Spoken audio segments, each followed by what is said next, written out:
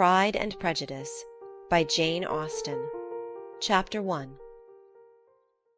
It is a truth universally acknowledged that a single man in possession of a good fortune must be in want of a wife. However little known the feelings or views of such a man may be on his first entering a neighbourhood, this truth is so well fixed in the minds of the surrounding families that he is considered the rightful property of some one or other of their daughters.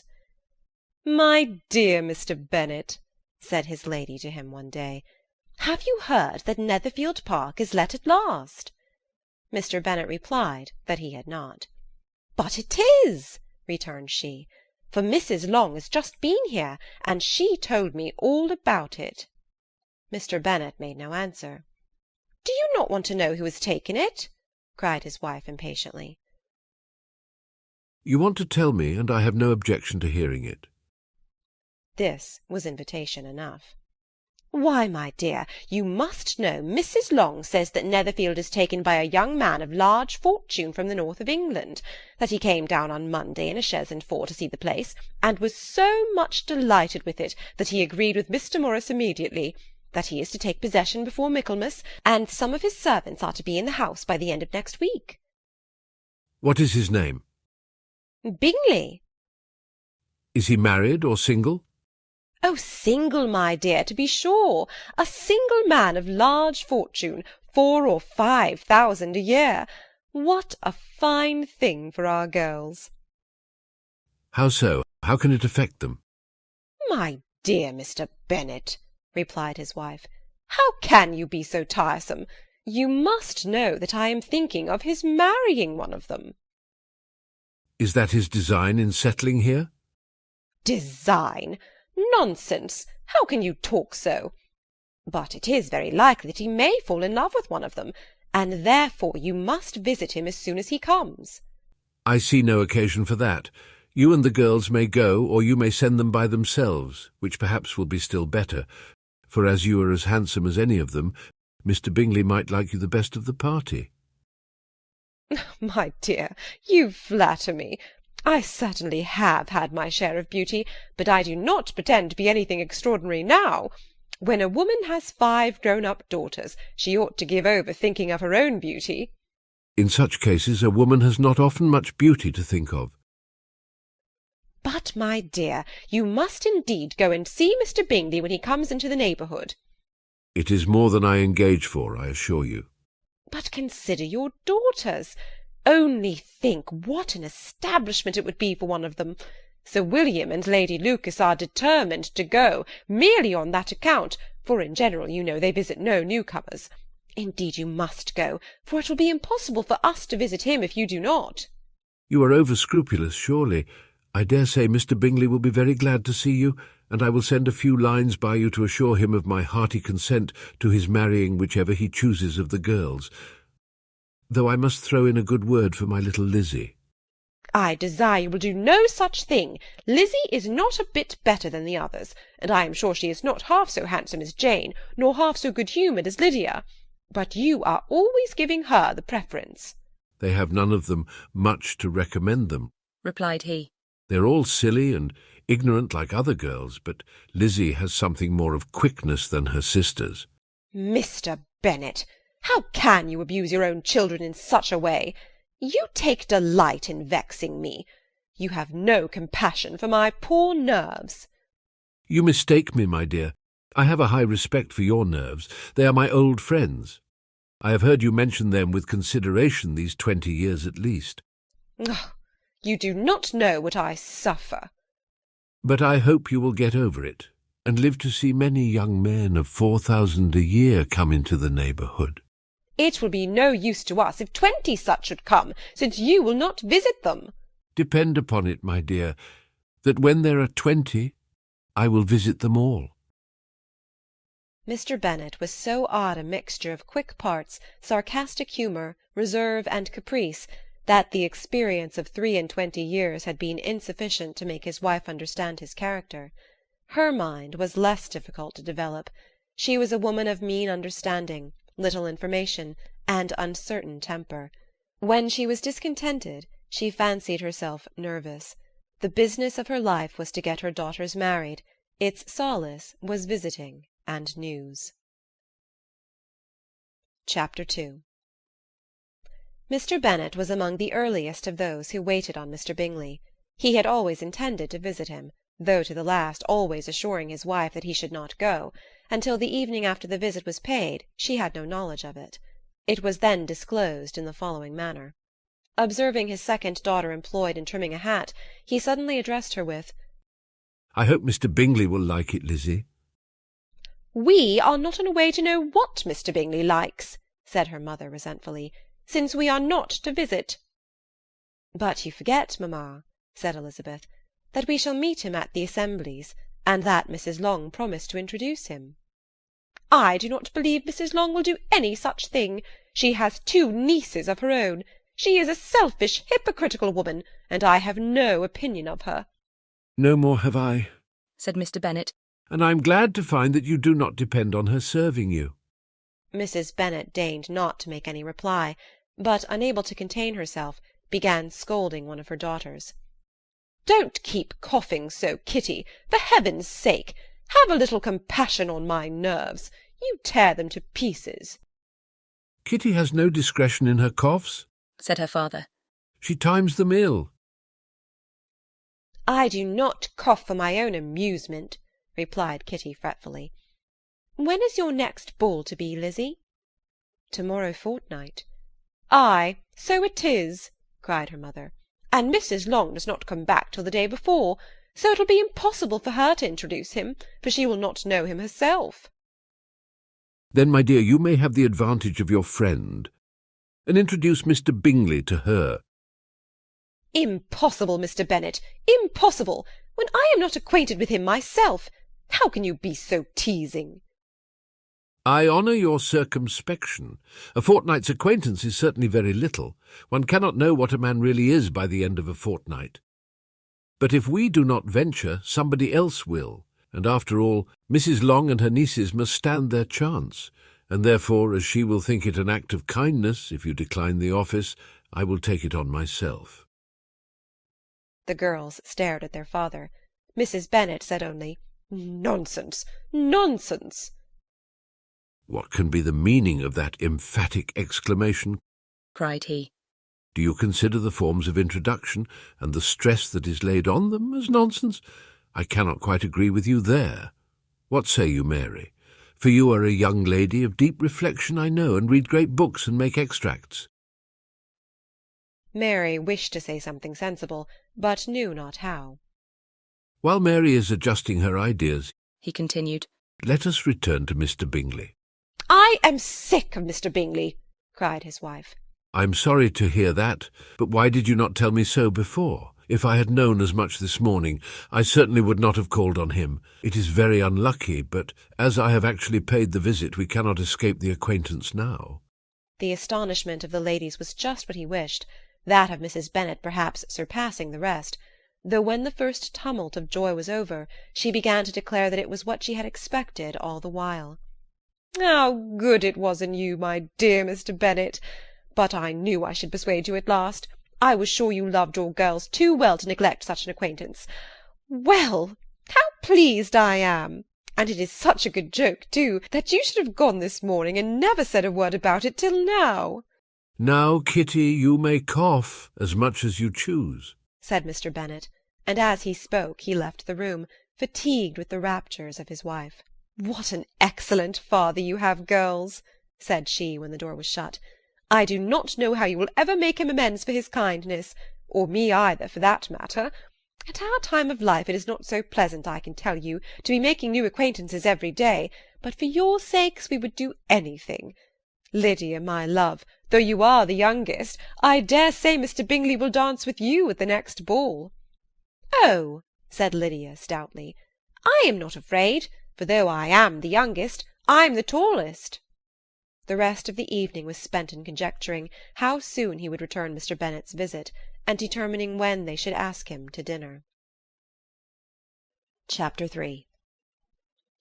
Not all that Mrs. Bennet, however, with the assistance of her 5 daughters, could ask on the subject, was sufficient to draw from her husband any satisfactory description of Mr. Bingley. They attacked him in various ways, with barefaced questions, ingenious suppositions, and distant surmises. But he eluded the skill of them all, and they were at last obliged to accept the second-hand intelligence of their neighbour, Lady Lucas. Her report was highly favourable. Sir William had been delighted with him. He was quite young, wonderfully handsome, extremely agreeable, and, to crown the whole, he meant to be at the next assembly with a large party. Nothing could be more delightful. To be fond of dancing was a certain step towards falling in love, and very lively hopes of Mr. Bingley's heart were entertained. "If I can but see one of my daughters happily settled at Netherfield," said Mrs. Bennet to her husband, "and all the others equally well married, I shall have nothing to wish for." In a few days Mr. Bingley returned Mr. Bennet's visit, and sat about 10 minutes with him in his library. He had entertained hopes of being admitted to a sight of the young ladies, of whose beauty he had heard much, but he saw only the father. The ladies were somewhat more fortunate, for they had the advantage of ascertaining from an upper window that he wore a blue coat and rode a black horse. An invitation to dinner was soon afterwards dispatched, and already had Mrs. Bennet planned the courses that were to do credit to her housekeeping, when an answer arrived which deferred it all. Mr. Bingley was obliged to be in town the following day, and consequently unable to accept the honour of their invitation, etc. Mrs. Bennet was quite disconcerted. She could not imagine what business he could have in town so soon after his arrival in Hertfordshire, and she began to fear that he might be always flying about from one place to another, and never settled at Netherfield as he ought to be. Lady Lucas quieted her fears a little by starting the idea of his being gone to London only to get a large party for the ball, and a report soon followed that Mr. Bingley was to bring 12 ladies and 7 gentlemen with him to the assembly.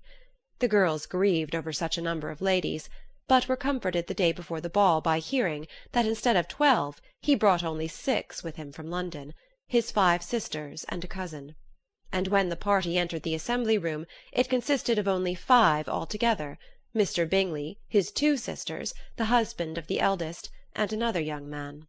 Mr. Bingley was good-looking and gentlemanlike. He had a pleasant countenance, and easy, unaffected manners. His sisters were fine women, with an air of decided fashion. His brother-in-law, Mr. Hurst, merely looked the gentleman, but his friend Mr. Darcy soon drew the attention of the room by his fine tall person, handsome features, noble mien, and the report which was in general circulation within 5 minutes after his entrance, of his having 10,000 a year. The gentlemen pronounced him to be a fine figure of a man, the ladies declared he was much handsomer than Mr. Bingley, and he was looked at with great admiration for about half the evening, till his manners gave a disgust which turned the tide of his popularity, for he was discovered to be proud, to be above his company, and above being pleased, and not all his large estate in Derbyshire could then save him from having a most forbidding, disagreeable countenance, and being unworthy to be compared with his friend. Mr. Bingley had soon made himself acquainted with all the principal people in the room.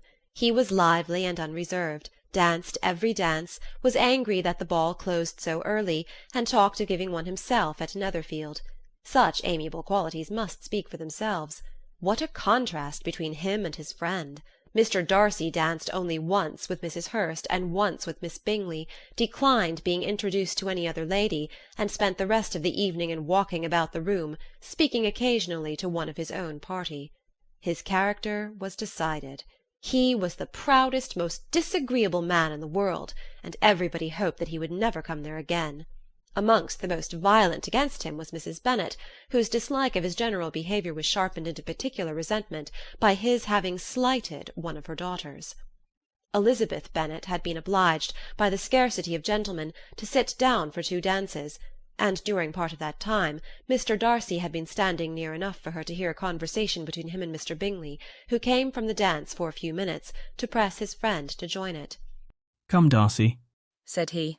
"I must have you dance. I hate to see you standing about by yourself in this stupid manner.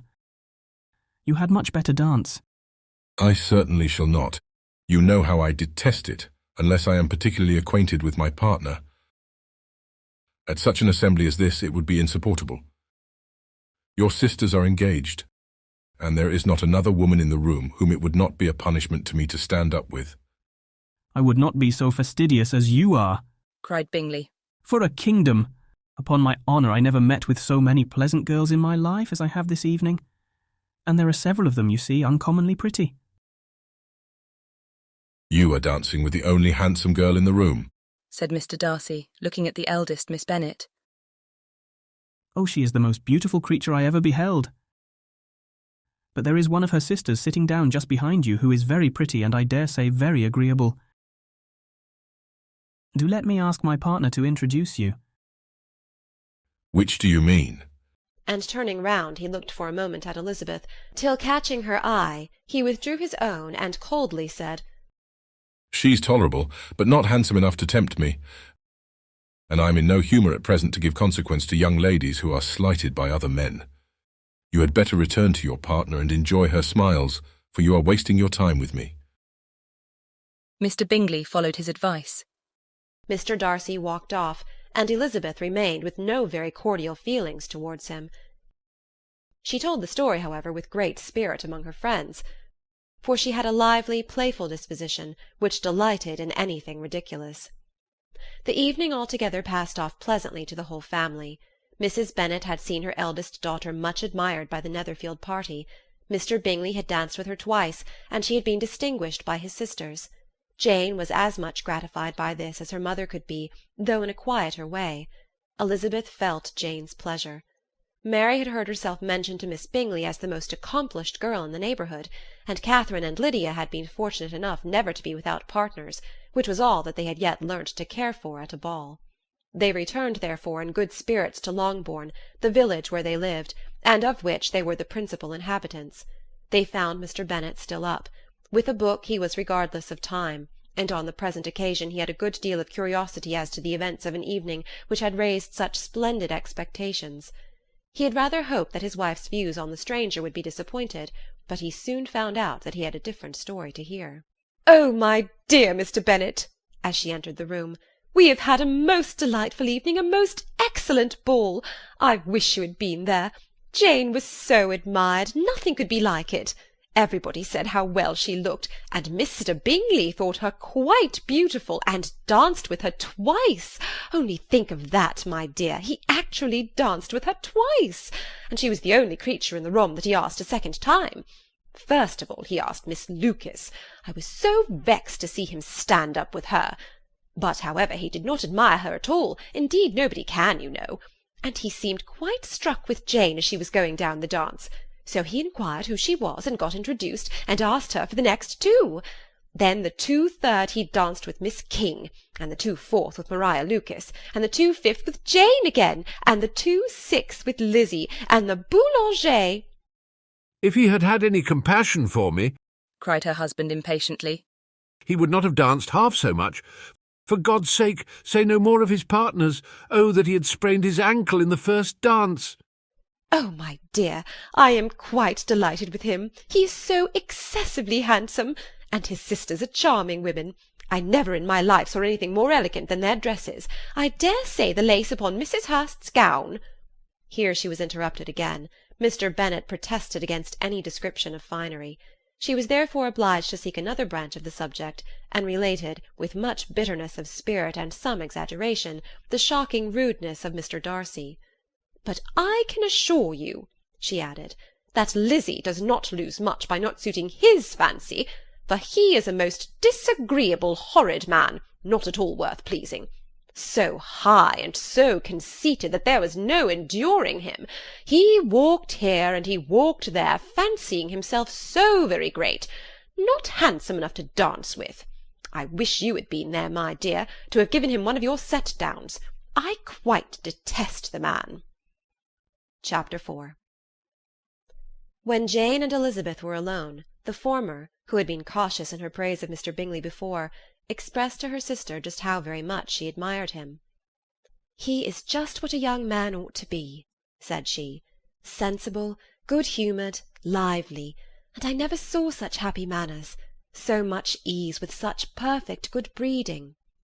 "He is also handsome," replied Elizabeth, "which a young man ought likewise to be if he possibly can. His character is thereby complete." "I was very much flattered by his asking me to dance a second time. I did not expect such a compliment." "Did not you? I did for you. But that is one great difference between us. Compliments always take you by surprise, and me never. What could be more natural than his asking you again? He could not help seeing that you were about 5 times as pretty as every other woman in the room. No thanks to his gallantry for that. Well, he certainly is very agreeable, and I give you leave to like him. You've liked many a stupider person. Dear Lizzie. Oh, you are a great deal too apt, you know, to like people in general. You never see a fault with anybody. All the world are good and agreeable in your eyes. I never heard you speak ill of a human being in your life. I would not wish to be hasty in censuring any one, but I always speak what I think. I know you do, and it is that which makes the wonder.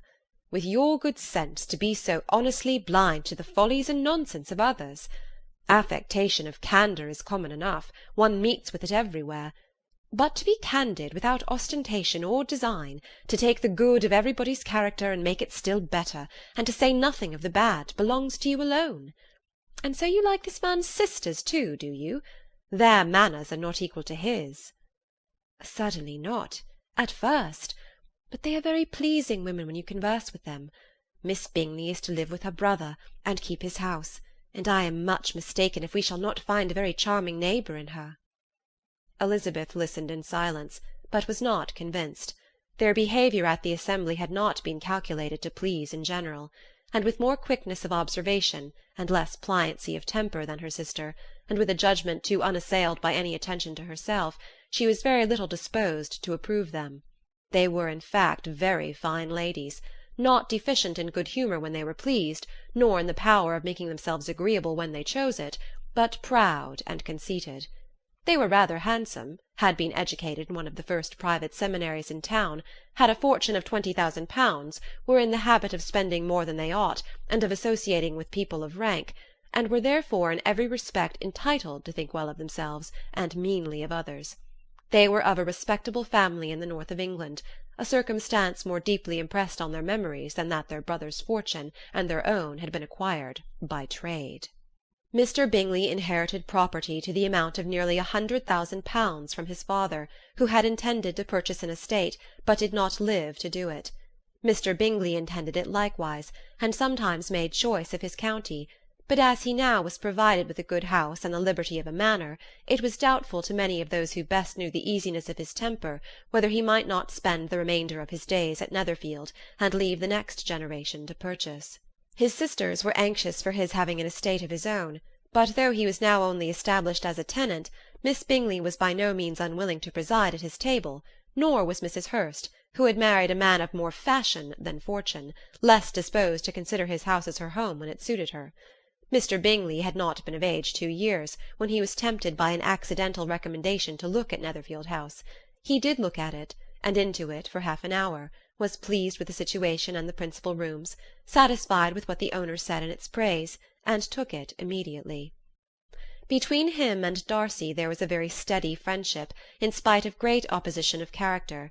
Bingley was endeared to Darcy by the easiness, openness, and ductility of his temper, though no disposition could offer a greater contrast to his own, and though with his own he never appeared dissatisfied. On the strength of Darcy's regard, Bingley had the firmest reliance, and of his judgment the highest opinion. In understanding, Darcy was the superior. Bingley was by no means deficient, but Darcy was clever. He was at the same time haughty, reserved, and fastidious, and his manners, though well bred, were not inviting. In that respect his friend had greatly the advantage. Bingley was sure of being liked wherever he appeared. Darcy was continually giving offence. The manner in which they spoke of the Meryton assembly was sufficiently characteristic. Bingley had never met with more pleasant people or prettier girls in his life. Everybody had been most kind and attentive to him. There had been no formality, no stiffness. He had soon felt acquainted with all the room, and as to Miss Bennet, he could not conceive an angel more beautiful. Darcy, on the contrary, had seen a collection of people in whom there was little beauty and no fashion, for none of whom he had felt the smallest interest, and from none received either attention or pleasure. Miss Bennet he acknowledged to be pretty, but she smiled too much. Mrs. Hurst and her sister allowed it to be so, but still they admired her and liked her, and pronounced her to be a sweet girl, and one whom they would not object to know more of. Miss Bennet was therefore established as a sweet girl, and their brother felt authorized by such commendation to think of her as he chose. Chapter 5. Within a short walk of Longbourn lived a family with whom the Bennets were particularly intimate. Sir William Lucas had been formerly in trade in Meryton, where he had made a tolerable fortune, and risen to the honour of knighthood by an address to the king during his mayoralty. The distinction had perhaps been felt too strongly.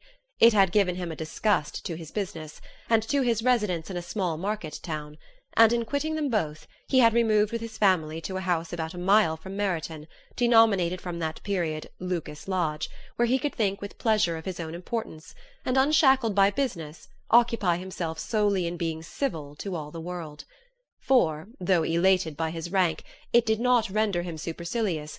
On the contrary, he was all attention to everybody. By nature inoffensive, friendly, and obliging, his presentation at St. James's had made him courteous. Lady Lucas was a very good kind of woman, not too clever to be a valuable neighbour to Mrs. Bennet. They had several children. The eldest of them, a sensible, intelligent young woman about 27, was Elizabeth's intimate friend. That the Miss Lucases and the Miss Bennet should meet to talk over a ball was absolutely necessary, and the morning after the assembly brought the former to Longbourn to hear and to communicate. "You began the evening well, Charlotte," said Mrs. Bennet with civil self-command to Miss Lucas. "You were Mr. Bingley's first choice." "Yes, but he seemed to like his second better." "Oh, you mean Jane, I suppose, because he danced with her twice. To be sure that it did seem as if he admired her. Indeed, I rather believe he did. I heard something about it, but I hardly know what. Something about Mr. Robinson." "Perhaps you mean what I overheard between him and Mr. Robinson. Did not I mention it to you? Mr. Robinson's asking him how he liked our Meryton assemblies, and whether he did not think there were a great many pretty women in the room, and which he thought the prettiest, and his answering immediately to the last question, 'Oh, the eldest, Miss Bennet, beyond a doubt. There cannot be two opinions on that point.'" "Upon my word! Well, that is very decided indeed. That does seem as if— But, however, it may all come to nothing, you know." "My overhearings are more to the purpose than yours, Eliza," said Charlotte. "Mr. Darcy is not so well worth listening to as his friend, is he? Poor Eliza! To be only just tolerable." "I beg you would not put into Lizzie's head to be vexed by his ill treatment, for he is such a disagreeable man that it would be quite a misfortune to be liked by him. Mrs. Long told me last night that he sat close to her for half an hour without once opening his lips." "Are you quite sure, ma'am? Is not there a little mistake?" said Jane. "I certainly saw Mr. Darcy speaking to her." "Ay, because she asked him at last how he liked Netherfield, and he could not help answering her, but she said he seemed quite angry at being spoken to." "Miss Bingley told me," said Jane, "that he never speaks much, unless among his intimate acquaintances. With them he is remarkably agreeable." "I do not believe a word of it, my dear. If he had been so very agreeable, he would have talked to Mrs. Long. But I can guess how it was. Everybody says that he is et up with pride, and I dare say he had heard somehow that Mrs. Long does not keep a carriage, and had come to the ball in a hack chaise." "I do not mind his not talking to Mrs. Long," said Miss Lucas, "but I wish he had danced with Eliza." "Another time, Lizzie," said her mother, "I would not dance with him if I were you." "I believe, ma'am, I may safely promise you never to dance with him." "His pride," said Miss Lucas, "does not offend me so much as pride often does, because there is an excuse for it. One cannot wonder that so very fine a young man, with family, fortune, everything in his favour, should think very highly of himself. If I may so express it, he has a right to be proud." "That is very true," replied Elizabeth, "and I could easily forgive his pride if he had not mortified mine." "Pride," observed Mary, who piqued herself upon the solidity of her reflections, "is a very common failing, I believe. By all that I have ever read, I am convinced that it is very common indeed, that human nature is particularly prone to it, and that there are very few of us who do not cherish a feeling of self-complacency on the score of some quality or other, real or imaginary. Vanity and pride are different things, though the words are often used synonymously. A person may be proud without being vain. Pride relates more to our opinion of ourselves, vanity to what we would have others think of us." "If I were as rich as Mr. Darcy," cried a young Lucas who came with his sisters, "I should not care how proud I was. I would keep a pack of foxhounds and drink a bottle of wine every day." "Then you would drink a great deal more than you ought," said Mrs. Bennet, "and if I were to see you at it, I should take away your bottle directly." The boy protested that she should not. She continued to declare that she would, and the argument ended only with the visit. Chapter 6. The ladies of Longbourn soon waited on those of Netherfield. The visit was soon returned in due form. Miss Bennet's pleasing manners grew on the good will of Mrs. Hurst and Miss Bingley, and though the mother was found to be intolerable, and the younger sisters not worth speaking to, a wish of being better acquainted with them was expressed towards the two eldest. By Jane this attention was received with the greatest pleasure, but Elizabeth still saw superciliousness in their treatment of everybody, hardly excepting even her sister, and could not like them; though their kindness to Jane, such as it was, had a value as arising in all probability from the influence of their brother's admiration. It was generally evident, whenever they met, that he did admire her, and to her it was equally evident that Jane was yielding to the preference which she had begun to entertain for him from the first, and was in a way to be very much in love. But she considered with pleasure that it was not likely to be discovered by the world in general, since Jane united, with great strength of feeling, a composure of temper and a uniform cheerfulness of manner which would guard her from the suspicions of the impertinent. She mentioned this to her friend Miss Lucas. "It may perhaps be pleasant," replied Charlotte, "to be able to impose on the public in such a case, but it is sometimes a disadvantage to be so very guarded. If a woman conceals her affection with the same skill from the object of it, she may lose the opportunity of fixing him, and it will then be but poor consolation to believe the world equally in the dark. There is so much of gratitude or vanity in almost every attachment, that it is not safe to leave any to itself. We can all begin freely, a slight preference is natural enough, but there are very few of us who have heart enough to be really in love without encouragement. In 9 cases out of 10 a woman had better show more affection than she feels. Bingley likes your sister undoubtedly, but he may never do more than like her, if she does not help him on." "But she does help him on, as much as her nature will allow. If I can perceive her regard for him, he must be a simpleton indeed not to discover it too." "Remember, Eliza, that he does not know Jane's disposition as you do." "But if a woman is partial to a man, and does not endeavour to conceal it, he must find it out." "Perhaps he must, if he sees enough of her. But though Bingley and Jane meet tolerably often, it is never for many hours together, and as they always see each other in large mixed parties, it is impossible that every moment should be employed in conversing together. Jane should therefore make the most of every half-hour in which she can command his attention. When she is secure of him, there will be more leisure for falling in love as much as she chooses." "Your plan is a good one," said Elizabeth, "where nothing is in question but the desire of being well married, and if I were determined to get a rich husband, or any husband, I dare say I should adopt it. But these are not Jane's feelings. She is not acting by design. As yet she cannot even be certain of the degree of her own regard, nor of its reasonableness. She has known him only a fortnight. She danced 4 dances with him at Meryton. She saw him one morning at his own house, and has since dined with him in company 4 times.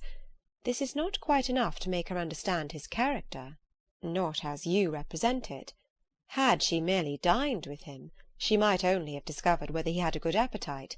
But you must remember that 4 evenings have also been spent together, and 4 evenings may do a great deal."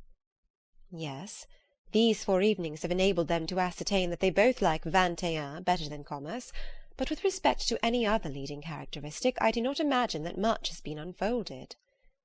"Well," said Charlotte, "I wish Jane success with all my heart, and if she were married to him to-morrow, I should think she had as good a chance of happiness as if she were to be studying his character for a 12-month.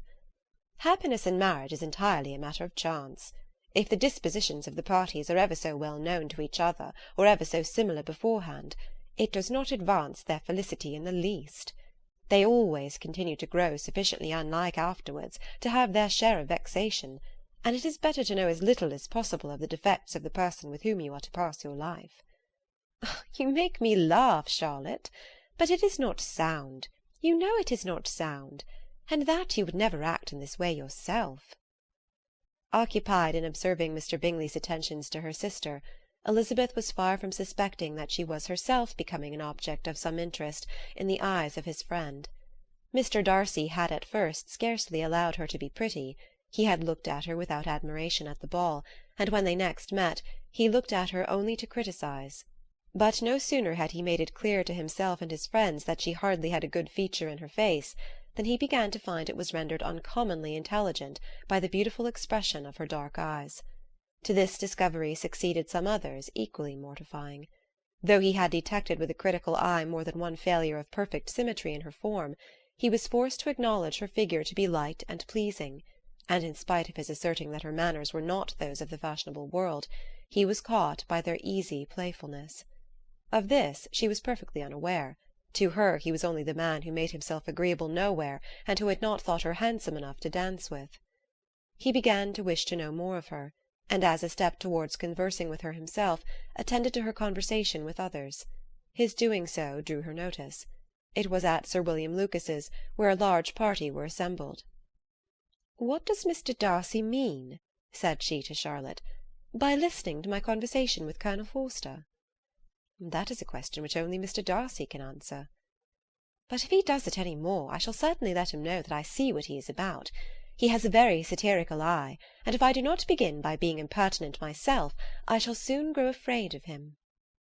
On his approaching them soon afterwards, though without seeming to have any intention of speaking, Miss Lucas defied her friend to mention such a subject to him, which immediately provoking Elizabeth to do it, she turned to him and said, "Did you not think, Mr. Darcy, that I expressed myself uncommonly well just now, when I was teasing Colonel Forster to give us all a ball at Meryton?" With great energy, but it is a subject which always makes a lady energetic.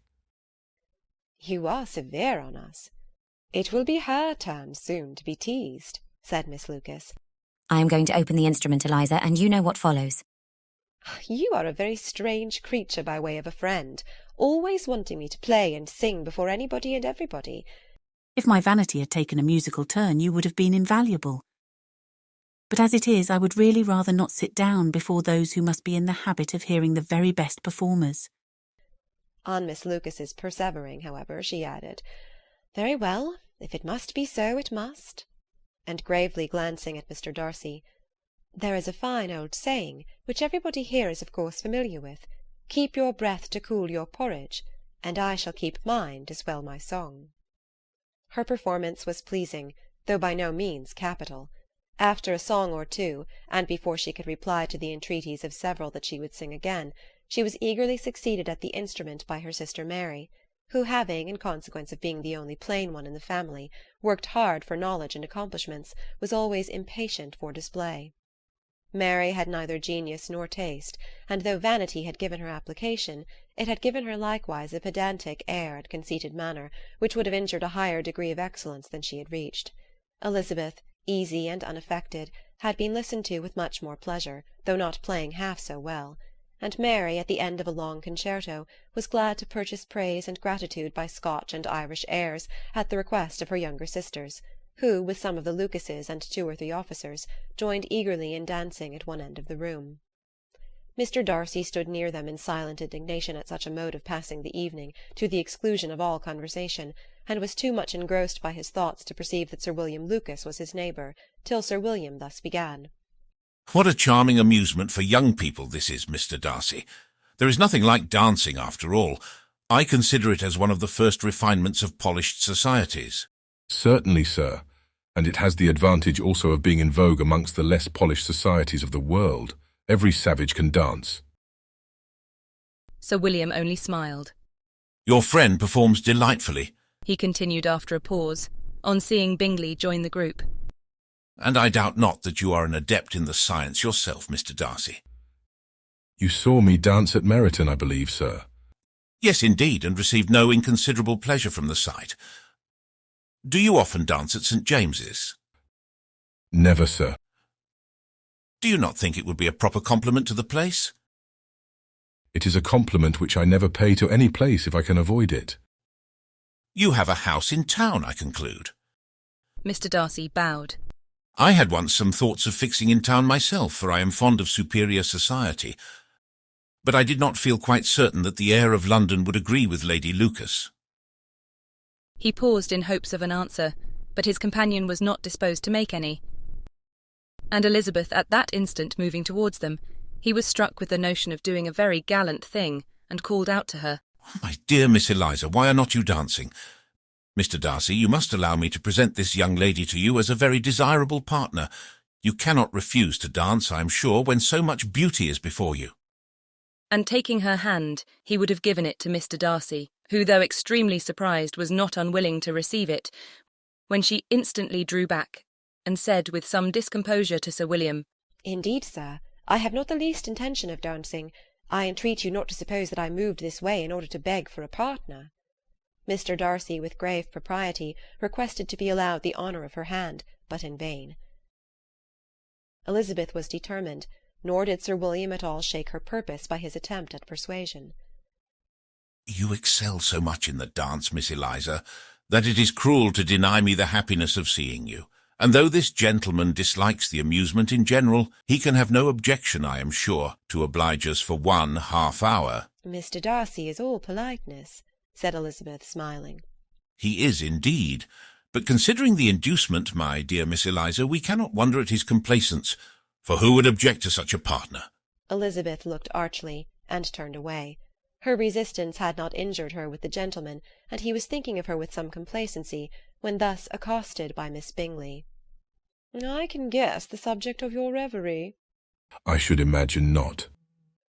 "You are considering how insupportable it would be to pass many evenings in this manner, in such society, and indeed I am quite of your opinion. I was never more annoyed. The insipidity, and yet the noise, the nothingness, and yet the self-importance of all those people.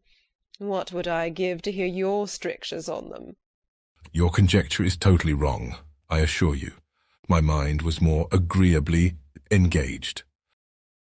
I have been meditating on the very great pleasure which a pair of fine eyes in the face of a pretty woman can bestow.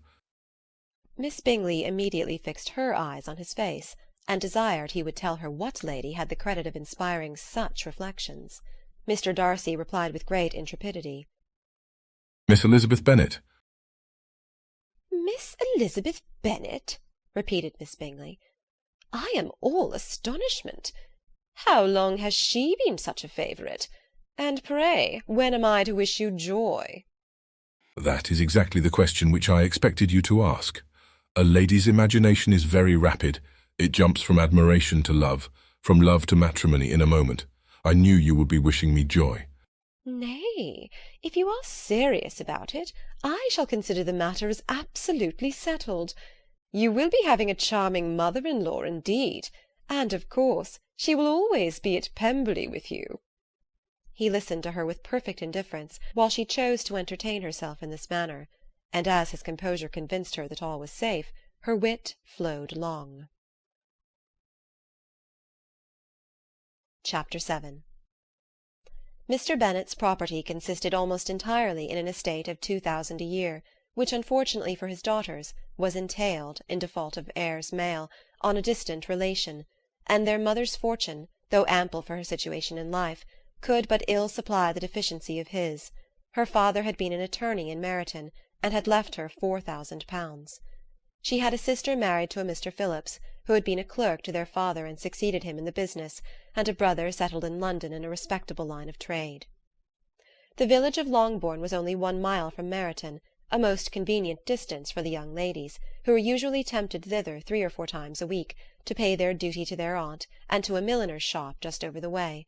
The 2 youngest of the family, Catherine and Lydia, were particularly frequent in these attentions.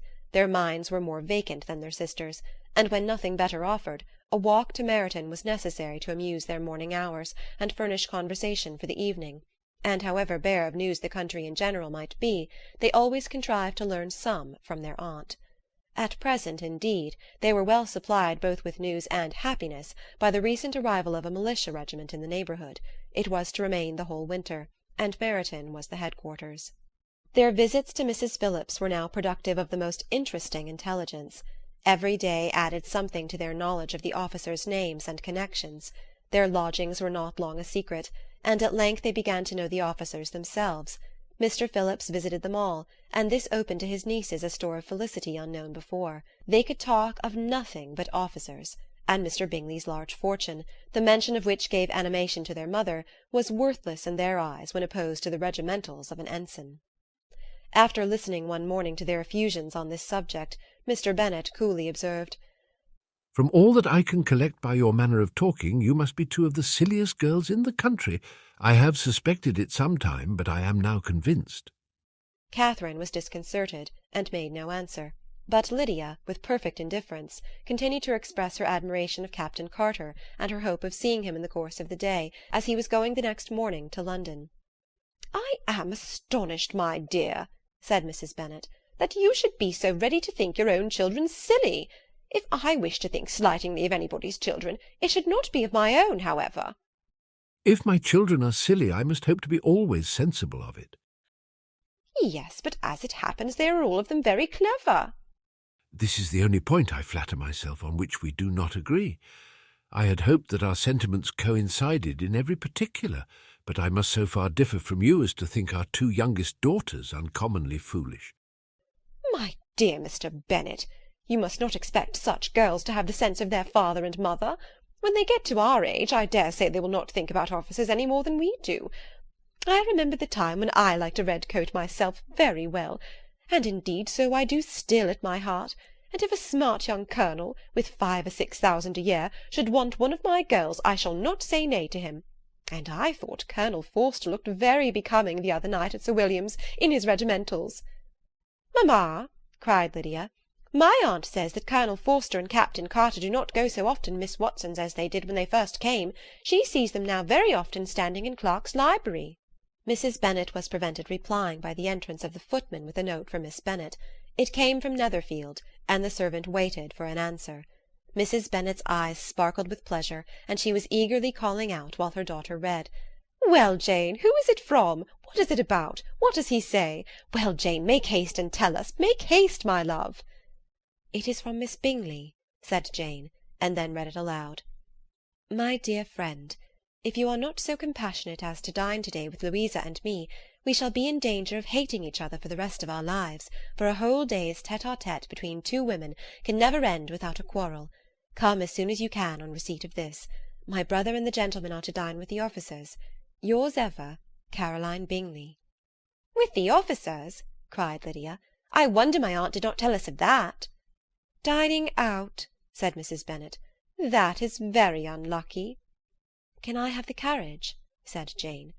"No, my dear, you had better go on horseback, because it seems likely to rain, and then you must stay all night." "That would be a good scheme," said Elizabeth, "if you were sure that they would not offer to send her home." "Oh, but the gentlemen will have Mr. Bingley's chaise to go to Meryton, and the Hursts have no horses to theirs." "I had much rather go in the coach." "But, my dear, your father cannot spare the horses, I am sure. They are wanted in the farm, Mr. Bennet, are they not?" "They are wanted in the farm much oftener than I can get them."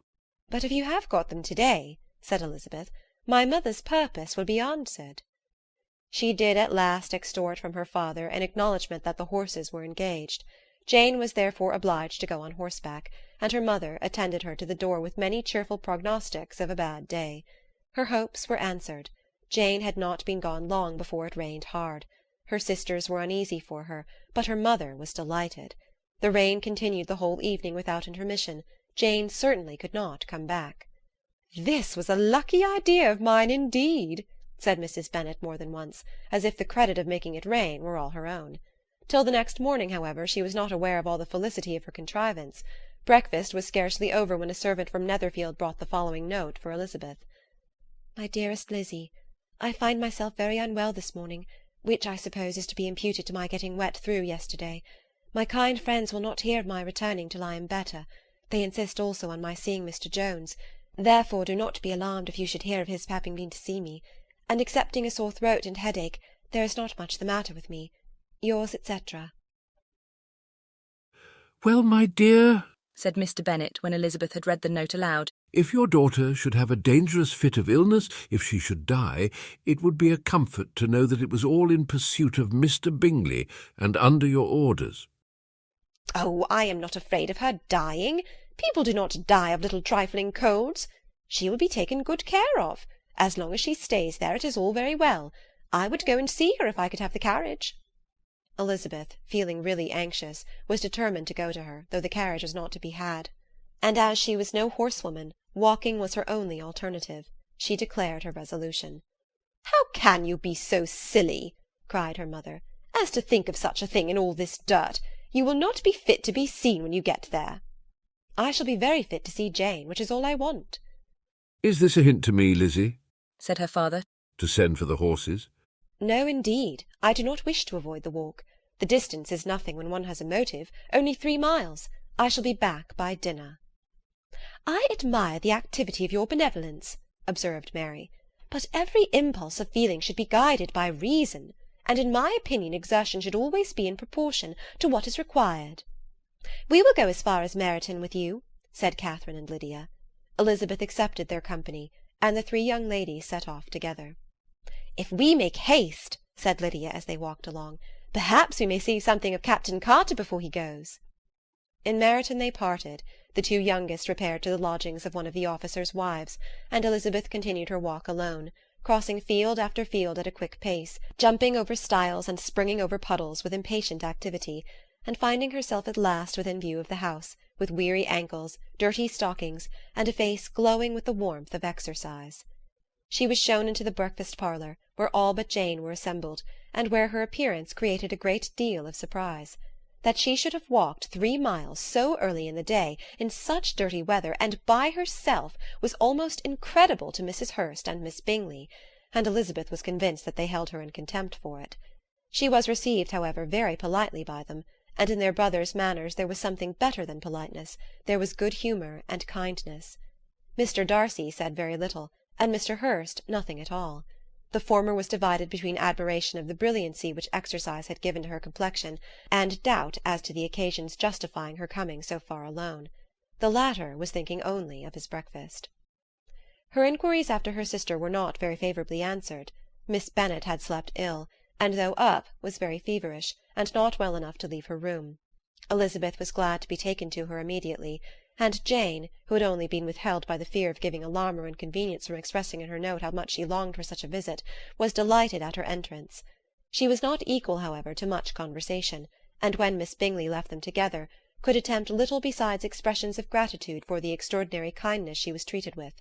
Elizabeth silently attended her. When breakfast was over they were joined by the sisters, and Elizabeth began to like them herself when she saw how much affection and solicitude they showed for Jane.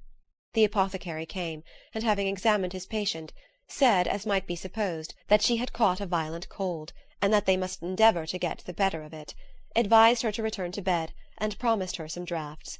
The advice was followed readily, for the feverish symptoms increased, and her head ached acutely. Elizabeth did not quit her room for a moment, nor were the other ladies often absent. The gentlemen being out, they had, in fact, nothing to do elsewhere. When the clock struck 3, Elizabeth felt that she must go, and very unwillingly said so.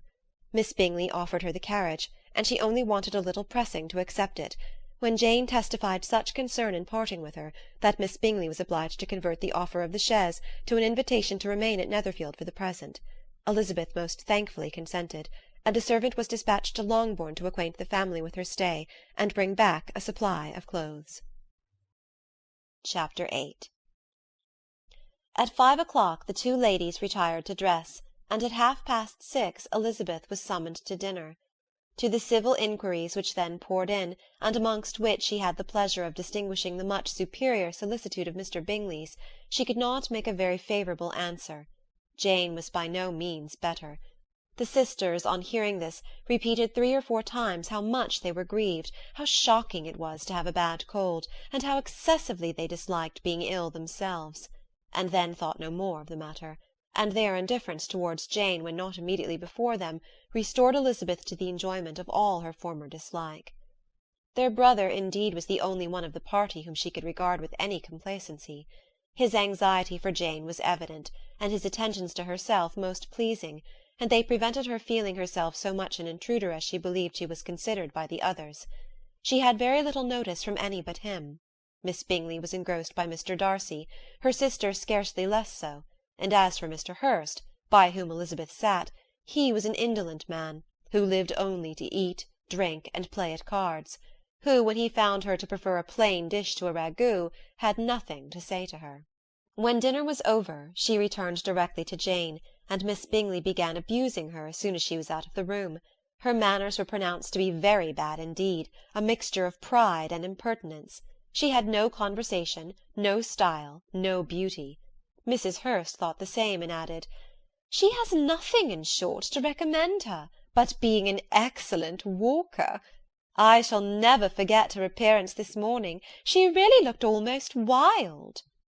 "She did indeed, Louisa. I could hardly keep my countenance. Very nonsensical to come at all. Why must she be scampering about the country because her sister had a cold? Her hair so untidy, so blowsy. Oh, yes, and her petticoat. I hope you saw her petticoat. 6 inches deep in mud, I am absolutely certain, and the gown which had been let down to hide it not doing its office." Your picture may be very exact, Louisa, said Bingley, but this was all lost upon me. I thought Miss Elizabeth Bennet looked remarkably well when she came into the room this morning. Her dirty petticoat quite escaped my notice. "You observed it, Mr. Darcy, I am sure," said Miss Bingley, "and I am inclined to think that you would not wish to see your sister make such an exhibition." Certainly not. To walk 3 miles, or 4 miles, or 5 miles, whatever it is, above her ankles in dirt, and alone, quite alone. What could she mean by it? It seems to me to show an abominable sort of conceited independence, a most country town indifference to decorum. It shows an affection for her sister that is very pleasing, said Bingley. "I am afraid, Mr. Darcy," observed Miss Bingley in a half-whisper, "that this adventure has rather affected your admiration of her fine eyes." Not at all, he replied. They were brightened by the exercise. A short pause followed this speech, and Mrs. Hurst began again. "I have an excessive regard for Miss Jane Bennet. She is really a very sweet girl, and I wish with all my heart she were well settled. But with such a father and mother, and such low connections, I am afraid there is no chance of it." "I think I've heard you say that their uncle is an attorney in Meryton." "Yes, and they have another, who lives somewhere near Cheapside." "That is capital," added her sister, and they both laughed heartily. If they had uncles enough to fill all Cheapside, cried Bingley, it would not make them one jot less agreeable. But it must very materially lessen their chance of marrying men of any consideration in the world, replied Darcy. To this speech Bingley made no answer, but his sisters gave it their hearty assent, and indulged their mirth for some time at the expense of their dear friend's vulgar relations. With a renewal of tenderness, however, they returned to her room on leaving the dining-parlour, and sat with her till summoned to coffee. She was still very poorly, and Elizabeth would not quit her at all. Till late in the evening, when she had the comfort of seeing her asleep, and when it seemed to her rather right than pleasant that she should go downstairs herself. On entering the drawing-room she found the whole party at loo, and was immediately invited to join them, but suspecting them to be playing high, she declined it, and making her sister the excuse, said she would amuse herself for the short time she could stay below with a book. Mr. Hurst looked at her with astonishment. "Do you prefer reading to cards?" said he. "That is rather singular." "Miss Eliza Bennet," said Miss Bingley, "despises cards. She is a great reader and has no pleasure in anything else." "I deserve neither such praise nor such censure," cried Elizabeth. "I am not a great reader, and I have pleasure in many things." In nursing your sister I am sure you have pleasure, said Bingley, and I hope it will soon be increased by seeing her quite well. Elizabeth thanked him from her heart, and then walked towards the table where a few books were lying. He immediately offered to fetch her others, all that his library afforded. And I wish my collection were larger for your benefit and my own credit, but I am an idle fellow. and though I have not many, I have more than I ever looked into. Elizabeth assured him that she could suit herself perfectly with those in the room. I am astonished, said Miss Bingley, that my father should have left so small a collection of books. What a delightful library you have at Pemberley, Mr. Darcy.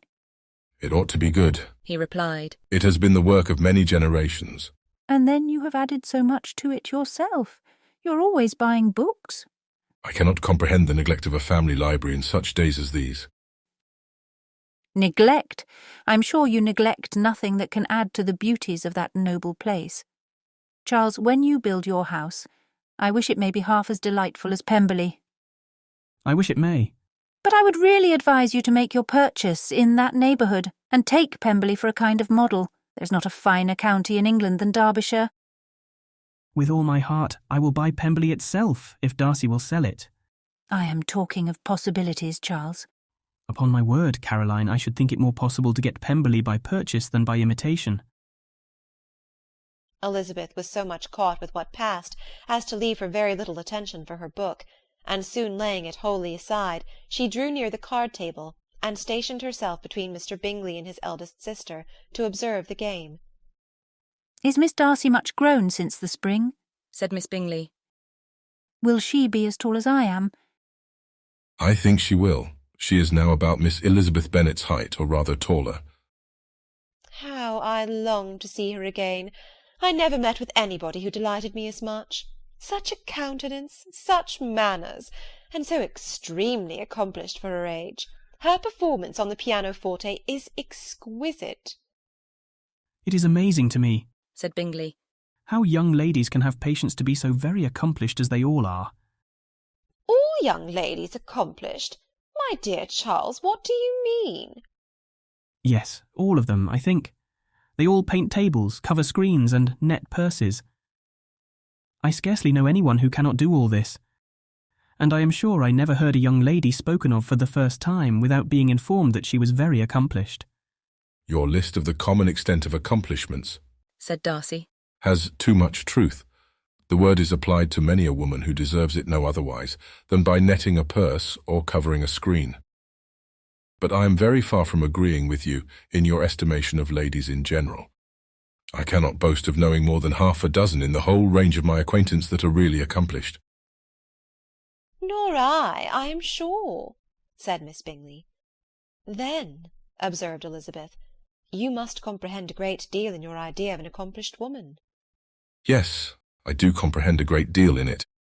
Oh, certainly, cried his faithful assistant. No one can really be esteemed accomplished who does not greatly surpass what is usually met with. A woman must have a thorough knowledge of music, singing, drawing, dancing, and the modern languages, to deserve the word. And besides all this, she must possess a certain something in her air and manner of walking, the tone of her voice, her address and expressions, or the word will be but half deserved. All this she must possess, added Darcy. And to all she must yet add something more substantial in the improvement of her mind by extensive reading. I am no longer surprised at your knowing only 6 accomplished women. I rather wonder now at your knowing any. Are you so severe upon your own sex as to doubt the possibility of all this? I never saw such a woman. I never saw such capacity, and taste, and application, and elegance as you describe united. Mrs. Hurst and Miss Bingley both cried out against the injustice of her implied doubt, and were both protesting that they knew many women who answered this description, when Mr. Hurst called them to order, with bitter complaints of their inattention to what was going forward. As all conversation was thereby at an end, Elizabeth soon afterwards left the room.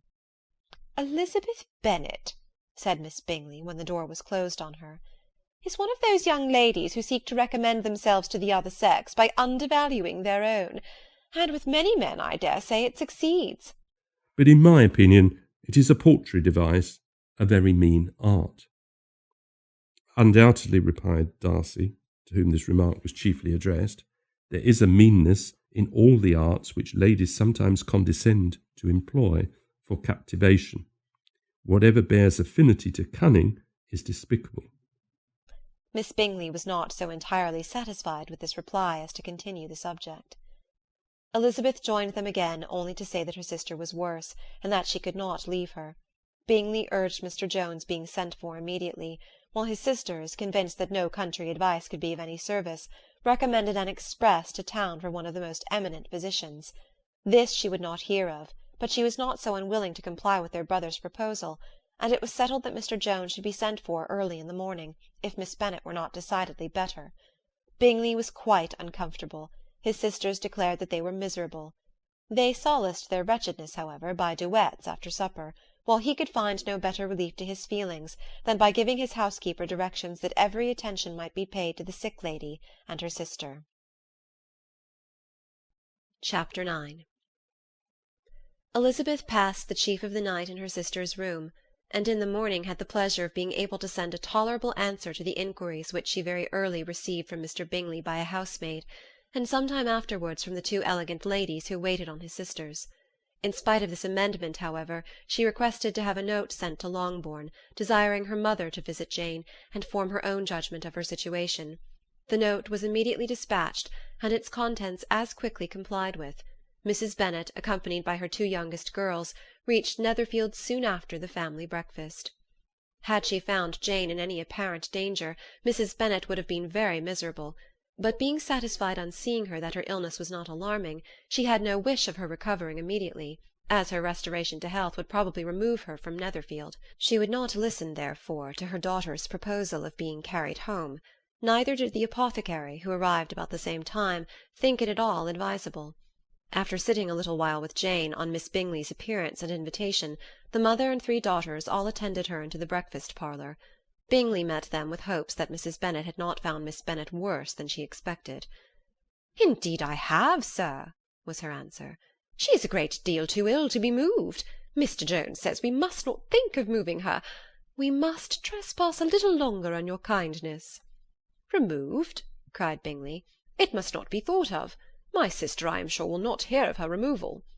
"You may depend upon it, madam," said Miss Bingley with cold civility, "that Miss Bennet will receive every possible attention while she remains with us." Mrs. Bennet was profuse in her acknowledgments. "I am sure," she added, "if it were not for such good friends, I do not know what would become of her, for she is very ill indeed, and suffers a vast deal, though with the greatest patience in the world, which is always the way with her, for she has, without exception, the sweetest temper I have ever met with. I often tell my other girls that they are nothing to her. You have a sweet room here, Mr. Bingley, and a charming prospect over the gravel walk. I do not know a place in the country that is equal to Netherfield. You will not think of quitting it in a hurry, I hope, though you have but a short lease."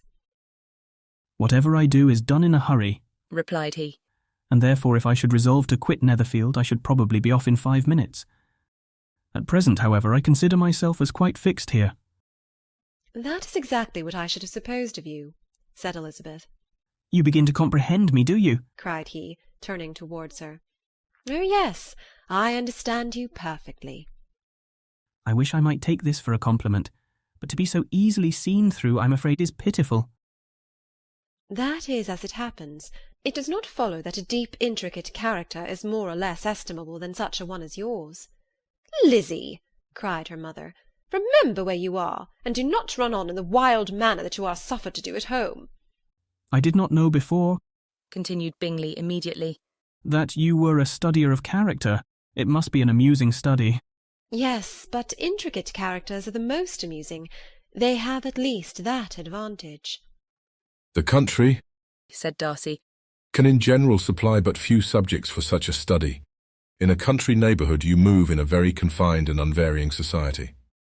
"But people themselves alter so much that there is something new to be observed in them for ever." "Yes, indeed," cried Mrs. Bennet, offended by his manner of mentioning a country neighbourhood. "I assure you there is quite as much of that going on in the country as in town." Everybody was surprised, and Darcy, after looking at her for a moment, turned silently away. Mrs. Bennet, who fancied she had gained a complete victory over him, continued her triumph. "I cannot see that London has any great advantage over the country, for my part, except the shops and public places. The country is a vast deal pleasanter, is it not, Mr. Bingley?" "When I am in the country," he replied, "I never wish to leave it, and when I am in town it is pretty much the same.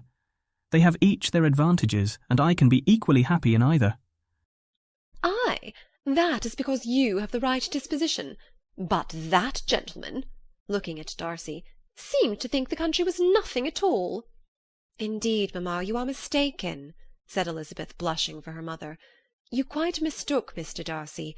He only meant that there was not such a variety of people to be met with in the country as in town, which you must acknowledge to be true." "Certainly, my dear, nobody said there were. But as to not meeting with many people in this neighbourhood, I believe there are few neighbourhoods larger. I know we dine with 24 families." Nothing but concern for Elizabeth could enable Bingley to keep his countenance. His sister was less delicate, and directed her eyes towards Mr. Darcy with a very expressive smile. Elizabeth, for the sake of saying something that might turn her mother's thoughts, now asked her if Charlotte Lucas had been at Longbourn since her coming away. "Yes, she called yesterday with her father. What an agreeable man Sir William is, Mr. Bingley, is he not? So much the man of fashion, so genteel and easy. He had always something to say to everybody. That is my idea of good breeding. And those persons who fancy themselves very important and never open their mouths quite mistake the matter." "Did Charlotte dine with you?" "No, she would go home. I fancy she was wanted about the mince pies. For my part, Mr. Bingley, I always keep servants that can do their own work. My daughters are brought up very differently. But everybody is to judge for themselves, and the Lucases are a very good sort of girls, I assure you. It is a pity they are not handsome. Not that I think Charlotte so very plain, but then she is our particular friend." She seems a very pleasant young woman. "Oh dear, yes, but you must own she is very plain. Lady Lucas herself has often said so, and envied me Jane's beauty. I do not like to boast of my own child, but to be sure, Jane, one does not see often anybody better looking. It is what everybody says. I do not trust my own partiality. When she was only 15, there was a man at my brother Gardiner's in town so much in love with her that my sister-in-law was sure he would make her an offer before we came away. But, however, he did not. Perhaps he thought her too young. However, he wrote some verses on her, and very pretty they were." "And so ended his affection," said Elizabeth impatiently.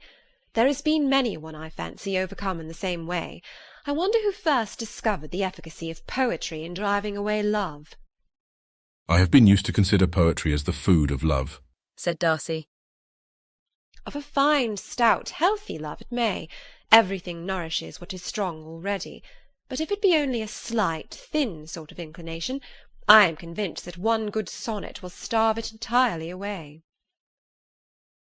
Darcy only smiled, and the general pause which ensued made Elizabeth tremble lest her mother should be exposing herself again. She longed to speak, but could think of nothing to say, and after a short silence Mrs. Bennet began repeating her thanks to Mr. Bingley for his kindness to Jane, with an apology for troubling him also with Lizzie. Mr. Bingley was unaffectedly civil in his answer, and forced his younger sister to be civil also, and say what the occasion required. She performed her part indeed without much graciousness, but Mrs. Bennet was satisfied, and soon afterwards ordered her carriage. Upon this signal, the youngest of her daughters put herself forward. The two girls had been whispering to each other during the whole visit, and the result of it was, that the youngest should tax Mr. Bingley with having promised on his first coming into the county to give a ball at Netherfield. Lydia was a stout, well-grown girl of 15, with a fine complexion and good-humoured countenance, a favourite with her mother, whose affection had brought her into public at an early age. She had high animal spirits, and a sort of natural self-consequence, which the attention of the officers, to whom her uncle's good dinners and her own easy manners recommended her, had increased into assurance. She was very equal, therefore, to address Mr. Bingley on the subject of the ball, and abruptly reminded him of his promise, adding that it would be the most shameful thing in the world if he did not keep it. His answer to this sudden attack was delightful to their mother's ear. "I am perfectly ready, I assure you, to keep my engagement, and when your sister is recovered, you shall, if you please, name the very day of the ball. But you would not wish to be dancing when she is ill." Lydia declared herself satisfied. "Oh, yes, it would be much better to wait till Jane was well, and by that time most likely Captain Carter would be at Meryton again. And when you have given your ball," she added, "I shall insist on their giving one also. I shall tell Colonel Forster it will be quite a shame if he does not."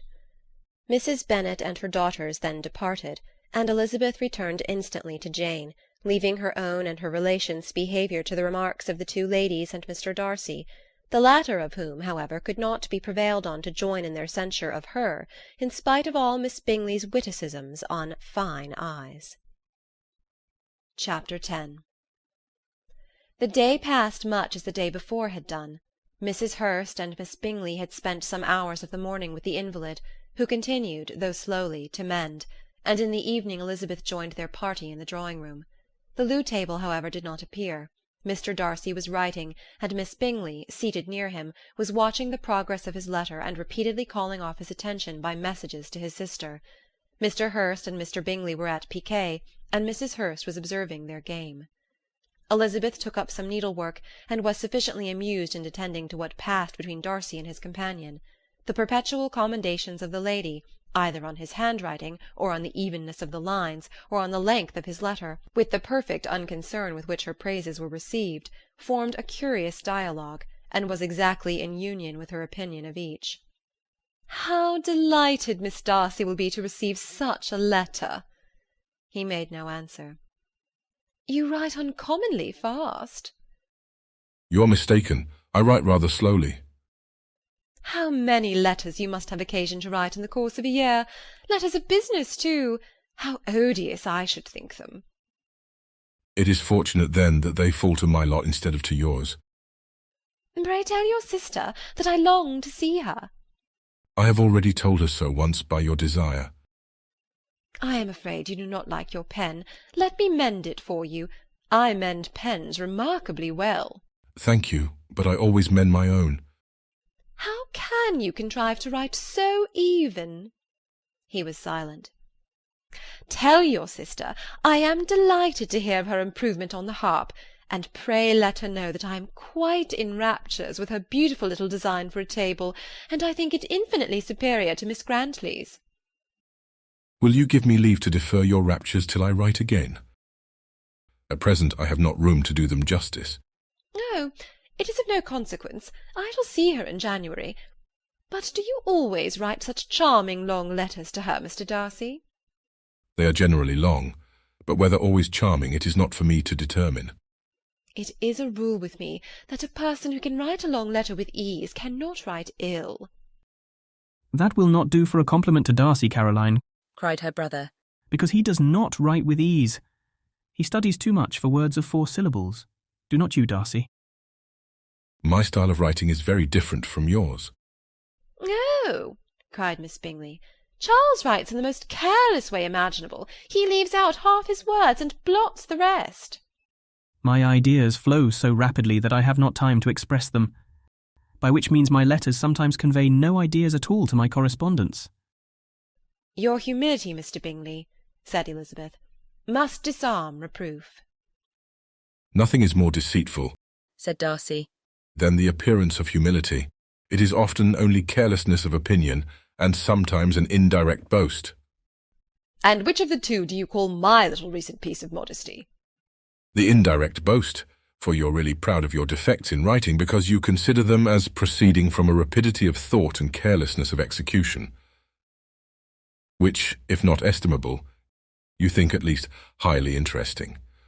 The power of doing anything with quickness is always much prized by the possessor, and often without any attention to the imperfection of the performance. When you told Mrs. Bennet this morning that if you ever resolved on quitting Netherfield you should be gone in 5 minutes, you meant it to be a sort of panegyric, of compliment to yourself, and yet what is there so very laudable in a precipitance which must leave very necessary business undone, and can be of no real advantage to yourself or anyone else?" "Nay," cried Bingley, "this is too much to remember at night all the foolish things that were said in the morning. And yet upon my honour I believed what I said of myself to be true, and I believe it at this moment. At least therefore I did not assume the character of needless precipitance, merely to show off before the ladies." "I dare say you believed it, but I am by no means convinced that you would be gone with such celerity. Your conduct would be quite as dependent on chance as that of any man I know. And if, as you were mounting your horse, a friend were to say, 'Bingley, you'd better stay till next week,' You would probably do it. You would probably not go. And, at another word, might stay a month. You have only proved by this, cried Elizabeth, that Mr. Bingley did not do justice to his own disposition. You have shown him off now much more than he did himself.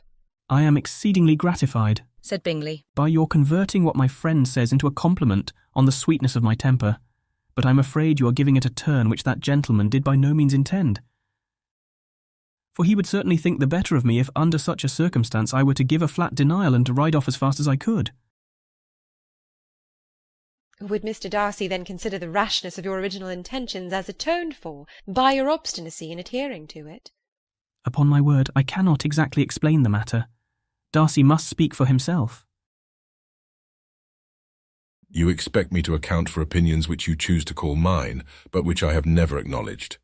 Allowing the case, however, to stand according to your representation.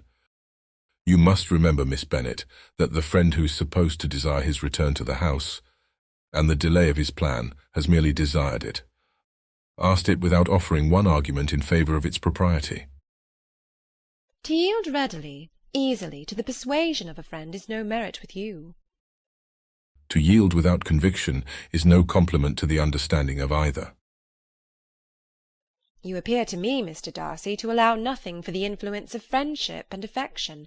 A regard for the requester would often make one readily yield to a request without waiting for arguments to reason one into it. I am not particularly speaking of such a case as you have supposed about Mr. Bingley. We may as well wait, perhaps, till the circumstance occurs before we discuss the discretion of his behaviour thereupon. But in general and ordinary cases between friend and friend, where one of them is desired by the other to change a resolution of no very great moment, should you think ill of that person for complying with a desire, without waiting to be argued into it? Will it not be advisable, before we proceed on this subject, to arrange with rather more precision the degree of importance which is to appertain to this request, as well as the degree of intimacy subsisting between the parties? By all means, cried Bingley. Let us hear all the particulars, not forgetting their comparative height and size, for that will have more weight in the argument, Miss Bennet, than you may be aware of. I assure you that if Darcy were not such a great tall fellow in comparison with myself, I should not pay him half so much deference.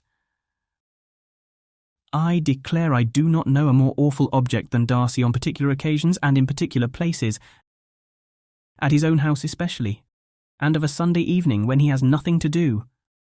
Mr. Darcy smiled, but Elizabeth thought she could perceive that he was rather offended, and therefore checked her laugh. Miss Bingley warmly resented the indignity he had received in an expostulation with her brother for talking such nonsense. I see your design, Bingley, said his friend. You dislike an argument and want to silence this. Perhaps I do. Arguments are too much like disputes.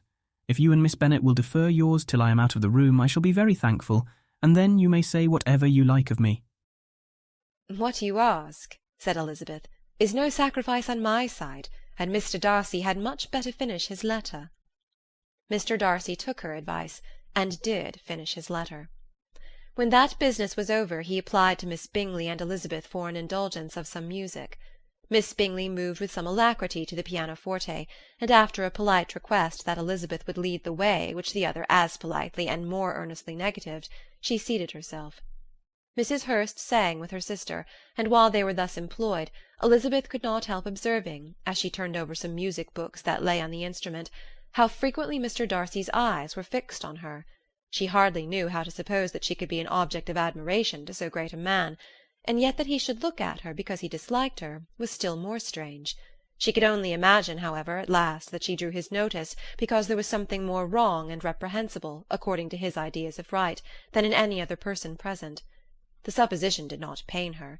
She liked him too little to care for his approbation.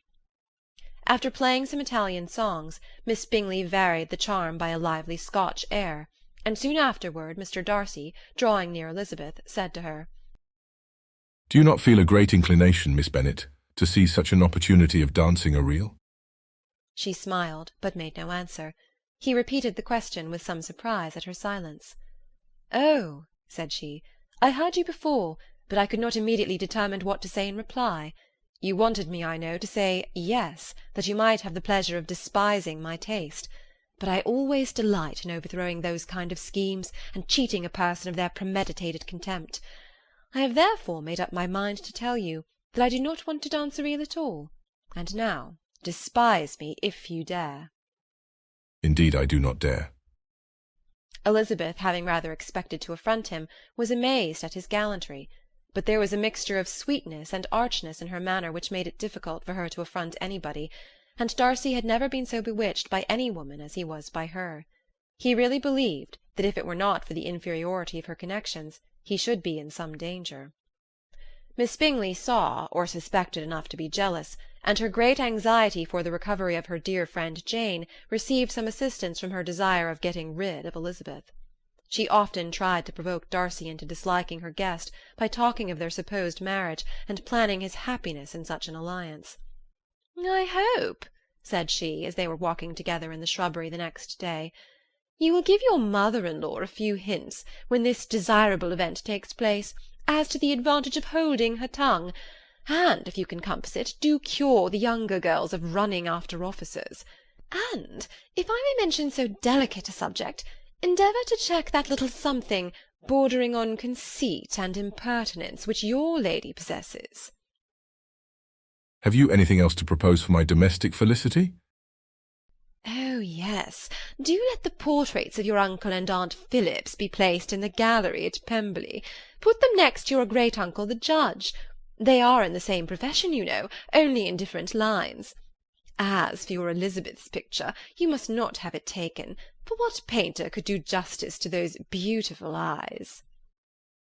"It would not be easy indeed to catch their expression, but their colour and shape, and the eyelashes so remarkably fine, might be copied."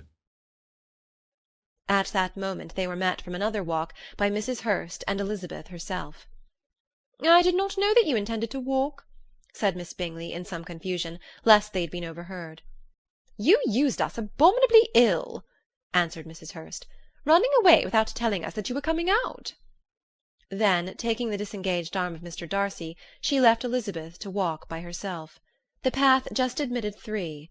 Mr. Darcy felt their rudeness and immediately said, "This walk is not wide enough for our party. We had better go into the avenue."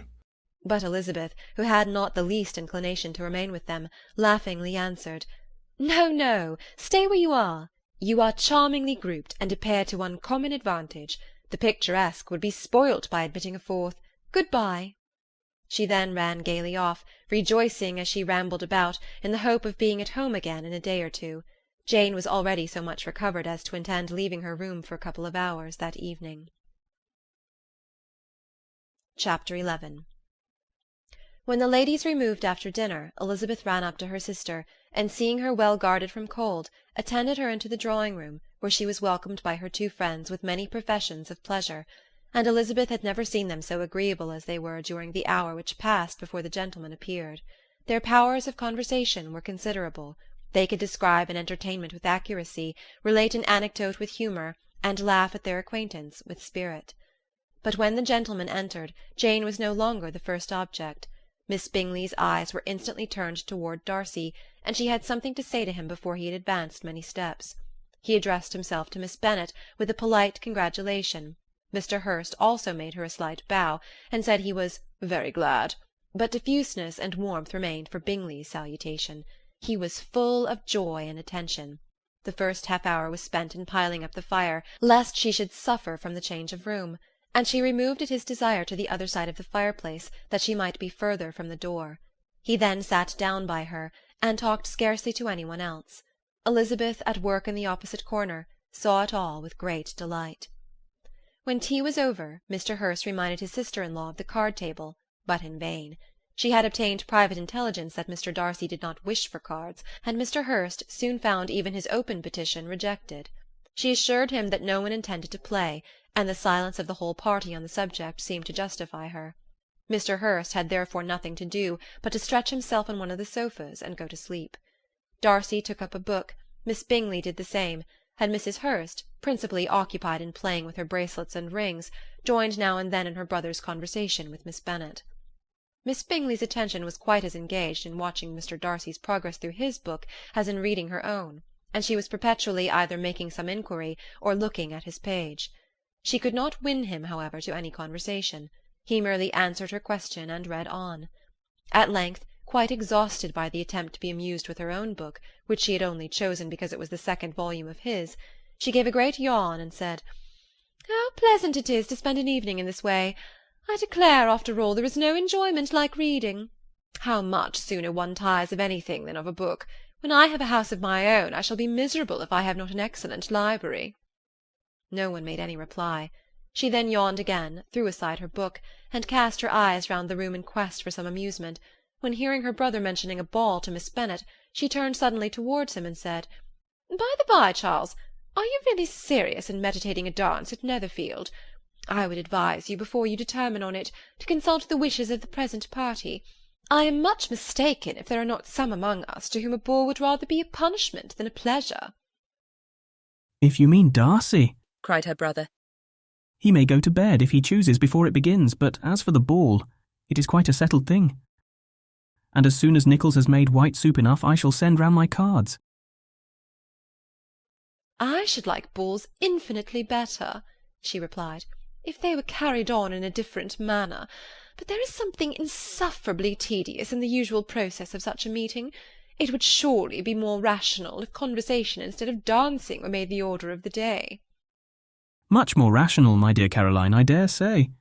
But it would not be near so much like a ball." Miss Bingley made no answer, and soon afterwards she got up and walked about the room.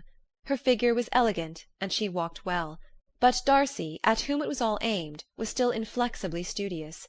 In the desperation of her feelings, she resolved on one effort more, and turning to Elizabeth, said, "Miss Eliza Bennet, let me persuade you to follow my example and take a turn about the room. I assure you it is very refreshing after sitting so long in one attitude." Elizabeth was surprised, but agreed to it immediately. Miss Bingley succeeded no less in the real object of her civility. Mr. Darcy looked up. He was as much awake to the novelty of attention in that quarter as Elizabeth herself could be, and unconsciously closed his book. He was directly invited to join their party, but he declined it, observing that he could imagine but two motives for their choosing to walk up and down the room together, with either of which motives his joining them would interfere. What could he mean? She was dying to know what could be his meaning, and asked Elizabeth whether she could at all understand him. "Not at all," was her answer. "But depend upon it, he means to be severe on us, and our surest way of disappointing him will be to ask nothing about it." Miss Bingley, however, was incapable of disappointing Mr. Darcy in anything, and persevered, therefore, in requiring an explanation of his two motives. "I have not the smallest objection to explaining them," said he, as soon as she allowed him to speak. "You either choose this method of passing the evening because you are in each other's confidence and have secret affairs to discuss, or because you are conscious that your figures appear to the greatest advantage in walking. If the first, I should be completely in your way, and if the second, I can admire you much better as I sit by the fire." "Ah, shocking!"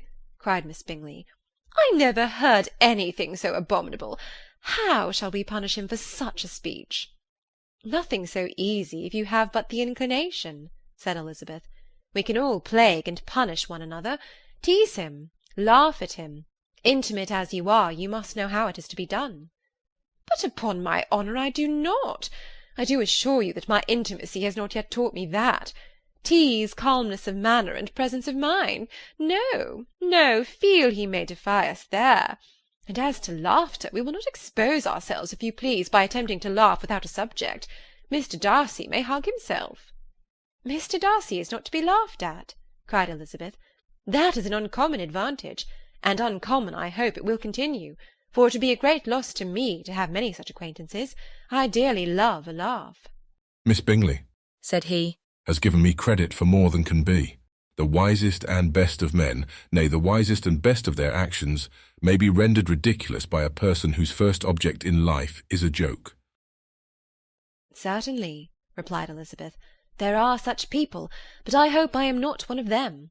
I hope I never ridicule what is wise and good. Follies and nonsense, whims and inconsistencies do divert me, I own, and I laugh at them whenever I can. But these, I suppose, are precisely what you are without." "Perhaps that is not possible for anyone, but it has been the study of my life to avoid those weaknesses which often expose a strong understanding to ridicule. Such as vanity and pride? Yes, vanity is a weakness indeed, but pride, where there is a real superiority of mind, pride will be always under good regulation. Elizabeth turned away to hide a smile. "Your examination of Mr. Darcy is over, I presume," said Miss Bingley. "And pray, what is the result?" "I am perfectly convinced by it that Mr. Darcy has no defect. He owns it himself without disguise." "No," said Darcy. "I have made no such pretension.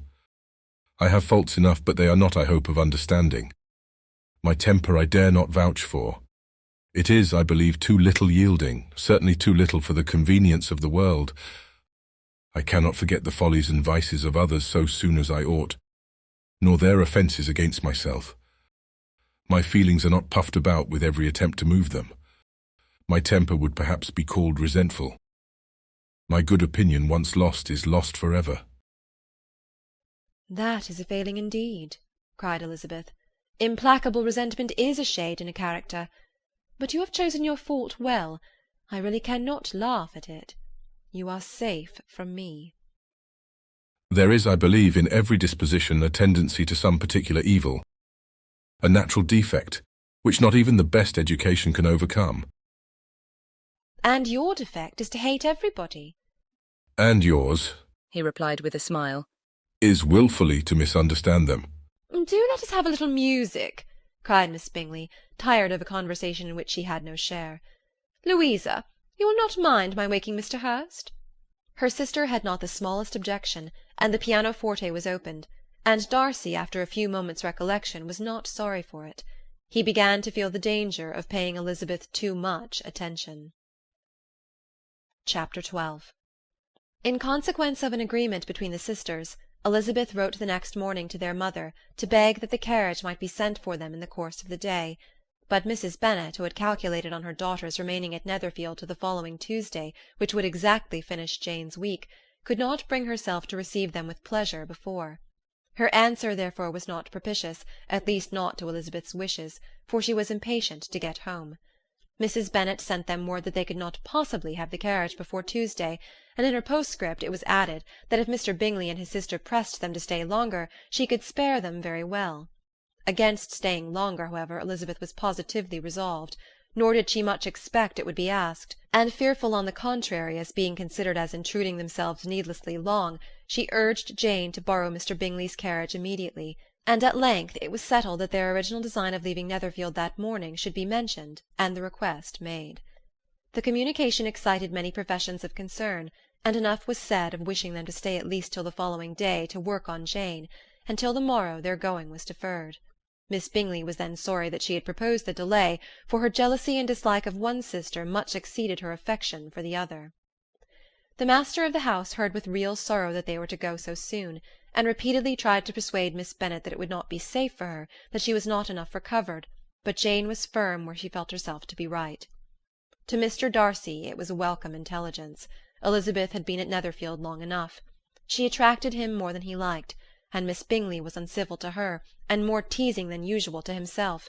He wisely resolved to be particularly careful that no sign of admiration should now escape him, nothing that could elevate her with the hope of influencing his felicity, sensible that if such an idea had been suggested, his behaviour during the last day must have material weight in confirming or crushing it. Steady to his purpose, he scarcely spoke 10 words to her through the whole of Saturday, and though they were at one time left by themselves for half an hour, he adhered most conscientiously to his book, and would not even look at her.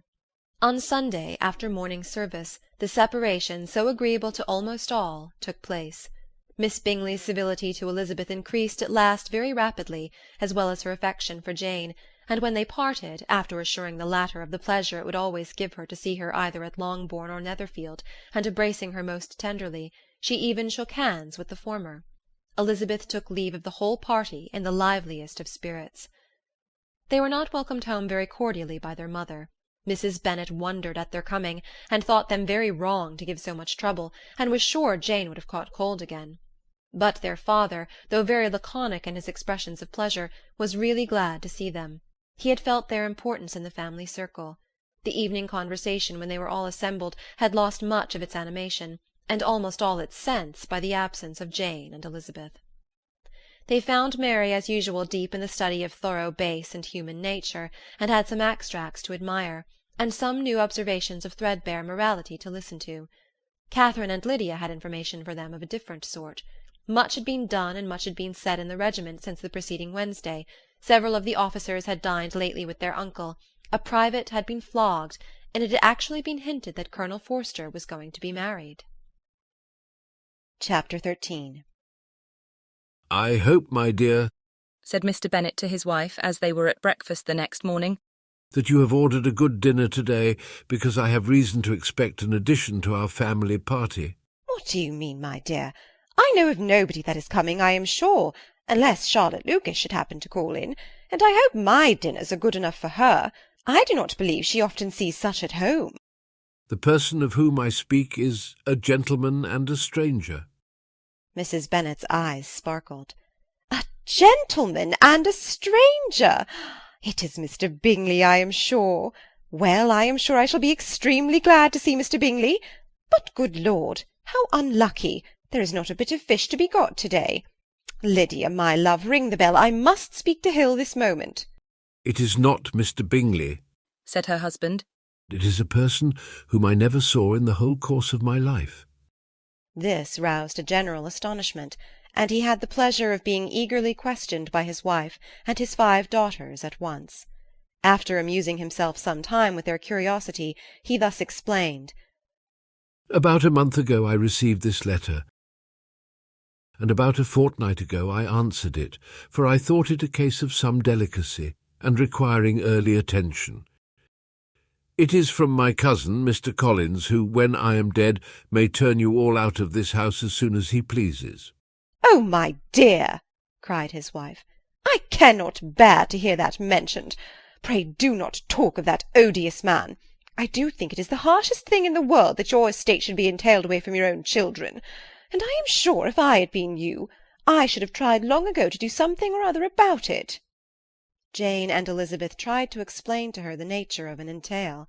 They had often attempted to do it before, but it was a subject on which Mrs. Bennet was beyond the reach of reason, and she continued to rail bitterly against the cruelty of settling an estate away from a family of 5 daughters, in favour of a man whom nobody cared anything about. "It certainly is a most iniquitous affair," said Mr. Bennet, "and nothing can clear Mr. Collins from the guilt of inheriting Longbourn. But if you will listen to his letter, you may, perhaps, be a little softened by his manner of expressing himself." "No, that I am sure I shall not, and I think it is very impertinent of him to write to you at all, and very hypocritical. I hate such false friends. Why could he not keep on quarrelling with you, as his father did before him?" "Why, indeed, he does seem to have had some filial scruples on that head, as you will hear."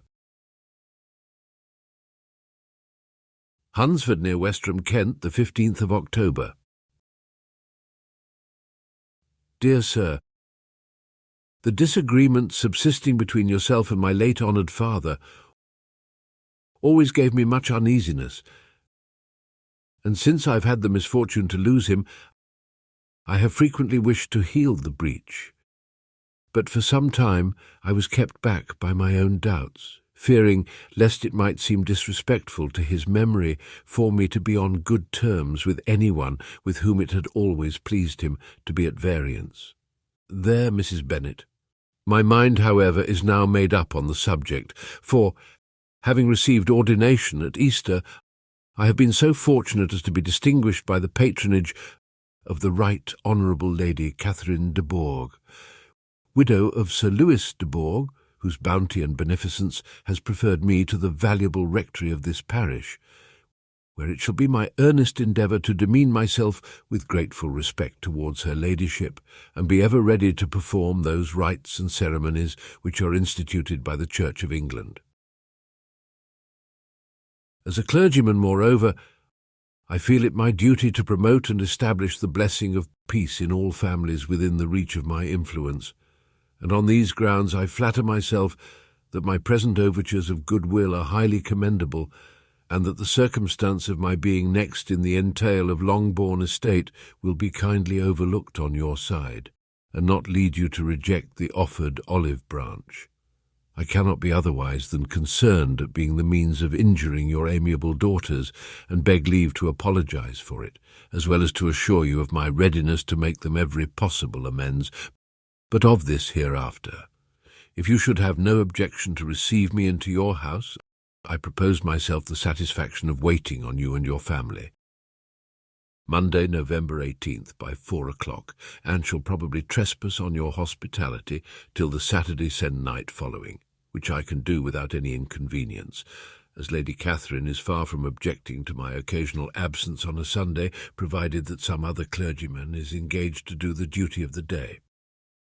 I remain, dear sir, with respectful compliments to your lady and daughters, your well-wisher and friend, William Collins. At 4 o'clock, therefore, we may expect this peacemaking gentleman, said Mr. Bennet, as he folded up the letter. He seems to be a most conscientious and polite young man, upon my word, and I doubt not will prove a valuable acquaintance, especially if Lady Catherine should be so indulgent as to let him come to us again. There is some sense in what he says about the girls, however, and if he is disposed to make them any amends, I shall not be the person to discourage him. Though it is difficult, said Jane, to guess in what way he can mean to make us the atonement he thinks our due. The wish is certainly to his credit. Elizabeth was chiefly struck by his extraordinary deference for Lady Catherine, and his kind intention of christening, marrying, and burying his parishioners whenever it were required. "He must be an oddity, I think," said she. "I cannot make him out.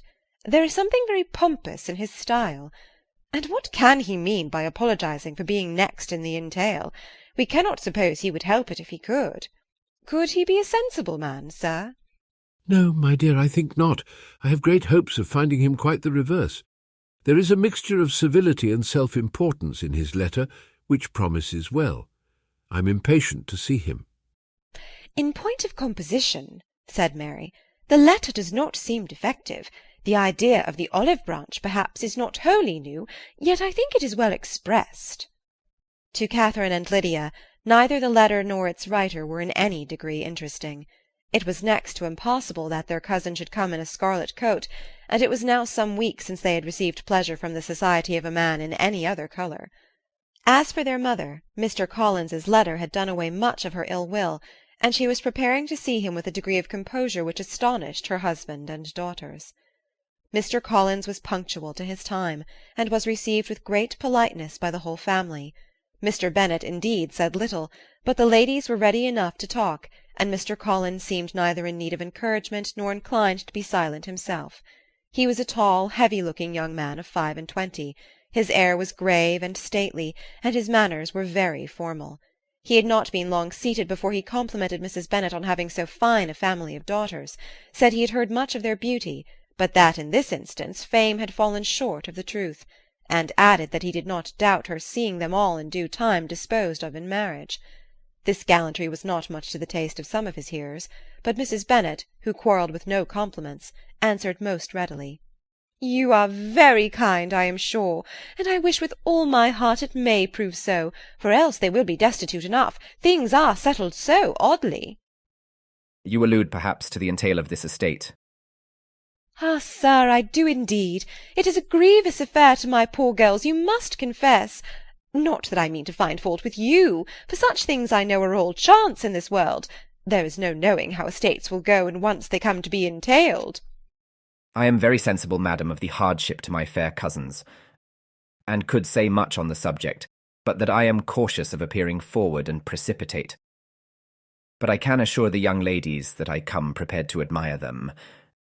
At present I will not say more, but perhaps when we are better acquainted—" He was interrupted by a summons to dinner, and the girls smiled on each other.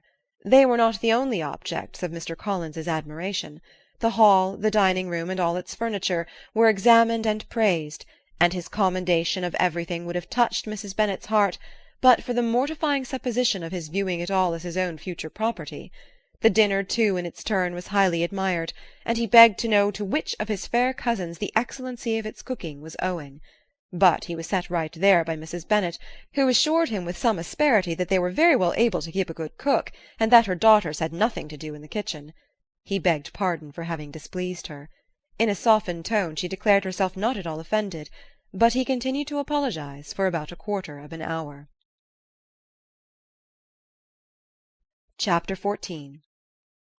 During dinner Mr. Bennet scarcely spoke at all, but when the servants were withdrawn, he thought it time to have some conversation with his guest, and therefore started a subject in which he expected him to shine, by observing that he seemed very fortunate in his patroness. Lady Catherine de Bourgh's attention to his wishes, and consideration for his comfort, appeared very remarkable. Mr. Bennet could not have chosen better. Mr. Collins was eloquent in her praise. The subject elevated him to more than usual solemnity of manner, and with a most important aspect he protested that he had never in his life witnessed such behaviour in a person of rank, such affability and condescension, as he had himself experienced from Lady Catherine. She had been graciously pleased to approve of both of the discourses which she had already had the honour of preaching before her. She had also asked him twice to dine at Rosings, and had sent for him only the Saturday before to make up her pool of quadrille in the evening. Lady Catherine was reckoned proud by many people he knew, but he had never seen anything but affability in her. She had always spoken to him as she would to any other gentleman. She made not the smallest objection to his joining in the society of the neighbourhood, nor to his leaving the parish occasionally for a week or two, to visit his relations. She had even condescended to advise him to marry as soon as he could, provided he chose with discretion, and had once paid him a visit in his humble parsonage, where she had perfectly approved all the alterations he had been making, and had even vouchsafed to suggest some herself, some shelves in the closet upstairs. "That is all very proper and civil, I am sure," said Mrs. Bennet, "and I dare say she is a very agreeable woman. It is a pity that great ladies in general are not more like her. Does she live near you, sir?"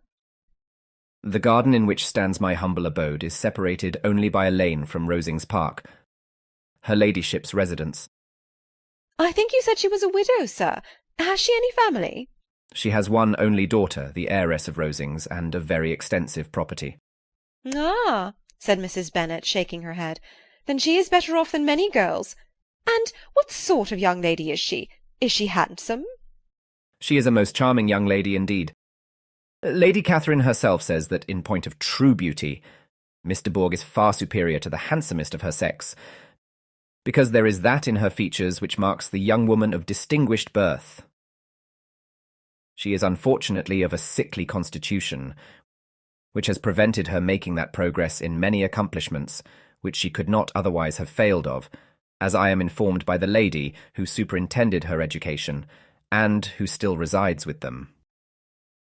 But she is perfectly amiable, and often condescends to drive by my humble abode in her little phaeton and ponies.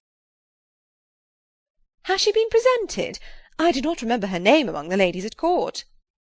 Her indifferent state of health unhappily prevents her being in town, and by that means, as I told Lady Catherine myself one day, has deprived the British court of its brightest ornament.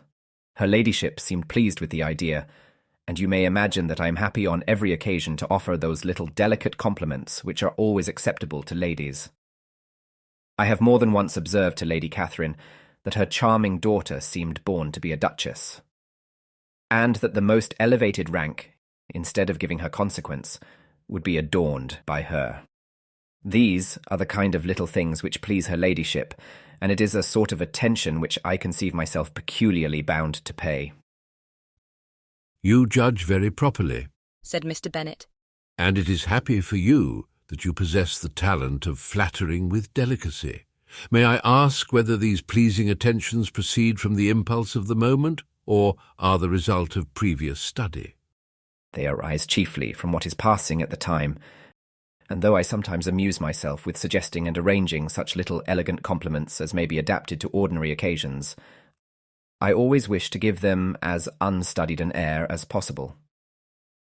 Mr. Bennet's expectations were fully answered. His cousin was as absurd as he had hoped, and he listened to him with the keenest enjoyment, maintaining at the same time the most resolute composure of countenance, and, except in an occasional glance at Elizabeth, requiring no partner in his pleasure. By tea-time, however, the dose had been enough, and Mr. Bennet was glad to take his guest into the drawing-room again, and when tea was over, glad to invite him to read aloud to the ladies. Mr. Collins readily assented, and a book was produced. But on beholding it, for everything announced it to be from a circulating library, he started back, and, begging pardon, protested that he never read novels. Kitty stared at him, and Lydia exclaimed. Other books were produced, and after some deliberation he chose Fordyce's Sermons. Lydia gaped as he opened the volume, and before he had, with very monotonous solemnity, read 3 pages, she interrupted him with, "Do you know, mamma, that my Uncle Phillips talks of turning away Richard, and if he does, Colonel Forster will hire him. My aunt told me so herself on Saturday. I shall walk to Meryton to-morrow to hear more about it, and to ask when Mr. Denny comes back from town." Lydia was bid by her 2 eldest sisters to hold her tongue, but Mr. Collins, much offended, laid aside his book and said, I have often observed how little young ladies are interested by books of a serious stamp, though written solely for their benefit. It amazes me, I confess, for certainly there can be nothing so advantageous to them as instruction. But I will no longer importune my young cousin. Then, turning to Mr. Bennet, he offered himself as his antagonist at backgammon. Mr. Bennet accepted the challenge, observing that he acted very wisely in leaving the girls to their own trifling amusements. Mrs. Bennet and her daughters apologized most civilly for Lydia's interruption, and promised that it should not occur again, if he would resume his book. But Mr. Collins, after assuring them that he bore his young cousin no ill will, and should never resent her behaviour as any affront, seated himself at another table with Mr. Bennet, and prepared for backgammon. Chapter 15. Mr. Collins was not a sensible man, and the deficiency of nature had been but little assisted by education or society, the greatest part of his life having been spent under the guidance of an illiterate and miserly father, and though he belonged to one of the universities, he had merely kept the necessary terms, without forming at it any useful acquaintance. The subjection in which his father had brought him up had given him originally great humility of manner, but it was now a good deal counteracted by the self-conceit of a weak head, living in retirement, and the consequential feelings of early and unexpected prosperity. A fortunate chance had recommended him to Lady Catherine de Bourgh when the living of Hunsford was vacant, and the respect which he felt for her high rank, and his veneration for her as his patroness, mingling with a very good opinion of himself, of his authority as a clergyman, and his right as a rector, made him altogether a mixture of pride and obsequiousness, self-importance and humility. Having now a good house and a very sufficient income, he intended to marry, and in seeking a reconciliation with the Longbourn family he had a wife in view, as he meant to choose one of the daughters, if he found them as handsome and amiable as they were represented by common report. This was his plan of amends, of atonement, for inheriting their father's estate, and he thought it an excellent one, full of eligibility and suitableness, and excessively generous and disinterested on his own part. His plan did not vary on seeing them.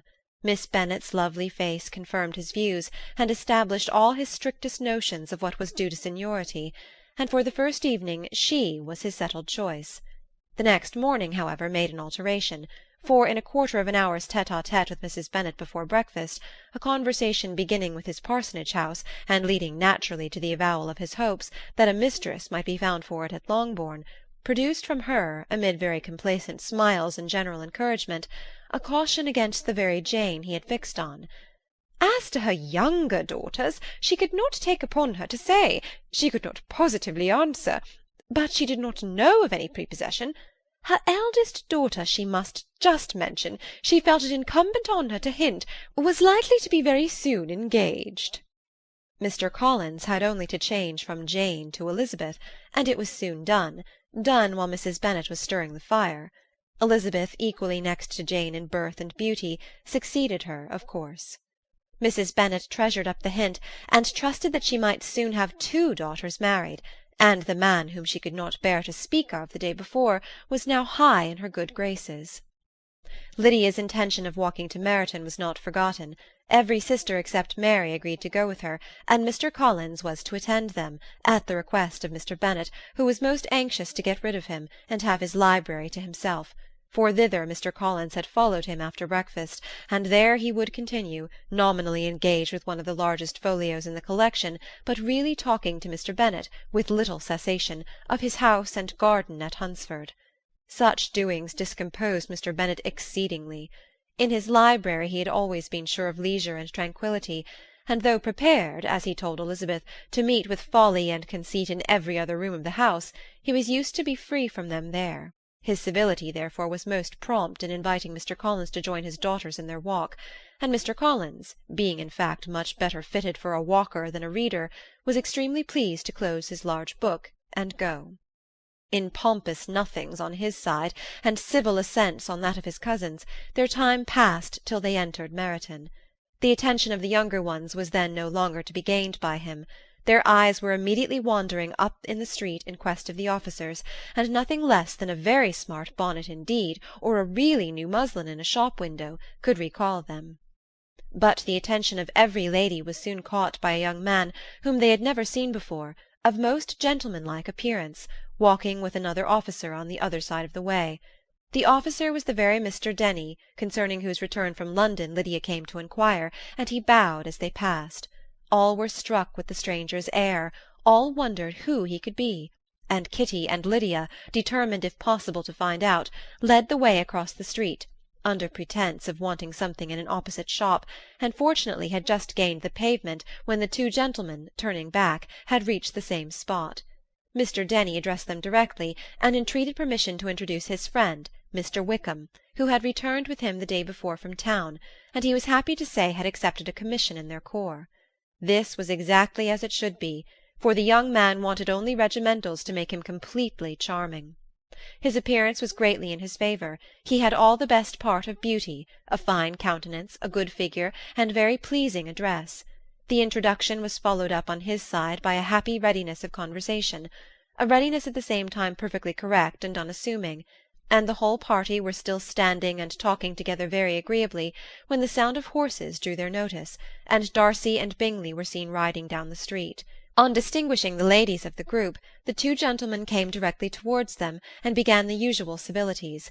Bingley was the principal spokesman, and Miss Bennet the principal object. He was then, he said, on his way to Longbourn on purpose to inquire after her. Mr. Darcy corroborated it with a bow, and was beginning to determine not to fix his eyes on Elizabeth, when they were suddenly arrested by the sight of the stranger, and Elizabeth, happening to see the countenance of both as they looked at each other, was all astonishment at the effect of the meeting. Both changed colour. One looked white, the other red. Mr. Wickham after a few moments touched his hat, a salutation which Mr. Darcy just deigned to return. What could be the meaning of it? It was impossible to imagine. It was impossible not to long to know. In another minute Mr. Bingley, but without seeming to have noticed what passed, took leave and rode on with his friend. Mr. Denny and Mr. Wickham walked with the young ladies to the door of Mr. Phillips's house, and then made their bows, in spite of Miss Lydia's pressing entreaties that they should come in, and even in spite of Mrs. Phillips throwing up the parlour window and loudly seconding the invitation.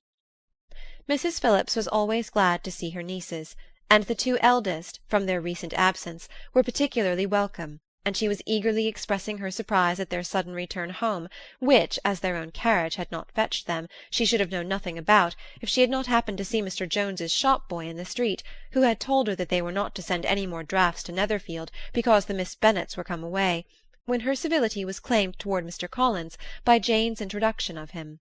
She received him with her very best politeness, which he returned with as much more, apologizing for his intrusion, without any previous acquaintance with her, which he could not help flattering himself, however, might be justified by his relationship to the young ladies who introduced him to her notice. Mrs. Phillips was quite awed by such an excess of good breeding, but her contemplation of one stranger was soon put to an end by exclamations and inquiries about the other, of whom, however, she could only tell her nieces what they already knew, that Mr. Denny had brought him from London, and that he was to have a lieutenant's commission in the shire. She had been watching him the last hour, she said, as he walked up and down the street, and had Mr. Wickham appeared, Kitty and Lydia would certainly have continued the occupation, but unluckily no one passed windows now except a few of the officers, who, in comparison with the stranger, were become stupid, disagreeable fellows. Some of them were to dine with the Phillipses the next day, and their aunt promised to make her husband call on Mr. Wickham and give him an invitation also, if the family from Longbourn would come in the evening. This was agreed to, and Mrs. Phillips protested that they would have a nice, comfortable, noisy game of lottery tickets, and a little bit of hot supper afterwards. The prospect of such delights was very cheering, and they parted in mutual good spirits. Mr. Collins repeated his apologies in quitting the room, and was assured with unwearying civility that they were perfectly needless. As they walked home, Elizabeth related to Jane what she had seen pass between the two gentlemen, but though Jane would have defended either or both, had they appeared to be in the wrong, she could no more explain such behaviour than her sister. Mr. Collins, on his return, highly gratified Mrs. Bennet by admiring Mrs. Phillips's manners and politeness. He protested that, except Lady Catherine and her daughter, he had never seen a more elegant woman, for she had not only received him with the utmost civility, but even pointedly included him in her invitation for the next evening, although utterly unknown to her before. Something, he supposed, might be attributed to his connection with them, but yet he had never met with so much attention in the whole course of his life. Chapter 16. As no objection was made to the young people's engagement with their aunt, and all Mr. Collins's scruples of leaving Mr. and Mrs. Bennet for a single evening during his visit were most steadily resisted, the coach conveyed him and his 5 cousins at a suitable hour to Meryton, and the girls had the pleasure of hearing, as they entered the drawing-room, that Mr. Wickham had accepted their uncle's invitation, and was then in the house. When this information was given, and they had all taken their seats, Mr. Collins was at leisure to look around him and admire, and he was so much struck with the size and furniture of the apartment that he declared he might almost have supposed himself in the small summer breakfast-parlour at Rosings, a comparison that did not at first convey much gratification. But when Mrs. Phillips understood from him what Rosings was, and who was its proprietor, when she had listened to the description of only one of Lady Catherine's drawing-rooms, and found that the chimney-piece alone had cost £800, she felt all the force of the compliment, and would hardly have resented a comparison with the housekeeper's room. In describing to her all the grandeur of Lady Catherine and her mansion, with occasional digressions in praise of his own humble abode, and the improvements it was receiving, he was happily employed until the gentlemen joined them, and he found in Mrs. Phillips a very attentive listener, whose opinion of his consequence increased with what she heard, and who was resolving to retail it all among her neighbours as soon as she could. To the girls, who could not listen to their cousin, and who had nothing to do but to wish for an instrument, and examine their own indifferent imitations of china on the mantelpiece, the interval of waiting appeared very long. It was over at last, however. The gentlemen did approach, and when Mr. Wickham walked into the room, Elizabeth felt that she had neither been seeing him before nor thinking of him since with the smallest degree of unreasonable admiration. The officers of the shire were in general a very creditable, gentlemanlike set, and the best of them were of the present party, but Mr. Wickham was as far beyond them all in person, countenance, air, and walk, as they were superior to the broad-faced, stuffy Uncle Phillips, breathing port wine, who followed them into the room.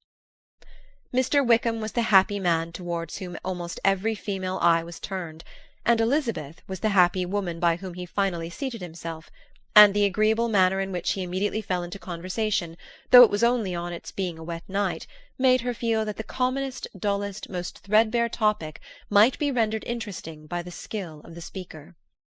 With such rivals for the notice of the fair as Mr. Wickham and the officers, Mr. Collins seemed to sink into insignificance. To the young ladies he certainly was nothing, but he had still at intervals a kind listener in Mrs. Phillips, and was, by her watchfulness, most abundantly supplied with coffee and muffin. When the card-tables were placed, he had the opportunity of obliging her in turn by sitting down to whist. "I know little of the game at present," said he, "but I shall be glad to improve myself, for in my situation of life—" Mrs. Phillips was very glad for his compliance, but could not wait for his reason. Mr. Wickham did not play at whist, and with ready delight was he received at the other table between Elizabeth and Lydia. At first there seemed danger of Lydia's engrossing him entirely, for she was a most determined talker, but being likewise extremely fond of lottery tickets, she soon grew too much interested in the game, too eager in making bets and exclaiming after prizes, to have attention for any one in particular. Allowing for the common demands of the game, Mr. Wickham was therefore at leisure to talk to Elizabeth, and he was very willing to hear him, though what she chiefly wished to hear she could not hope to be told, the history of his acquaintance with Mr. Darcy. She dared not even mention that gentleman.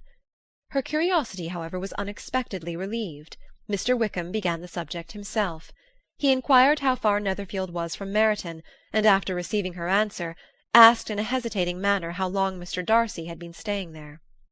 "About a month," said Elizabeth, and then, unwilling to let the subject drop, added, He is a man of very large property in Derbyshire, I understand. Yes, replied Wickham. His estate there is a noble one, a clear 10,000 per annum. You could not have met with a person more capable of giving you certain information on that head than myself, for I have been connected with his family, in a particular manner, from my infancy. Elizabeth could not but look surprised.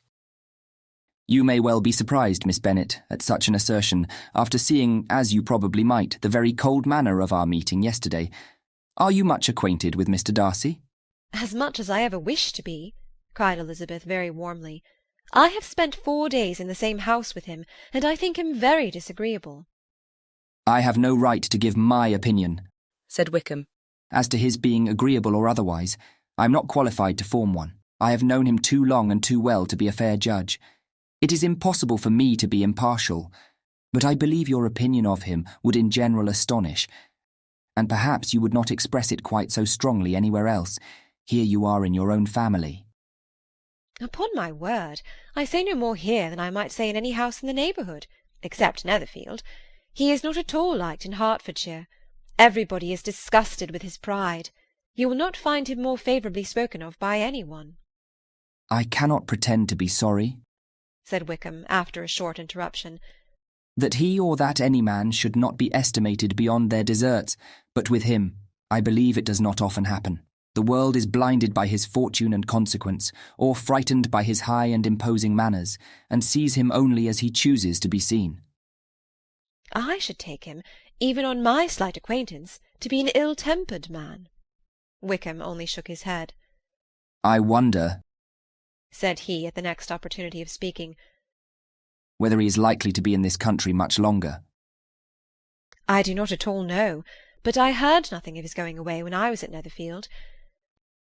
I hope your plans in favour of the Blankshire will not be affected by his being in the neighbourhood. Oh, no. It is not for me to be driven away by Mr. Darcy. If he wishes to avoid seeing me, he must go. We are not on friendly terms, and it always gives me pain to meet him, but I have no reason for avoiding him, but what I might proclaim to all the world, a sense of very great ill-usage and most painful regrets at his being what he is. His father, Miss Bennet, the late Mr. Darcy, was one of the best men that ever breathed, and the truest friend I ever had, and I can never be in company with this Mr. Darcy without being grieved to the soul by 1,000 tender recollections. His behaviour to myself has been scandalous, but I verily believe I could forgive him anything and everything rather than his disappointing the hopes and disgracing the memory of his father. Elizabeth found the interest of the subject increase, and listened with all her heart, but the delicacy of it prevented further inquiry. Mr. Wickham began to speak on more general topics, Meryton, the neighbourhood, the society, appearing highly pleased with all that he had yet seen, and speaking of the latter with gentle but very intelligible gallantry. It was the prospect of constant society and good society, he added, which was my chief inducement to enter the shire. I know it to be a most respectable, agreeable corps. And my friend Denny tempted me further by his account of their present quarters, and the very great attentions and excellent acquaintance Meryton had procured them. Society, I own, is necessary to me. I've been a disappointed man, and my spirits will not bear solitude. I must have employment and society. A military life is not what I was intended for, but circumstances have now made it eligible. The church ought to have been my profession. I was brought up for the church, and I should at this time have been in possession of a most valuable living, had it pleased the gentleman we were speaking of just now. Indeed. Yes, the late Mr. Darcy bequeathed me the next presentation of the best living in his gift. He was my godfather and excessively attached to me. I cannot do justice to his kindness. He meant to provide for me amply and thought he had done it, but when the living fell it was given elsewhere. Good heavens, cried Elizabeth, but how could that be? How could his will be disregarded? Why did not you seek legal redress? There was just such an informality in the terms of the bequest as to give me no hope from law. A man of honour could not have doubted the intention, but Mr. Darcy chose to doubt it, or to treat it as a merely conditional recommendation, and to assert that I had forfeited all claim to it by extravagance, imprudence, in short, anything or nothing. Certain it is that the living became vacant 2 years ago, exactly as I was of an age to hold it, and that it was given to another man, and no less certain is it that I cannot accuse myself of having really done anything to deserve to lose it. I have a warm, unguarded temper, and I may perhaps have sometimes spoken my opinion of him, and to him, too freely. I can recall nothing worse. But the fact is that we are very different sort of men, and that he hates me. This is quite shocking. He deserves to be publicly disgraced. Some time or other he will be, but it shall not be by me. Till I can forget his father, I can never defy or expose him. Elizabeth honoured him for such feelings, and thought him handsomer than ever as he expressed them. But what, she said after a pause, can have been his motive? What can have induced him to behave so cruelly? A thorough, determined dislike of me. A dislike which I cannot but attribute in some measure to jealousy. Had the late Mr. Darcy liked me less, his son might have borne with me better. But his father's uncommon attachment to me irritated him, I believe, very early in life. He had not a temper to bear the sort of competition in which we stood, the sort of preference which was often given me. I had not thought Mr. Darcy so bad as this, though I have never liked him. I had not thought so very ill of him. I had supposed him to be despising his fellow creatures in general, but did not suspect him of descending to such malicious revenge, such injustice, such inhumanity as this. After a few minutes' reflection, however, she continued, I do remember his boasting one day at Netherfield of the implacability of his resentments, of his having an unforgiving temper. His disposition must be dreadful. I will not trust myself on the subject, replied Wickham. I can hardly be just to him. Elizabeth was again deep in thought, and after a time exclaimed, To treat in such a manner the godson, the friend, the favourite of his father! She could have added, A young man, too, like you, whose very countenance may vouch for your being amiable. But she contented herself with, And one, too, who had probably been his companion from childhood, connected together, as I think you said, in the closest manner. We were born in the same parish, within the same park. The greatest part of our youth was passed together, inmates of the same house, sharing the same amusements, objects of the same parental care. My father began life in the profession which your uncle, Mr. Phillips, appears to do so much credit to, but he gave up everything to be of use to the late Mr. Darcy, and devoted all his time to the care of the Pemberley property. He was most highly esteemed by Mr. Darcy, a most intimate, confidential friend. Mr. Darcy often acknowledged himself to be under the greatest obligations to my father's active superintendence. And when, immediately before my father's death, Mr. Darcy gave him a voluntary promise of providing for me, I am convinced that he felt it to be as much a debt of gratitude to him as of affection to myself. How strange! Cried Elizabeth. How abominable! I wonder that the very pride of this Mr. Darcy has not made him just to you. If from no better motive, that he should not have been too proud to be dishonest, for dishonesty I must call it. It is wonderful, replied Wickham, for almost all his actions may be traced to pride, and pride has often been his best friend. It has connected him nearer with virtue than any other feeling. But we are none of us consistent, and in his behaviour to me there were stronger impulses even than pride. Can such abominable pride as his have ever done him good? Yes, it has often led him to be liberal and generous, to give his money freely, to display hospitality, to assist his tenants and relieve the poor. Family pride and filial pride, for he is very proud of what his father was, have done this. Not to appear to disgrace his family, to degenerate from the popular qualities or lose the influence of the Pemberley house, is a powerful motive. He has also brotherly pride, which, with some brotherly affection, makes him a very kind and careful guardian of his sister, and you will hear him generally cried up as the most attentive and best of brothers. What sort of a girl is Miss Darcy? He shook his head. I wish I could call her amiable. It gives me pain to speak ill of a Darcy, but she is too much like her brother, very, very proud. As a child she was affectionate and pleasing and extremely fond of me, and I have devoted hours and hours to her amusement, but she is nothing to me now.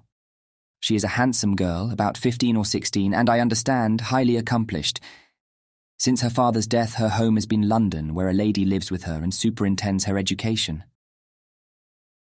After many pauses and many trials of other subjects, Elizabeth could not help reverting once more to the first, and saying, "I am astonished at his intimacy with Mr. Bingley. How can Mr. Bingley, who seems good humour itself, and is, I really believe, truly amiable, be in friendship with such a man? How can they suit each other? Do you know Mr. Bingley?" Not at all. He is a sweet-tempered, amiable, charming man. He cannot know what Mr. Darcy is. Probably not, but Mr. Darcy can please where he chooses. He does not want abilities. He can be a conversable companion if he thinks it worth his while. Among those who are at all his equals in consequence, he is a very different man from what he is to the less prosperous. His pride never deserts him, but with the rich he is liberal-minded, just, sincere, rational, honourable and perhaps agreeable, allowing something for fortune and figure. The whist party soon afterwards breaking up, the players gathered round the other table, and Mr. Collins took his station between his cousin Elizabeth and Mrs. Phillips. The usual inquiries as to his success was made by the latter. It had not been very great. He had lost every point, but when Mrs. Phillips began to express her concern thereupon, he assured her with much earnest gravity that it was not of the least importance, that he considered the money as a mere trifle, and begged that she would not make herself uneasy. "I know very well, madam," said he, "that when persons sit down to a card-table, they must take their chance of these things, and happily I am not in such circumstances as to make 5 shillings any object. There are undoubtedly many who could not say the same. But thanks to Lady Catherine de Bourgh, I am removed far beyond the necessity of regarding little matters." Mr. Wickham's attention was caught, and after observing Mr. Collins for a few moments, he asked Elizabeth in a low voice whether her relation was very intimately acquainted with the family of de Bourgh.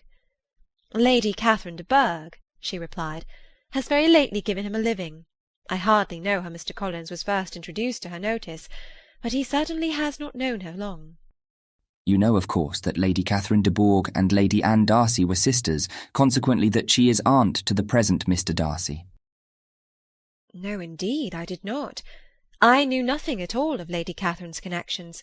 I never heard of her existence till the day before yesterday. Her daughter, Miss de Bourgh, will have a very large fortune, and it is believed that she and her cousin will unite the 2 estates. This information made Elizabeth smile, as she thought of poor Miss Bingley. Vain indeed must be all her attentions, vain and useless her affection for his sister and her praise of himself, if he were already self-destined for another. "Mr. Collins," said she, "speaks highly both of Lady Catherine and her daughter, but from some particulars that he has related of her ladyship, I suspect his gratitude misleads him, and that in spite of her being his patroness, she is an arrogant, conceited woman." "I believe her to be both in a great degree," replied Wickham. "I have not seen her for many years, but I very well remember that I never liked her, and that her manners were dictatorial and insolent. She has the reputation of being remarkably sensible and clever, but I rather believe she derives part of her abilities from her rank and fortune, part from her authoritative manner, and the rest from the pride of her nephew, who chooses that everyone connected with him should have an understanding of the first class." Elizabeth allowed that he had given a very rational account of it, and they continued talking together, with mutual satisfaction, till supper put an end to cards, and gave the rest of the ladies their share of Mr. Wickham's attentions. There could be no conversation in the noise of Mrs. Phillips's supper-party, but his manners recommended him to everybody. Whatever he said was well said, and whatever he did, done gracefully. Elizabeth went away with her head full of him. She could think of nothing but of Mr. Wickham, and of what he had told her all the way home. But there was not time for her even to mention his name as they went, for neither Lydia nor Mr. Collins were once silent. Lydia talked incessantly of lottery tickets, of the fish she had lost and the fish she had won, and Mr. Collins, in describing the civility of Mr. and Mrs. Phillips, protesting that he did not in the least regard his losses at whist, enumerating all the dishes at supper, and repeatedly fearing that he crowded his cousins, had more to say than he could well manage before the carriage stopped at Longbourn House. Chapter 17. Elizabeth related to Jane the next day what had passed between Mr. Wickham and herself. Jane listened with astonishment and concern. She knew not how to believe that Mr. Darcy could be so unworthy of Mr. Bingley's regard, and yet it was not in her nature to question the veracity of a young man of such amiable appearance as Wickham. The possibility of his having endured such unkindness was enough to interest all her tender feelings, and nothing remained therefore to be done but to think well of them both, to defend the conduct of each, and throw into the account of accident or mistake whatever could not be otherwise explained. "They have both," said she, "been deceived, I dare say, in some way or other, of which we can form no idea. Interested people have perhaps misrepresented each to the other. It is, in short, impossible for us to conjecture the causes or circumstances which may have alienated them, without actual blame on either side." "Very true indeed. And now, my dear Jane, what have you got to say on behalf of the interested people who have probably been concerned in the business? Do clear them too, or we shall be obliged to think ill of somebody." "Laugh as much as you choose, but you will not laugh me out of my opinion. My dearest Lizzie, but do consider in what a disgraceful light it places Mr. Darcy, to be treating his father's favourite in such a manner, one whom his father had promised to provide for. It is impossible. No man of common humanity, no man who had any value for his character, could be capable of it. Can his most intimate friends be so excessively deceived in him? Oh, no! I can much more easily believe Mr. Bingley's being imposed on, than that Mr. Wickham should invent such a history of himself as he gave me last night. Names, facts, everything mentioned without ceremony. If it be not so, let Mr. Darcy contradict it. Besides, there was truth in his looks." "It is difficult indeed. It is distressing. One does not know what to think." "I beg your pardon. One knows exactly what to think."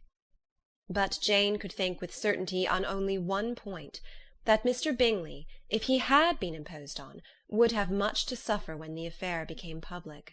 The two young ladies were summoned from the shrubbery where this conversation passed, by the arrival of the very persons of whom they had been speaking. Mr. Bingley and his sisters came to give their personal invitation for the long-expected ball at Netherfield, which was fixed for the following Tuesday. The two ladies were delighted to see their dear friend again, called it an age since they had met, and repeatedly asked what she had been doing with herself since their separation. To the rest of the family they paid little attention, avoiding Mrs. Bennet as much as possible, saying not much to Elizabeth, and nothing at all to the others.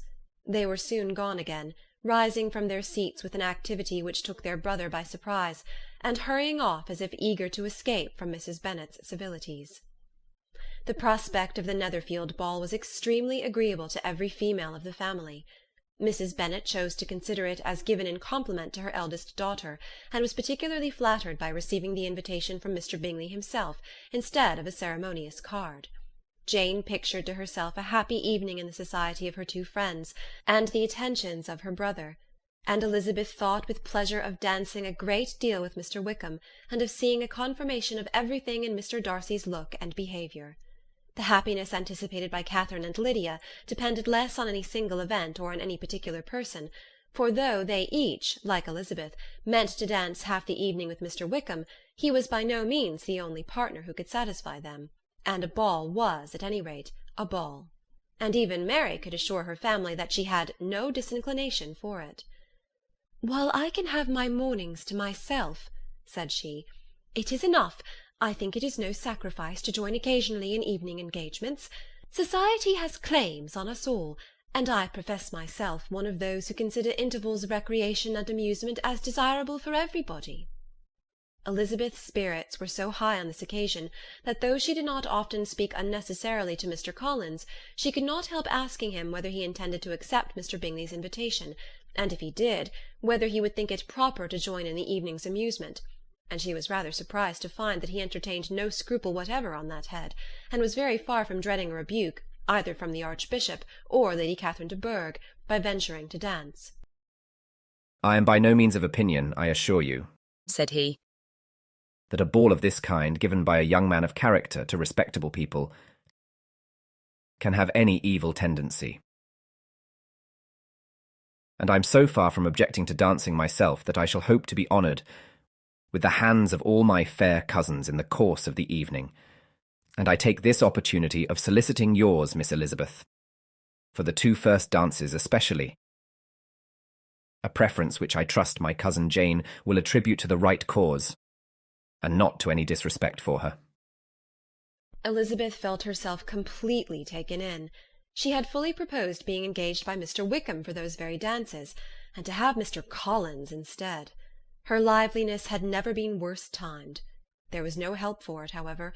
Mr. Wickham's happiness and her own were perforce delayed a little longer, and Mr. Collins' proposal accepted with as good a grace as she could. She was not the better pleased with his gallantry from the idea it suggested of something more. It now first struck her that she was selected from among her sisters as worthy of being mistress of Hunsford Parsonage, and of assisting to form a quadrille table at Rosings, in the absence of more eligible visitors. The idea soon reached a conviction, as she observed his increasing civilities toward herself, and heard his frequent attempt at a compliment on her wit and vivacity, and though more astonished than gratified herself by this effect of her charms, it was not long before her mother gave her to understand that the probability of their marriage was extremely agreeable to her. Elizabeth, however, did not choose to take the hint, being well aware that a serious dispute must be the consequence of any reply. Mr. Collins might never make the offer, and till he did, it was useless to quarrel about him. If there had not been a Netherfield ball to prepare for and talk of, the younger Miss Bennets would have been in a very pitiable state at this time, for from the day of the invitation to the day of the ball there was such a succession of rain as prevented their walking to Meryton once. No aunt, no officers, no news could be sought after. The very shoe-roses for Netherfield were got by proxy. Even Elizabeth might have found some trial of her patience in weather which totally suspended the improvement of her acquaintance with Mr. Wickham, and nothing less than a dance on Tuesday could have made such a Friday, Saturday, Sunday, and Monday endurable to Kitty and Lydia. Chapter 18. Till Elizabeth entered the drawing-room at Netherfield, and looked in vain for Mr. Wickham among the cluster of red coats there assembled, a doubt of his being present had never occurred to her. The certainty of meeting him had not been checked by any of those recollections that might not unreasonably have alarmed her. She had dressed with more than usual care, and prepared in the highest spirits for the conquest of all that remained unsubdued of his heart, trusting that it was not more than might be won in the course of the evening. But in an instant rose the dreadful suspicion of his being purposely omitted for Mr. Darcy's pleasure in the Bingleys' invitation to the officers, and though this was not exactly the case, the absolute fact of his absence was pronounced by his friend Denny, to whom Lydia eagerly applied, and who told them that Wickham had been obliged to go to town on business the day before, and was not yet returned, adding, with a significant smile, "I do not imagine his business would have called him away just now, if he had not wished to avoid a certain gentleman here." This part of his intelligence, although unheard by Lydia, was caught by Elizabeth, and as it assured her that Darcy was not less answerable for Wickham's absence than if her first surmise had been just, every feeling of displeasure against the former was so sharpened by immediate disappointment that she could hardly reply with tolerable civility to the polite inquiries which he directly afterwards approached to make. Attendance, forbearance, patience with Darcy was injury to Wickham.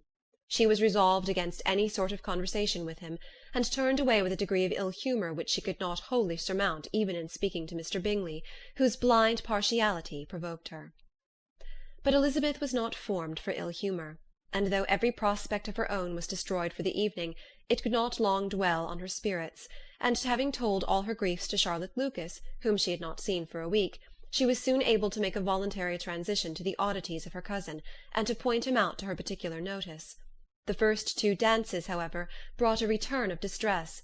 They were dances of mortification. Mr. Collins, awkward and solemn, apologizing instead of attending, and often moving wrong without being aware of it, gave her all the shame and misery which a disagreeable partner for a couple of dances can give. The moment of her release from him was ecstasy. She danced next with an officer, and had the refreshment of talking of Wickham, and of hearing that he was universally liked. When those dances were over, she returned to Charlotte Lucas, and was in conversation with her, when she found herself suddenly addressed by Mr. Darcy, who took her so much by surprise in his application for her hand, that, without knowing what she did, she accepted him. He walked away again immediately, and she was left to fret over her own want of presence of mind. Charlotte tried to console her. "I dare say you will find him very agreeable." "Heaven forbid! That would be the greatest misfortune of all, to find a man agreeable whom one is determined to hate. Do not wish me such an evil." When the dancing recommenced, however, and Darcy approached to claim her hand, Charlotte could not help cautioning her in a whisper not to be a simpleton, and allow her fancy for Wickham to make her appear unpleasant in the eyes of a man of 10 times his consequence. Elizabeth made no answer, and took her place in the set, amazed at the dignity to which she was arrived in being allowed to stand opposite to Mr. Darcy, and reading in her neighbours' looks their equal amazement in beholding it. They stood for some time without speaking a word, and she began to imagine that their silence was to last through the 2 dances, and at first she was resolved not to break it, till, suddenly fancying that it would be the greater punishment to her partner to oblige him to talk, she made some slight observation on the dance. He replied, and was again silent. After a pause of some minutes, she addressed him a second time with, "It is your turn to say something now, Mr. Darcy. I talked about the dance, and you ought to make some sort of remark on the size of the room, or the number of couples." He smiled, and assured her that whatever she wished him to say should be said. "Very well, that reply will do for the present. Perhaps by and by I may observe that private balls are much pleasanter than public ones. But now we may be silent." Do you talk by rule, then, while you are dancing? "Sometimes. One must speak a little, you know. It would look odd to be entirely silent for half an hour together, and yet, for the advantage of some, conversation ought to be so arranged as they might have the trouble of saying as little as possible." Are you consulting your own feelings in the present case, or do you imagine that you are gratifying mine? "Both," replied Elizabeth archly, "for I have always seen a great similarity in the turn of our minds. We are each of an unsocial, taciturn disposition, unwilling to speak unless we expect to say something that will amaze the whole room, and be handed down to posterity with all the éclat of a proverb." This is no very striking resemblance of your own character, I am sure, said he. How near it may be to mine I cannot pretend to say. You think it a faithful portrait, undoubtedly. "I must not decide on my own performance." He made no answer, and they were again silent till they had gone down the dance, when he asked her if she and her sisters did not very often walk to Meryton. She answered in the affirmative, and, unable to resist the temptation, added, "When you met us there the other day, we had just been forming a new acquaintance." The effect was immediate. A deeper shade of hauteur overspread his features, but he said not a word, and Elizabeth, though blaming herself for her own weakness, could not go on. At length Darcy spoke, and in a constrained manner said, Mr. Wickham is blessed with such happy manners as may ensure his making friends. Whether he may be equally capable of retaining them is less certain. "He has been so unlucky as to lose your friendship," replied Elizabeth with emphasis, "and in a manner which he is likely to suffer from all his life." Darcy made no answer, and seemed desirous of changing the subject. At that moment Sir William Lucas appeared close to them, meaning to pass through the set to the other side of the room, but on perceiving Mr. Darcy, he stopped with a bow of superior courtesy to compliment him on his dancing and his partner. "I have been most highly gratified indeed, my dear sir. Such very superior dancing is not often seen. It is evident that you belong to the first circles. Allow me to say, however, that your fair partner does not disgrace you, and that I must hope to have this pleasure often repeated, especially when a certain desirable event, my dear Miss Eliza," glancing at her sister and Bingley, "shall take place. What congratulations will then flow in? I appeal to Mr. Darcy. But let me not interrupt you, sir. You will not thank me for detaining you from the bewitching converse of that young lady, whose bright eyes are also upbraiding me." The latter part of this address was scarcely heard by Darcy, but Sir William's allusion to his friend seemed to strike him forcibly, and his eyes were directed with a very serious expression towards Bingley and Jane, who were dancing together. Recovering himself, however, shortly he turned to his partner, and said, Sir William's interruption has made me forget what we were talking of. I do not think we were speaking at all. Sir William could not have interrupted two people in the room who had less to say for themselves. We have tried 2 or 3 subjects already without success, and what we are to talk of next I cannot imagine. What think you of books? Said he, smiling. Books? Oh, no. I am sure we never read the same, or not with the same feelings. I am sorry you think so, but if that be the case, there can at least be no want of subject. We may compare our different opinions. No, I cannot talk of books in a ballroom. My head is always full of something else. The present always occupies you in such scenes, does it? Said he, with a look of doubt. Yes, always, she replied, without knowing what she said, for her thoughts had wandered far from the subject, as soon afterwards appeared by her suddenly exclaiming, "I remember hearing you once say, Mr. Darcy, that you hardly ever forgave, that your resentment, once created, was unappeasable. You are very cautious, I suppose, as to its being created?" I am, said he with a firm voice. "And never allow yourself to be blinded by prejudice?" I hope not. It is particularly incumbent on those who never change their opinion to be secure of judging properly at first. May I ask to what these questions tend? Merely to the illustration of your character, said she, endeavouring to shake off her gravity. I am trying to make it out. And what is your success? She shook her head. I do not get on at all. I hear such different accounts of you as to puzzle me exceedingly. I can readily believe, answered he gravely, that reports may vary greatly with respect to me, and I could wish, Miss Bennet, that you were not to sketch my character at the present moment, as there is reason to fear that the performance would reflect no credit on either. But if I do not take your likeness now, I may never have another opportunity. I would by no means suspend any pleasure of yours, he coldly replied.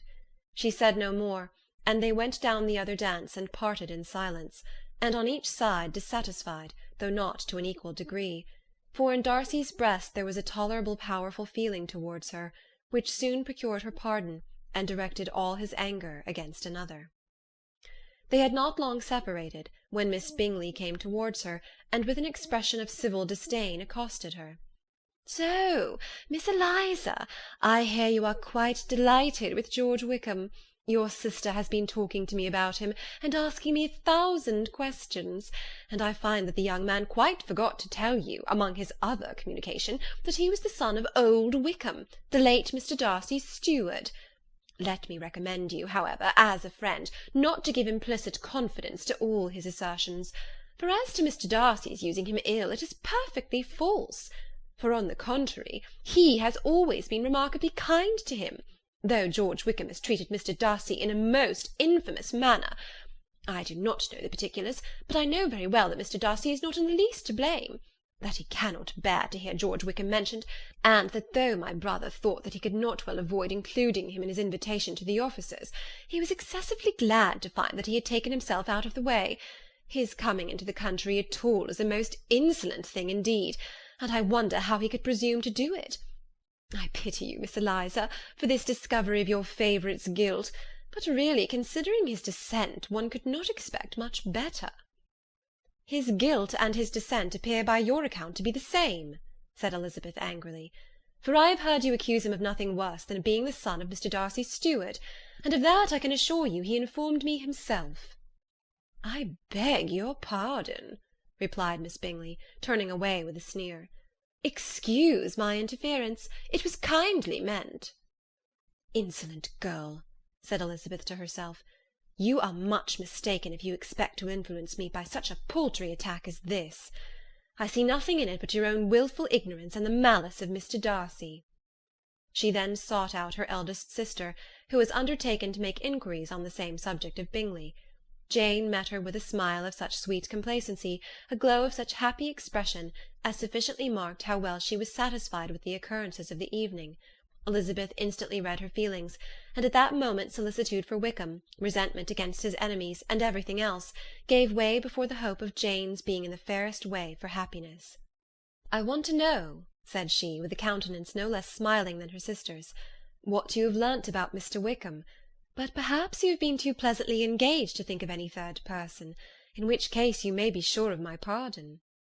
"No," replied Jane, "I have not forgotten him, but I have nothing unsatisfactory to tell you. Mr. Bingley does not know the whole of his history, and he is quite ignorant of the circumstances which have principally offended Mr. Darcy, but he will vouch for the good conduct, the probity, and honour of his friend, and is perfectly convinced that Mr. Wickham has deserved much less attention from Mr. Darcy than he has received.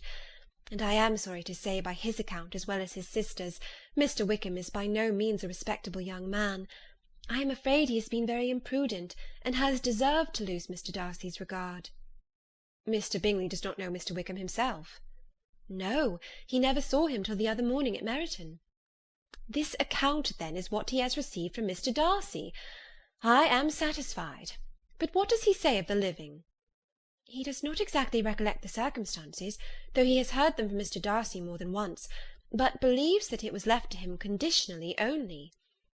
"I have not a doubt of Mr. Bingley's sincerity," said Elizabeth warmly, "but you must excuse my not being convinced by assurances only.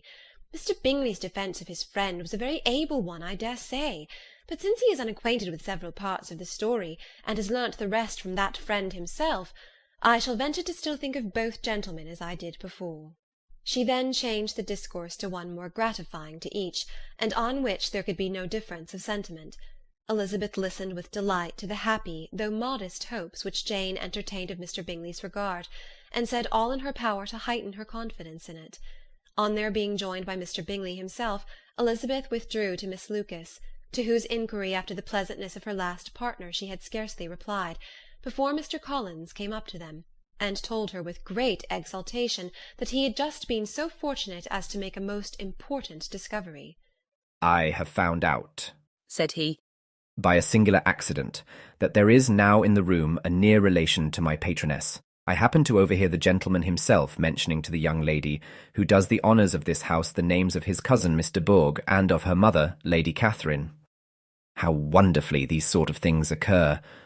Who would have thought of my meeting with perhaps a nephew of Lady Catherine de Bourg in this assembly? I am most thankful that the discovery is made in time for me to pay my respects to him, which I am now going to do, and trust he will excuse my not having done it before. My total ignorance of the connection must plead my apology." "You are not going to introduce yourself to Mr. Darcy?" "Indeed I am. I shall entreat his pardon for not having done it earlier. I believe him to be Lady Catherine's nephew. It will be in my power to assure him that her ladyship was quite well yesterday se'night." Elizabeth tried hard to dissuade him from such a scheme, assuring him that Mr. Darcy would consider his addressing him without introduction as an impertinent freedom, rather than a compliment to his aunt, that it was not in the least necessary there should be any notice on either side, and that if it were, it must belong to Mr. Darcy, the superior in consequence, to begin the acquaintance. Mr. Collins listened to her with the determined air of following his own inclination, and when she ceased speaking, replied thus: "My dear Miss Elizabeth, I have the highest opinion in the world of your excellent judgment, in all matters within the scope of your understanding. But permit me to say that there must be a wide difference between the established forms of ceremony amongst the laity and those which regulate the clergy. Forgive me leave to observe that I consider the clerical office as equal in point of dignity with the highest rank in the kingdom, provided that a proper humility of behaviour is at the same time maintained. You must therefore allow me to follow the dictates of my conscience on this occasion, which lead me to perform what I look on as a point of duty. Pardon me for neglecting to profit by your advice, which on every other subject shall be my constant guide, though in the case before us I consider myself more fitted by education and habitual study to decide on what is right than a young lady like yourself." And with a low bow he left her to attack Mr. Darcy, whose reception of his advances she eagerly watched, and whose astonishment at being so addressed was very evident. Her cousin prefaced his speech with a solemn bow, and though she could not hear a word of it, she felt as if hearing it all, and saw in the motion of his lips the words apology, Hunsford, and Lady Catherine de Bourg. It vexed her to see him expose himself to such a man. Mr. Darcy was eyeing him with unrestrained wonder, and when at last Mr. Collins allowed him time to speak, replied with an air of distant civility. Mr. Collins, however, was not discouraged from speaking again, and Mr. Darcy's contempt seemed abundantly increasing with the length of his second speech, and at the end of it he only made him a slight bow, and moved another way. Mr. Collins then returned to Elizabeth. "I have no reason, I assure you," said he, "to be dissatisfied with my reception. Mr. Darcy seemed much pleased with the attention. He answered me with the utmost civility, and even paid me the compliment of saying that he was so well convinced of Lady Catherine's discernment as to be certain she could never bestow a favour unworthily. It was really a very handsome thought. Upon the whole, I am much pleased with him." As Elizabeth had no longer any interest of her own to pursue, she turned her attention almost entirely on her sister and Mr. Bingley, and the train of agreeable reflections which her observations gave birth to made her perhaps almost as happy as Jane. She saw her in idea settled in that very house, in all the felicity which a marriage of true affection could bestow, and she felt capable, under such circumstances, of endeavouring even to like Bingley's two sisters. Her mother's thoughts she plainly saw were bent the same way, and she determined not to venture near her, lest she might hear too much. When they sat down to supper, therefore, she considered it a most unlucky perverseness which placed them within one of each other, and deeply was she vexed to find that her mother was talking to that one person, Lady Lucas, freely, openly, and of nothing else but her expectation that Jane would soon be married to Mr. Bingley. It was an animating subject, and Mrs. Bennet seemed incapable of fatigue, while enumerating the advantages of the match. His being such a charming young man, and so rich, and living but 3 miles from them, were the first points of self-gratulation, and then it was such a comfort to think how fond the two sisters were of Jane, and to be certain that they must desire the connection as much as she could do. It was, moreover, such a promising thing for her younger daughters, as Jane's marrying so greatly must throw them in the way of other rich men. And lastly, it was so pleasant at her time of life to be able to consign her single daughters to the care of their sister, that she might not be obliged to go into company more than she liked. It was necessary to make this circumstance a matter of pleasure, because on such occasions it is the etiquette, but no one was less likely than Mrs. Bennet to find comfort in staying home at any period of her life. She concluded with many good wishes that Lady Lucas might soon be equally fortunate, though evidently and triumphantly believing there was no chance of it. In vain did Elizabeth endeavour to check the rapidity of her mother's words, or persuade her to describe her felicity in a less audible whisper, for, to her inexpressible vexation, she could perceive that the chief of it was overheard by Mr. Darcy, who sat opposite to them. Her mother only scolded her for being nonsensical. "What is Mr. Darcy to me, pray, that I should be afraid of him? I am sure we owe him no such particular civility, as to be obliged to say nothing he may not like to hear." "For heaven's sake, madam, speak lower. What advantage can it be for you to offend Mr. Darcy? You will never recommend yourself to his friend by so doing." Nothing that she could say, however, had any influence. Her mother would talk of her views in the same intelligible tone. Elizabeth blushed and blushed again with shame and vexation. She could not help frequently glancing her eye at Mr. Darcy, though every glance convinced her of what she dreaded, for though he was not always looking at her mother, she was convinced that his attention was invariably fixed on her. The expression of his face changed gradually from indignant contempt to a composed and steady gravity. At length, however, Mrs. Bennet had no more to say, and Lady Lucas, who had been long yawning at the repetition of delights which she saw no likelihood of sharing, was left to the comforts of cold ham and chicken. Elizabeth now began to revive, but not long was the interval of tranquillity, for when supper was over, singing was talked of, and she had the mortification of seeing Mary, after very little entreaty, preparing to oblige the company. By many significant looks and silent entreaties did she endeavour to prevent such a proof of complaisance, but in vain. Mary would not understand them. Such an opportunity of exhibiting was delightful to her, and she began her song. Elizabeth's eyes were fixed on her with most painful sensations, and she watched her progress through the several stanzas with an impatience which was very ill rewarded at their close.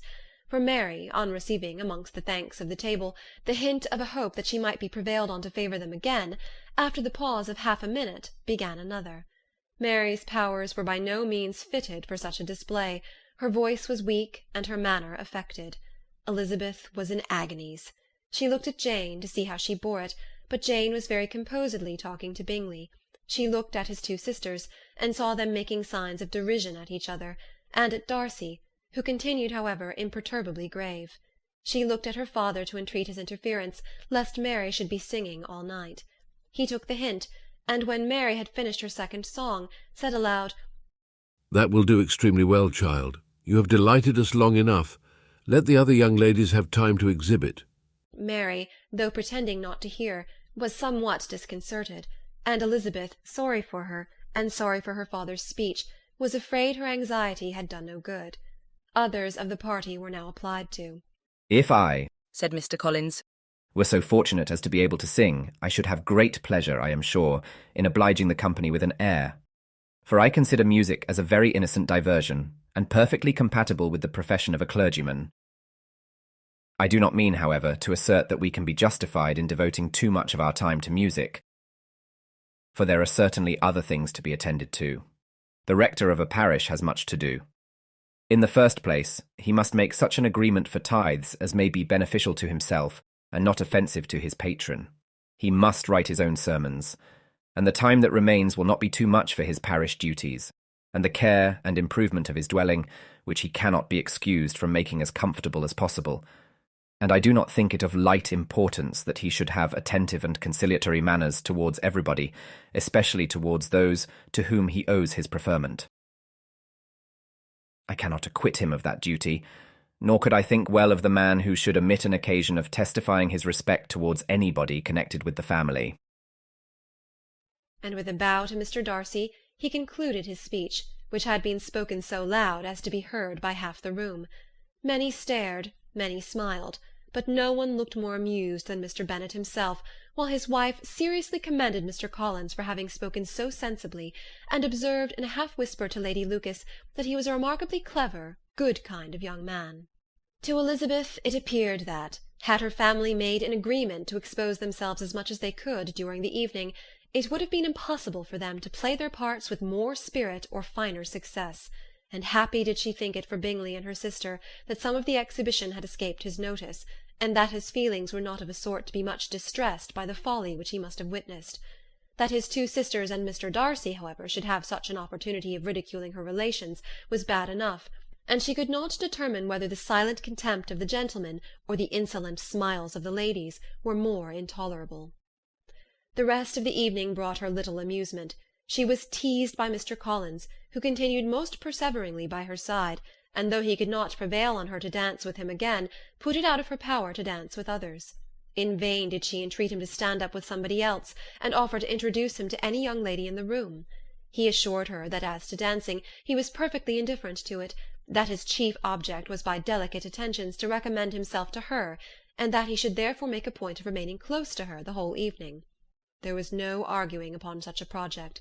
She owed her greatest relief to her friend Miss Lucas, who often joined them, and good-naturedly engaged Mr. Collins' conversation to herself. She was at least free from the offence of Mr. Darcy's further notice, though often standing within a very short distance of her, quite disengaged, he never came near enough to speak. She felt it to be the probable consequence of her allusions to Mr. Wickham, and rejoiced in it. The Longbourn party were the last of all the company to depart, and by a manoeuvre of Mrs. Bennet had to wait for their carriage a quarter of an hour after everybody else was gone, which gave them time to see how heartily they were wished away by some of the family. Mrs. Hurst and her sister scarcely opened their mouths, except to complain of fatigue, and were evidently impatient to have the house to themselves. They repulsed every attempt of Mrs. Bennet at conversation, and by doing so threw a languor over the whole party, which was very little relieved by the long speeches of Mr. Collins, who was complimenting Mr. Bingley and his sisters on the elegance of their entertainment, and the hospitality and politeness which had marked their behaviour to their guests. Darcy said nothing at all. Mr. Bennet, in equal silence, was enjoying the scene. Mr. Bingley and Jane were standing together, a little detached from the rest, and talked only to each other. Elizabeth preserved as steady a silence as either Mrs. Hurst or Miss Bingley, and even Lydia was too much fatigued to utter more than the occasional exclamation of "Lord, how tired I am!" accompanied by a violent yawn. When at length they arose to take leave, Mrs. Bennet was most pressingly civil in her hope of seeing the whole family soon at Longbourn, and addressed herself especially to Mr. Bingley, to assure him how happy he would make them by eating a family dinner with them at any time, without the ceremony of a formal invitation.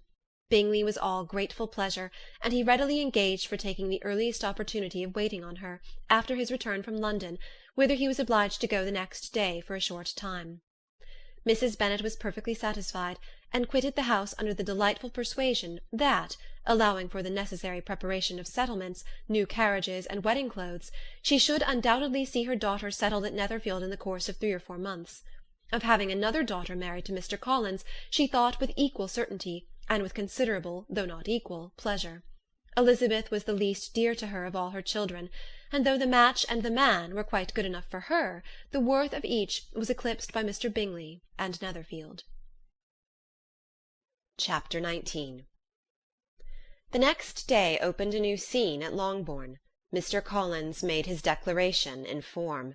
Having resolved to do it without loss of time, as his leave of absence extended only to the following Saturday, and having no feelings of diffidence to make it distressing to himself even at the moment, he set about it in a very orderly manner, with all the observances which he supposed a regular part of the business. On finding Mrs. Bennet, Elizabeth, and one of the younger girls together soon after breakfast, he addressed the mother in these words: "May I hope, madam, for your interest with your fair daughter Elizabeth, when I solicit for the honour of a private audience with her in the course of this morning?" Before Elizabeth had time for anything but a blush of surprise, Mrs. Bennet answered instantly, "Oh dear, yes, certainly. I am sure Lizzie will be very happy. I am sure she can have no objection. Come, Kitty, I want you upstairs." And gathering her work together, she was hastening away when Elizabeth called out, "Dear madam, do not go. I beg you will not go. Mr. Collins must excuse me. He can have nothing to say to me that anybody need not hear. I am going away myself." "No, no, nonsense, Lizzie. I desire you to stay where you are." And upon Elizabeth seeming really with vexed and embarrassed looks about to escape, she added, "Lizzie, I insist upon your staying and hearing Mr. Collins." Elizabeth would not oppose such an injunction, and a moment's consideration making her also sensible that it would be wisest to get it over as soon and as quietly as possible, she sat down again and tried to conceal, by incessant employment, the feelings which were divided between distress and diversion. Mrs. Bennet and Kitty walked off, and as soon as they were gone, Mr. Collins began. "Believe me, my dear Miss Elizabeth, that your modesty, so far from doing you any disservice, rather adds to your other perfections. You would have been less amiable in my eyes, had there not been this little unwillingness. But allow me to assure you that I have your respected mother's permission for this address. You can hardly doubt the purport of my discourse, however your natural delicacy may lead you to dissemble. My attentions have been too marked to be mistaken. Almost as soon as I entered the house, I singled you out as the companion of my future life. But before I am run away with by my feelings on this subject, perhaps it will be advisable for me to state my reasons for marrying, and moreover, for coming into Hertfordshire with the design of selecting a wife, as I certainly did." The idea of Mr. Collins, with all his solemn composure, being run away with by his feelings, made Elizabeth so near laughing that she could not use the short pause he allowed in any attempt to stop him further, and he continued. "My reasons for marrying are, first, that I think it a right thing for every clergyman in easy circumstances, like myself, to set the example of matrimony in his parish. Secondly, that I am convinced it will add very greatly to my happiness. And thirdly, which perhaps I ought to have mentioned earlier, that it is the particular advice and recommendation of the very noble lady whom I have the honour of calling patroness. Twice has she condescended to give me her opinion, unasked too, on this subject, and it was but the very Saturday night before I left Hunsford, between our pools at Quadrille, while Mrs. Jenkinson was arranging Mr. Bourg's footstool, that she said, "Mr. Collins, you must marry. A clergyman like you must marry. Choose properly, choose a gentlewoman for my sake and for your own. Let her be an active, useful sort of person, not brought up high, but able to make a small income go a good way. This is my advice. Find such a woman as soon as you can, bring her to Hunsford, and I will visit her." Allow me, by the way, to observe, my fair cousin, that I do not reckon the notice and kindness of Lady Catherine de Bourgh as among the least of the advantages in my power to offer. You will find her manners beyond anything I can describe, and your wit and vivacity, I think, must be acceptable to her, especially when tempered with the silence and respect which her rank will inevitably excite. Thus much for my general intention in the favour of matrimony. It remains to be told why my views were directed to Longbourn, instead of my own neighbourhood, where I assure you there are many amiable young women.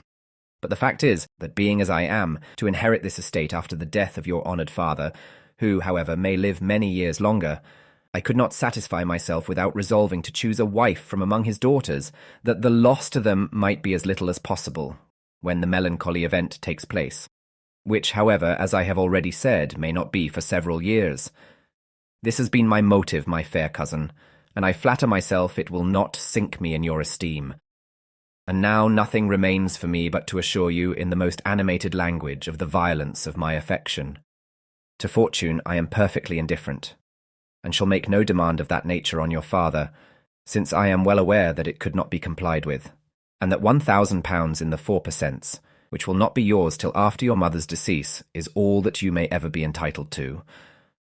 On that head, therefore, I shall be uniformly silent, and you may assure yourself that no ungenerous reproach shall ever pass my lips when we are married." It was absolutely necessary to interrupt him now. "You are too hasty, sir," she cried. "You forget that I have made no answer. Let me do it without further loss of time. Accept my thanks for the compliment you are paying me. I am very sensible of the honour of your proposals, but it is impossible for me to do otherwise than to decline them."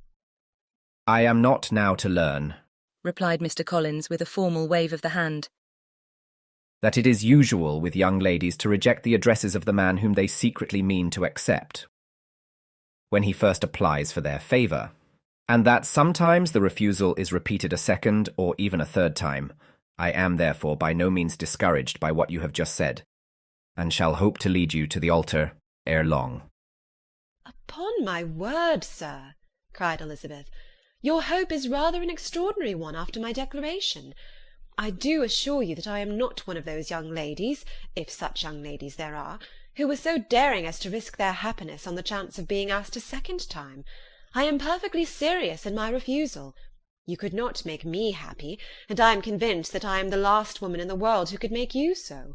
Nay, were your friend Lady Catherine to know me, I am persuaded she would find me in every respect ill qualified for the situation." "Were it certain that Lady Catherine would think so," said Mr. Collins very gravely, "but I cannot imagine that her ladyship would at all disapprove of you. And you may be certain that when I have the honour of seeing her again, I shall speak in the highest terms of your modesty, economy, and other amiable qualifications." "Indeed, Mr. Collins, all praise of me will be unnecessary. You must give me leave to judge for myself, and pay me the compliment of believing what I say. I wish you very happy and very rich, and by refusing your hand do all in my power to prevent your being otherwise. In making me the offer, you must have satisfied the delicacy of your feelings with regard to my family, and may take possession of Longbourn estate wherever it falls, without any self-reproach. This matter may be considered, therefore, as finally settled." And rising as she thus spoke, she would have quitted the room, had Mr. Collins not thus addressed her. "When I do myself the honour of speaking to you next on the subject, I shall hope to receive a more favourable answer than you have now given me, though I am far from accusing you of a cruelty at present, because I know it to be the established custom of your sex to reject a man on the first application, and perhaps you have even now said as much to encourage my suit, as would be consistent with the true delicacy of the female character." "Really, Mr. Collins," cried Elizabeth with some warmth, "you puzzle me exceedingly. If what I have hitherto said can appear to you in the form of encouragement, I know not how to express my refusal in such a way as to convince you of its being one." "You must give me leave to flatter myself, my dear cousin, that your refusal of my addresses are merely words, of course. My reasons for believing it are briefly these. It does not appear to me that my hand is unworthy your acceptance, or that the establishment I can offer would be any other than highly desirable. My situation in life, my connections with the family of de Bourgh, and my relationship to your own are circumstances highly in my favour, and you should take it into further consideration that, in spite of your manifold attractions, it is by no means certain that another offer of marriage may ever be made you. Your portion is unhappily so small that it will in all likelihood undo the effects of your loveliness and amiable qualifications. As I must therefore conclude that you are not serious in your rejection of me, I shall choose to attribute it to your wish of increasing my love by suspense, according to the usual practice of elegant females. I do assure you, sir, that I have no pretensions whatever to that kind of elegance which consists in tormenting a respectable man. I would rather be paid the compliment of being believed sincere. I thank you again and again for the honour you have done me in your proposals, but to accept them is absolutely impossible. My feelings in every respect forbid it. Can I speak plainer? Do not consider me now as an elegant female intending to plague you, but as a rational creature, speaking the truth from her heart. You're uniformly charming, cried he with an air of awkward gallantry, and I am persuaded that, when sanctioned by the express authority of both your excellent parents, my proposals will not fail of being acceptable. To such perseverance in wilful self-deception Elizabeth would make no reply, and immediately and in silence withdrew, determined, if he persisted in considering her repeated refusals as flattering encouragement, to apply to her father, whose negative mind might be uttered in such a manner as to be decisive, and whose behaviour at least could not be mistaken for the affectation and coquetry of an elegant female. Chapter 20. Mr. Collins was not left long to the silent contemplation of his successful love, for Mrs. Bennet, having dawdled about in the vestibule to watch for the end of the conference, no sooner saw Elizabeth open the door and with quick step pass her toward the staircase, than she entered the breakfast-room, and congratulated both him and herself in warm terms on the happy prospect of their near connection. Mr. Collins received and returned these felicitations with equal pleasure, and then proceeded to relate the particulars of their interview, with the result of which he trusted he had every reason to be satisfied, since the refusal which his cousin had steadfastly given him would naturally flow from her bashful modesty and the genuine delicacy of her character. This information, however, startled Mrs. Bennet. She would have been glad to be equally satisfied that her daughter had meant to encourage him by protesting against his proposals, but she dared not believe it, and could not help saying so. "But depend upon it, Mr. Collins," she added, "that Lizzie shall be brought to reason. I will speak to her about it directly. She is a very headstrong, foolish girl, and does not know her own interest, but I will make her know it." "Pardon me for interrupting you, madam," cried Mr. Collins, "but if she is really headstrong and foolish, I know not whether she would altogether be a very desirable wife to a man in my situation, who naturally looks for happiness in the marriage state.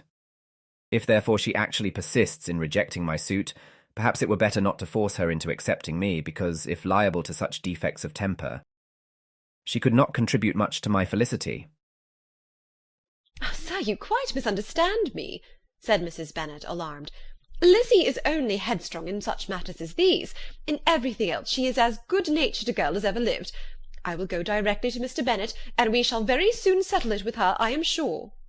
She would not give him time to reply, but hurrying instantly to her husband, called out as she entered the library, "Oh, Mr. Bennet, you are wanted immediately. We are all in an uproar. You must come and make Lizzie marry Mr. Collins, for she vows she will not have him, and if you do not make haste, he will change his mind and not have her." Mr. Bennet raised his eyes from his book as she entered, and fixed them on her face with a calm unconcern which was not in the least altered by her communication. "I have not the pleasure of understanding you," said he, when she had finished her speech. "Of what are you talking?"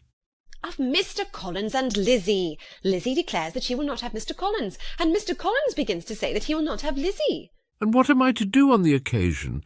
It seems a hopeless business." "Speak to Lizzie about it yourself. Tell her that you insist upon her marrying him." "Let her be called down. She shall hear my opinion." Mrs. Bennet rang the bell, and Miss Elizabeth was summoned to the library. "Come here, child," cried her father as she appeared. "I have sent for you on an affair of importance. I understand that Mr. Collins has made you an offer of marriage. Is it true?" Elizabeth replied that it was. "Very well. And this offer of marriage you have refused?" "I have, sir." "Very well. We now come to the point. Your mother insists upon your accepting it. Is it not so, Mrs. Bennet?" "Yes, or I will never see her again." An unhappy alternative is before you, Elizabeth. From this day you must be a stranger to one of your parents. Your mother will never see you again if you do not marry Mr. Collins, and I will never see you again if you do. Elizabeth could not but smile at such a conclusion of such a beginning, but Mrs. Bennet, who had persuaded herself that her husband regarded the affair as she wished, was excessively disappointed. "What do you mean, Mr. Bennet, in talking this way? You promised me to insist upon her marrying him."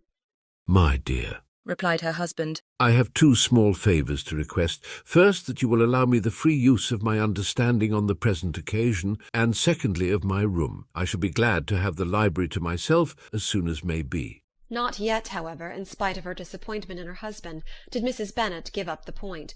She talked to Elizabeth again and again, coaxed and threatened her by turns. She endeavoured to secure Jane in her interest, but Jane, with all possible mildness, declined interfering, and Elizabeth, sometimes with real earnestness and sometimes with playful gaiety, replied to her attacks. Though her manner varied, however, her determination never did.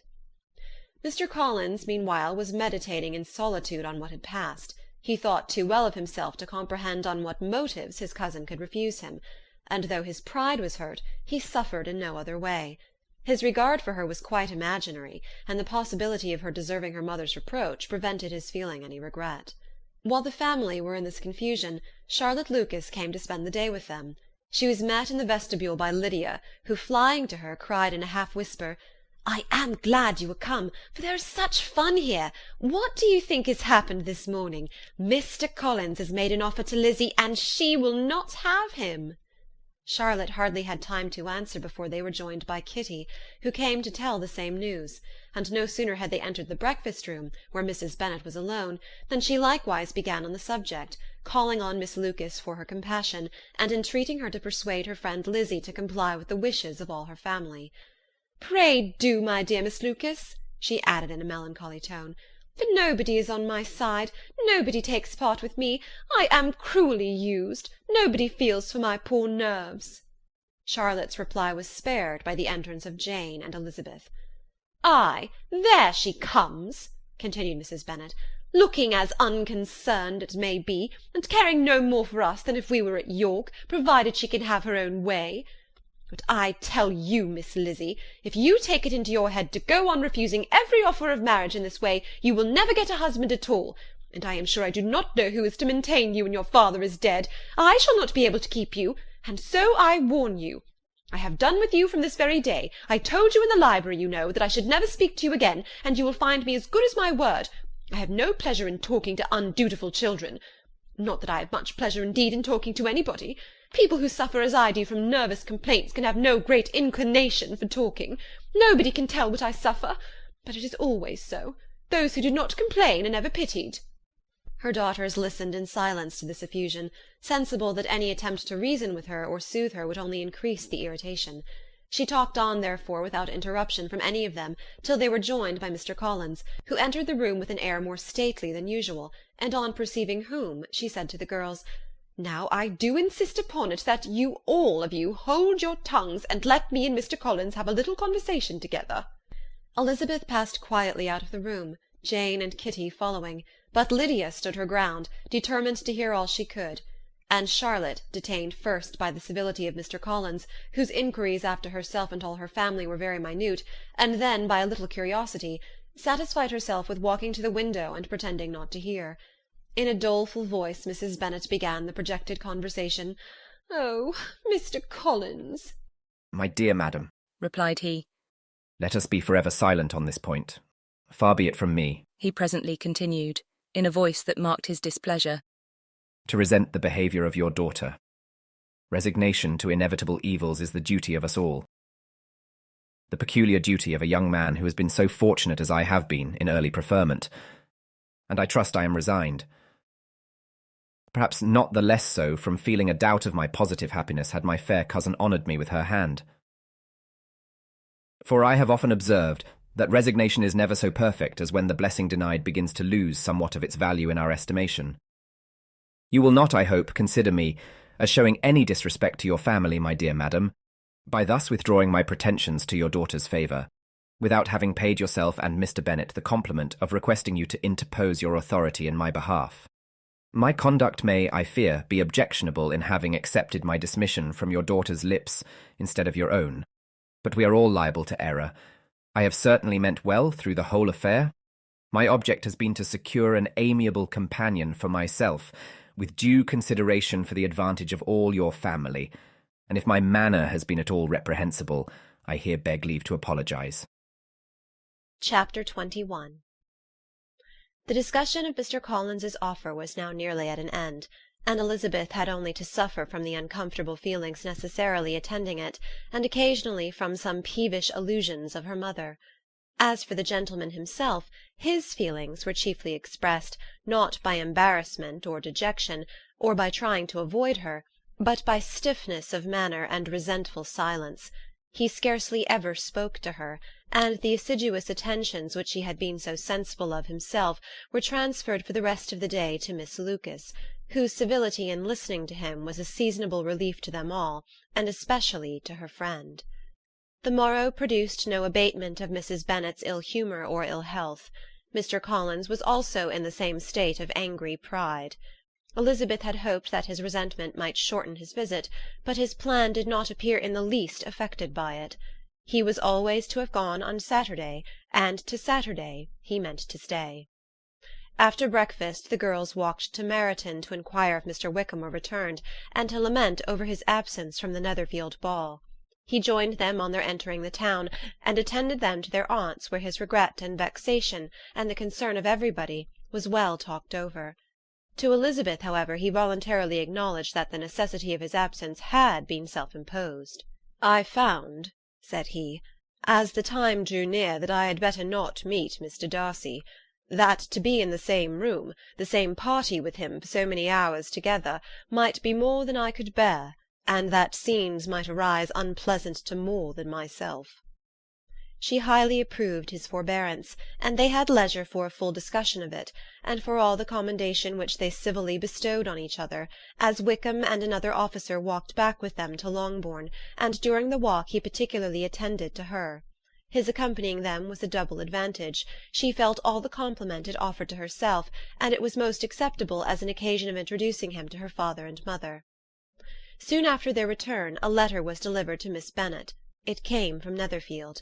The envelope contained a sheet of elegant little hot-pressed paper, well covered with a lady's fair flowing hand, and Elizabeth saw her sister's countenance change as she read it, and saw her dwelling intently on some particular passages. Jane recollected herself soon, and putting the letter away, tried to join with her usual cheerfulness in the general conversation. But Elizabeth felt an anxiety on the subject which drew off her attention even from Wickham, and no sooner had he and his companion taken leave than a glance from Jane invited her to follow her upstairs. When they had gained their own room, Jane, taking out the letter, said, "This is from Caroline Bingley. What it contains has surprised me a good deal. The whole party have left Netherfield by this time, and are on their way to town, and without any intention of coming back again. You shall hear what she says." She then read the first sentence aloud, which comprised the information of their having just resolved to follow their brother to town directly, and of their meaning to dine in Grosvenor Street, where Mr. Hurst had a house. The next was in these words: "I do not pretend to regret anything I shall leave in Hertfordshire, except your society, my dearest friend, but we will hope, at some future period, to enjoy many returns of that delightful intercourse we have known, and in the meanwhile may lessen the pain of separation by a very frequent and most unreserved correspondence. I depend on you for that." To these high-flown expressions Elizabeth listened with all the insensibility of distrust, and though the suddenness of their removal surprised her, she saw nothing in it really to lament. It was not to be supposed that their absence from Netherfield would prevent Mr. Bingley's being there, and as to the loss of their society, she was persuaded that Jane must cease to regard it in the enjoyment of his. "It is unlucky," said she, after a short pause, "that you should not be able to see your friends before they leave the country. But may we not hope that the period of future happiness to which Miss Bingley looks forward may arrive earlier than she is aware, and that the delightful intercourse you have known as friends will be renewed with yet greater satisfaction as sisters? Mr. Bingley will not be detained in London by them." Caroline decidedly says that none of the party will return into Hertfordshire this winter. I will read it to you. When my brother left us yesterday, he imagined that the business which took him to London might be concluded in 3 or 4 days, but as we are certain it cannot be so, and at the same time convinced that when Charles gets to town he will be in no hurry to leave it again, we have determined on following him thither, that he may not be obliged to spend his vacant hours in a comfortless hotel. Many of my acquaintances are already there for the winter. I wish that I could hear that you, my dearest friend, had any intention of making one of the crowd, but of that I despair. I sincerely hope your Christmas in Hertfordshire may abound in the gaieties which that season generally brings, and that your beaux will be so numerous as to prevent your feeling the loss of the 3 whom we shall deprive you. It is evident by this, added Jane, that he comes back no more this winter. It is only evident that Miss Bingley does not mean that he should. Why will you think so? It must be his own doing. He is his own master. But you do not know all. I will read you the passage which particularly hurts me. I will have no reserves from you. Mr. Darcy is impatient to see his sister, and, to confess the truth, we are scarcely less eager to meet her again.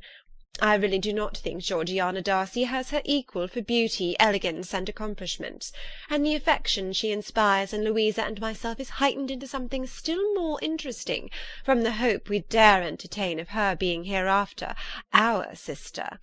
I do not know whether I ever before mentioned to you my feelings on this subject, but I will not leave the country without confiding them, and I trust you will not esteem them unreasonable. My brother admires her greatly already. He will have frequent opportunity now of seeing her on the most intimate footing. Her relations all wish the connection as much as his own, and a sister's partiality is not misleading me, I think, when I call Charles most capable of engaging any woman's heart. With all these circumstances to favour an attachment, and nothing to prevent it, am I wrong, my dearest Jane, in indulging the hope of an event which will secure the happiness of so many? What do you think of this sentence, my dear Lizzie? Said Jane as she finished it. Is it not clear enough? Does it not expressly declare that Caroline neither expects nor wishes me to be her sister, that she is perfectly convinced of her brother's indifference, and that if she suspects the nature of my feelings for him, she means most kindly to put me on my guard? Can there be any other opinion on the subject?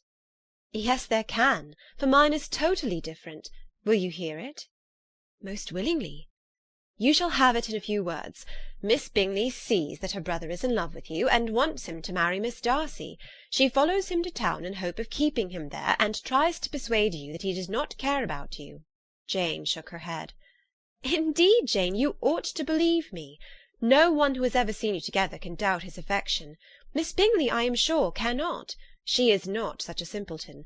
Could she have seen half as much love in Mr. Darcy for herself, she would have ordered her wedding clothes.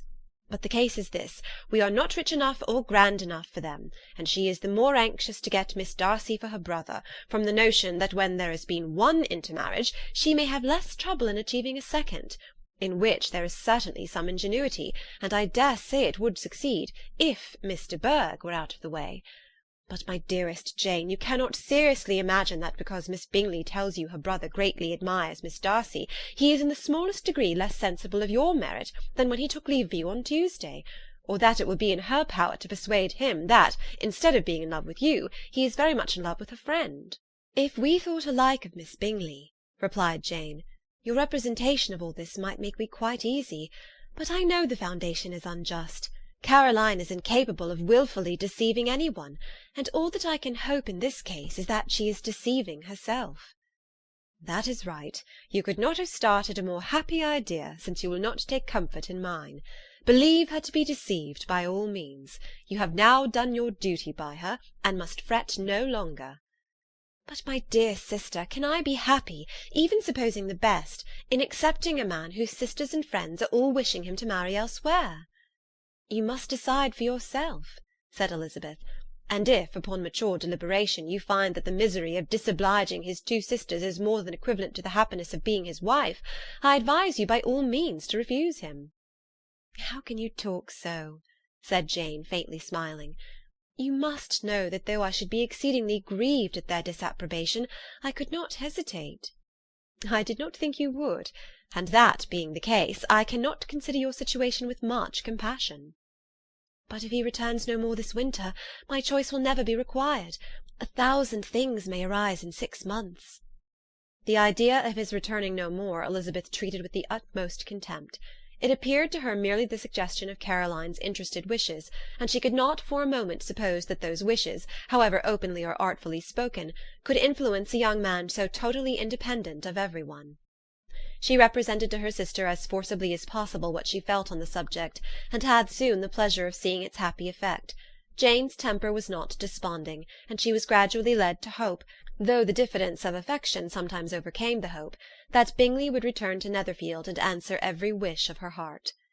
They agreed that Mrs. Bennet should only hear of the departure of the family, without being alarmed on the score of the gentleman's conduct, but even this partial communication gave her a great deal of concern, and she bewailed it as exceedingly unlucky that the ladies should happen to go away just as they were all getting so intimate together. After lamenting it, however, at some length, she had the consolation that Mr. Bingley would soon be down again, and soon dining at Longbourn, and the conclusion of all was the comfortable declaration that though he had been invited only to a family dinner, she would take care to have 2 full courses. Chapter 22. The Bennets were engaged to dine with the Lucases, and again, during the chief of the day, was Miss Lucas so kind as to listen to Mr. Collins. Elizabeth took an opportunity of thanking her.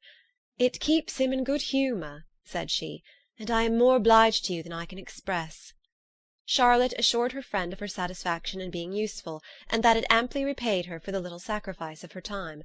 This was very amiable, but Charlotte's kindness extended farther than Elizabeth had any conception of. Its object was nothing else than to secure her from any return of Mr. Collins' addresses by engaging them towards herself. Such was Miss Lucas's scheme, and appearances were so favourable that when they parted at night she would have felt almost secure of success if he had not been to leave Hertfordshire so very soon. But here she did injustice to the fire and independence of his character, for it led him to escape out of Longbourn House the next morning with admirable slyness, and hasten to Lucas Lodge to throw himself at her feet. He was anxious to avoid the notice of his cousins, from a conviction that if they saw him depart they could not fail to conjecture his design, and he was not willing to have the attempt known till its success might be known likewise. For though feeling almost secure, and with reason, for Charlotte had been tolerably encouraging, he was comparatively diffident since the adventure of Wednesday. His reception, however, was of the most flattering kind. Miss Lucas perceived him from an upper window as he walked towards the house, and instantly set out to meet him accidentally in the lane. But little had she dared to hope that so much love and eloquence awaited her there. In as short a time as Mr. Collins' long speeches would allow, everything was settled between them to the satisfaction of both, and as they entered the house he earnestly entreated her to name the day that was to make him the happiest of men, and though such a solicitation must be waived for the present, the lady felt no inclination to trifle with his happiness. The stupidity with which he was favoured by nature must guard his courtship from any charm that could make a woman wish for its continuance, and Miss Lucas, who accepted him solely from the pure and disinterested desire of an establishment, cared not how soon that establishment were gained. Sir William and Lady Lucas were speedily applied to for their consent, and it was bestowed with a most joyful alacrity. Mr. Collins' present circumstances made it a most eligible match for their daughter, to whom they could give little fortune, and his prospects of future wealth were exceedingly fair. Lady Lucas began directly to calculate, with more interest than the matter had ever excited before, how many years longer Mr. Bennet was likely to live, and Sir William gave it as his decided opinion that whenever Mr. Collins should be in possession of the Longbourn estate, it would be highly expedient that both he and his wife should make their appearance at St. James's. The whole family, in short, were properly overjoyed on the occasion. The younger girls formed hopes of "coming out" a year or 2 sooner than they might otherwise have done, and the boys were relieved from their apprehension of Charlotte's dying an old maid. Charlotte herself was tolerably composed. She had gained her point, and had time to consider of it. Her reflections were in general satisfactory. Mr. Collins, to be sure, was neither sensible nor agreeable. His society was irksome, and his attachment to her must be imaginary. But still he would be her husband. Without thinking highly either of men or matrimony, marriage had always been her object. It was the only provision for well-educated young women of small fortune, and, however uncertain of giving happiness, must be their pleasantest preservative from want. This preservative she had now obtained, and at the age of 27, without having ever been handsome, she felt all the good luck of it. The least agreeable circumstance in the business was the surprise it must occasion to Elizabeth Bennet, whose friendship she valued beyond that of any other person. Elizabeth would wonder, and probably would blame her, and though her resolution was not to be shaken, her feelings must be hurt by such a disapprobation. She resolved to give her the information herself, and therefore charged Mr. Collins, when he returned to Longbourn to dinner, to drop no hint of what had passed before any of the family. A promise of secrecy was of course very dutifully given, but it could not be kept without difficulty, for the curiosity excited by his long absence burst forth in such very direct questions on his return as required some ingenuity to evade, and he was at the same time exercising great self-denial, for he was longing to publish his prosperous love. As he was to begin his journey too early on the morrow to see any of the family, the ceremony of leave-taking was performed when the ladies moved for the night, and Mrs. Bennet, with great politeness and cordiality, said how happy they should be to see him at Longbourn again, whenever his engagements might allow him to visit them. "My dear madam," he replied, "this invitation is particularly gratifying, because it is what I have been hoping to receive, and you may be very certain that I shall avail myself of it as soon as possible."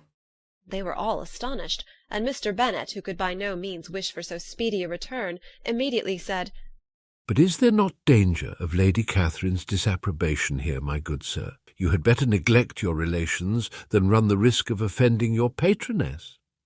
"My dear sir," replied Mr. Collins, "I am particularly obliged to you for this friendly caution, and you may depend upon my not taking so material a step without her ladyship's concurrence."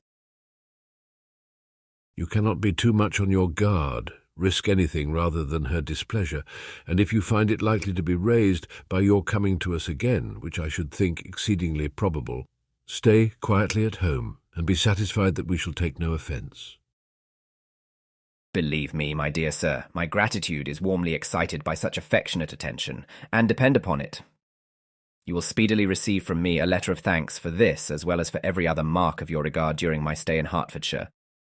As for my fair cousins, though my absence may not be long enough to render it necessary, I shall now take the liberty of wishing them health and happiness, not excepting my cousin Elizabeth."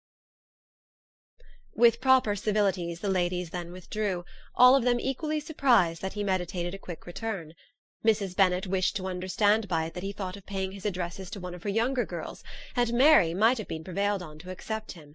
She rated his abilities much higher than any of the others. There was a solidity in his reflections which often struck her, and though by no means as clever as herself, she thought that if encouraged to read and improve himself by such an example as hers, he might become a very agreeable companion. But on the following morning every hope of this kind was done away. Miss Lucas called soon after breakfast, and in a private conference with Elizabeth related the event of the day before. The possibility of Mr. Collins fancying himself in love with her friend had once occurred to Elizabeth within the last day or two, but that Charlotte could encourage him seemed almost as far from possibility as she could encourage him herself, and her astonishment was consequently so great as to overcome at the first the bounds of decorum, and she could not help crying out, "Engaged to Mr. Collins!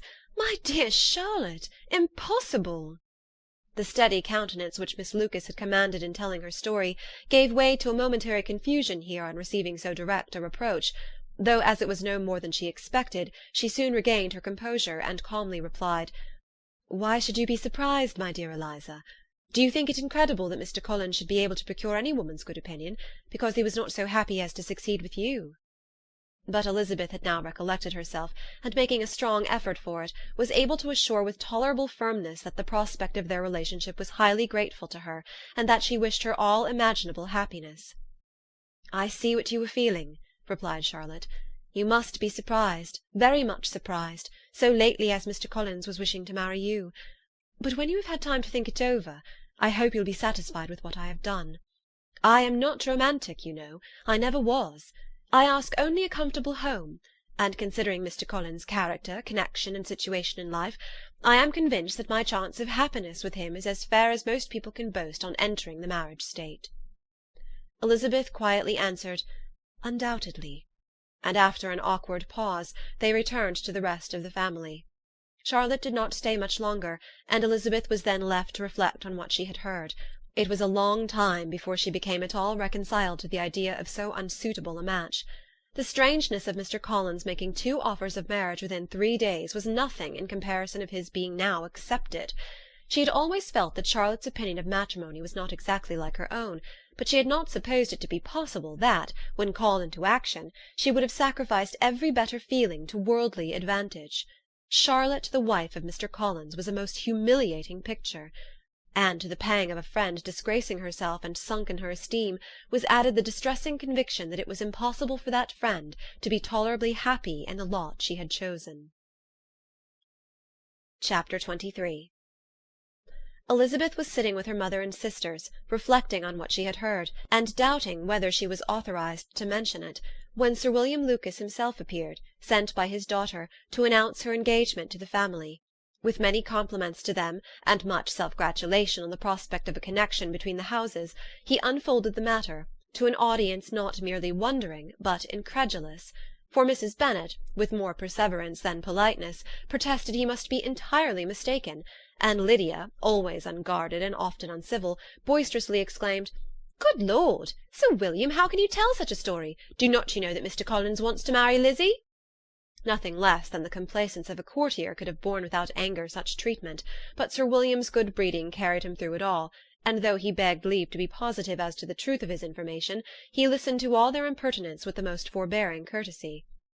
Elizabeth, feeling it incumbent on her to relieve him from so unpleasant a situation, now put herself forward to confirm his account by mentioning her prior knowledge of it from Charlotte herself, and endeavoured to put a stop to the exclamations of her mother and sisters by the earnestness of her congratulations to Sir William, in which she was readily joined by Jane, and by making a variety of remarks on the happiness that might be expected from the match, the excellent character of Mr. Collins, and the convenient distance of Hunsford from London.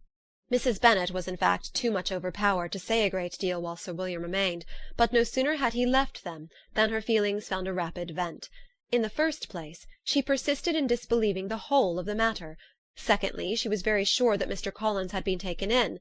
Thirdly, she trusted that they would never be happy together. And fourthly, that the match might be broken off.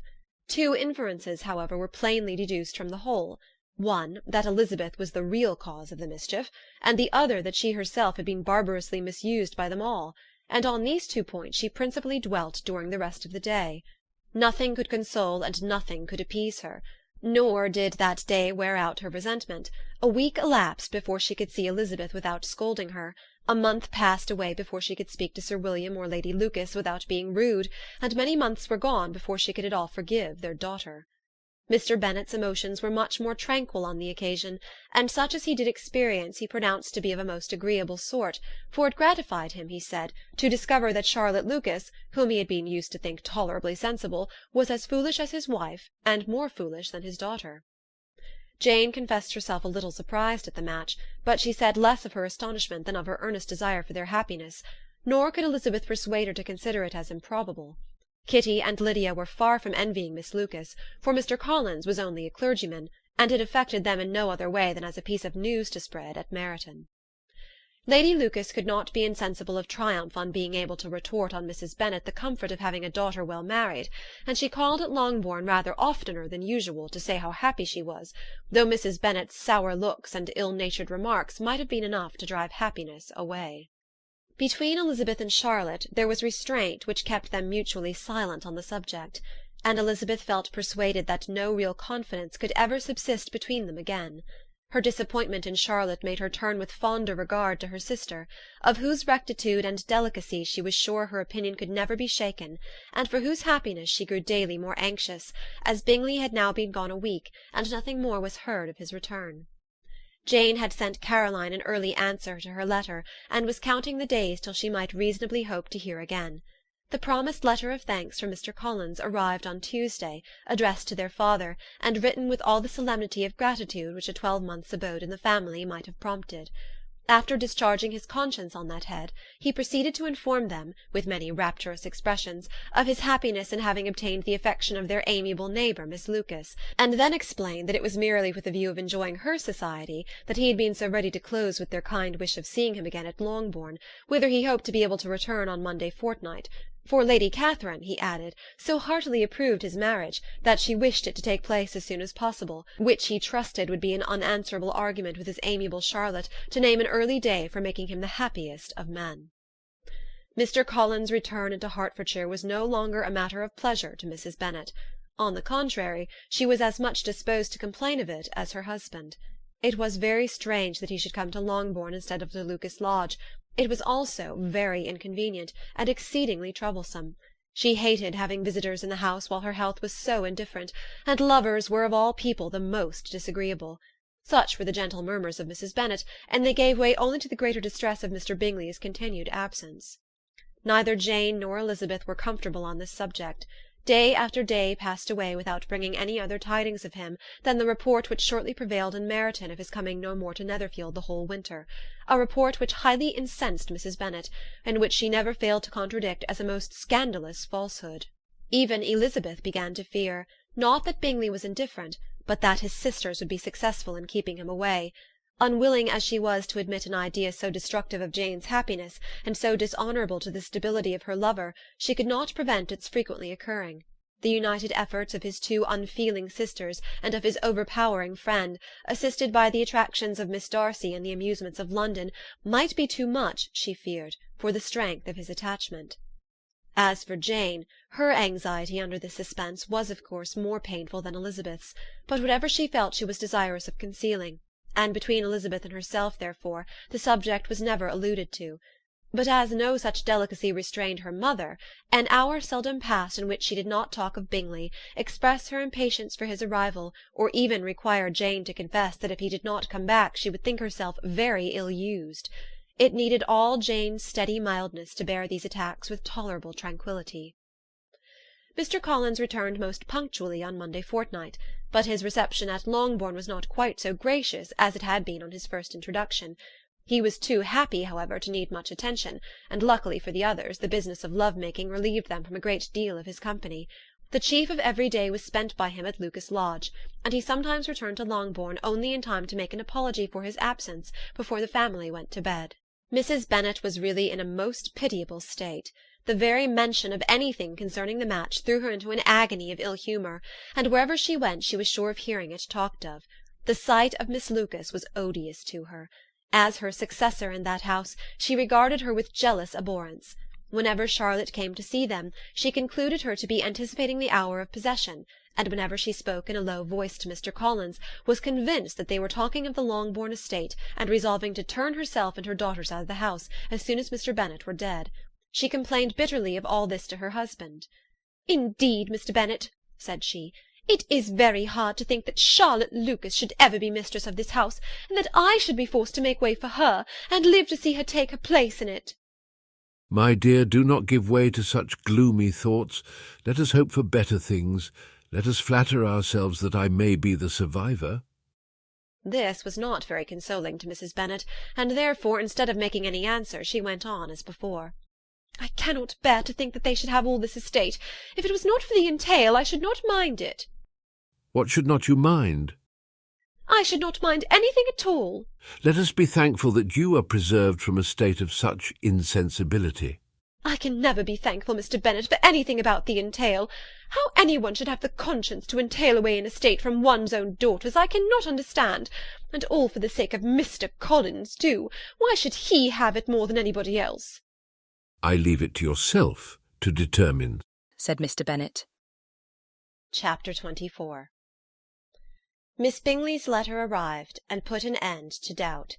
The very first sentence conveyed the assurance of their being all settled in London for the winter, and concluded with her brother's regret at not having had time to pay his respects to his friends in Hertfordshire before he left the country.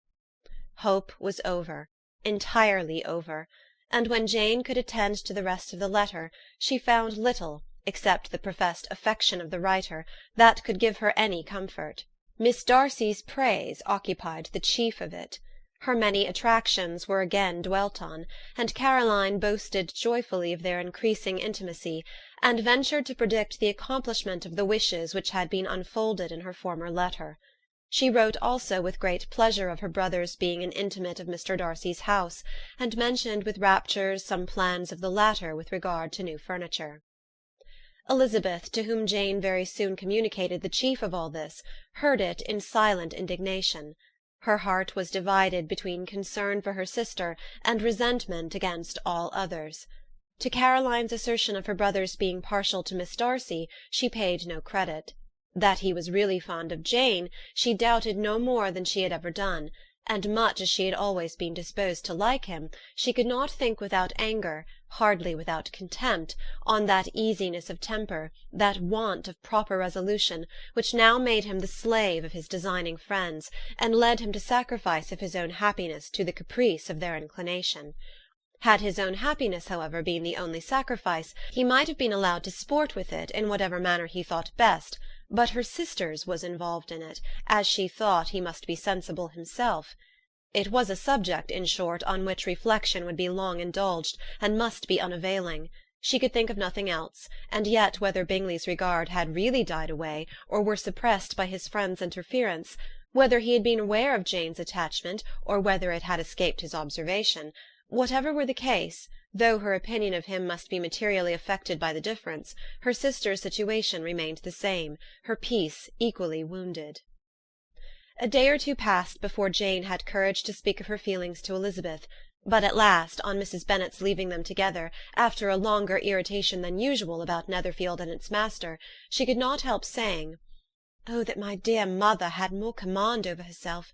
She can have no idea of the pain she gives me by her continual reflections on him. But I will not repine. It cannot last long. He will be forgot, and we shall be as we were before." Elizabeth looked at her sister with incredulous solicitude, but said nothing. "You doubt me?" cried Jane, slightly colouring. "Indeed, you have no reason. He may live in my memory as the most amiable man of my acquaintance, but that is all. I have nothing either to hope or fear, and nothing to reproach him with.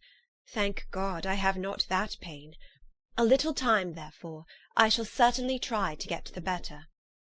With a stronger voice she soon added, "I have this comfort immediately, that it has not been more than an error of fancy on my side, and that it has done no harm to any one but myself."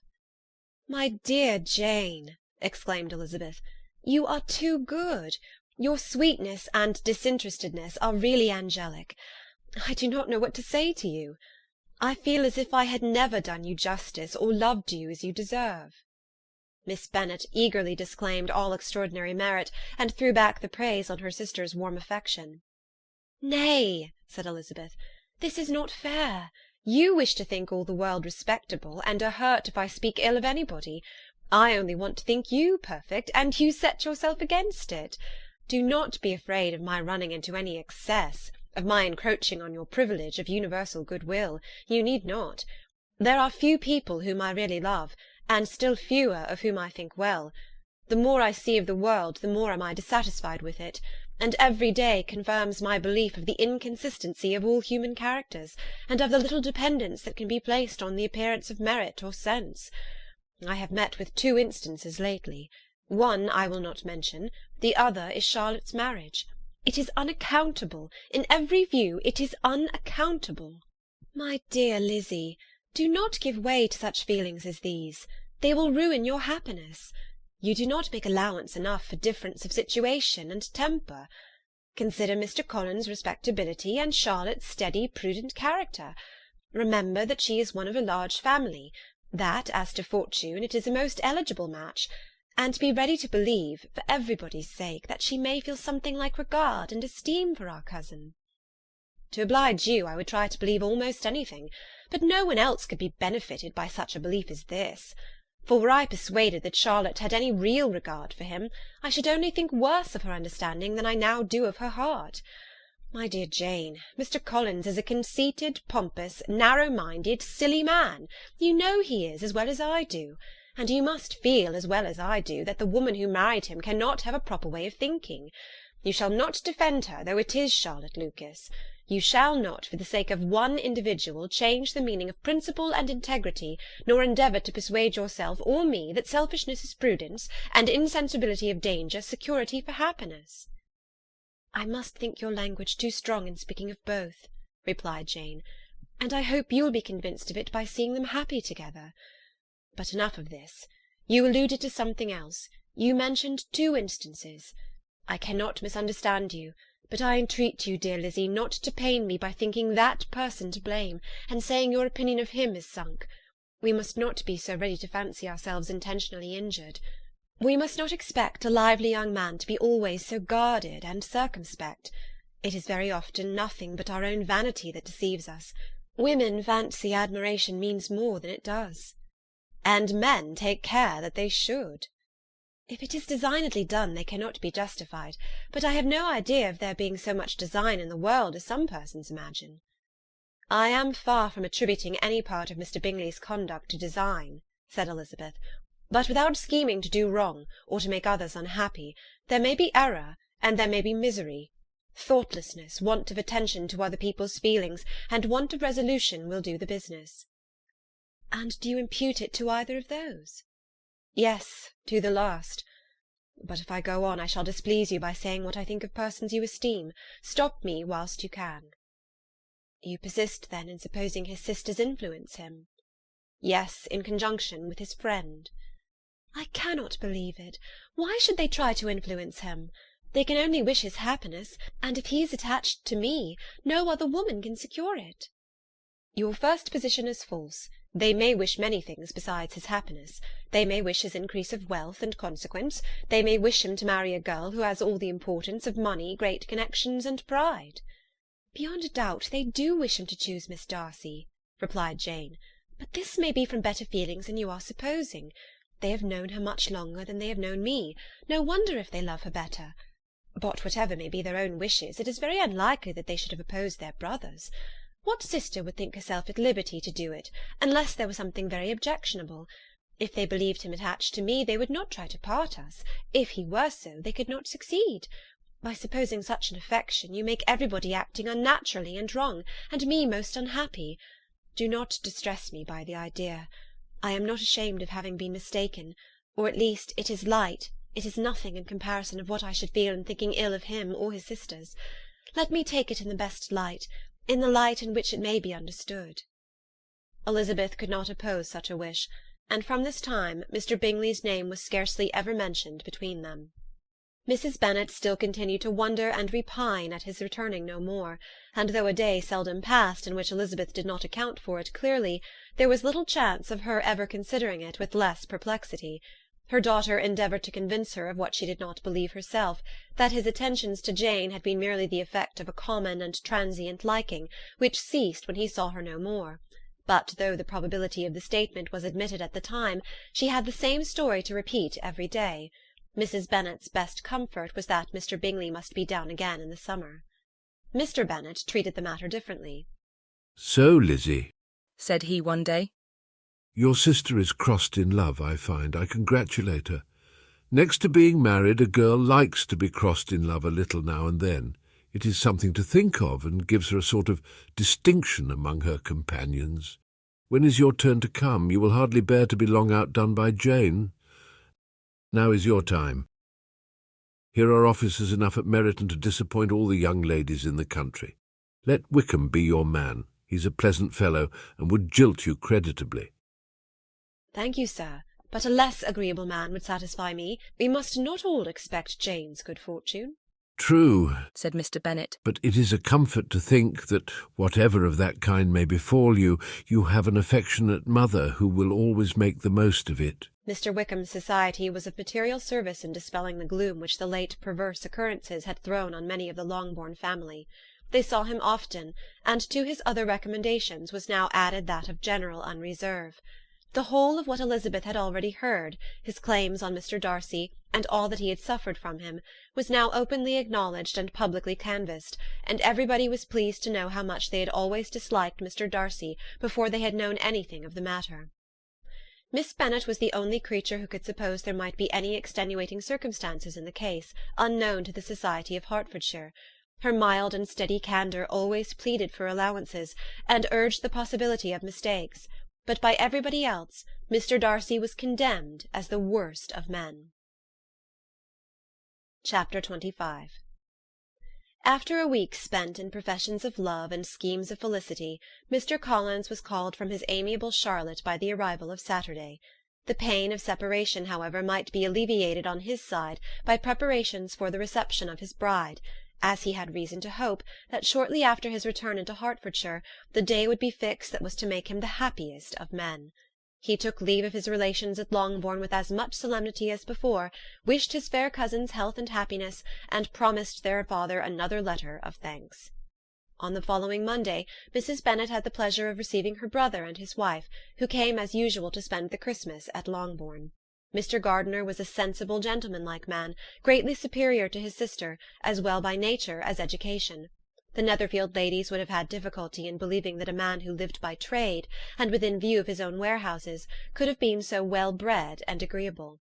Mrs. Gardiner, who was several years younger than Mrs. Bennet and Mrs. Phillips, was an amiable, intelligent, elegant woman, and a great favourite with all her Longbourn nieces. Between the two eldest and herself especially there subsisted a particular regard. They had frequently been staying with her in town. The first part of Mrs. Gardiner's business on her arrival was to distribute her presents and describe the newest fashions. When this was done she had a less active part to play.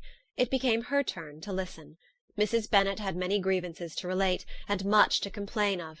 They had all been very ill used since she last saw her sister.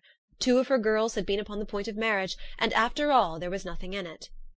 "I do not blame Jane," she continued, "for Jane would have got Mr. Bingley if she could. But Lizzie, oh, sister, it is very hard to think she might have been Mr. Collins's wife by this time, had it not been for her own perverseness. He made her an offer in this very room, and she refused him. The consequence of it is that Lady Lucas will have a daughter married before I have, and that the Longbourn estate is just as much entailed as ever. The Lucases are very artful people indeed, sister. They are all for what they can get. I am sorry to say it of them, but so it is. It makes me very nervous and poorly to be thwarted so in my own family, and to have neighbours who think of themselves before anybody else.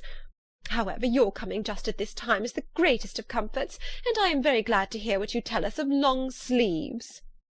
Mrs. Gardiner, to whom the chief of this news had been given before in the course of Jane and Elizabeth's correspondence with her, made her sister a slight answer, and in compassion to her nieces turned the conversation. When alone with Elizabeth afterwards, she spoke more on the subject. "It seems likely to have been a desirable match for Jane," said she.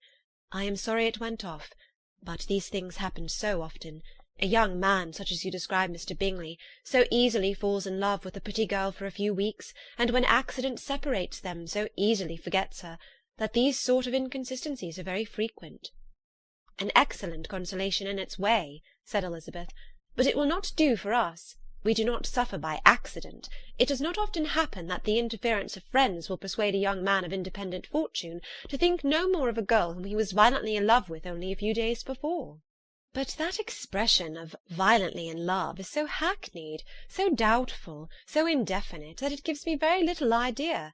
It is as often applied to feelings which arise from a half-hour's acquaintance as to a real strong attachment. Pray, how violent was Mr. Bingley's love?" "I never saw a more promising inclination. He was growing quite inattentive to other people, and wholly engrossed by her. Every time they met it was more decided and remarkable. At his own ball he offended 2 or 3 young ladies by not asking them to dance, and I spoke to him twice myself without receiving an answer. Could there be finer symptoms? Is not general incivility the very essence of love?" "Oh, yes, of that kind of love which I suppose him to have felt. Poor Jane!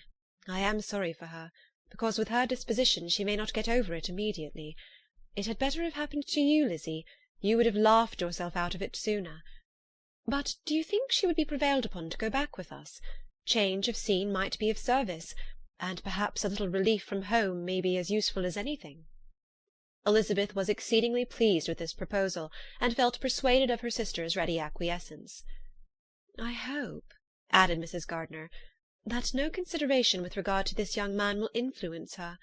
We live in so different a part of town, all our connections are so different, and as you well know, we go out so little, that it is very improbable that they should meet at all, unless he really comes to see her. And that is quite impossible, for he is now in the custody of his friend, and Mr. Darcy would no more suffer him to call on Jane in such a part of London. My dear aunt, how could you think of it? Mr. Darcy may perhaps have heard of such a place as Gracechurch Street, but he would hardly think a month's ablution enough to cleanse him from its impurities, were he once to enter it, and depend upon it, Mr. Bingley never stirs without him. So much the better. I hope they will not meet at all. But does not Jane correspond with his sister? She will not be able to help calling. She will drop the acquaintance entirely. But in spite of the certainty in which Elizabeth affected to place this point, as well as the still more interesting one of Bingley's being withheld from seeing Jane, she felt a solicitude on the subject which convinced her, on examination, that she did not consider it entirely hopeless. It was possible, and sometimes she thought it probable, that his affection might be reanimated, and the influence of his friends successfully combated by the more natural influence of Jane's attractions. Miss Bennet accepted her aunt's invitation with pleasure, and the Bingleys were no otherwise in her thoughts at the same time than as she hoped by Caroline's not living in the same house with her brother she might occasionally spend a morning with her, without any danger of seeing him. The Gardiners stayed a week at Longbourn, and what with the Phillipses, the Lucases, and the officers, there was not a day without its engagement. Mrs. Bennet had so carefully provided for the entertainment of her brother and sister that they did not once sit down to a family dinner. When the engagement was for home, some of the officers always made part of it, of which officers Mr. Wickham was sure to be one, and on these occasions Mrs. Gardiner, rendered suspicious by Elizabeth's warm commendation, narrowly observed them both. Without supposing them, from what she saw, to be very seriously in love, their preference of each other was plain enough to make her a little uneasy, and she resolved to speak to Elizabeth on the subject before she left Hertfordshire, and represent to her the imprudence of encouraging such an attachment. To Mrs. Gardiner, Wickham had one means of affording pleasure, unconnected with his general powers. About 10 or a dozen years ago, before her marriage, she had spent a considerable time in that very part of Derbyshire to which he belonged. They had therefore many acquaintances in common, and though Wickham had been little there since the death of Darcy's father, it was yet in his power to give her fresher intelligence of her former friends than she had been in the way of procuring. Mrs. Gardiner had seen Pemberley, and known the late Mr. Darcy by character perfectly well. Here consequently was an inexhaustible subject of discourse. In comparing her recollection of Pemberley with the minute description which Wickham could give, and in bestowing her tribute of praise on the character of its late possessor, she was delighting both him and herself. On being made acquainted with the present Mr. Darcy's treatment of him, she tried to remember some of that gentleman's reputed disposition when quite a lad, which might agree with it, and was confident at last that she recollected having heard Mr. Fitzwilliam Darcy formerly spoken of as a very proud, ill-natured boy. Chapter 26. Mrs. Gardiner's caution to Elizabeth was punctually and kindly given on the first favourable opportunity of speaking to her alone. After honestly telling her what she thought, she thus went on. "You are too sensible a girl, Lizzie, to fall in love merely because you are warned against it, and therefore I am not afraid of speaking openly. Seriously, I would have you be on your guard. Do not involve yourself, or endeavour to involve him, in an affection which the want of fortune would make so very imprudent. I have nothing to say against him. He is a most interesting young man, and if he had the fortune he ought to have, I should think you could not do better. But as it is, you must not let your fancy run away with you. You have sense, and we all expect you to use it. Your father would depend on your resolution and good conduct, I am sure. You must not disappoint your father." "My dear aunt, this is being serious indeed." "Yes, and I hope to engage you to be serious likewise." "Well, then, you need not be under any alarm. I will take care of myself, and of Mr. Wickham too. He shall not be in love with me, if I can prevent it." "Elizabeth, you are not serious now." "I beg your pardon, I will try again. At present I am not in love with Mr. Wickham. No, I certainly am not. But he is, beyond all comparison, the most agreeable man I ever saw. And if he becomes really attached to me, I believe it will be better that he should not. I see the imprudence of it. Oh, that abominable Mr. Darcy! My father's opinion of me does me the greatest honour, and I should be miserable to forfeit it. My father, however, is partial to Mr. Wickham.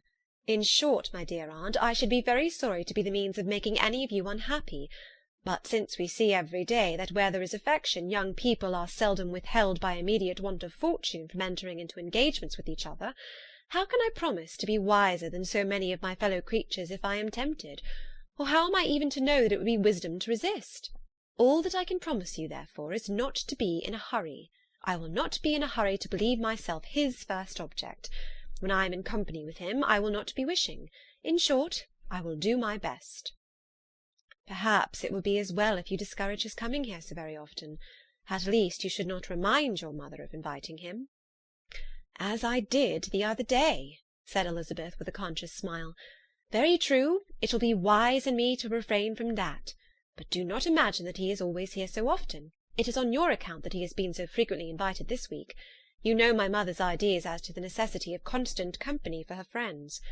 But really, and upon my honour, I will try to do what I think to be the wisest.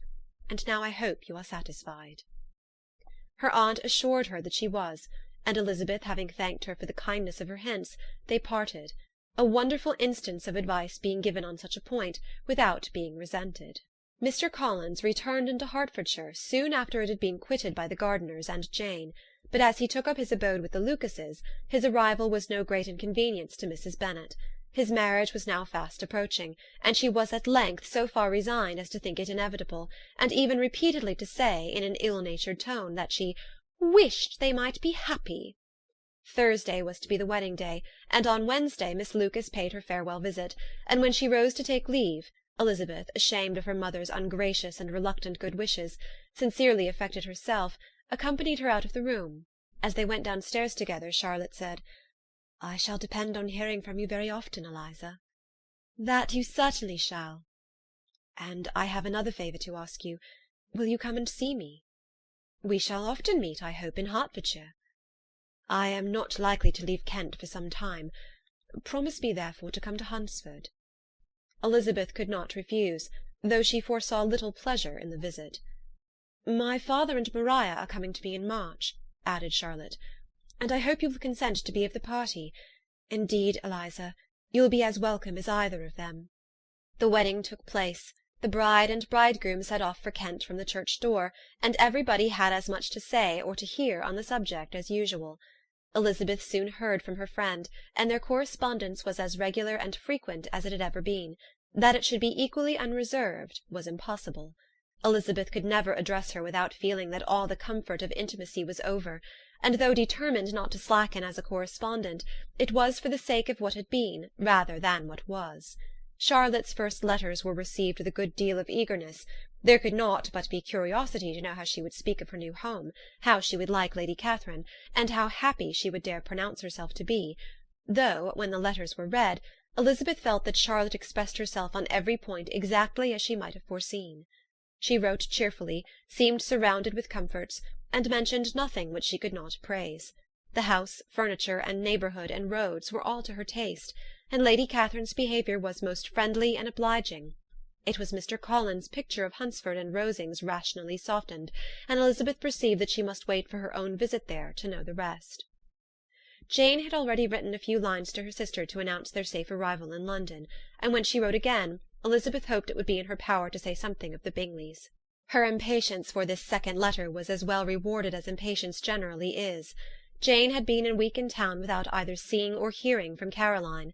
She accounted for it, however, by supposing that her last letter to her friend from Longbourn had by some accident been lost. "My aunt," she continued, "is going to-morrow into that part of the town, and I shall take the opportunity of calling in Grosvenor Street." She wrote again when the visit was paid, and she had seen Miss Bingley. "I did not think Caroline in spirits," were her words, "but she was very glad to see me, and reproached me for giving her no notice of my coming to London. I was right, therefore, my last letter had never reached her. I inquired after their brother, of course.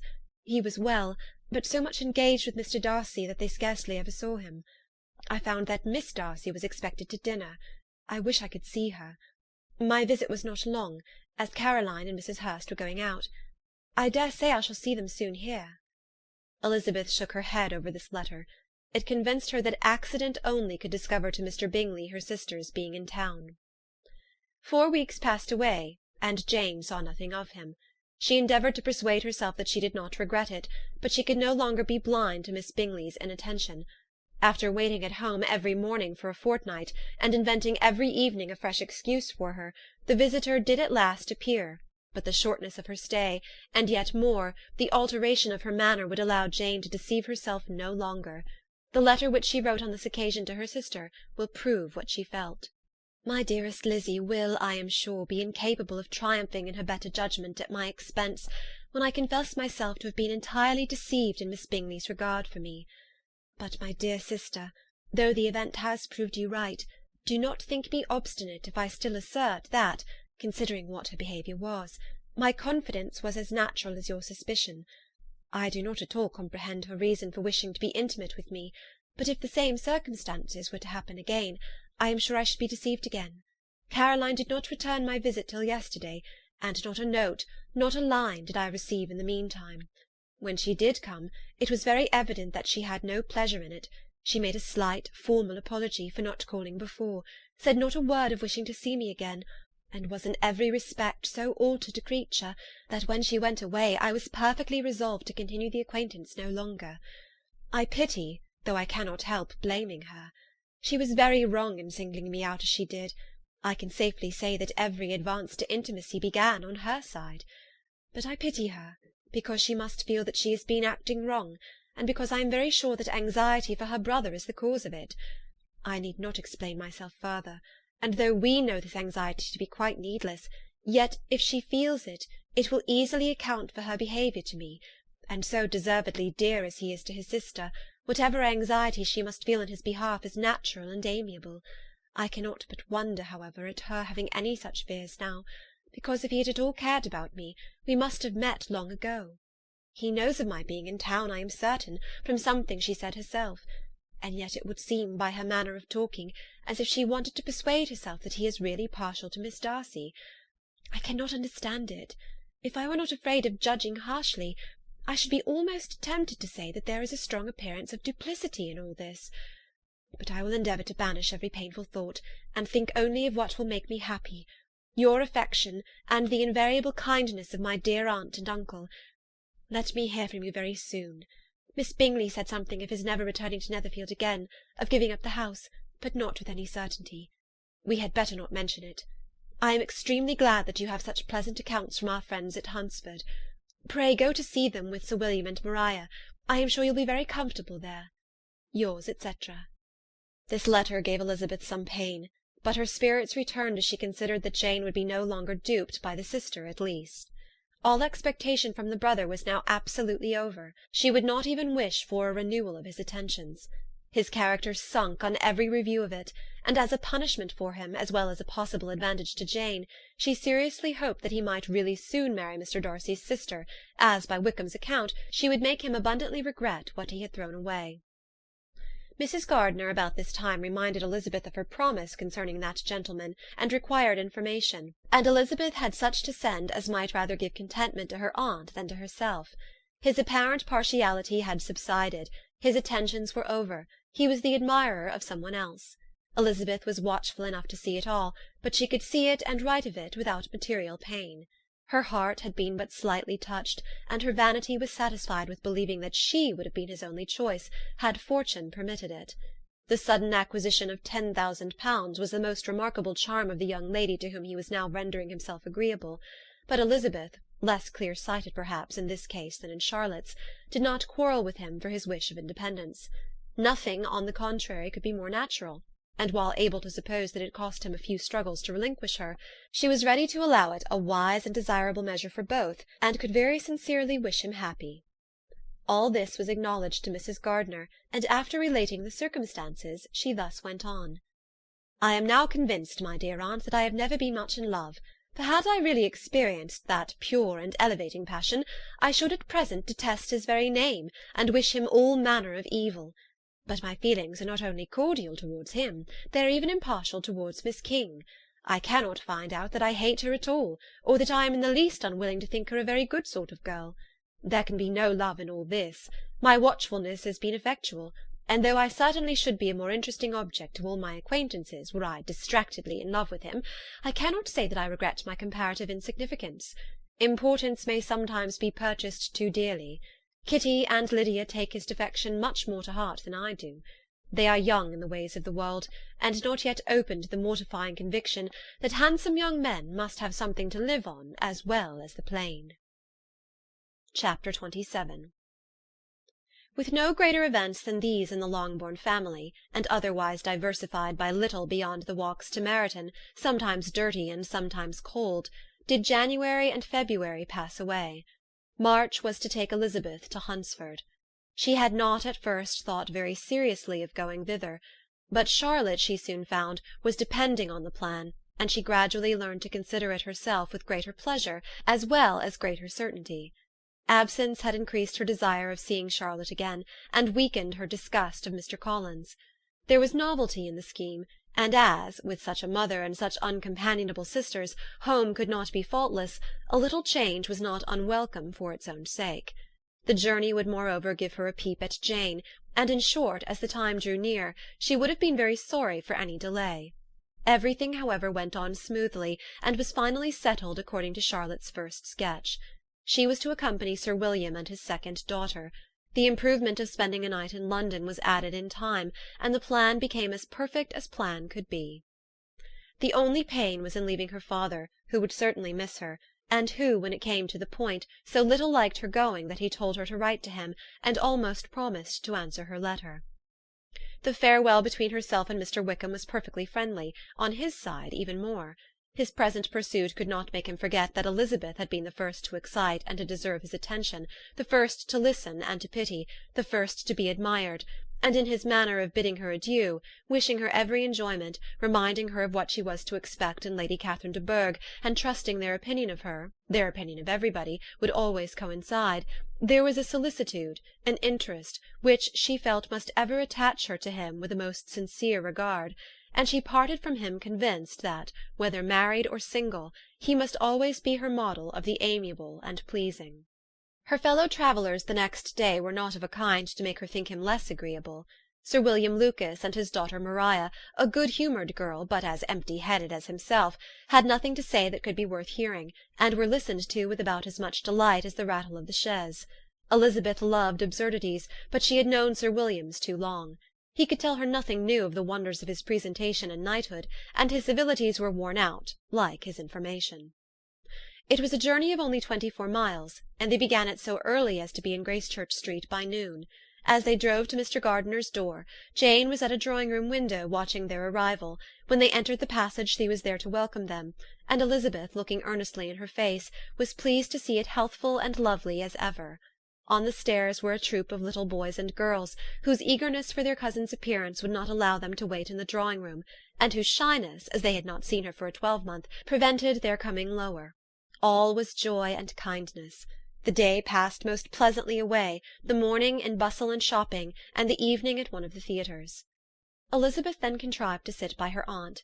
Their first object was her sister, and she was more grieved than astonished to hear, in reply to her minute inquiries, that though Jane always struggled to support her spirits, there were periods of dejection. It was reasonable, however, to hope that they would not continue long. Mrs. Gardiner gave her the particulars also of Miss Bingley's visit in Gracechurch Street, and repeated conversations occurring at different times between Jane and herself, which proved that the former had, from her heart, given up the acquaintance. Mrs. Gardiner then rallied her niece on Wickham's desertion, and complimented her on bearing it so well. "But, my dear Elizabeth," she added, "what sort of a girl is Miss King? I should be sorry to think our friend mercenary." "Pray, my dear aunt, what is the difference in matrimonial affairs between the mercenary and the prudent motive? Where does discretion end and avarice begin? Last Christmas you were afraid of his marrying me because it would be imprudent, and now, because he is trying to get a girl with only £10,000, you want to find out that he is mercenary. If you will only tell me what sort of girl Miss King is, I shall know what to think. She is a very good sort of girl, I believe. I know no harm of her. But he paid her not the smallest attention till her grandfather's death made her mistress of this fortune." "No, what should he? If it were not allowable for him to gain my affections because I had no money, what occasion should there be for him making love to a girl whom he did not care about, and who was equally poor?" "But there seems an indelicacy in directing his attentions towards her so soon after this event." "A man in distressed circumstances has not time for all those elegant decorums which other people may observe. If she does not object to it, why should we?" "Her not objecting does not justify him. It only shows her being deficient in something herself, sense or feeling." "Well, cried Elizabeth. "Have it as you choose. He shall be mercenary, and she shall be foolish." "No, Lizzie, that is what I do not choose. I should be sorry, you know, to think ill of a young man who has lived so long in Derbyshire." "Oh, if that is all, I have a very poor opinion of young men who live in Derbyshire, and their intimate friends who live in Hertfordshire are not much better. I am sick of them all. Thank heaven I am going to-morrow, where I shall find a man who has not one agreeable quality, who has neither manner nor sense to recommend him. Stupid men are the only ones worth knowing, after all." "Take care, Lizzie. That speech savours strongly of disappointment." Before they were separated by the conclusion of the play, she had the unexpected happiness of an invitation to accompany her uncle and aunt in a tour of pleasure which they proposed taking in the summer. "We have not determined how far it shall carry us," said Mrs. Gardiner, "but perhaps to the Lakes." No scheme could have been more agreeable to Elizabeth, and her acceptance of the invitation was most ready and grateful. "Oh, my dear, dear aunt," she rapturously cried, "what delight! What felicity! You give me fresh life and vigour. Adieu to disappointment and spleen. What are young men to rocks and mountains? Oh, what hours of transport we shall spend! And when we do return, it shall not be like other travellers, without being able to give one accurate idea of anything. We will know where we have gone. We will recollect what we have seen. Lakes, mountains, and rivers shall not be jumbled together in our imaginations, nor, when we attempt to describe any particular scene, will we begin quarrelling about its relative situation. Let our first effusions be less insupportable than those of the generality of travellers." Chapter 28. Every object in the next day's journey was new and interesting to Elizabeth, and her spirits were in a state of enjoyment, for she had seen her sister looking so well as to banish all fear for her health, and the prospect of her northern tour was a constant source of delight. When they left the high road for the lane to Hunsford, every eye was in search of the parsonage, and every turning expected to bring it in view. The palings of Rosings Park was their boundary on one side. Elizabeth smiled at the recollection of all that she had heard of its inhabitants. At length the parsonage was discernible. The garden sloping to the road, the house standing in it, the green pales, and the laurel hedge, everything declared they were arriving. Mr. Collins and Charlotte appeared at the door, and the carriage stopped at the small gate which led by a short gravel walk to the house, amidst the nods and smiles of the whole party. In a moment they were all out of the chaise, rejoicing at the sight of each other. Mrs. Collins welcomed her friend with the liveliest pleasure, and Elizabeth was more and more satisfied with coming when she found herself so affectionately received. She saw instantly that her cousin's manners were not altered by his marriage. His formal civility was just what it had been, and he detained her some minutes at the gate to hear and satisfy his inquiries after all her family. They were then, with no other delay than his pointing out the neatness of the entrance, taken into the house, and as soon as they were in the parlour, he welcomed them a second time, with ostentatious formality, to his humble abode, and punctually repeated all his wife's offers of refreshment. Elizabeth was prepared to see him in his glory, and she could not help in fancying that in displaying the good proportion of the room, its aspect, and its furniture, he addressed himself particularly to her, as if wishing to make her feel what she had lost in refusing him. But, though everything seemed neat and comfortable, she was not able to gratify him by any sigh of repentance, and rather looked with wonder at her friend that she could have so cheerful an air with such a companion. When Mr. Collins said anything of which his wife might reasonably be ashamed, which certainly was not unseldom, she involuntarily turned her eye on Charlotte. Once or twice she could discern a faint blush, but in general Charlotte wisely did not hear. After sitting long enough to admire every article of furniture in the room, from the sideboard to the fender, to give an account of their journey and of all that had happened in London, Mr. Collins invited them to take a stroll in the garden, which was large and well laid out, and to the cultivation of which he attended himself. To work in this garden was one of his most respectable pleasures, and Elizabeth admired the command of countenance with which Charlotte talked of the healthfulness of the exercise, and owned she encouraged it as much as possible. Here, leading the way through every walk and cross-walk, and scarcely allowing them an interval to utter the praises he asked for, every view was pointed out with a minuteness which left beauty entirely behind. He could number the fields in every direction, and could tell how many trees there were in the most distant clump. But of all the views which his garden or which the country or kingdom could boast, none were to be compared with the prospect of Rosings, afforded by an opening in the trees that bordered the park nearly opposite the front of his house. It was a handsome modern building, well situated on rising ground. From his garden Mr. Collins would have led them round his 2 meadows, but the ladies, not having shoes to encounter the remains of a white frost, turned back, and while Sir William accompanied him, Charlotte took her sister and friend over the house, extremely well pleased probably to have the opportunity of showing it without her husband's help. It was rather small, but well built and convenient, and everything was fitted up and arranged with a neatness and consistency of which Elizabeth gave Charlotte all the credit. When Mr. Collins could be forgotten, there was really an air of great comfort throughout, and by Charlotte's evident enjoyment of it, Elizabeth supposed he must be often forgotten. She had already learnt that Lady Catherine was still in the country. It was spoken of again while they were at dinner, when Mr. Collins, joining in, observed, "Yes, Miss Elizabeth, you will have the honour of seeing Lady Catherine de Bourgh on the ensuing Sunday at church, and I need not say you will be delighted with her. She is all affability and condescension, and I doubt not but you will be honoured with some portion of her notice when service is over. I have scarcely any hesitation in saying that she will include you and my sister Maria in every invitation with which she honours us during your stay here. Her behaviour to my dear Charlotte is charming. We dine at Rosings twice every week, and are never allowed to walk home. Her ladyship's carriage is regularly ordered for us. I should say one of her ladyship's carriages, for she has several." "Lady Catherine is a very respectable, sensible woman indeed," added Charlotte, "and a most attentive neighbour." "Very true, my dear. That is exactly what I say. She is the sort of woman whom one cannot regard with too much deference." The evening was spent chiefly in talking over Hertfordshire news, and telling again what had already been written, and when it closed, Elizabeth, in the solitude of her chamber, had to meditate upon Charlotte's degree of contentment, to understand her address in guiding, and composure in bearing with, her husband, and to acknowledge that it was all done very well.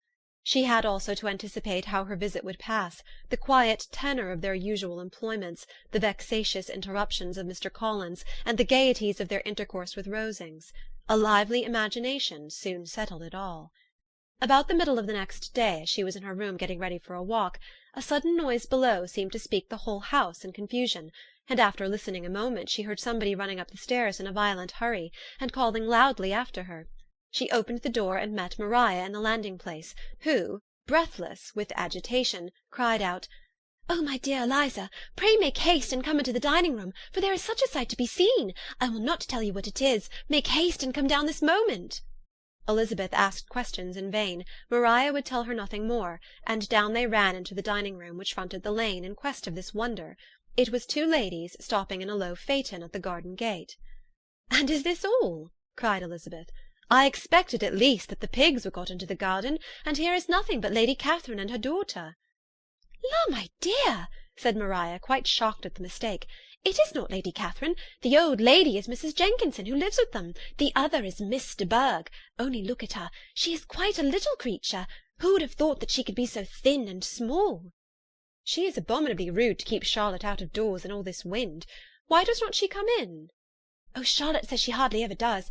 It is the greatest of favours when Miss de Bourgh comes in." "I like her appearance," said Elizabeth, struck with other ideas. "She looks sickly and cross. Yes, she will do for him very well. She will make him a very proper wife." Mr. Collins and Charlotte were both standing at the gate in conversation with the ladies, and Sir William, to Elizabeth's high diversion, was stationed in the doorway, in earnest contemplation of the greatness before him, and constantly bowing whenever Miss de Bourgh looked that way. At length there was nothing more to be said. The ladies drove on, and the others returned into the house. Mr. Collins no sooner saw the 2 girls than he began to congratulate them on their good fortune, which Charlotte explained by letting them know that the whole party was asked to dine at Rosings the next day. Chapter 29. Mr. Collins's triumph, in consequence of this invitation, was complete. The power of displaying the grandeur of his patroness to his wondering visitors, and of letting them see her civility towards himself and his wife, was exactly what he had wished for, and that an opportunity of doing it should be given so soon was such an instance of Lady Catherine's condescension as he knew not how to admire enough. "I confess," said he, that I should not have been at all surprised by her ladyship's asking us on Sunday to drink tea and spend the evening at Rosings. I rather expected, from my knowledge of her affability, that it would happen, but who could have foreseen such an attention as this? Who could have imagined that we should receive an invitation to dine there? An invitation, moreover, including the whole party, so immediately after your arrival. I am the less surprised at what has happened, replied Sir William, from that knowledge of what the manners of the great really are, which my situation in life has allowed me to acquire. About the court, such instances of elegant breeding are not uncommon. Scarcely anything was talked of the whole day or next morning but their visit to Rosings. Mr. Collins was carefully instructing them in what they were to expect, that the sight of such rooms, so many servants, and so splendid a dinner, might not wholly overpower them. When the ladies were separating for the toilette, he said to Elizabeth, "Do not make yourself uneasy, my dear cousin, about your apparel. Lady Catherine is far from requiring that elegance of dress in us which becomes herself and daughter.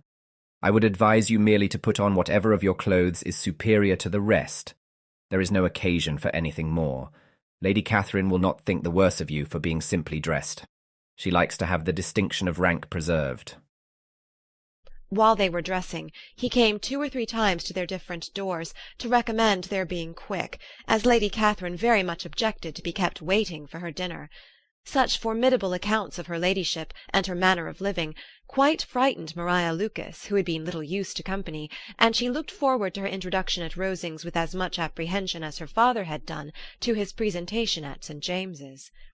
As the weather was fine, they had a pleasant walk of about half a mile across the park. Every park has its beauty and its prospects, and Elizabeth saw much to be pleased with, though she could not be in such raptures as Mr. Collins expected the scene to inspire, and was but slightly affected by his enumeration of the windows in front of the house, and his relation of what the glazing altogether had originally cost Sir Louis de Bourgh. When they ascended the steps to the hall, Maria's alarm was every moment increasing, and even Sir William did not look perfectly calm.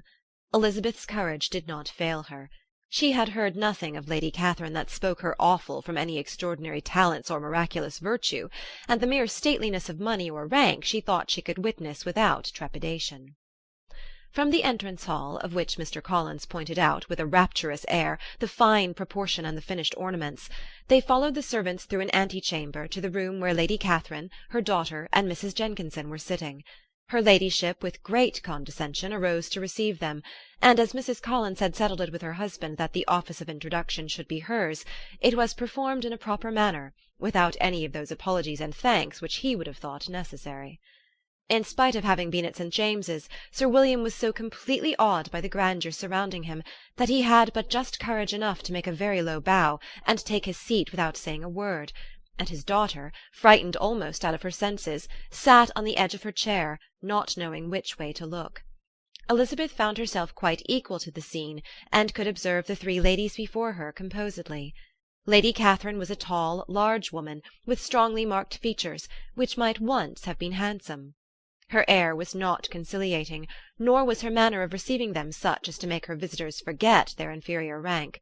She was not rendered formidable by silence, but whatever she said was spoken in so authoritative a tone as marked her self-importance, and brought Mr. Wickham immediately to Elizabeth's mind, and from the observation of the day altogether she believed Lady Catherine to be exactly what he represented.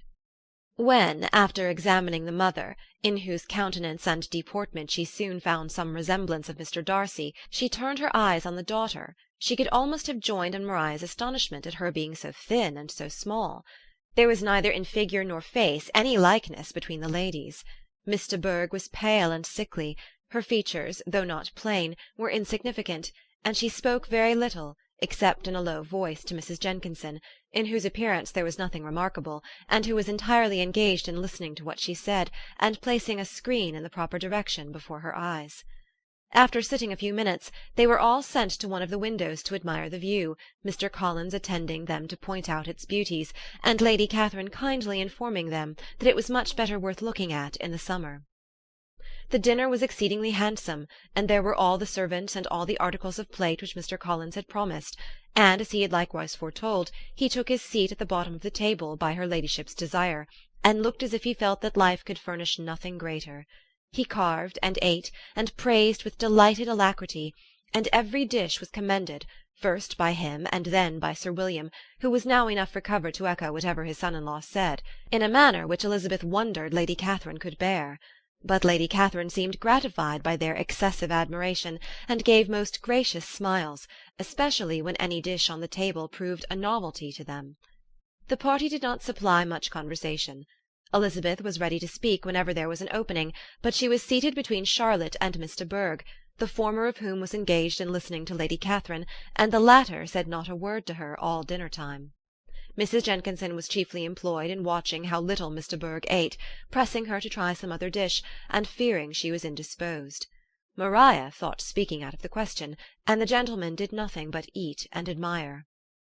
When the ladies returned to the drawing-room, there was little to be done but to hear Lady Catherine talk, which she did without any intermission till coffee came in, delivering her opinion on every subject in so decisive a manner as proved that she was not used to have her judgment controverted. She inquired into Charlotte's domestic concerns familiarly and minutely, gave her a great deal of advice as to the management of them all, told her how everything ought to be regulated in so small a family as hers, and instructed her as to the care of her cows and her poultry. Elizabeth found that nothing was beneath this great lady's attention which could furnish her with an occasion of dictating to others. In the intervals of her discourse with Mrs. Collins, she addressed a variety of questions to Maria and Elizabeth, but especially to the latter, of whose connections she knew the least, and who she observed to Mrs. Collins was a very genteel, pretty kind of girl. She asked her at different times how many sisters she had, whether they were older or younger than herself, whether any of them were likely to be married, whether they were handsome, whether they had been educated, what carriage her father kept, and what had been her mother's maiden name. Elizabeth felt all the impertinence of her questions, but answered them very composedly. Lady Catherine then observed, "Your father's estate is entailed on Mr. Collins, I think. For your sake," turning to Charlotte, "I am glad of it, but otherwise I see no occasion for entailing estates from the female line. It was not thought necessary in Sir Lewis de Bourgh's family. Do you play and sing, Miss Bennet?" "A little." "No, then some time or other we shall be happy to hear you. Our instrument is a capital one, probably superior to— you shall try it some day. Do your sisters play and sing?" "One of them does." "Why did not you all learn? You ought all to have learned. The Miss Webbs all play, and their father has not so good an income as yours. Do you draw?" "No, not at all." "What, none of you?" "Not one." "That is very strange. But I suppose you had no opportunity. Your mother should have taken you to town every spring for the benefit of masters." "My mother would have had no objection, but my father hates London." "Has your governess left you?" "We never had any governess." "No governess? How was that possible? 5 daughters brought up at home without a governess! I never heard of such a thing. Your mother must have been quite a slave to your education." Elizabeth could hardly help smiling as she assured her that that had not been the case. "Then who taught you? Who attended to you? Without a governess you must have been neglected." "Compared with some families, I believe we were, but such of us as wished to learn never wanted the means. We were always encouraged to read, and had all the masters that were necessary. Those who chose to be idle certainly might." "Ay, no doubt, but that is what a governess will prevent, and if I had known your mother, I should have advised her most strenuously to engage one. I always say that nothing is to be done in education without steady and regular instruction, and nobody but a governess can give it. It is wonderful how many families I have been the means of supplying in that way. I am always glad to get a young person well placed out. 4 nieces of Mrs. Jenkinson are most delightfully situated through my means, and it was but the other day that I recommended another young person, who was merely accidentally mentioned to me, and the family are quite delighted with her. Mrs. Collins, did I tell you of Lady Metcalfe's calling yesterday to thank me? She finds Miss Pope a treasure. 'Lady Catherine,' said she, 'you have given me a treasure.' Are any of your younger sisters out, Miss Bennet? Yes, ma'am, all. All? What, all 5 out at once? Very odd. And you only the second. The younger ones out before the elder ones are married. Your younger sisters must be very young. Yes, my youngest is not 16. Perhaps she is full young to be much in company. But really, ma'am, I think it would be very hard upon younger sisters that they should not have their share of society and amusement, because the elder may not have the means or inclination to marry early. The last-born has as good a right to the pleasures of youth as the first, and to be kept back on such a motive, I think it would not be very likely to promote sisterly affection or delicacy of mind. Upon my word, said her ladyship, you give your opinion very decidedly for so young a person. Pray, what is your age? With 3 younger sisters grown up, replied Elizabeth, smiling, your ladyship can hardly expect me to own it. Lady Catherine seemed quite astonished at not receiving a direct answer, and Elizabeth suspected herself to be the first creature who had ever dared to trifle with so much dignified impertinence. You cannot be more than 20, I am sure. Therefore you need not conceal your age. I am not 21.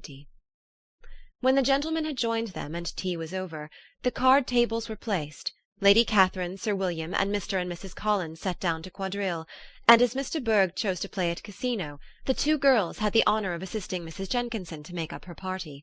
Their table was superlatively stupid. Scarcely a syllable was uttered that did not relate to the game, except when Mrs. Jenkinson expressed her fears of Mr. Berg's being too hot or too cold, or having too much or too little light. A great deal more passed at the other table. Lady Catherine was generally speaking, stating the mistakes of the 3 others, or relating some anecdote of herself. Mr. Collins was employed in agreeing to everything her ladyship said, thanking her for every fish he won, and apologizing if he thought he won too many. Sir William did not say much. He was storing his memory with anecdotes and noble names. When Lady Catherine and her daughter had played as long as they chose, the tables were broken up, the carriage was offered to Mrs. Collins, gratefully accepted and immediately ordered. The party then gathered round the fire to hear Lady Catherine determine what weather they were to have on the morrow. From these instructions they were summoned by the arrival of the coach, and with many speeches of thankfulness on Mr. Collins' side, and as many bows on Sir William's, they departed. As soon as they had driven from the door, Elizabeth was called on by her cousin to give her opinion of all that she had seen at Rosings, which, for Charlotte's sake, she made more favourable than it really was. But her commendation, though costing her some trouble, could by no means satisfy Mr. Collins, and he was very soon obliged to take her ladyship's praise into his own hands.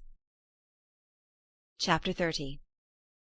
Sir William stayed only a week at Hunsford, but his visit was long enough to convince him of his daughter's being most comfortably settled, and of her possessing such a husband and such a neighbour as were not often met with. While Sir William was with them, Mr. Collins devoted his morning to driving him out in his gig and showing him the country, but when he went away, the whole family returned to their usual employments, and Elizabeth was thankful to find that they did not see more of her cousin by the alteration, for the chief of the time between breakfast and dinner was now passed by him either at work in the garden, or in reading and writing, and looking out of the window in his own book-room, which fronted the road. The room in which the ladies sat was backwards. Elizabeth had at first rather wondered that Charlotte should not prefer the dining-parlour for common use. It was a better-sized room, and had a more pleasant aspect, but she soon saw that her friend had an excellent reason for what she did, for Mr. Collins would undoubtedly have been much less in his own apartment had they sat in one equally lively, and she gave Charlotte credit for the arrangement. From the drawing-room they could distinguish nothing in the lane, and were indebted to Mr. Collins for the knowledge of what carriages went along, and how often especially Miss de Bourgh drove by in her phaeton, which he never failed coming to inform them of, though it happened almost every day. She not unfrequently stopped at the parsonage, and had a few minutes' conversation with Charlotte, but was scarcely ever prevailed upon to get out.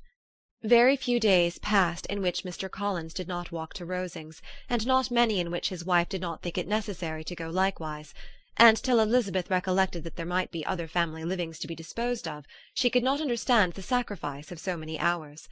Now and then they were honoured with a call from her ladyship, and nothing escaped her observation that was passing in the room during these visits.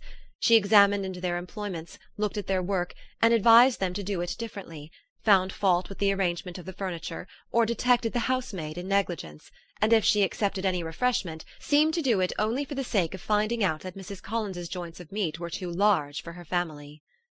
Elizabeth soon perceived that though this great lady was not in commission of the peace of the county, she was a most active magistrate in her own parish, the minutest concerns of which were carried to her by Mr. Collins, and whenever any of the cottagers were disposed to be quarrelsome, discontented, or too poor, she sallied forth into the village to settle their differences, silence their complaints, and scold them into harmony and plenty. The entertainment of dining at Rosings was repeated about twice a week, and allowing for the loss of Sir William, and there being only one card-table in the evening, every such entertainment was the counterpart of the first. Their other engagements were few, as the style of living in the neighbourhood in general was beyond Mr. Collins's reach. This, however, was no evil to Elizabeth, and upon the whole she spent her time comfortably enough. There were half-hours of pleasant conversation with Charlotte, and the weather was so fine for the time of year that she had often great enjoyment out of doors. Her favourite walk, and where she frequently went while the others were calling on Lady Catherine, was along the open grove which edged that side of the park where there was a nice sheltered path, which no one seemed to value but herself, and where she felt beyond the reach of Lady Catherine's curiosity. In this quiet way the first fortnight of her visit soon passed away. Easter was approaching, and the week preceding it was to bring an addition to the family at Rosings, which in so small a circle must be important. Elizabeth had heard soon after her arrival that Mr. Darcy was expected there in the course of a few weeks, and though there were not many of her acquaintances whom she did not prefer, his coming would furnish one comparatively new to look at in their Rosings parties, and she might be amused in seeing how hopeless Miss Bingley's designs on him were by his behaviour to his cousin, for whom he was evidently destined by Lady Catherine, who talked of his coming with the greatest satisfaction, spoke of him in terms of the highest admiration, and seemed almost angry to find that he had already been frequently seen by Miss Lucas and herself. His arrival was soon known at the parsonage, for Mr. Collins was walking the whole morning within view of the lodges opening into Hunsford Lane, in order to have the earliest assurance of it, and after making his bow as the carriage turned into the park, hurried home with the great intelligence. On the following morning he hastened to Rosings to pay his respects. There were 2 nephews of Lady Catherine to require them, for Mr. Darcy had brought with him a Colonel Fitzwilliam, the younger son of his uncle, Lord Blank, and to the great surprise of all the party, when Mr. Collins returned, the gentleman accompanied him. Charlotte had seen them from her husband's room, crossing the road, and immediately running into the other, told the girls what an honour they might expect, adding, "I may thank you, Eliza, for this piece of civility. Mr. Darcy would never have come so soon to wait upon me." Elizabeth had scarcely time to disclaim all right to the compliment before their approach was announced by the door-bell, and shortly afterwards the 3 gentlemen entered the room. Colonel Fitzwilliam, who led the way, was about 30, not handsome, but in person and address most truly the gentleman. Mr. Darcy looked just as he had been used to look in Hertfordshire, paid his compliments, with his usual reserve, to Mrs. Collins, and whatever might be his feelings toward her friend, met her with every appearance of composure. Elizabeth merely curtsied to him, without saying a word. Colonel Fitzwilliam entered into conversation directly with the readiness and ease of a well-bred man, and talked very pleasantly, but his cousin, after having addressed a slight observation on the house and garden to Mrs. Collins, sat for some time without speaking to anybody. At length, however, his civility was so far awakened as to inquire of Elizabeth after the health of her family. She answered him in the usual way, and after a moment's pause added, "My eldest sister has been in town these 3 months. Have you never happened to see her there?" She was perfectly sensible that he never had, but she wished to see whether he would betray any consciousness of what had passed between the Bingleys and Jane, and she thought he looked a little confused as he answered that he had never been so fortunate as to meet Miss Bennet. The subject was pursued no farther, and the gentlemen soon afterwards went away. Chapter 31. Colonel Fitzwilliam's manners were very much admired at the parsonage, and the ladies all felt that he must add considerably to the pleasures of their engagements at Rosings. It was some days, however, before they received any invitation thither, for while there were visitors in the house they could not be necessary, and it was not till Easter Day, almost a week after the gentlemen's arrival, that they were honoured by such an attention, and then they were merely asked on leaving church to come there in the evening. For the last week they had seen very little of Lady Catherine or her daughter. Colonel Fitzwilliam had called at the parsonage more than once during the time, but Mr. Darcy they had only seen at church. The invitation was accepted, of course, and at a proper hour they joined the party in Lady Catherine's drawing-room. Her ladyship received them civilly, But it was plain that their company was by no means so acceptable as when she could get nobody else, and she was in fact almost engrossed by her nephews, speaking to them, especially to Darcy, much more than to any other person in the room. Colonel Fitzwilliam seemed really glad to see them. Anything was a welcome relief to him at Rosings, and Mrs. Collins's pretty friend had moreover caught his fancy very much. He now seated himself by her, and talked so agreeably of Kent and Hertfordshire, of travelling and staying at home, of new books and music, that Elizabeth had never been half so well entertained in that room before. And they conversed with so much spirit and flow as to draw the attention of Lady Catherine herself, as well as of Mr. Darcy. His eyes had been soon and repeatedly turned towards them with a look of curiosity, and that her ladyship after a while shared the feeling was more openly acknowledged, for she did not scruple to call out, "What is it that you are saying, Fitzwilliam? What is it you are talking of? What are you telling Miss Bennet? Let me hear what it is." "We are speaking of music, madam," said he, when no longer able to avoid a reply. "Of music? Then pray speak aloud. It is of all subjects my delight. I must have my share in the conversation if you are speaking of music. There are few people in England, I suppose, who have more true enjoyment of music than myself, or of a better natural taste. If I had ever learnt, I should have been a great proficient, and so would Anne, if her health had allowed her to apply. I am confident that she would have performed delightfully. How does Georgiana get on, Darcy?" Mr. Darcy spoke with affectionate praise of his sister's proficiency.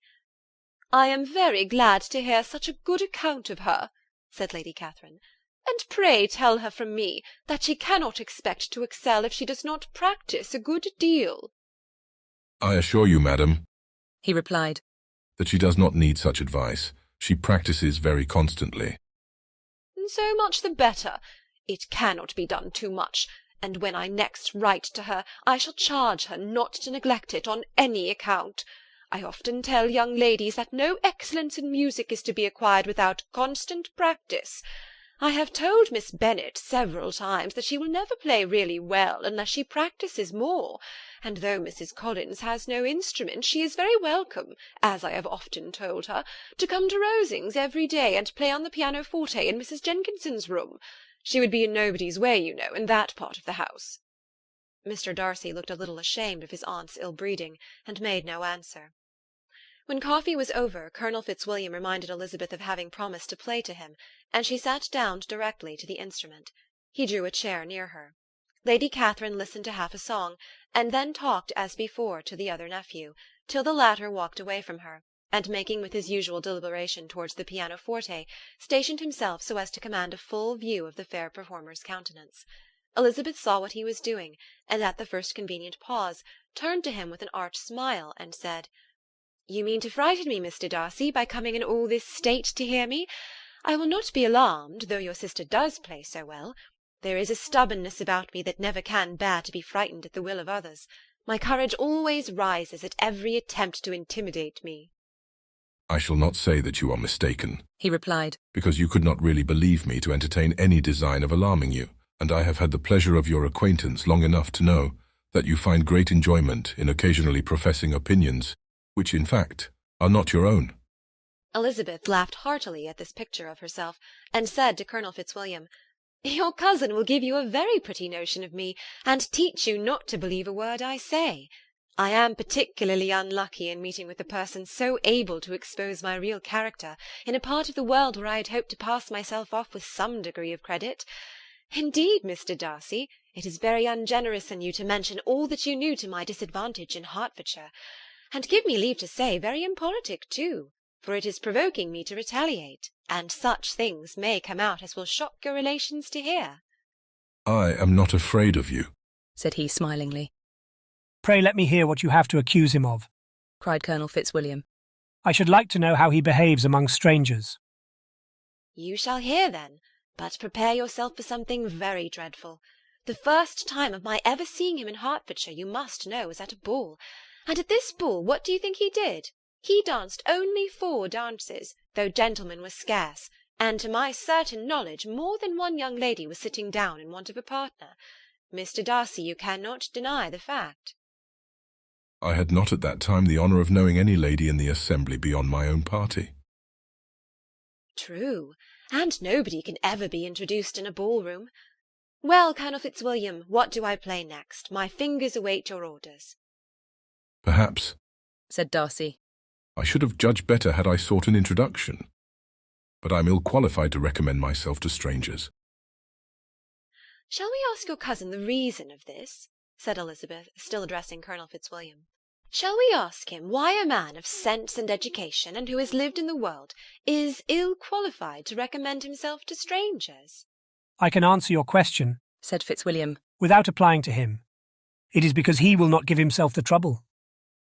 I certainly have not the talent which some people possess, said Darcy, of conversing easily with those I have never seen before. I cannot catch their tone of conversation or appear interested in their concerns, as I often see done. My fingers, said Elizabeth, do not move over this instrument in the masterly manner which I see so many women's do. They have not the same force or rapidity, and do not produce the same expression.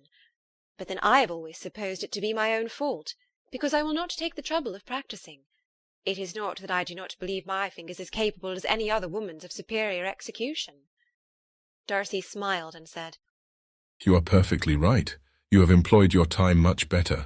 No one admitted to the privilege of hearing you can think anything wanting. We neither of us perform to strangers. Here they were interrupted by Lady Catherine, who called out to know what they were talking of. Elizabeth immediately began playing again. Lady Catherine approached, and after listening for a few minutes, said to Darcy, Miss Bennet would not play at all amiss if she practised more, and could have the advantage of a London master. She has a very good notion of fingering, though her taste is not equal to Anne's. Anne would have been a delightful performer, had her health allowed her to learn. Elizabeth looked at Darcy to see how cordially he assented to his cousin's praise, but neither at that moment nor at any other could she discern any symptom of love, and from the whole of his behaviour to Miss de Bourgh she derived this comfort for Miss Bingley, that he might have been just as likely to marry her had she been his relation. Lady Catherine continued her remarks on Elizabeth's performance, mixing with them many instructions on execution and taste.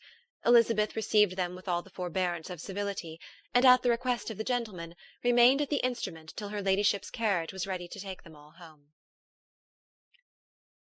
Chapter 32. Elizabeth was sitting by herself the next morning, and writing to Jane while Mrs. Collins and Maria were gone on business into the village, when she was startled by a ring at the door, the certain signal of a visitor. As she had heard no carriage, she thought it not unlikely to be Lady Catherine, and under that apprehension was putting away her half-finished letter that she might escape all impertinent questions, when the door opened, and to her very great surprise, Mr. Darcy, and Mr. Darcy only, entered the room. He seemed astonished, too, at finding her alone, and apologized for his intrusion by letting her know that he had understood all the ladies were to be within. They then sat down, and when her inquiries after Rosings were made, seemed in danger of sinking into total silence. It was absolutely necessary, therefore, to think of something, and in this emergence, recollecting when she had seen him last in Hertfordshire, and feeling curious to know what he would say on the subject of their hasty departure, she observed, "How very suddenly you all quitted Netherfield last November, Mr. Darcy. It must have been a most agreeable surprise to Mr. Bingley to see you all after him so soon, for if I recollect right, he went but the day before. He and his sisters were well, I hope, when you left London?" Perfectly so, I thank you. She found that she was to receive no other answer, and after a short pause added, "I think I have understood that Mr. Bingley has not much idea of ever returning to Netherfield again." I have never heard him say so, but it is probable that he may spend very little of his time there in future. He has many friends, and he is at a time of life when friends and engagements are continually increasing. If he means to be but little at Netherfield, it would be better for the neighbourhood that he should give up the place entirely, for then we might possibly get a settled family there. But perhaps Mr. Bingley did not take the house so much for the convenience of the neighbourhood as for his own, and we must expect him to keep it or quit it on the same principle. I should not be surprised, said Darcy, if he were to give it up as soon as any eligible purchase offers. Elizabeth made no answer. She was afraid of talking longer of his friend, and having nothing else to say, was now determined to leave the trouble of finding a subject to him. He took the hint, and soon began with, "This seems a very comfortable house. Lady Catherine, I believe, did a great deal to it when Mr. Collins first came to Hunsford." "I believe she did. and I am sure she could not have bestowed her kindness on a more grateful object. Mr. Collins appears very fortunate in his choice of a wife. Yes, indeed. His friends may well rejoice in his having met with one of the very few sensible women who would have accepted him, or have made him happy if they had. My friend has an excellent understanding, though I am not certain that I consider her marrying Mr. Collins as the wisest thing she ever did. She seems perfectly happy, however, and in a prudential light it is certainly a very good match for her. It must be very agreeable to her to be settled within so easy a distance of her own family and friends. An easy distance, do you call it? It is nearly 50 miles. And what is 50 miles of good road? Little more than half a day's journey. Yes, I call it a very easy distance. I should never have considered the distance as one of the advantages of the match, cried Elizabeth. I should never have said Mrs. Collins was settled near her family. It is a proof of your own attachment to Hertfordshire. Anything beyond the very neighbourhood of Longbourn, I suppose, would appear far. As he spoke, there was a sort of smile which Elizabeth fancied she understood. He must be supposing her to be thinking of Jane and Netherfield, and she blushed as she answered, I do not mean to say that a woman may not be settled too near her family.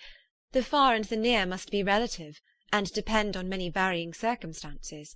Where there is fortune to make the expenses of travelling unimportant, distance becomes no evil. But that is not the case here. Mr. and Mrs. Collins have a comfortable income, but not such a one as will allow of frequent journeys, and I am persuaded my friend would not call herself near her family under less than half the present distance. Mr. Darcy drew his chair a little towards her, and said, You cannot have a right to such very strong local attachment. You cannot have been always at Longbourn. Elizabeth looked surprised. The gentleman experienced some change of feeling. He drew back his chair, took a newspaper from the table, and glancing over it, said in a colder voice, Are you pleased with Kent? A short dialogue on the subject of the country ensued, on either side calm and concise, and soon put an end to by the entrance of Charlotte and her sister, just returned from her walk. The tete-a-tete surprised them. Mr. Darcy related the mistake which had occasioned his intruding on Miss Bennet, and after sitting a few minutes longer without saying much to anybody, went away. "What can be the meaning of this?" said Charlotte, as soon as he was gone. "My dear Eliza, he must be in love with you, or he would never have called on us in this familiar way."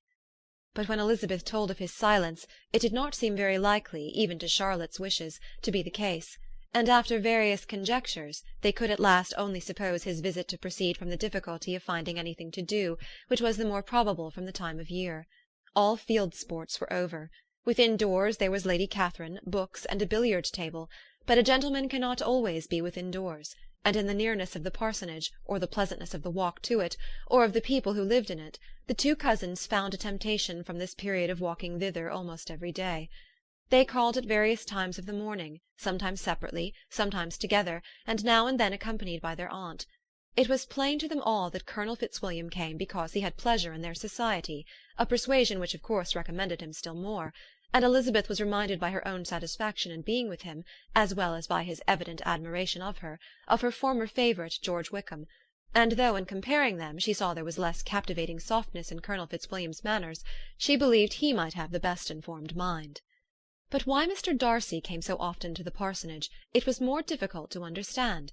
It could not be for society, as he frequently sat there 10 minutes together without opening his lips, and when he did speak it seemed the effect of necessity rather than of choice, a sacrifice to propriety, not a pleasure to himself. He seldom appeared really animated. Mrs. Collins knew not what to make of him. Colonel Fitzwilliam's occasionally laughing at his stupidity proved that he was generally different, which her own knowledge of him could not have told her, and as she would like to have believed this change the effect of love, and the object of that love her friend Eliza, she set herself seriously at work to find it out. She watched him whenever they were at Rosings, and whenever he came to Hunsford, but without much success. He certainly looked at her friend a great deal, but the expression of that look was disputable. It was an earnest, steadfast gaze, but she often doubted whether there were much admiration in it, and sometimes it seemed nothing but absence of mind. She had once or twice suggested to Elizabeth the possibility of his being partial to her, but Elizabeth always laughed at the idea, and Mrs. Collins did not think it right to press the subject, from the danger of raising expectations which might only end in disappointment, for in her opinion it admitted not of a doubt that all her friend's dislike would vanish if she could suppose him to be in her power. In her kind schemes for Elizabeth, she sometimes planned her marrying Colonel Fitzwilliam. He was beyond comparison the most pleasant man. He certainly admired her, and his situation in life was most eligible.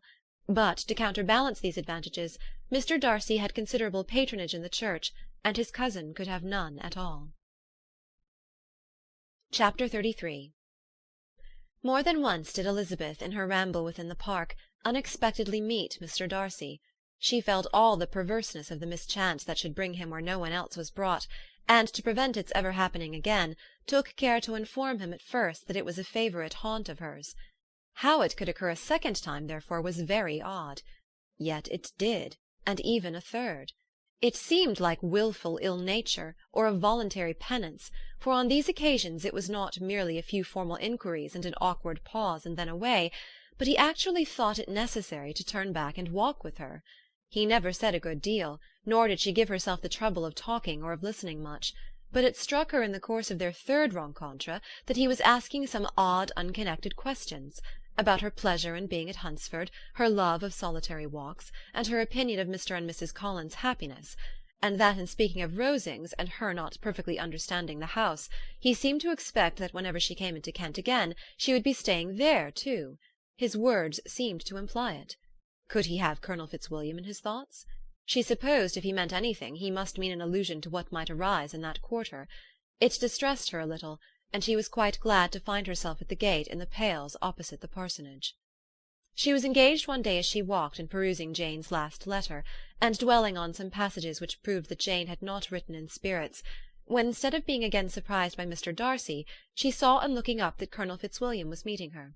Putting away her letter immediately, and forcing a smile, she said, "I did not know before that you ever walked this way." "I have been making the tour of the park," he replied, "as I generally do every year, and intended to close it with a call at the parsonage. Are you going much farther?" "No, I should have turned in a moment." And accordingly she did turn, and they walked towards the parsonage together. "Do you suddenly leave Kent on Saturday?" she said. "Yes, if Darcy does not put it off again. But I am at his disposal. He arranges the business just as he pleases." "And if not able to please himself in the arrangement, he has at least pleasure in the great power of choice. I do not know anybody who seems more to enjoy the power of doing what he likes than Mr. Darcy." "He likes to have his own way very well," replied Colonel Fitzwilliam. "but so we all do. It is only that he has better means of having it than many others, because he is rich and many others are poor. I speak feelingly. A younger son, you know, must be inured to self-denial and dependence." "In my opinion, the younger son of an earl can know very little of either. Now, seriously, what have you ever known of self-denial and dependence? When have you been prevented by want of money from going wherever you chose, or procuring anything you had a fancy for?" "These are home questions, and perhaps I cannot say that I have experienced many hardships of that nature. But in matters of greater weight, I may suffer from the want of money. Younger sons cannot marry where they like." "Unless where they like women of fortune, which I think very often they do." "Our habits of expense make us too dependent, and there are not many in my rank of life who can afford to marry without some attention to money." "Is this," thought Elizabeth, "meant for me?" And she coloured at the idea, but recovering herself, said in a lively tone, "And pray, what is the usual price of an earl's younger son? Unless the elder brother is very sickly, I suppose you would not ask above £50,000. He answered her in the same style, and the subject dropped. To interrupt a silence which might make him fancy her affected with what had passed, she soon afterwards said, "I imagine your cousin brought you down with him chiefly for the sake of having someone at his disposal. I wonder he does not marry, to secure a lasting convenience of that kind. But perhaps his sister does as well for the present, and as she is under his sole care, he may do what he likes with her." "No," said Colonel Fitzwilliam. "that is an advantage which he must divide with me. I'm joined with him in the guardianship of Miss Darcy." "Are you indeed? And pray what sort of guardians do you make? Does your charge give you much trouble? Young ladies of her age are sometimes a little difficult to manage, and if she has the true Darcy spirit, she may like to have her own way." As she spoke, she observed him looking at her earnestly, and the manner in which he immediately asked her why she supposed Miss Darcy likely to give them any uneasiness convinced her that she had somehow or other got pretty near the truth. She directly replied, "You need not be frightened. I never heard any harm of her, and I dare say she is one of the most tractable creatures in the world. She is a very great favourite with some ladies of my acquaintance, Mrs. Hurst and Miss Bingley. I think I have heard you say that you know them. I know them a little. Their brother is a pleasant, gentlemanlike man. He is a great friend of Darcy's. Oh, yes, said Elizabeth dryly. Mr. Darcy is uncommonly kind to Mr. Bingley, and takes a prodigious deal of care of him. Care of him? Yes, I really believe Darcy does take care of him in those points where he most wants care. From something that he told me in our journey hither, I have reason to think Bingley very much indebted to him. But I ought to beg his pardon, for I have no right to suppose that Bingley was the person meant. It was all conjecture. What is it you mean? It is a circumstance which Darcy, of course, could not wish to be generally known, because if it were to get round to the lady's family, it would be an unpleasant thing. You may depend upon my not mentioning it. And remember that I have not much reason for supposing it to be Bingley. What he told me was merely this, that he congratulated himself on having lately saved a friend from the inconveniences of a most imprudent marriage, but without mentioning names or any other particulars, and I only suspected it to be Bingley, from believing him the kind of young man to get into a scrape of that sort, and from knowing them to have been together the whole of last summer. Did Mr. Darcy give you reasons for this interference? I understood that there were some very strong objections against the lady. And what arts did he use to separate them? He did not talk to me of his own arts, said Fitzwilliam, smiling. He only told me what I have now told you. Elizabeth made no answer, and walked on, her heart swelling with indignation. After watching her a little, Fitzwilliam asked her why she was so thoughtful. "I am thinking of what you have been telling me," said she.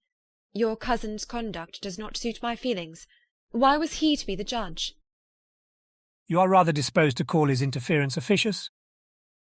I do not see what right Mr. Darcy had to decide on the propriety of his friend's inclination, or why upon his own judgment alone he was to determine and direct in what manner his friend was to be happy. But, she continued, recollecting herself, as we know none of the particulars, it is not fair to condemn him. It is not to be supposed that there was much affection in the case. That is not an unnatural surmise, said Fitzwilliam. But it is lessening the honour of my cousin's triumph very sadly. This was spoken jestingly, but it appeared to her so just a picture of Mr. Darcy that she would not trust herself with an answer, and therefore, abruptly changing the conversation, talked on indifferent matters until they reached the parsonage. There, shut into her own room as soon as their visitor left them, she could think without interruption of all that she had heard. It was not to be supposed that any other people could be meant than those with whom she was connected. There could not exist in the world two men over whom Mr. Darcy could have such boundless influence. That he had been concerned in the measures taken to separate Bingley and Jane she had never doubted, but she had always attributed to Miss Bingley the principal design and arrangement of them. If his own vanity, however, did not mislead him, he was the cause, his pride and caprice were the cause, of all that Jane had suffered and still continued to suffer. He had ruined for a while every hope of happiness for the most affectionate, generous heart in the world, and no one could say how lasting an evil he might have inflicted. There were some very strong objections against the lady, were Colonel Fitzwilliam's words, and these strong objections probably were, her having one uncle who was a country attorney, and another who was in business in London.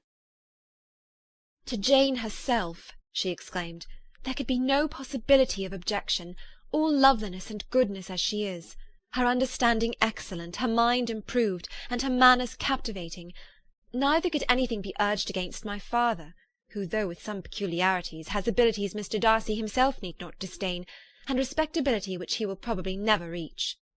When she thought of her mother, her confidence gave way a little, but she would not allow that any objections there had material weight with Mr. Darcy, whose pride, she was convinced, would receive a deeper wound from the want of importance in his friends' connections than from their want of sense, and she was quite decided at last that he had been partly governed by this worst kind of pride, and partly by the wish of retaining Mr. Bingley for his sister. The agitation and tears which the subject occasioned brought on a headache, and it grew so much worse towards the evening that, added to her unwillingness to see Mr. Darcy, it determined her not to attend her cousins to Rosings, where they were engaged to drink tea. Mrs. Collins, seeing that she was really unwell, did not press her to go, and as much as possible prevented her husband from pressing her. But Mr. Collins could not conceal his apprehension of Lady Catherine's being rather displeased by her staying at home. Chapter 34. When they were gone, Elizabeth, as if intending to exasperate herself as much as possible against Mr. Darcy, chose for her employment the examination of all the letters which Jane had written to her since her being in Kent. They contained no actual complaint, nor was there any revival of past occurrences, or any communication of present suffering. But in all, and in almost every line of each, there was a want of that cheerfulness which had been used to characterize her style, and which, proceeding from the serenity of a mind at ease with itself, and kindly disposed towards every one, had been scarcely ever clouded. Elizabeth noticed every sentence conveying the idea of uneasiness, with an attention which it had hardly received on the first perusal. Mr. Darcy's shameful boast of what misery he had been able to inflict gave her a keener sense of her sister's sufferings. It was some consolation to think that his visit to Rosings was to end on the day after the next, and a still greater, that in less than a fortnight she should herself be with Jane again, and enabled to contribute to the recovery of her spirits by all that affection could do. She could not think of Darcy's leaving Kent without remembering that his cousin was to go with him, but Colonel Fitzwilliam had made it clear that he had no intentions at all, and agreeable as he was, she did not mean to be unhappy about him. While settling this point, she was suddenly roused by the sound of the door-bell, and her spirits were a little fluttered by the idea of its being Colonel Fitzwilliam himself, who had once before called late in the evening, and might now come to inquire particularly after her. But the idea was soon banished, and her spirits were very differently affected, when, to her utter amazement, she saw Mr. Darcy walk into the room.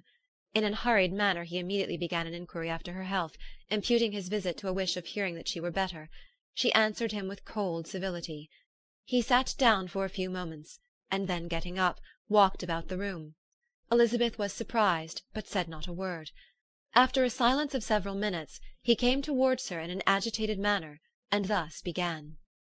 In vain have I struggled. It will not do. My feelings will not be repressed. You must allow me to tell you how ardently I admire and love you. Elizabeth's astonishment was beyond expression. She stared, coloured, doubted, and was silent. This he considered sufficient encouragement, and the avowal of all that he felt, and had long felt for her, immediately followed. He spoke well, but there were feelings besides those of the heart to be detailed, and he was not more eloquent on the subject of tenderness than of pride. His sense of her inferiority, of its being a degradation, of the family obstacles which had always opposed to inclination, were dwelt on with a warmth which seemed due to the consequence he was wounding, but was very unlikely to recommend his suit. In spite of her deeply rooted dislike, she could not be insensible to the compliment of such a man's affection, and though her intentions did not vary for an instant, she was at first sorry for the pain he was to receive, till, roused to resentment by his subsequent language, she lost all compassion in anger. She tried, however, to compose herself to answer him with patience, when he should have done. He concluded with representing to her the strength of that attachment, which, in spite of all his endeavours, he had found impossible to conquer, and with expressing his hope that it would now be rewarded by her acceptance of his hand. As he said this, she could easily see that he had no doubt of a favourable answer. He spoke of apprehension and anxiety, but his countenance expressed real security. Such a circumstance could only exasperate further, and when he ceased, the colour rose into her cheeks, and she said, "In such cases as this, it is, I believe, the established mode to express a sense of obligation for the sentiments avowed, however unequally they may be returned. It is natural that obligation should be felt, and if I could feel gratitude, I would now thank you. But I cannot. I have never desired your good opinion, and you have certainly bestowed it most unwillingly. I am sorry to have occasioned pain to any one. It has been most unconsciously done, however, and I hope will be of short duration. The feelings which, you tell me, have long prevented the acknowledgment of your regard, can have little difficulty in overcoming it after this explanation." Mr. Darcy, who was leaning against the mantelpiece with his eyes fixed on her face, seemed to catch her words with no less resentment than surprise. His complexion became pale with anger, and the disturbance of his mind was visible in every feature. He was struggling for the appearance of composure, and would not open his lips till he believed himself to have attained it. The pause was to Elizabeth's feelings dreadful. At length, with a voice of forced calmness, he said, "And this is all the reply which I am to have the honour of expecting. I might perhaps wish to be informed why, with so little endeavour at civility, I am thus rejected, but it is of small importance." "I might as well inquire," replied she. Why, with so evident a desire of offending and insulting me, you chose to tell me that you liked me against your will, against your reason, and even against your character. Was not this some excuse for incivility, if I was incivil? But I have other provocations. You know I have. Had not my feelings decided against you, had they been indifferent, or had they even been favourable, do you think that any consideration would tempt me to accept the man who has been the means of ruining, perhaps for ever, the happiness of a most beloved sister? As she pronounced these words, Mr. Darcy changed colour, but the emotion was short, and he listened without attempting to interrupt her while she continued. I have every reason in the world to think ill of you. No motive can excuse the unjust and ungenerous part you acted there. You dare not, you cannot deny that you have been the principal, if not the only means of dividing them from each other, of exposing one to the censure of the world for caprice and instability, and the other to its derision for disappointed hopes, and involving them both in misery of the acutest kind. She paused, and saw with no slight indignation that he was listening with an air which proved him wholly unmoved by any feeling of remorse. He even looked at her with a smile of affected incredulity. "Can you deny that you have done it?" she repeated. With assumed tranquillity he then replied, I have no wish of denying that I did everything in my power to separate my friend from your sister, or that I rejoice in my success. Towards him I have been kinder than towards myself. Elizabeth disdained the appearance of noticing this civil reflection, but its meaning did not escape, nor was it likely to conciliate her. "But it is not merely this affair," she continued, "on which my dislike is founded. Long before it had even taken place, my opinion of you was decided. Your character was unfolded in the recital which I received many months ago from Mr. Wickham. On this subject, what can you have to say? In what imaginary act of friendship can you here defend yourself, or under what misrepresentation can you here impose upon others?" You take an eager interest in that gentleman's concerns, said Darcy in a less tranquil tone and with a heightened colour. Who that knows what his misfortunes have been can help feeling an interest in him? His misfortunes? Repeated Darcy contemptuously. Yes, his misfortunes have been great indeed. And of your infliction, cried Elizabeth with energy. You have reduced him to his present state of poverty, comparative poverty.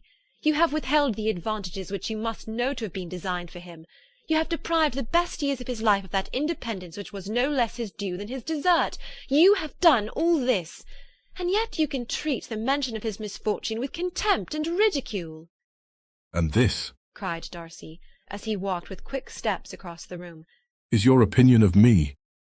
This is the estimation in which you hold me. I thank you for explaining it so fully. My faults, according to this calculation, are heavy indeed, but perhaps, added he, stopping in his walk and turning towards her, these offences might have been overlooked, had not your pride been hurt by my honest confession of the scruples that had long prevented my forming any serious design. These bitter accusations might have been suppressed, had I, with greater policy, concealed my struggles, and flattered you into the belief of my being impelled by unqualified, unalloyed inclination, by reason, by reflection, by everything. But disguise of every sort is my abhorrence. Nor am I ashamed of the feelings I related. They were natural and just. Could you expect me to rejoice in the inferiority of your connections, to congratulate myself on the hope of relations whose condition in life is so decidedly beneath my own? Elizabeth felt herself growing more angry every moment, yet she tried to the utmost to speak with composure when she said, "You are mistaken, Mr. Darcy, if you suppose that the mode of your declaration affected me in any other way than as it spared the concern which I might have felt in refusing you, had you behaved in a more gentlemanlike manner." She saw him start at this, but he said nothing, and she continued, "You could not have made the offer of your hand in any possible way that would have tempted me to accept it." Again his astonishment was obvious, and he looked at her with an expression of mingled incredulity and mortification. She went on, "From the very beginning, from the first moment, I may almost say, of my acquaintance with you, your manners, impressing me with the fullest belief of your arrogance, your conceit, and your selfish disdain for the feelings of others, were such as to form the groundwork of disapprobation, on which succeeding events have built so immovable a dislike. And I had not known you a month before I felt that you were the last man in the world whom I could ever be prevailed on to marry." You have said quite enough, madam. I perfectly comprehend your feelings, and have now only to be ashamed of what my own have been. Forgive me for having taken up so much of your time, and accept my best wishes for your health and happiness." And with these words he hastily left the room, and Elizabeth heard him the next moment open the front door and quit the house. The tumult of her mind was now painfully great. She knew not how to support herself, and from actual weakness sat down and cried for half an hour. Her astonishment, as she reflected on what had passed, was increased by every review of it. That she should receive an offer of marriage from Mr. Darcy! That he should have been in love with her for so many months! So much in love as to wish to marry her in spite of all the objections which had made him prevent his friends marrying her sister, and which must appear at least with equal force in his own case, was almost incredible. It was gratifying to have inspired unconsciously so strong an affection. But his pride, his abominable pride, his shameless avowal of what he had done with respect to Jane, his unpardonable assurance in acknowledging, though he could not justify it, and the unfeeling manner in which he had mentioned Mr. Wickham, his cruelty towards whom he had not attempted to deny, soon overcame the pity which the consideration of his attachment had for a moment excited. She continued in very agitated reflections till the sound of Lady Catherine's carriage made her feel how unequal she was to encounter Charlotte's observation, and hurried her away to her room. Chapter 35. Elizabeth awoke the next morning to the same thoughts and meditations which had at length closed her eyes. She could not yet recover from the surprise of what had happened. It was impossible to think of anything else, and totally indisposed for employment, she resolved soon after breakfast to indulge herself in air and exercise. She was proceeding directly to her favourite walk, when the recollection of Mr. Darcy's sometimes coming there stopped her, and instead of entering the park, she turned up the lane which led her farther from the turnpike road. The park paling was still the boundary on one side, and she soon passed one of the gates into the ground. After walking 2 or 3 times along that part of the lane, she was tempted, by the pleasantness of the morning, to stop at the gates and look into the park. The 5 weeks which she had now passed in Kent had made a great difference in the country, and every day was adding to the verdure of the early trees. She was on the point of continuing her walk, when she caught a glimpse of a gentleman within the sort of grove which edged the park. He was moving that way, and fearful of its being Mr. Darcy, she was directly retreating. But the person who advanced was now near enough to see her, and stepping forward with eagerness, pronounced her name. She had turned away, but on hearing herself called, though in a voice which proved it to be Mr. Darcy, she moved again towards the gate. He had by that time reached it also, and holding out a letter, which she instinctively took, said, with a look of haughty composure, "I have been walking in the grove some time in the hope of meeting you. Will you do me the honour of reading that letter?" And then with a slight bow, turned again into the plantation, and was soon out of sight. With no expectation of pleasure, but with the strongest curiosity, Elizabeth opened the letter, and to her still increasing wonder perceived an envelope containing 2 sheets of letter paper, written quite through in a very close hand. The envelope itself was likewise full. Pursuing her way along the lane, she then began it.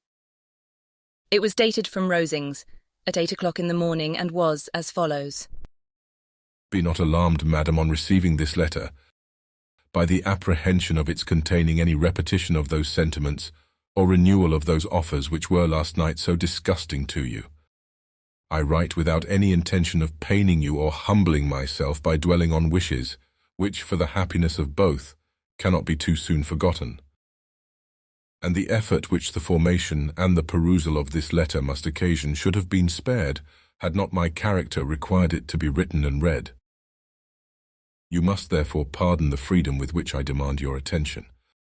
Your feelings, I know, will bestow it unwillingly, but I demand it of your justice. 2 offences of a very different nature, and by no means of equal magnitude, you last night laid to my charge.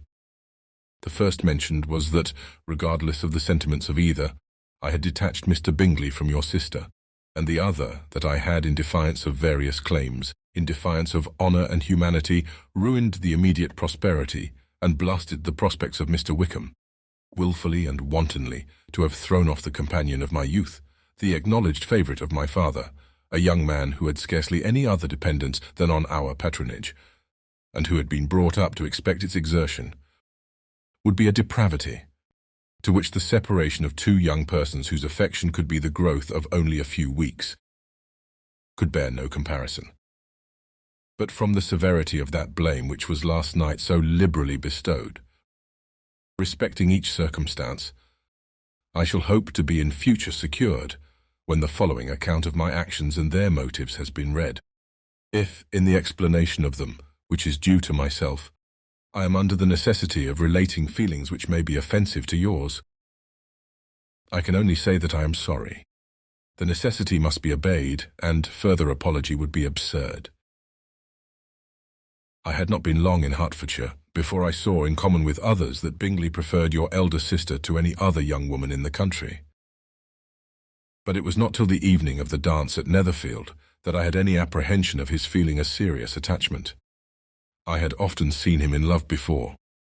At that ball, while I had the honour of dancing with you, I was first made acquainted, by Sir William Lucas's accidental information, that Bingley's attentions to your sister had given rise to a general expectation of their marriage. He spoke of it as a certain event, of which the time alone could be undecided.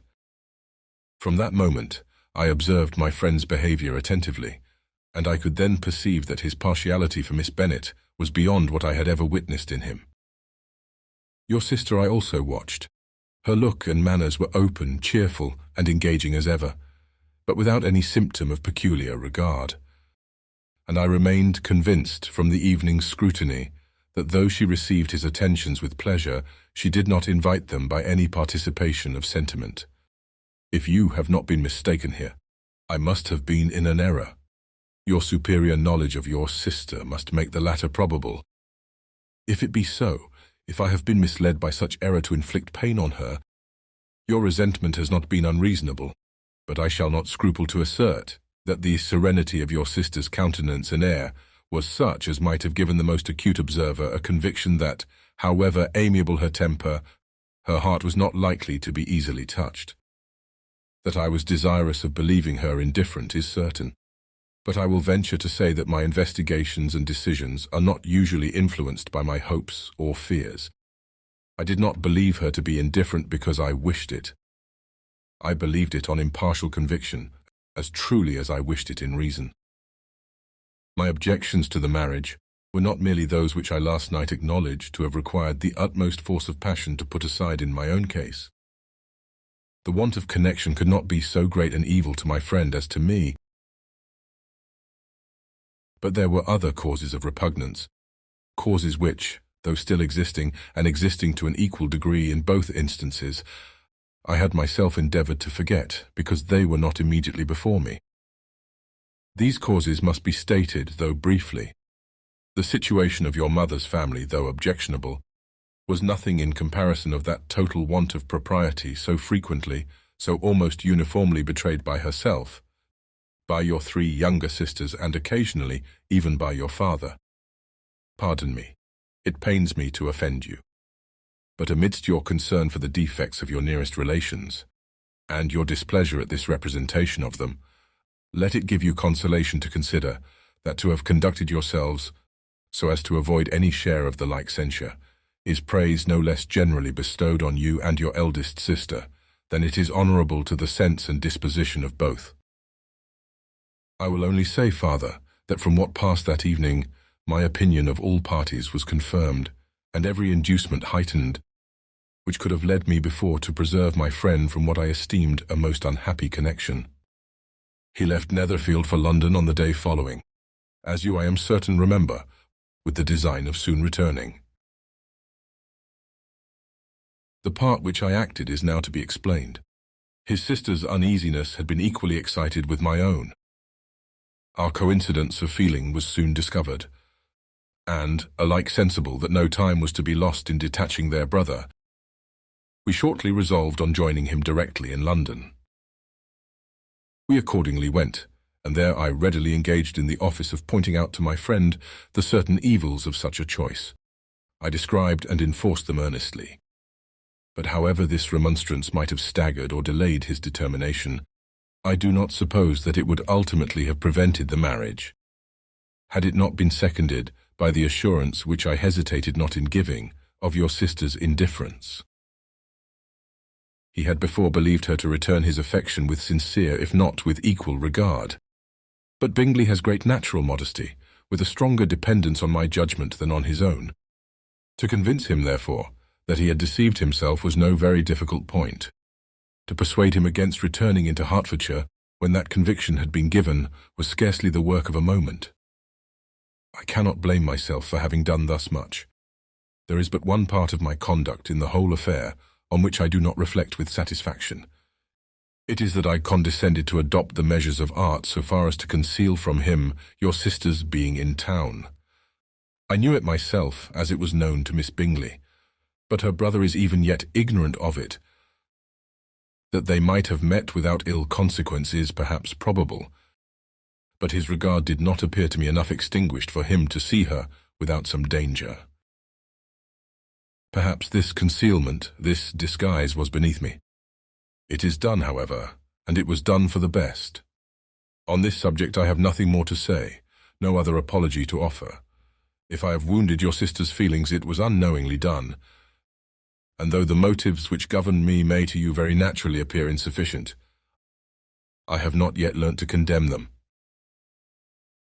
With respect to that other, more weighty accusation of having injured Mr. Wickham, I can only refute it by laying before you the whole of his connection with my family. Of what he has particularly accused me I am ignorant, but of the truth of what I shall relate I can summon more than one witness of undoubted veracity. Mr. Wickham is the son of a very respectable man, who had for many years the management of all the Pemberley estates, and whose good conduct in the discharge of his trust naturally inclined my father to be of service to him, and on George Wickham, who was his godson, his kindness was therefore liberally bestowed. My father supported him at school and afterwards at Cambridge, most important assistance, as his own father, always poor from the extravagance of his wife, would have been unable to give him a gentleman's education. My father was not only fond of this young man's society, whose manners were always engaging, he had also the highest opinion of him, and hoping the church would be his profession, intended to provide for him in it. As for myself, it is many, many years since I first began to think of him in a very different manner. The vicious propensities, the want of principle, which he was careful to guard from the knowledge of his best friend, could not escape the observation of a young man of nearly the same age with himself, and who had opportunities of seeing him in unguarded moments, which Mr. Darcy could not have. Here again I shall give you pain. To what degree you only can tell. But whatever may be the sentiments which Mr. Wickham has created, a suspicion of their nature shall not prevent me from unfolding his real character. It adds even another motive. My excellent father died about 5 years ago, and his attachment to Mr. Wickham was to the last so steady, that in his will he particularly recommended it to me to promote his advancement in the best manner that his profession might allow, and if he took orders, desired that a valuable family living might be his as soon as it became vacant. There was also a legacy of £1,000. His own father did not long survive mine, and within half a year from these events, Mr. Wickham wrote to inform me that, having finally resolved against taking orders, he hoped I should not think it unreasonable for him to expect some more immediate pecuniary advantage, in lieu of the preferment by which he could not be benefited. He had some intention, he added, of studying the law, and I must be aware that the interest of £1,000 would be a very insufficient support therein. I rather wished than believed him to be sincere, but at any rate was perfectly ready to accede to his proposal. I knew that Mr. Wickham ought not to be a clergyman. The business was therefore soon settled. He resigned all claim to assistance in the church, were it possible that he could ever be in a situation to receive it, and accepted in return £3,000. All connection between us seemed now dissolved. I thought too ill of him to invite him to Pemberley, or admit his society in town. In town, I believe, he chiefly lived, but his studying the law was a mere pretence, and being now free from all restraint, his life was a life of idleness and dissipation. For about 3 years I heard little of him, but on the decease of the incumbent of the living which had been designed for him, he applied to me again by letter for the presentation. His circumstances, he assured me, and I had no difficulty in believing it, were exceedingly bad.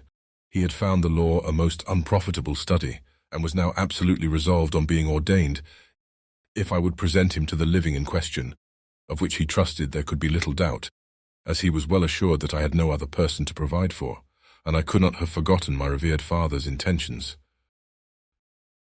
You will hardly blame me for refusing to comply with this entreaty, or for resisting every repetition of it.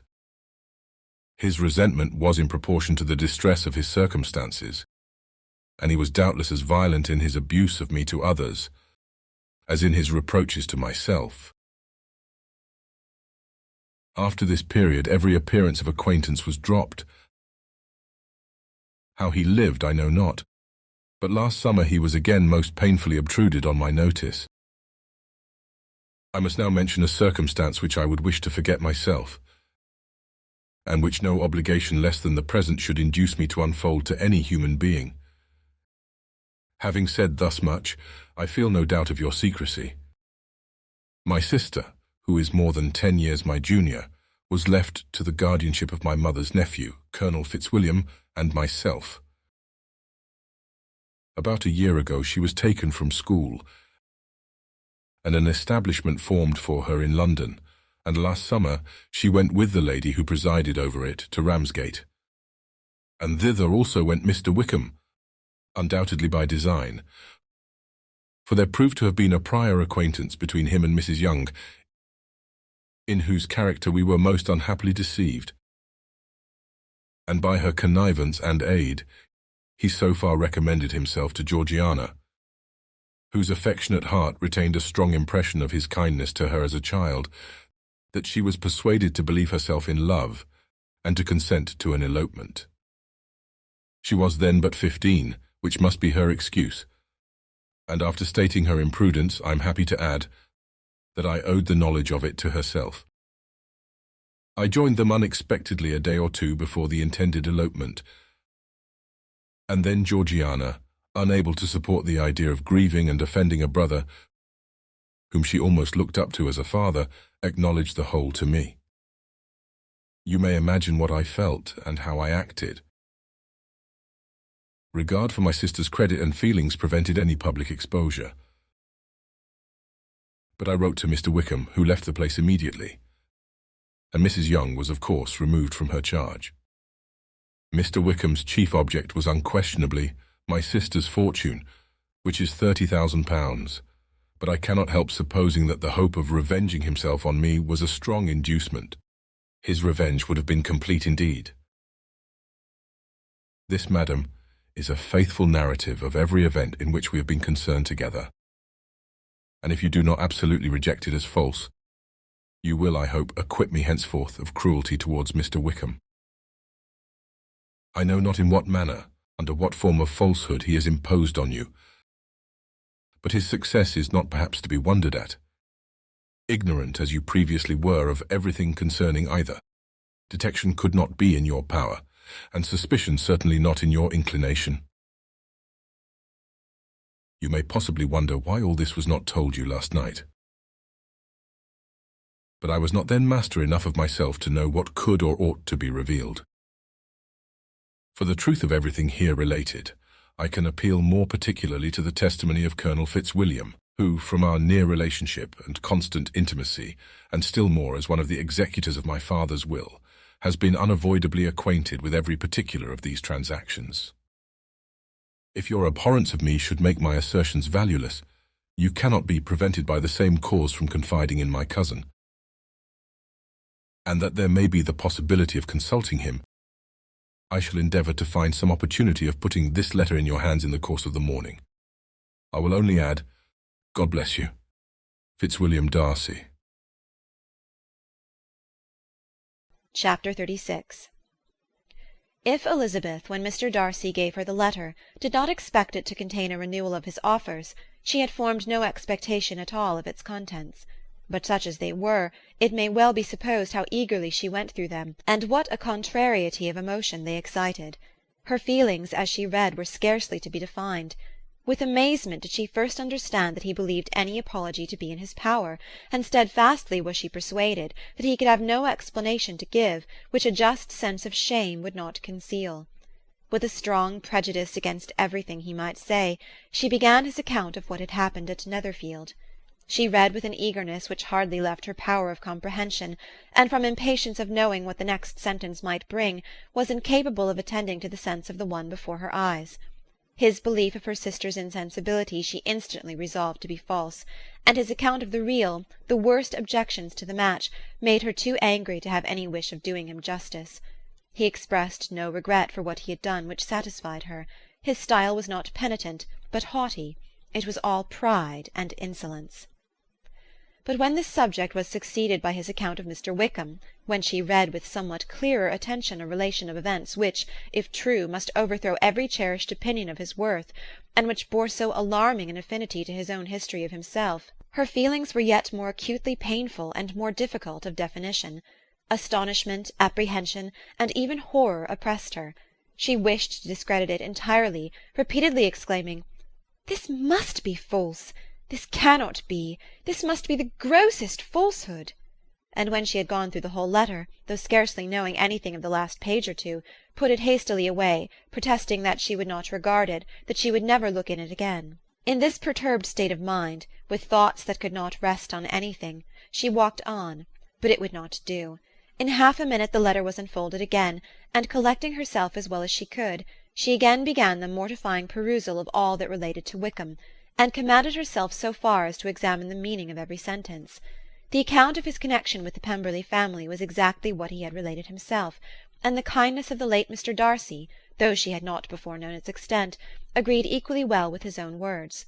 So far each recital confirmed the other, but when she came to the will, the difference was great.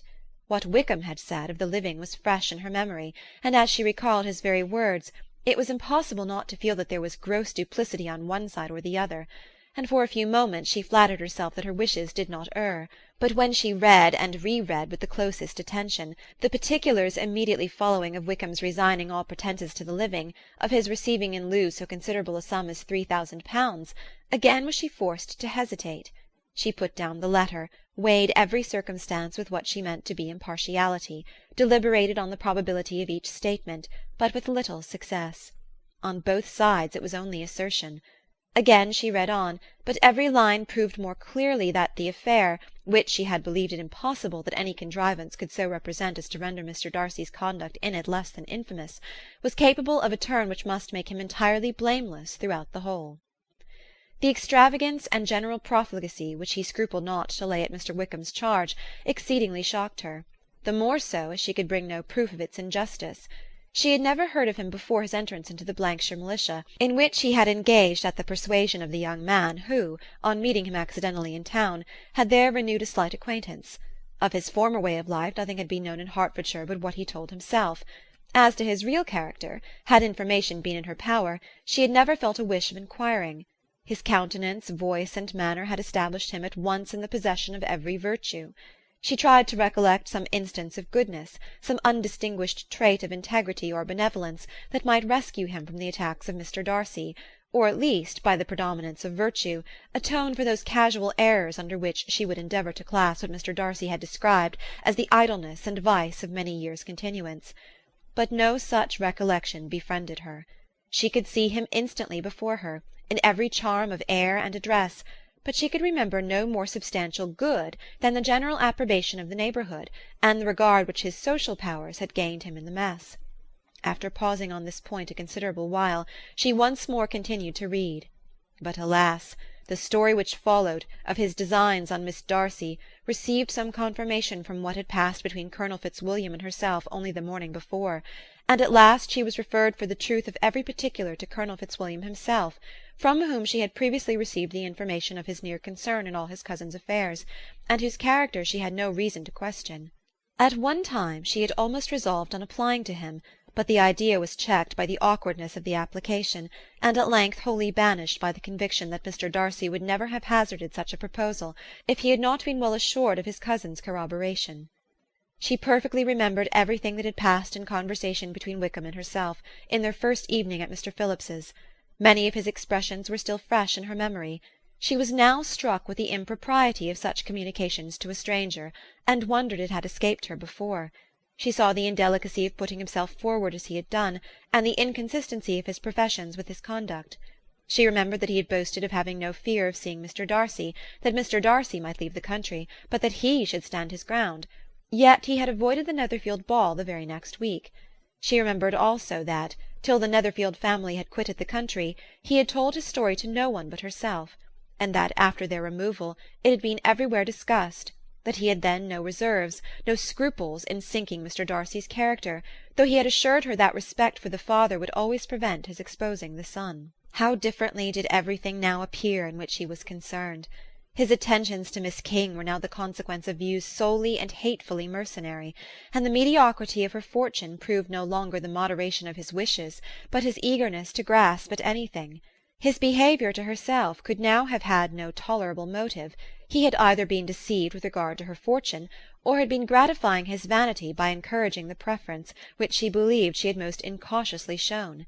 Every lingering struggle in his favour grew fainter and fainter, and in farther justification of Mr. Darcy, she could not but allow Mr. Bingley, when questioned by Jane, had long ago asserted his blamelessness in the affair, that proud and repulsive as were his manners, she had never, in the whole course of their acquaintance, an acquaintance which had latterly brought them much together, and given her a sort of intimacy with his ways, seen anything that betrayed him to be unprincipled or unjust, anything that spoke him of irreligious or immoral habits, that among his own connections he was esteemed and valued, that even Wickham had allowed him merit as a brother, and that she had often heard him speak so affectionately of his sister as to prove him capable of some amiable feeling, that had his actions been what Mr. Wickham represented them, so gross a violation of everything right could hardly have been concealed from the world, and that friendship between a person capable of it and such an amiable man as Mr. Bingley was incomprehensible. She grew absolutely ashamed of herself. Of neither Darcy nor Wickham could she think without feeling she had been blind, partial, prejudiced, absurd. "How despicably have I acted!" she cried.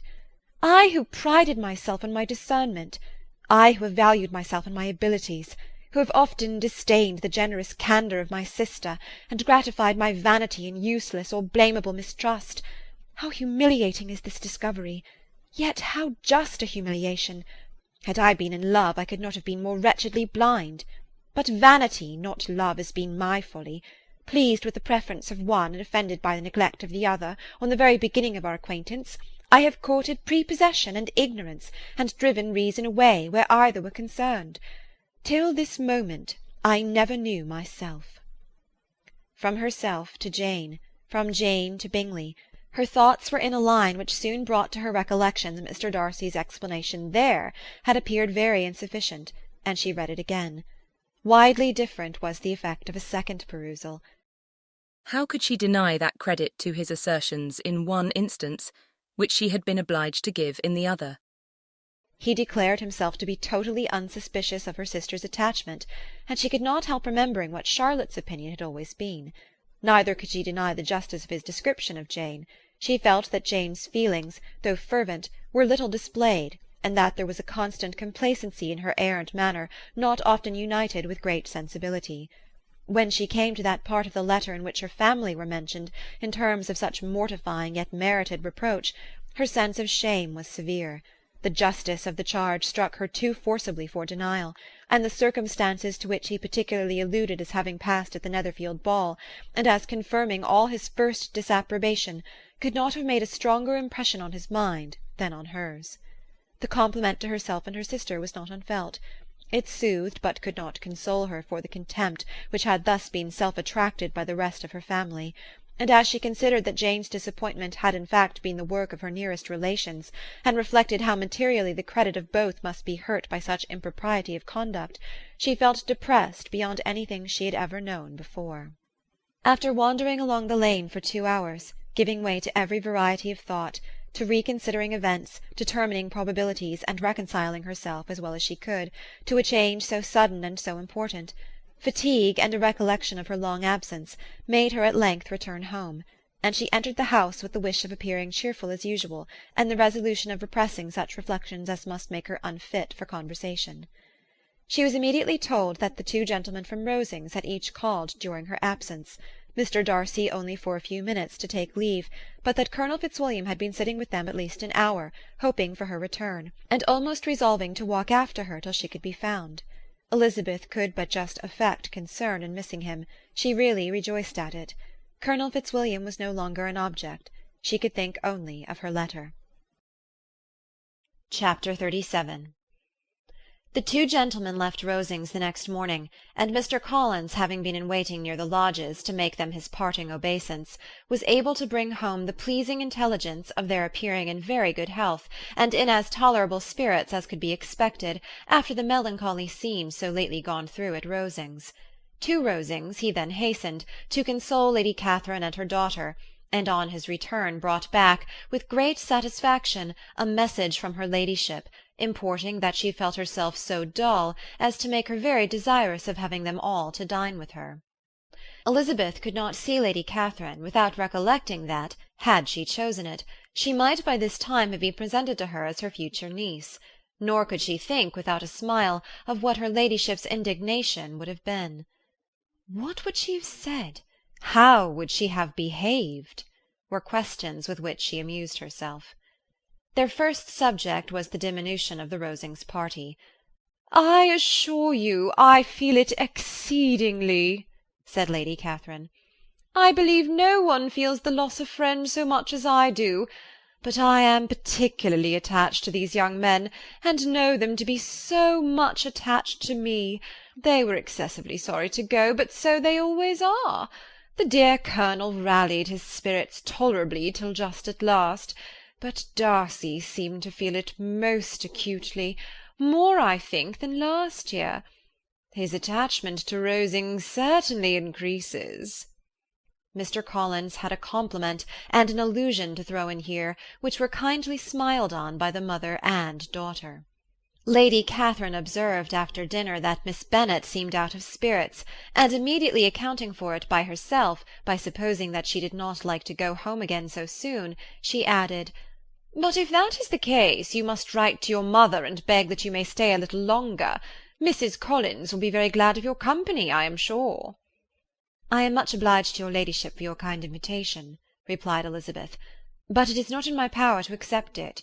I must be in town next Saturday." "Why, at that rate you will have been here only 6 weeks. I expected you to stay 2 months. I told Mrs. Collins so before you came. There can be no occasion for your going so soon. Mrs. Bennet could certainly spare you for another fortnight." "But my father cannot. He wrote last week to hurry my return." "Oh, your father of course may spare you if your mother can. Daughters are never of so much consequence to a father. And if you will stay another month complete, it will be in my power to take one of you as far as London, for I am going there in early June, for a week, and as Dawson does not object to the barouche box, there will be very good room for one of you. And indeed, if the weather should happen to be cool, I should not object to taking you both, as you are neither of you large." "You are all kindness, madam, but I believe we must abide by our original plan." Lady Catherine seemed resigned. "Mrs. Collins, you must send a servant with them. You know I always speak my mind, and I cannot bear the idea of 2 young women travelling post by themselves. It is highly improper. You must contrive to send somebody. I have the greatest dislike in the world to that sort of thing. Young women should always be properly guarded and attended, according to their situation in life. When my niece Georgiana went to Ramsgate last summer, I made a point of her having 2 men-servants to go with her. Miss Darcy, the daughter of Mr. Darcy of Pemberley, and Lady Anne, could not have appeared with propriety in a different manner. I am excessively attentive to all those things. You must send John with the young ladies, Mrs. Collins. I am glad it occurred to me to mention it, for it would really be discreditable to you to let them go alone." "My uncle is to send a servant for us." "Oh, your uncle? He keeps a man-servant, does he? I am very glad you have somebody who thinks of these things. Where shall you change horses? Oh, Bromley, of course. If you mention my name at the bell, you will be attended to." Lady Catherine had many other questions to ask respecting their journey, and as she did not answer them all herself, attention was necessary, which Elizabeth believed to be lucky for her, or with a mind so occupied she might have forgotten where she was. Reflection must be reserved for solitary hours. Whenever she was alone she gave way to it as the greatest relief, and not a day went by without a solitary walk, in which she might indulge in all the delight of unpleasant recollections. Mr. Darcy's letter she was in a fair way of soon knowing by heart. She studied every sentence, and her feelings towards its writer were at times widely different. When she remembered the style of his address, she was still full of indignation, but when she considered how unjustly she had condemned and upbraided him, her anger was turned against herself, and his disappointed feelings became the object of compassion. His attachment excited gratitude, his general character respect, but she could not approve him, nor could she for a moment repent her refusal, or feel the slightest inclination ever to see him again. In her own past behaviour there was a constant source of vexation and regret, and in the unhappy defects of her family a subject of yet heavier chagrin. They were hopeless of remedy. Her father, contented with laughing at them, would never exert himself to restrain the wild giddiness of his youngest daughters, and her mother, with manners so far from right herself, was entirely insensible of the evil. Elizabeth had frequently united with Jane in an endeavour to check the imprudence of Catherine and Lydia, but while they were supported by their mother's indulgence, what chance could there be of improvement? Catherine, weak-spirited, irritable, and completely under Lydia's guidance, had been always affronted by their advice, and Lydia, self-willed and careless, would scarcely give them a hearing. They were ignorant, idle, and vain. While there was an officer in Meryton they would flirt with him, and while Meryton was within a walk of Longbourn they would be going there for ever. Anxiety on Jane's behalf was another prevailing concern, and Mr. Darcy's explanation, by restoring Bingley to all her former good opinion, heightened the sense of what Jane had lost. His affection was proved to have been sincere, and his conduct cleared of all blame, unless any could attach to the implicitness of his confidence in his friend. How grievous, then, was the thought that, of a situation so desirable in every respect, so replete with advantage, so promising for happiness, Jane had been deprived by the folly and indecorum of her own family. When to these recollections was added the development of Wickham's character, it may be easily believed that the happy spirits which had seldom been depressed before were now so much affected as to make it almost impossible for her to appear tolerably cheerful. Their engagements at Rosings were as frequent during the last week of her stay as they had been at first.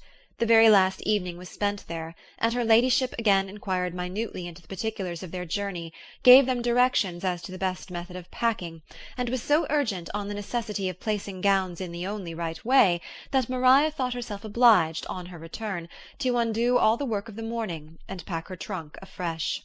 When they parted, Lady Catherine, with great condescension, wished them a good journey, and invited them to come to Hunsford again next year, and Miss de Bourgh exerted herself so far as to curtsy and hold out her hand to both. Chapter 38. On Saturday morning Elizabeth and Mr. Collins met for breakfast a few minutes before the others appeared, and he took the opportunity of paying the parting civilities which he deemed indispensably necessary. "I know not, Miss Elizabeth," said he, "whether Mrs. Collins has yet expressed her sense of your kindness in coming to us, but I am very certain you will not leave the house without receiving her thanks for it. The favour of your company has been much felt, I assure you. We know how little there is to tempt anyone to our humble abode. Our plain manner of living, our small rooms and few domestics, and the little we see of the world, must make Hunsford extremely dull to a young lady like yourself. But I hope you will believe us grateful for the condescension, and that we have done everything in our power to prevent you spending your time unpleasantly." Elizabeth was eager with her thanks and assurances of happiness. She had spent 6 weeks with great enjoyment, and the pleasure of being with Charlotte, and the kind attentions she had received, must make her feel the obliged. Mr. Collins was gratified, and with a more smiling solemnity replied, "It gives me the greatest pleasure to hear that you have passed your time not disagreeably. We have certainly done our best, and most fortunately having it in our power to introduce you to very superior society, and from our connection with Rosings, the frequent means of varying the humble home scene, I think we may flatter ourselves that your Hunsford visit cannot have been entirely irksome. Our situation with regard to Lady Catherine's family is, indeed, the sort of extraordinary advantage and blessing which few can boast. You see on what a footing we are. You see how continually we are engaged there. In truth, I must acknowledge that, with all the disadvantages of this humble parsonage, I should not think anyone abiding in it an object of compassion, while they are sharers of our intimacy at Rosings. Words were insufficient for the elevation of his feelings, and he was obliged to walk about the room, while Elizabeth tried to unite civility and truth in a few short sentences. You may, in fact, carry a very favourable report of us into Hertfordshire, my dear cousin. I flatter myself, at least, that you will be able to do so.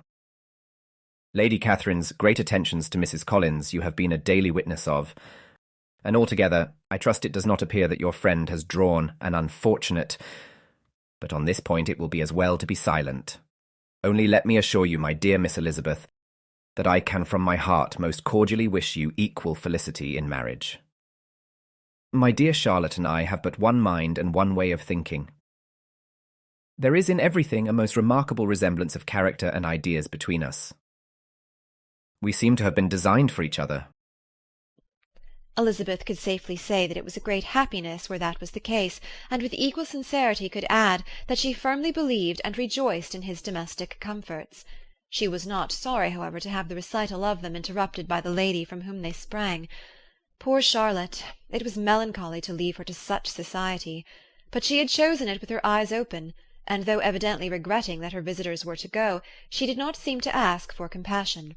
Her home and her housekeeping, her parish and her poultry, and all their dependent concerns, had not yet lost their charms.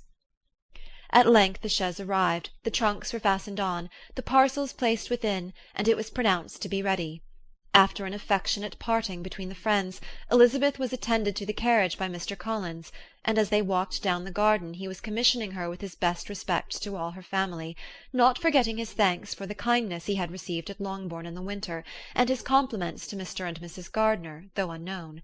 He then handed her in, Maria followed, and the door was on the point of being closed, when he suddenly reminded them, with some consternation, that they had hitherto forgotten to leave any message for the ladies at Rosings. But, he added, you will of course wish to have your humble respects delivered to them, with your grateful thanks for their kindness to you while you have been here. Elizabeth made no objection. The door was then allowed to be shut, and the carriage drove off. "Good gracious!" cried Maria, after a few minutes' silence. "It seems but a day or two since we first came, and yet how many things have happened!" "A great many indeed," said her companion with a sigh. "We have dined 9 times at Rosings, besides drinking tea there twice. How much I shall have to tell!" Elizabeth added privately, "and how much I shall have to conceal." Their journey was performed without much conversation or any alarm, and within 4 hours of their leaving Hunsford they reached Mr. Gardiner's house, where they were to remain a few days. Jane looked well, and Elizabeth had little opportunity of studying her spirits, amidst the various engagements which the kindness of her aunt had reserved for them. But Jane was to go home with her, and at Longbourn there would be leisure enough for observation. It was not without an effort, meanwhile, that she could wait even for Longbourn before she told her sister of Mr. Darcy's proposals. To know that she had the power of revealing what would so exceedingly astonish Jane, and must at the same time so highly gratify whatever of her own vanity she had not yet been able to reason away, was such a temptation to openness as nothing could have conquered with the state of indecision which she remained as to the extent of what she should communicate, and her fear, if she once entered on the subject, of being hurried into repeating something of Bingley which might only grieve her sister further. Chapter 39.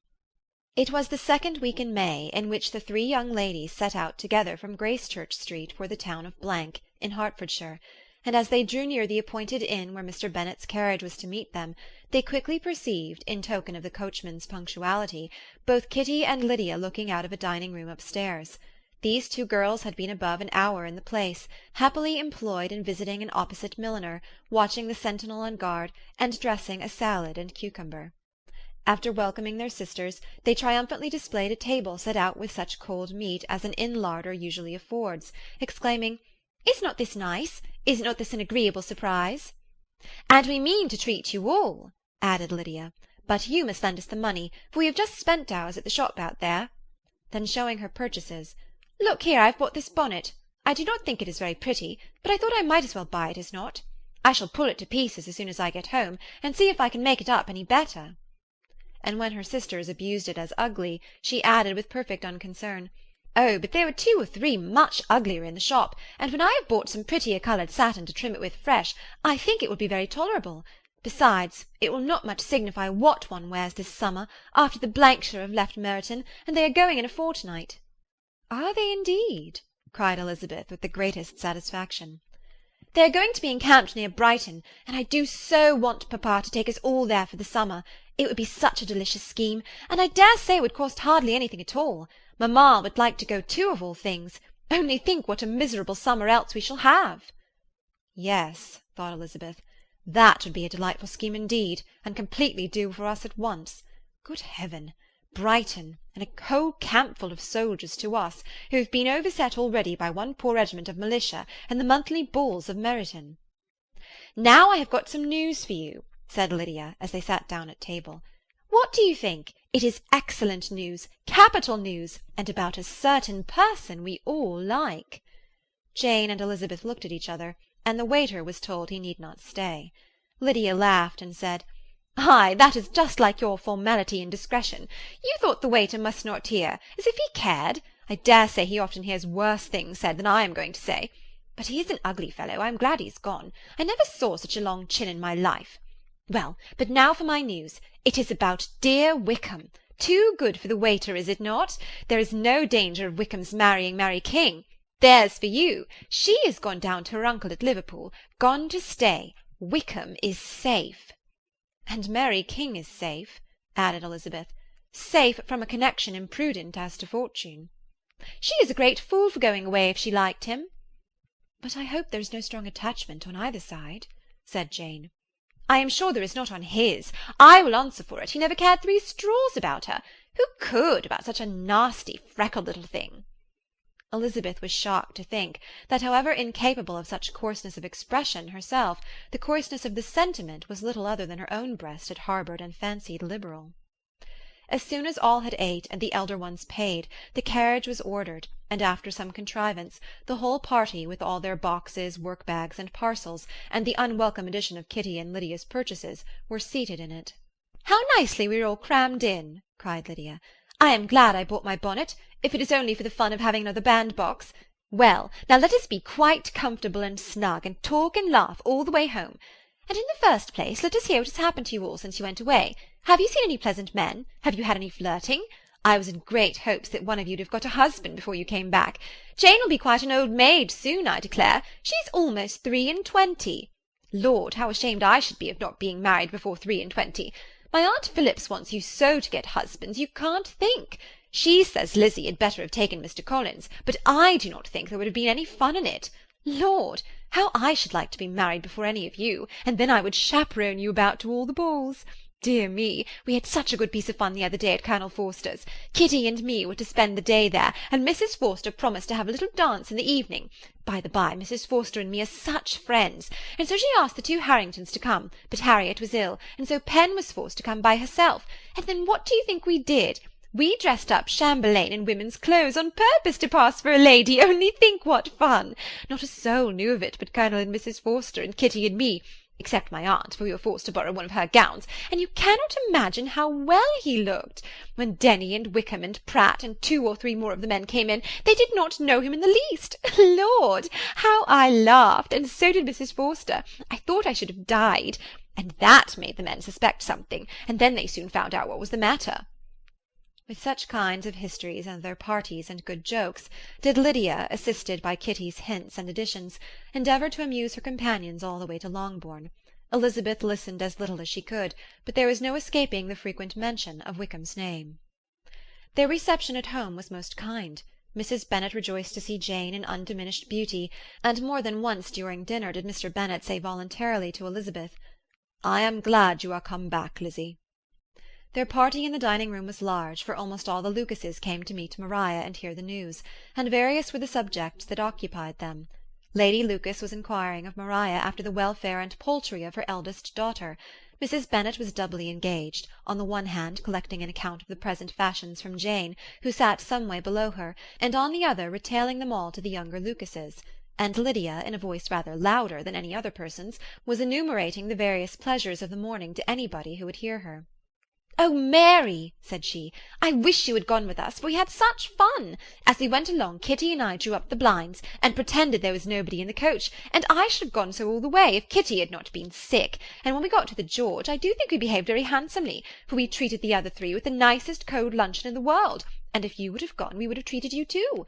And then we came away. It was such fun. I thought we never should have got into the coach. I was ready to die of laughter. And then we were so merry all the way home. We talked and laughed so loud that anybody might have heard us 10 miles off." To this, Mary very gravely replied, "Far be it from me, my dear sister, to depreciate such pleasures. They would doubtless be congenial with the generality of female minds, but I confess they would have no charms for me. I should infinitely prefer a book." But of this answer Lydia heard not a word. She seldom listened to anybody for more than half a minute, and never attended to Mary at all. In the afternoon Lydia was urgent with the rest of the girls to walk to Meryton, and to see how everybody went on, but Elizabeth steadily opposed the scheme. It should not be said that the Miss Bennets could not be at home half a day before they were in pursuit of the officers. There was another reason, too, for her opposition. She dreaded seeing Mr. Wickham again, and was resolved to avoid it as long as possible. The comfort to her of the regiment's approaching removal was indeed beyond expression. In a fortnight they were to go, and once gone, she hoped there could be nothing more to plague her on his account. She had not been many hours at home before she found that the Brighton scheme, of which Lydia had given them a hint at the inn, was under frequent discussion between her parents. Elizabeth saw directly that her father had not the smallest intention of yielding, but his answers were at the same time so vague and equivocal that her mother, though often disheartened, had never yet despaired of succeeding at last. Chapter 40. Elizabeth's impatience to acquaint Jane with what had happened could no longer be overcome, and at length, resolving to suppress every particular in which her sister was concerned, and preparing her to be surprised, she related to her the next morning the chief of the scene between Mr. Darcy and herself. Miss Bennet's astonishment was soon lessened by the strong sisterly partiality which made any admiration of Elizabeth appear perfectly natural, and all surprise was shortly lost in other feelings. She was sorry that Mr. Darcy should have delivered his sentiments in a manner so little suited to recommend them, but still more was she grieved for the unhappiness which her sister's refusal must have given him. "His being so sure of succeeding was wrong," said she, "and certainly ought not to have appeared, but consider how much it must increase his disappointment." "Indeed," replied Elizabeth, "I am heartily sorry for him, but he has other feelings which will probably soon drive away his regard for me. You do not blame me, however, for refusing him?"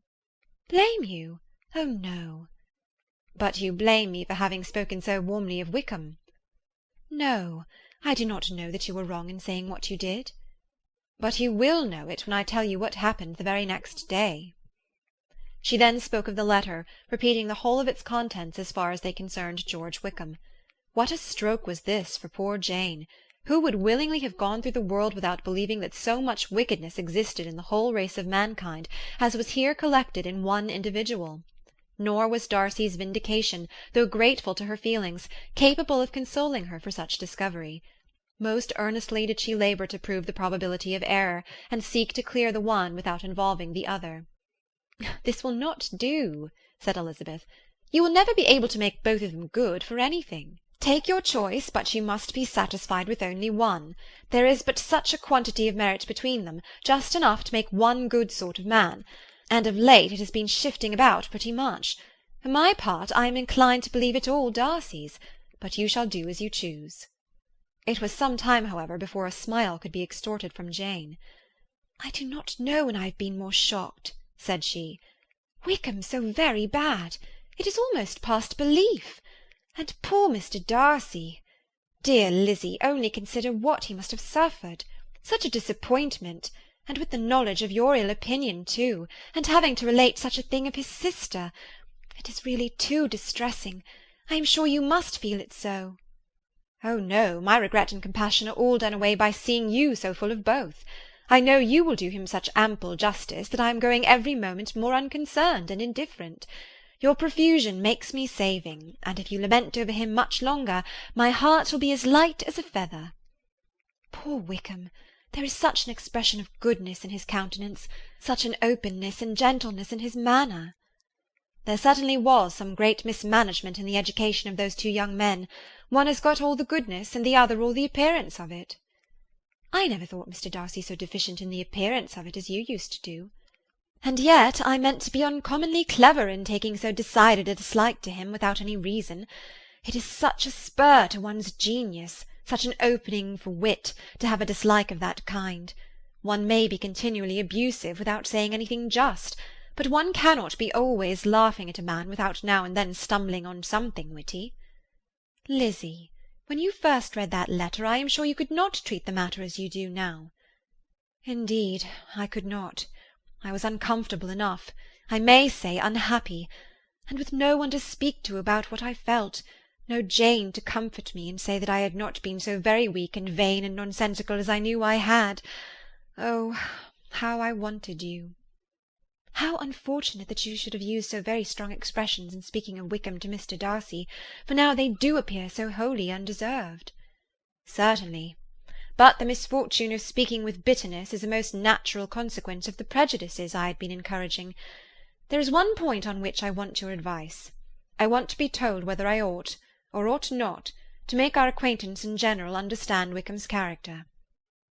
Miss Bennet paused a little, and then replied, Surely there can be no occasion for exposing him so dreadfully.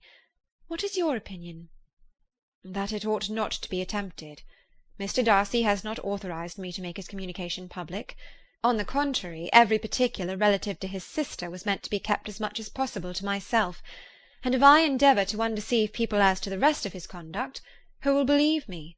The general prejudice against Mr. Darcy is so violent that it would be the death of half the good people in Meryton to attempt to place him in an amiable light. I am not equal to it. Wickham will soon be gone, and therefore it will not signify to anyone here what he really is. Some time hence it will all be found out, and then we may laugh at their stupidity in not knowing it before. At present I will say nothing about it. You are quite right. To have his errors made public might ruin him for ever. He is now perhaps sorry for what he has done, and anxious to re-establish a character. We must not make him desperate. The tumult of Elizabeth's mind was allayed by this conversation. She had got rid of two of the secrets which had weighed on her for a fortnight, and was certain of a willing listener in Jane, whenever she might wish to talk again of either.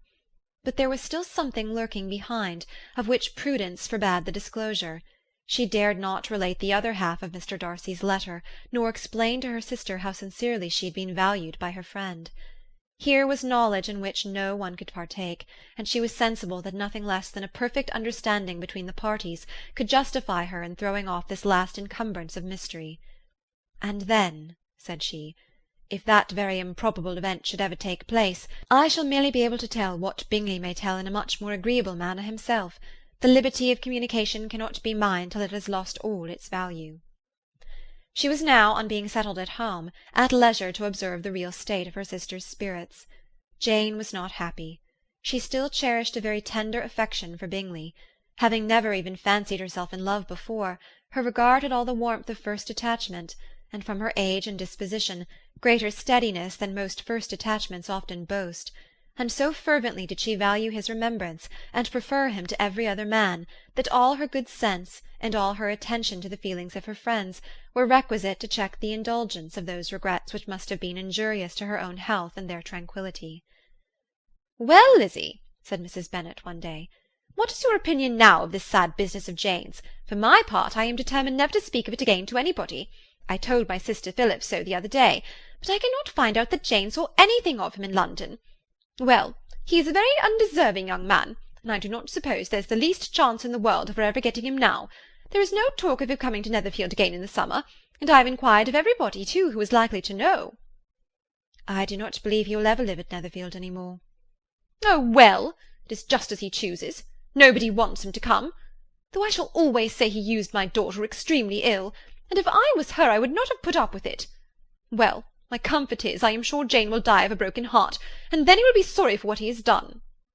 But Elizabeth could not receive comfort from any such expectation, and she made no answer. "Well, Lizzie," continued her mother soon afterwards, So the Collinses live very comfortable, do they? Well, well, I only hope it will last. And what sort of table do they keep? Charlotte is an excellent manager, I dare say. If she is half as sharp as her mother, she is saving enough. There is nothing extravagant in their housekeeping, I dare say. No, nothing at all. A great deal of good management, depend upon it. Yes, yes, they will take care not to outrun their income. They will never be distressed for money. Well, much good may it do them. And so, I suppose, they often talk of having Longbourn when your father is dead. They look upon it quite as their own, I dare say, whenever that happens. It was a subject which they could not mention before me. No, it would have been strange if they had, but I make no doubt they often talk of it between themselves. Well, if they can be easy with an estate that is not lawfully their own, so much the better. I should be ashamed of having one that was only entailed on me. Chapter 41. The first week of their return was soon gone. The second began. It was the last of the regiment's stay in Meryton, and all the young ladies in the neighbourhood were drooping apace. The dejection was almost universal. The elder Miss Bennets alone were still able to eat, drink, and sleep, and pursue the usual course of their employments. Very frequently were they reproached for this insensibility by Kitty and Lydia, whose own misery was extreme, and who could not comprehend such hard-heartedness in any of the family. "Good heaven! What is to become of us? What are we to do?" would they often exclaim in the bitterness of woe. "How can you be so smiling, Lizzie?" Their affectionate mother shared all their grief. She remembered what she had herself endured on a similar occasion 25 years ago. "I am sure," said she, "I cried for 2 days together when Colonel Miller's regiment went away. I thought I should have broken my heart." "I am sure I shall break mine," said Lydia. "If one could but go to Brighton," observed Mrs. Bennet. "Oh yes, if one could but go to Brighton, but papa is so disagreeable." "A little sea-bathing would set me up for ever." "And my Aunt Phillips is sure it would do me a great deal of good," added Kitty.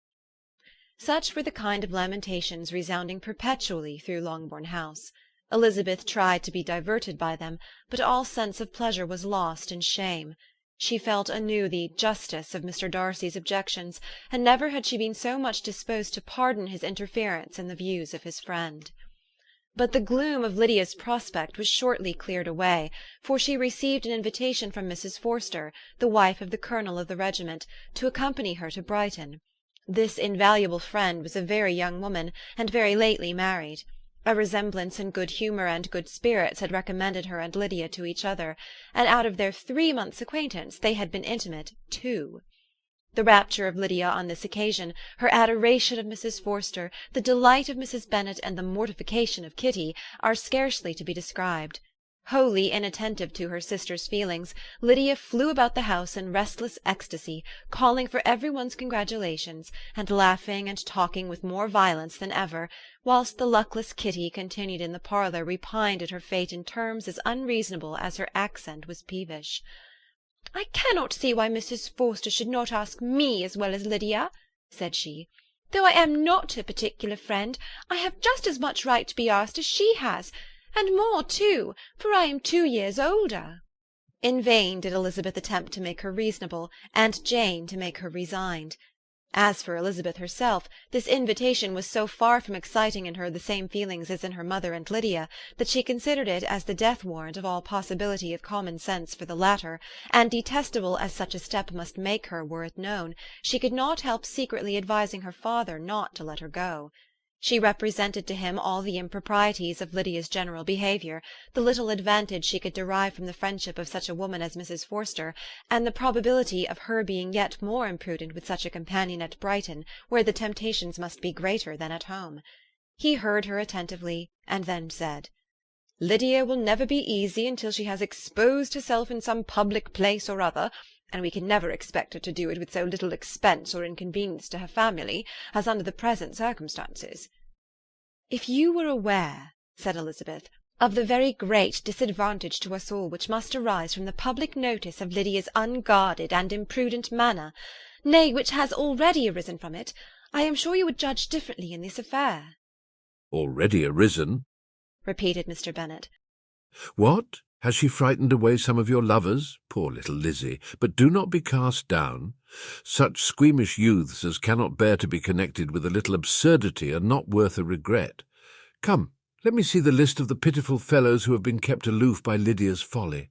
Indeed, you are mistaken. I have no such injuries to resent. It is not of particular, but of general evils which I am now complaining. Our importance, our respectability in the world must be affected by the wild volatility, the assurance and disdain of all restraint which marks Lydia's character. Excuse me, for I must speak plainly. If you, my dear father, will not take the trouble of checking her exuberant spirits, and of teaching her that her present pursuits are not to be to the business of her life, she will soon be beyond the reach of amendment. Her character will be fixed, and she will at 16 be the most determined flirt that ever made herself or her family ridiculous. A flirt, too, in the worst and meanest degree of flirtation, without any attraction beyond youth and a tolerable person, and from the ignorance and emptiness of her mind wholly unable to ward off any portion of that universal contempt which her rage for admiration will excite. In this danger Kitty also is comprehended. She will follow wherever Lydia leads. Vain, ignorant, idle, and absolutely uncontrolled. Oh, my dear father, can you suppose it possible that they will not be censured and despised wherever they are known, and that their sisters will not be often involved in the disgrace? Mr. Bennet saw that her whole heart was in the subject, and affectionately taking her hand, said in reply, Do not make yourself uneasy, my love. Wherever you and Jane are known, you must be respected and valued, and you will not appear to less advantage for having a couple of, or I may say 3 very silly sisters. We shall have no peace at Longbourn if Lydia does not go to Brighton. Let her go then. Colonel Forster is a sensible man and will keep her out of any real mischief, and she is luckily too poor to be an object of prey to anybody. At Brighton she will be of less importance even as a common flirt than she has been here. The officers will find women better worth their notice. Let us hope, therefore, that her being there may teach her her own insignificance. At any rate, she cannot grow many degrees worse without authorizing us to lock her up for the rest of her life. With this answer Elizabeth was forced to be content, but her own opinion continued the same, and she left him disappointed and sorry. It was not in her nature, however, to increase her vexations by dwelling on them. She was confident of having performed her duty, and to fret over unavoidable evils, or augment them by anxiety, was no part of her disposition. Had Lydia and her mother known the substance of her conference with their father, their indignation would hardly have found expression in their united volubility. In Lydia's imagination, a visit to Brighton comprised every possibility of earthly happiness. She saw with the creative eye of fancy the streets of that gay bathing-place covered with officers. She saw herself the object of attention to tens and scores of them at present unknown.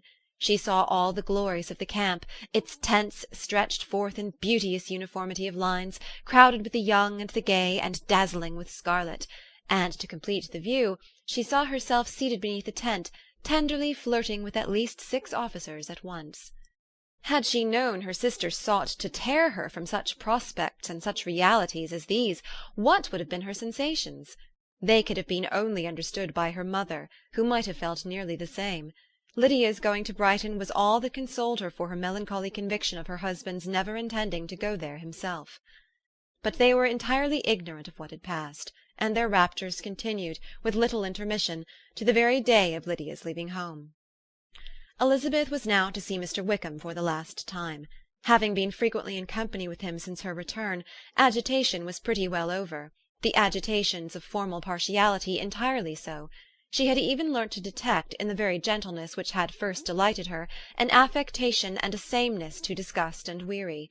In his present behaviour to herself, moreover, she had a fresh source of displeasure, for the inclination he soon testified of renewing those intentions which had marked the early part of their acquaintance could only serve, after what had since passed, to provoke her. She lost all concern for him in finding herself thus selected as the object of such idle and frivolous gallantry, and while she steadily repressed it, could not but feel the reproof contained in his believing that however long, and for whatever cause, his attentions had been withdrawn, her vanity would be gratified, and her preference secured at any time by their renewal. On the very last day of the regiment's remaining at Meryton, he dined with the other officers at Longbourn, and so little was Elizabeth disposed to part from him in good humour, that on his making some inquiry as to the manner in which her time had passed at Hunsford, she mentioned Colonel Fitzwilliam's and Mr. Darcy's having both spent 3 weeks at Rosings, and asked him if he was acquainted with the former. He looked surprised, displeased, alarmed, but with a moment's recollection and a returning smile, replied that he had formerly seen him often, and after observing that he was a very gentlemanlike man, asked her how she had liked him. Her answer was warmly in his favour. With an air of indifference he soon afterwards added, "How long did you say that he was at Rosings?" "Nearly 3 weeks." "And you saw him frequently?" "Yes, almost every day." "His manners are very different from his cousin's." "Yes, very different. But I think Mr. Darcy improves upon acquaintance." "Indeed," cried Mr. Wickham, with a look which did not escape her.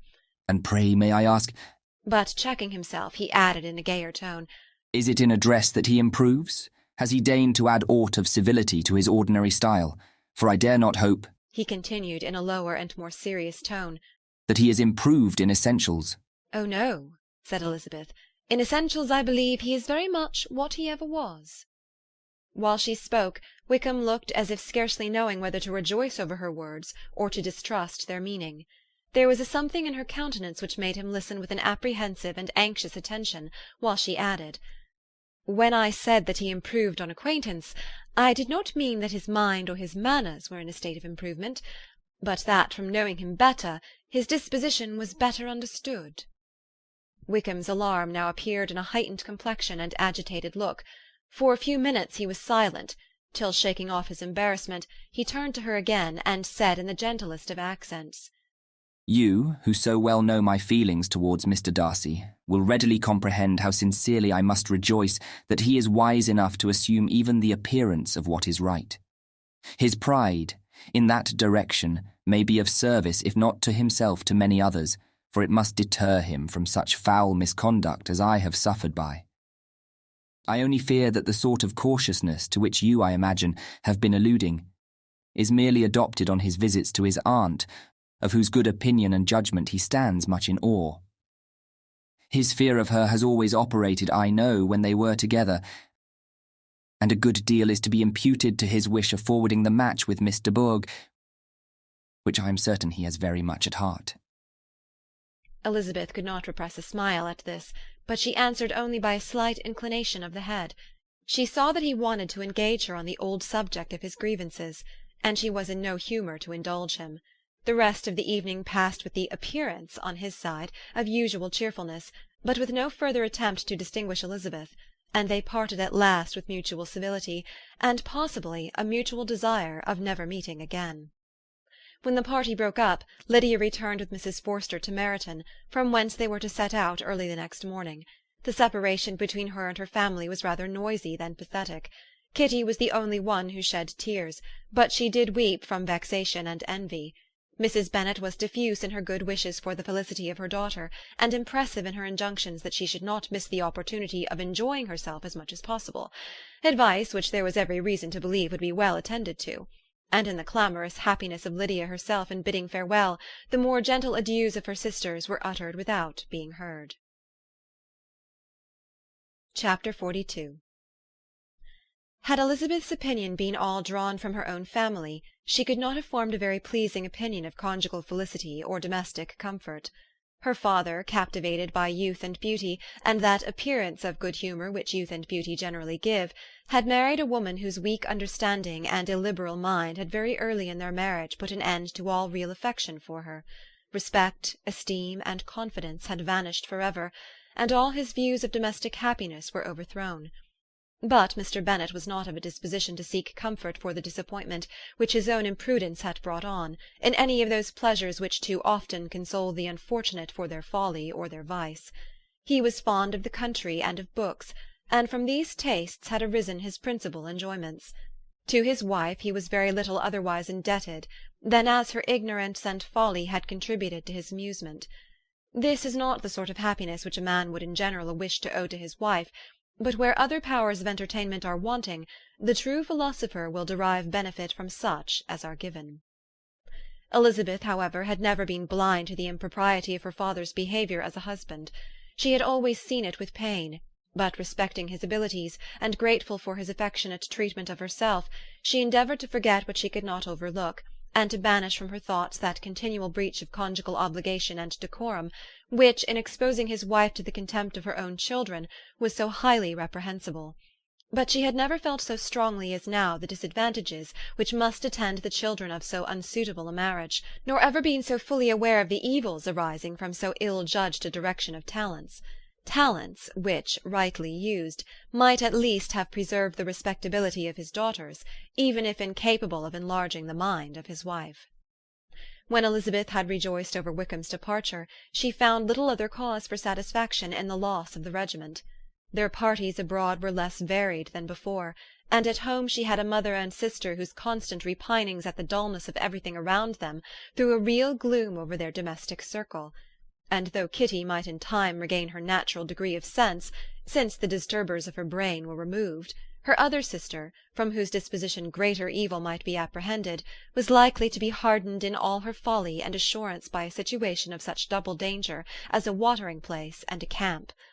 Upon the whole, therefore, she found, what has been sometimes found before, that an event to which she had been looking forward with impatient desire did not, in taking place, bring all the satisfaction she had promised herself.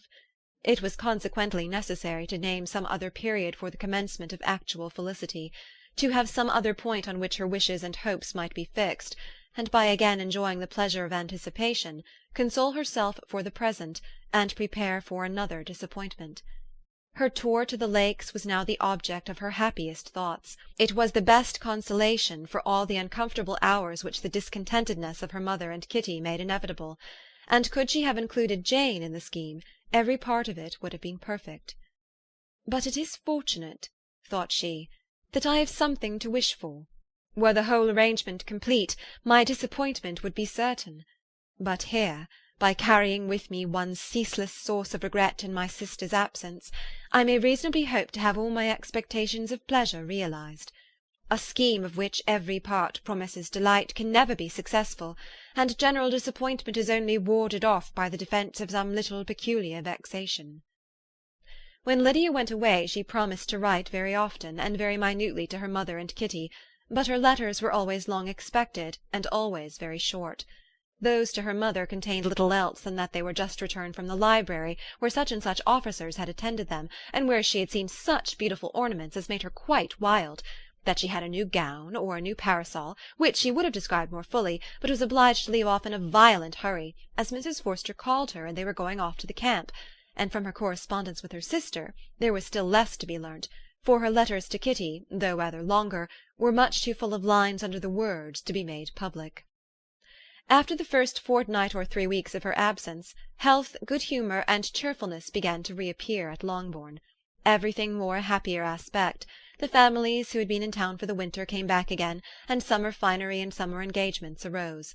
Mrs. Bennet was restored to her usual querulous serenity, and by the middle of June Kitty was so much recovered as to be able to enter Meryton without tears, an event of such happy promise as to make Elizabeth hope that by the following Christmas she might be so tolerably reasonable as to not mention an officer above once a day, unless by some cruel and malicious arrangement at the War Office another regiment should be quartered in Meryton. The time fixed for the beginning of their northern tour was now fast approaching, and a fortnight only was wanting of it, when a letter arrived from Mrs. Gardiner, which at once delayed its commencement and curtailed its extent. Mr. Gardiner would be prevented by business from setting out till a fortnight later in July, and must be in London again within a month, and as that left too short a period for them to go so far and see so much as they had proposed, or at least to see it with the leisure and comfort they had built on, they were obliged to give up the Lakes, and substitute a more contracted tour, and according to the present plan were to go no farther northwards than Derbyshire.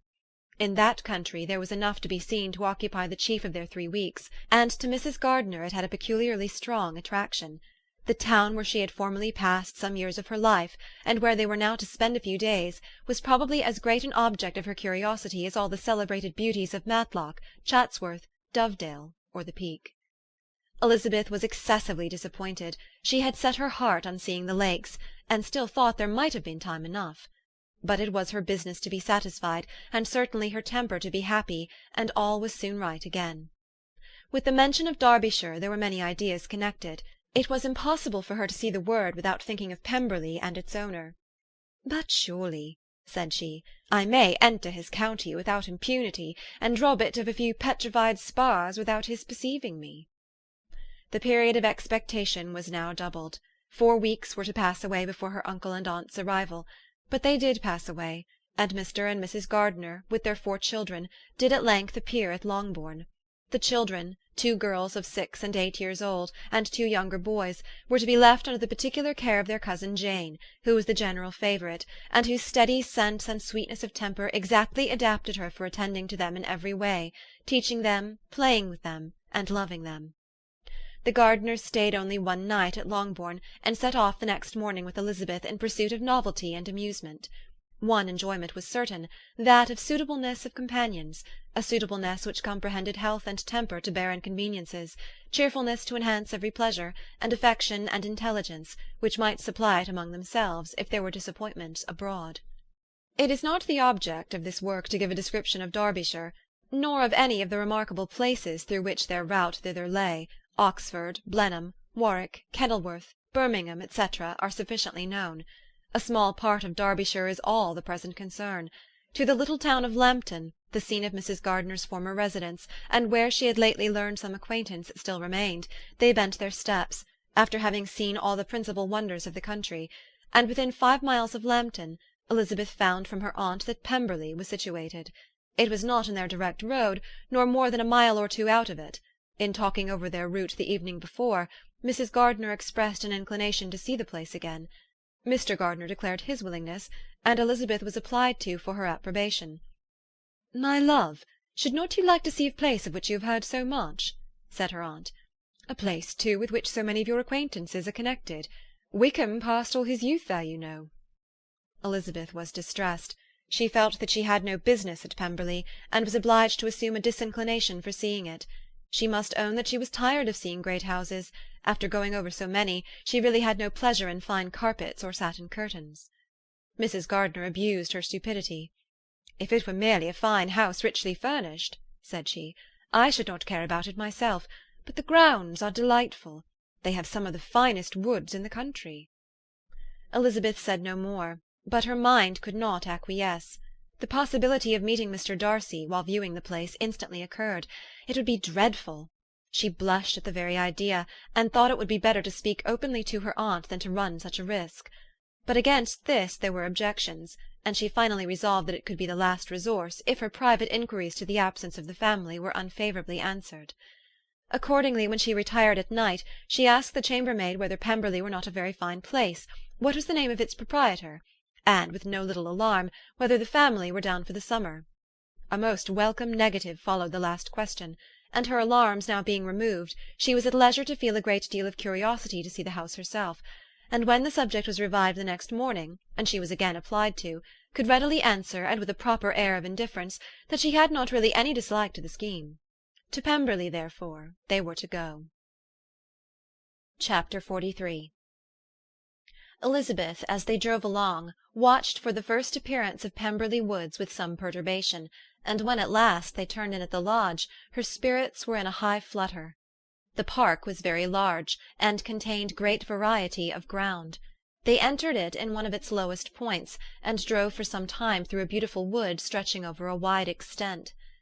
Elizabeth's mind was too full for conversation, but she saw and admired every remarkable spot and point of view.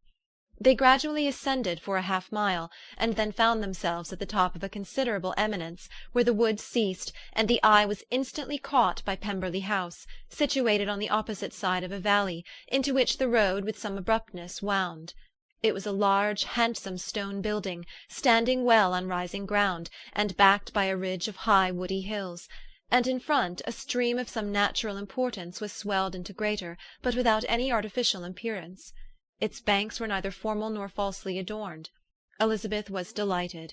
She had never seen a place for which nature had done more, or where natural beauty had been so little counteracted by an awkward taste. They were all of them warm in their admiration, and at that moment she felt that to be mistress of Pemberley might be something. They descended the hill, crossed the bridge, and drove to the door, and while examining the nearer aspect of the house, all her apprehension of meeting its owner returned. She dreaded lest the chambermaid had been mistaken. On applying to see the place, they were admitted into the hall, and Elizabeth, as they waited for the housekeeper, had leisure to wonder at her being where she was. The housekeeper came, a respectable-looking elderly woman, much less fine and more civil than she had any notion of finding her. They followed her into the dining-parlour. It was a large, well-proportioned room, handsomely fitted up. Elizabeth, after slightly surveying it, went to a window to enjoy its prospect. The hill, crowned with wood, which they had descended, receiving increased abruptness from the distance, was a beautiful object. Every disposition of the ground was good, and she looked on the whole scene, the river, the trees scattered on its banks, and the winding of the valley as far as she could trace it, with delight. As they passed into other rooms, these objects were taking different positions, but from every window there were beauties to be seen. The rooms were lofty and handsome, and their furniture suitable to the fortunes of its proprietor. But Elizabeth saw, with admiration of his taste, that it was neither gaudy nor uselessly fine, with less of splendour and more real elegance than the furniture of Rosings. "And of this place," thought she, "I might have been mistress. With these rooms I might now have been familiarly acquainted. Instead of viewing them as a stranger, I might have rejoiced in them as my own, and welcomed to them as visitors my aunt and uncle. But no," recollecting herself, "that could never be. My aunt and uncle would have been lost to me. I should not have been allowed to invite them." This was a lucky recollection. It saved her from something very like regret. She longed to inquire of the housekeeper whether her master was really absent, but had not the courage for it. At length, however, the question was asked by her uncle, and she turned away with alarm, while Mrs. Reynolds replied that he was, adding, "But we expect him to-morrow with a large party of friends." How rejoiced was Elizabeth that their own journey had not by any circumstance been delayed a day. Her aunt now called her to look at a picture. She approached, and saw the likeness of Mr. Wickham, suspended amongst several other miniatures, over the mantelpiece. Her aunt asked her smilingly how she liked it. The housekeeper came forward, and told them it was a picture of a young gentleman, the son of her late master's steward, who had been brought up by him at his own expense. "He is now gone into the army," she added, "but I am afraid he has turned out very wild." Mrs. Gardiner looked at her niece with a smile, but Elizabeth could not return it.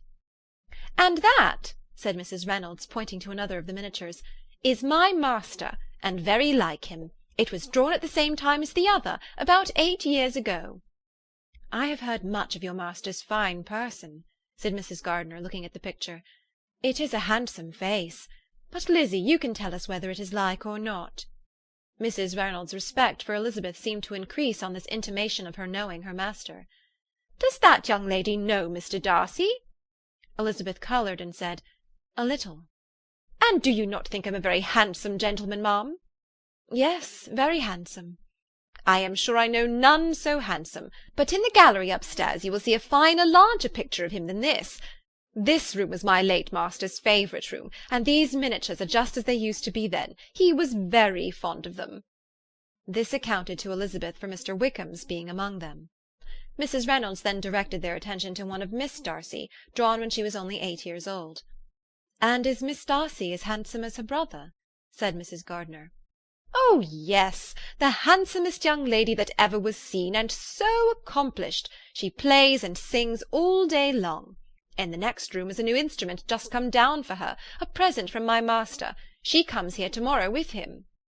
Mr. Gardiner, whose manners were very easy and pleasant, encouraged her communicativeness by his questions and remarks. Mrs. Reynolds, either by pride or attachment, had evidently great pleasure in talking of her master and his sister. "Is your master much at Pemberley in the course of the year?" "Not so much as I could wish, sir, but I dare say he may spend half his time here, and Miss Darcy is always down for the summer months." "Except," thought Elizabeth, "when she goes to Ramsgate." "If your master would marry, you might see more of him." "Yes, sir, but I do not know when that will be. I do not know who is good enough for him." Mr. and Mrs. Gardiner smiled. Elizabeth could not help saying, "It is very much to his credit, I am sure, that you should think so." "I say no more than the truth, and everybody will say that knows him," replied the other. Elizabeth thought this was going pretty far, and she listened with increasing astonishment as the housekeeper added, "I have never known a cross word from him in my life, and I have known him ever since he was 4 years old." This was praise, of all others most extraordinary, most opposite to her ideas. That he was not a good-tempered man had been her firmest opinion. Her keenest attention was awakened. She longed to hear more, and was grateful to her uncle for saying, "There are very few people of whom so much can be said. You are lucky in having such a master."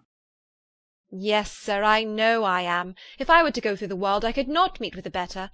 But I have always observed that they who are good-natured when children are good-natured when they grow up, and he was always the sweetest-tempered, most generous-hearted boy in the world." Elizabeth almost stared at her. "Can this be Mr. Darcy?" thought she. "His father was an excellent man," said Mrs. Gardiner. "Yes, ma'am, that he was indeed, and his son will be just like him, just as affable to the poor." Elizabeth listened, wondered, doubted, and was impatient for more. Mrs. Reynolds could interest her on no other point. She related the subject of the pictures, the dimensions of the rooms, and the price of the furniture in vain. Mr. Gardiner, highly amused by the kind of family prejudice to which he attributed her excessive commendation of her master, soon led again to the subject, and she dwelt with energy on his many merits as they proceeded together up the great staircase. "He is the best landlord and the best master," said she, "that ever lived. Not like the wild young men nowadays who think of nothing but themselves. There is not one of his tenants or servants but will give him a good name. Some people call him proud, but I am sure I never saw anything of it. To my fancy it is only because he does not rattle away like other young men." "In what an amiable light does this place him!" thought Elizabeth. "This fine account of him," whispered her aunt as they walked, "is not quite consistent with his behaviour to our poor friend." "Perhaps we might be deceived." "That is not very likely. Our authority was too good." On reaching the spacious lobby above, they were shown into a very pretty sitting-room, lately fitted up with greater elegance and lightness than the apartments below, and were informed that it was but just done to give pleasure to Miss Darcy, who had taken a liking to the room when last at Pemberley.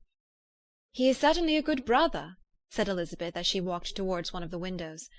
Mrs. Reynolds anticipated Miss Darcy's delight when she should enter the room. "And this is always the way with him," she added. "Whatever can give his sister any pleasure is sure to be done in a moment. There is nothing he would not do for her." The picture gallery, and 2 or 3 of the principal bedrooms, were all that remained to be shown. In the former were many good paintings, but Elizabeth knew nothing of the art, and from such as had been already visible below, she had willingly turned to look at some drawings of Miss Darcy's, in crayons, whose subjects were usually more interesting and also more intelligible. In the gallery there were many family portraits, but they could have little to fix the attention of a stranger. Elizabeth walked in quest of the only face whose features would be known to her. At last it arrested her, and she beheld a striking resemblance to Mr. Darcy, with such a smile over the face as she remembered to have sometimes seen when he looked at her. She stood several minutes before the picture in earnest contemplation, and returned to it again before they quitted the gallery. Mrs. Reynolds informed them that it had been taken in his father's lifetime. There was certainly at this moment in Elizabeth's mind a more gentle sensation towards the original than she had ever felt at the height of their acquaintance. The commendation bestowed on him by Mrs. Reynolds was of no trifling nature. What praise is more valuable than the praise of an intelligent servant? As a brother, a landlord, a master, she considered how many people's happiness were in his guardianship, how much of pleasure or pain was it in his power to bestow, how much of good or evil must be done by him. Every idea that had been brought forward by the housekeeper was favourable to his character, and as she stood before the canvas on which he was represented, and fixed his eyes upon herself, she thought of his regard with a deeper sentiment of gratitude than it had ever raised before. She remembered its warmth, and softened its impropriety of expression. When all of the house that was open to general inspection had been seen, they returned downstairs, and taking leave of the housekeeper, were consigned over to the gardener, who met them at the hall door. As they walked across the hall towards the river, Elizabeth turned back to look again. Her aunt and uncle stopped also, and while the former was conjecturing as to the date of the building, the owner of it himself suddenly came forward from the road, which led behind it to the stables. They were within 20 yards of each other, and so abrupt was his appearance that it was impossible to avoid his sight. Their eyes instantly met, and the cheeks of both were overspread with the deepest blush. He absolutely stared, and for a moment seemed immovable from surprise, but shortly recovering himself, advanced toward the party, and spoke to Elizabeth, if not in terms of perfect composure, at least of perfect civility. She had instinctively turned away, but stopping on his approach, received his compliments with an embarrassment impossible to be overcome. Had his first appearance, or his resemblance to the picture they had just been examining, been insufficient to assure the other two that they now saw Mr. Darcy, the gardener's expression of surprise on beholding his master must immediately have told it. They stood a little aloof while he was talking to their niece, who, astonished and confused, scarcely dared lift her eyes to his face, and knew not what answer she returned to his civil inquiries after her family. Amazed at the alteration of his manner since they last parted, every sentence that he uttered was increasing her embarrassment, and every idea of the impropriety of her being found there recurring to her mind. The few minutes in which they continued were some of the most uncomfortable in her life. Nor did he seem much more at ease. When he spoke, his accent had none of its usual sedateness, and he repeated his inquiries as to the time of her having left Longbourn, and of her having stayed in Derbyshire, so often and in so hurried a way as plainly spoke the distraction of his thoughts. At length every idea seemed to fail him, and after standing a few moments without saying a word, he suddenly recollected himself and took leave. The others then joined her, and expressed admiration of his figure, but Elizabeth heard not a word, and wholly engrossed by her own feelings, followed them in silence. She was overpowered by shame and vexation. Her coming there was the most unfortunate, the most ill-judged thing in the world. How strange it must appear to him, and what a disgraceful light might it not strike so vain a man! It might seem as if she had purposely thrown herself in his way again. Oh, why did she come? Or why did he thus come a day before he was expected? Had they been only 10 minutes sooner, they should have been beyond the reach of his discrimination, for it was plain that he was that moment arrived, that moment alighted from his horse or his carriage. She blushed again and again over the perverseness of the meeting. And his behaviour, so strikingly altered, what could it mean? That he should even speak to her was amazing, but to speak with such civility, to inquire after her family! Never in her life had she seen his manners so little dignified, never had he spoken with such gentleness as on this unexpected meeting. What a contrast did it offer to his last address in Rosings Park, when he put his letter into her hand! She knew not what to think, or how to account for it. They had now entered a beautiful walk by the side of the water, and every step was bringing forward a nobler fall of ground, or a finer reach of the woods to which they were approaching. But it was some time before Elizabeth was sensible of any of it, and though she answered mechanically to the repeated appeals of her aunt and uncle, and seemed to direct her eyes to such objects as they pointed out, she distinguished no part of the scene. Her thoughts were all fixed on that one spot of Pemberley House, whichever it might be, where Mr. Darcy then was. She longed to know what at the moment was passing in his mind, in what manner he thought of her, and whether, in defiance of everything, she was still dear to him. Perhaps he had been civil only because he felt himself at ease, yet there had been that in his voice which was not like ease. Whether he had felt more of pain or of pleasure in seeing her she could not tell, but he certainly had not seen her with composure. At length, however, the remarks of her companions on her absence of mind aroused her, and she felt the necessity of appearing more like herself. They entered the woods, and bidding adieu to the river for a while, ascended some of the higher grounds, when in spots where the opening of the trees gave the eye power to wander were many charming views of the valley, the opposite hills, with the long range of woods overspreading many, and occasionally part of the stream. Mr. Gardiner expressed a wish of going round the whole park, but feared it might be beyond a walk. With a triumphant smile they were told that it was 10 miles round. It settled the matter, and they pursued the accustomed circuit, which brought them again after some time in a descent among hanging woods, to the edge of the water, and one of its narrowest parts.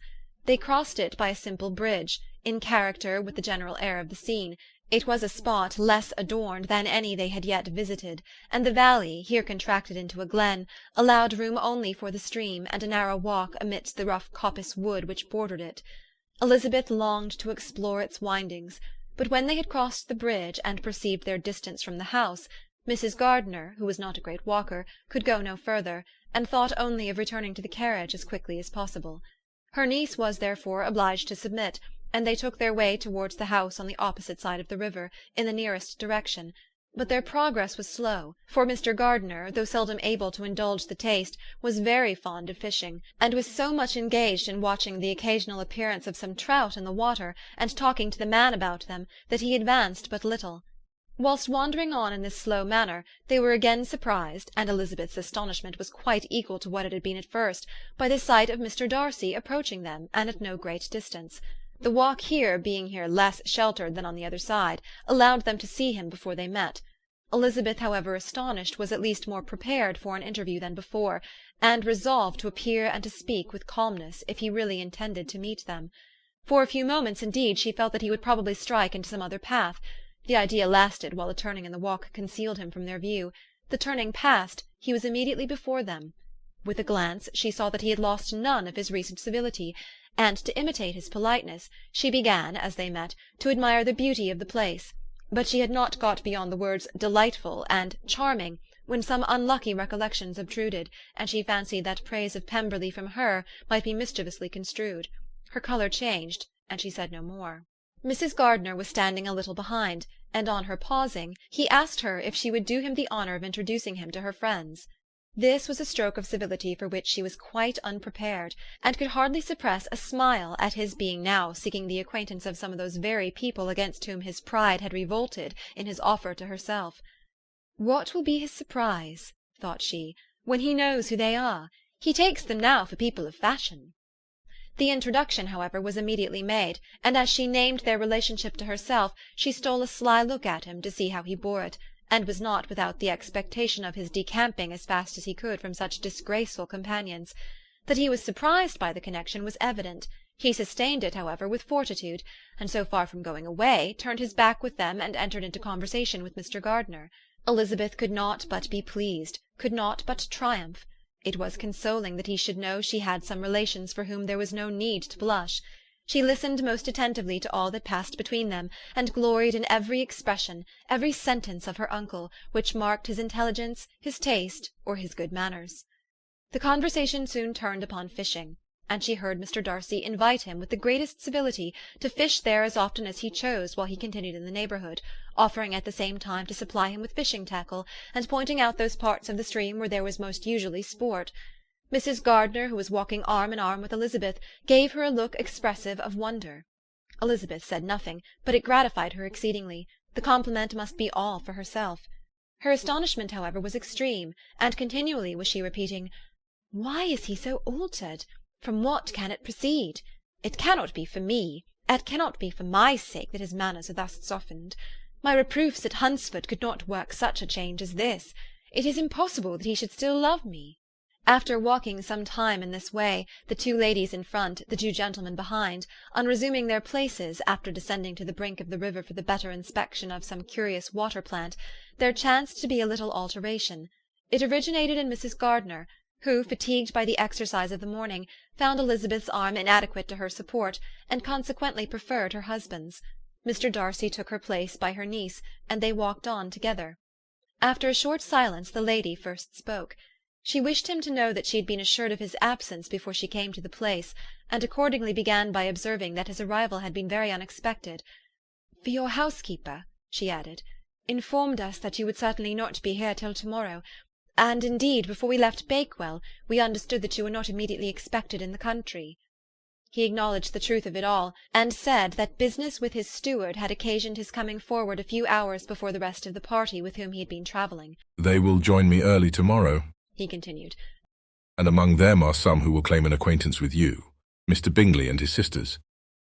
Elizabeth answered only by a slight bow. Her thoughts were instantly driven back to the time when Mr. Bingley's name had been the last mentioned between them, and if she might judge by his complexion, his mind was not very differently engaged. "There is also one other person in the party," he continued after a pause, "who more particularly wishes to be known to you. Will you allow me, or do I ask too much, to introduce my sister to your acquaintance during your stay at Lambton?"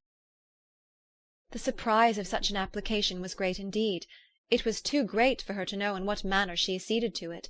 She immediately felt that whatever desire Miss Darcy might have of being acquainted with her must be the work of her brother, and without looking farther, it was satisfactory. It was gratifying to know that his resentment had not made him think really ill of her.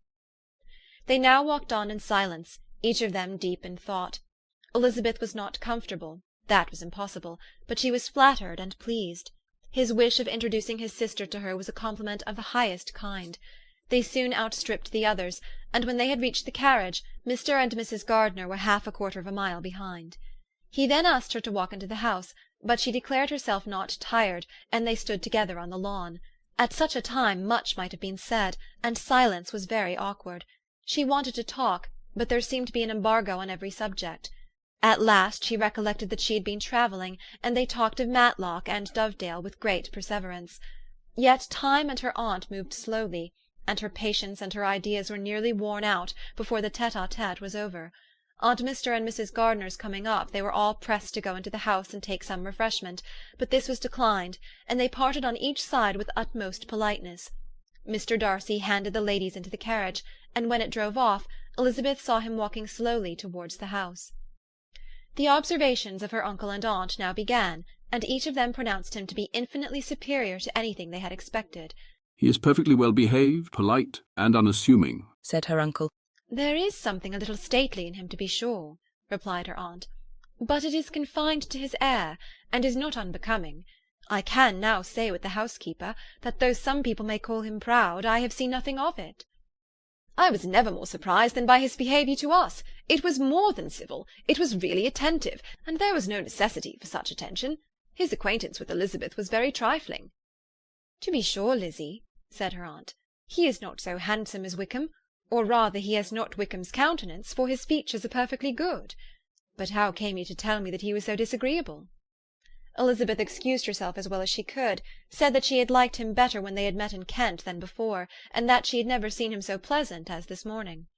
"But perhaps he may be a little whimsical in his civilities," replied her uncle. "Your great men often are, and therefore I shall not take him at his word about fishing, as he might change his mind another day, and warn me off his grounds." Elizabeth felt that they had entirely misunderstood his character, but said nothing. "From what we have seen of him," continued Mrs. Gardiner, "I really should not have thought that he could have behaved in so cruel a way by anybody as he has done by poor Wickham. He has not an ill-natured look. On the contrary, there is something pleasing about his mouth when he speaks, and there is something of dignity in his countenance that would not give one an unfavourable idea of his heart. But, to be sure, the good lady who showed us his house did give him a most flaming character. I could hardly help laughing aloud sometimes. But he is a liberal master, I suppose, and that in the eye of a servant comprehends every virtue." Elizabeth here felt herself called on to say something in vindication of his behaviour to Wickham, and therefore gave them to understand, in as guarded a manner as she could, that by what she had heard from his relations in Kent, his actions were capable of a very different construction, and that his character was by no means so faulty, nor Wickham's so amiable as they had been considered in Hertfordshire. In confirmation of this, she related the particulars of all the pecuniary transactions in which they had been connected, without actually naming her authority, but stating it to be such as might be relied on. Mrs. Gardiner was surprised and concerned, but as they were now approaching the scene of her former pleasures, every idea gave way to the charm of recollection, and she was too much engaged in pointing out to her husband all the interesting spots in its environs to think of anything else. Fatigued as she had been by the morning's walk, they had no sooner dined than she set off again in quest of her former acquaintance, and the evening was spent in the satisfactions of an intercourse renewed after many years' discontinuance. The occurrences of the day were too full of interest to leave Elizabeth much attention for any of these new friends, and she could do nothing but think, and think with wonder, of Mr. Darcy's civility, and above all, of his wishing her to be acquainted with his sister. Chapter 44. Elizabeth had settled it that Mr. Darcy would bring his sister to visit her the very day after her reaching Pemberley, and was consequently resolved not to be out of sight of the inn the whole of that morning. But her conclusion was false, for on the very morning after their arrival at Lambton these visitors came. They had been walking about the place with some of their new friends, and were just returning to the inn to dress themselves for dining with the same family, when the sound of a carriage drew them to the window, and they saw a gentleman and a lady in a curricle driving up the street. Elizabeth, immediately recognizing the livery, guessed what it meant, and imparted no small degree of her surprise to her relations by acquainting them with the honour which she expected. Her uncle and aunt were all amazement, and the embarrassment of her manner as she spoke, joined to the circumstance itself, and many of the circumstances of the preceding day, opened to them a new idea on the business. Nothing had ever suggested it before, but they felt that there was no other way of accounting for such attentions from such a quarter than by supposing a partiality for their niece. While these newly born notions were passing in their heads, the perturbation of Elizabeth's feelings was at every moment increasing. She was quite amazed at her own discomposure, but amongst other causes of disquiet, she dreaded lest the partiality of the brother should have said too much in her favour, and more than commonly anxious to please, she naturally suspected that every power of pleasing would fail her. She retreated from the window, fearful of being seen, and as she walked up and down the room, endeavouring to compose herself, saw such looks of inquiring surprise in her uncle and aunt as made everything worse. Miss Darcy and her brother appeared, and this formidable introduction took place. With astonishment did Elizabeth see that her new acquaintance was at least as much embarrassed as herself. Since her being at Lambton, she had heard that Miss Darcy was exceedingly proud, but the observation of a very few minutes convinced her that she was only exceedingly shy. She found it difficult to obtain even a word from her beyond a monosyllable. Miss Darcy was tall, and on a larger scale than Elizabeth, and though little more than 16, her figure was formed and her appearance womanly and graceful. She was less handsome than her brother, but there was sense and good humour in her face, and her manners were perfectly unassuming and gentle. Elizabeth, who had expected to find in her as acute and unembarrassed an observer as ever Mr. Darcy had been, was much relieved by discerning such different feelings. They had not long been together before Mr. Darcy told her that Bingley was also coming to wait on her, and she had barely time to express her satisfaction and prepare for such a visitor, when Bingley's quick step was heard on the stairs, and in a moment he entered the room. All Elizabeth's anger against him had been long done away, but had she still felt any, it could hardly have stood its ground against the unaffected cordiality with which he expressed himself on seeing her again. He inquired in a friendly, though general way, after her family, and looked and spoke with the same good-humoured ease that he had ever done. To Mr. and Mrs. Gardiner he was scarcely a less interesting personage than to herself. They had long wished to see him. The whole party before them, indeed, excited a lively attention. The suspicions which had just arisen of Mr. Darcy and their niece directed their observation towards each with an earnest though guarded inquiry, and they soon drew from those inquiries the full conviction that one of them at least knew what it was to love. Of the ladies' sensations they remained a little in doubt, but that the gentleman was overflowing with admiration was evident enough. Elizabeth, on her side, had much to do. She wanted to ascertain the feelings of each of her visitors, she wanted to compose her own, and to make herself agreeable to all, and in the latter object, where she feared most to fail, she was most sure of success, for those to whom she endeavoured to give pleasure were prepossessed in her favour. Bingley was ready, Georgiana was eager, and Darcy determined to be pleased. In seeing Bingley her thoughts naturally flew to her sister, and oh, how ardently did she long to know whether any of his were directed in a like manner. Sometimes she could fancy that he talked less than on former occasions, and once or twice pleased herself with the notion that, as he looked at her, he was trying to trace a resemblance. But though this might be imaginary, she could not be deceived as to his behaviour to Miss Darcy, who had been set up as a rival to Jane. No look appeared on either side that spoke particular regard. Nothing occurred between them that could justify the hopes of his sister. On this point she was soon satisfied, and 2 or 3 little circumstances occurred ere they parted, which in her anxious interpretation denoted a recollection of Jane not untinctured by tenderness, and a wish of saying more that might lead to the mention of her, had he dared. He observed to her at a moment when the others were talking together, and in a tone which had something of real regret, that "it was a very long time since he had had the pleasure of seeing her," and before she could reply he added, "It is above 8 months. We have not met since the 26th of November, when we were all dancing together at Netherfield."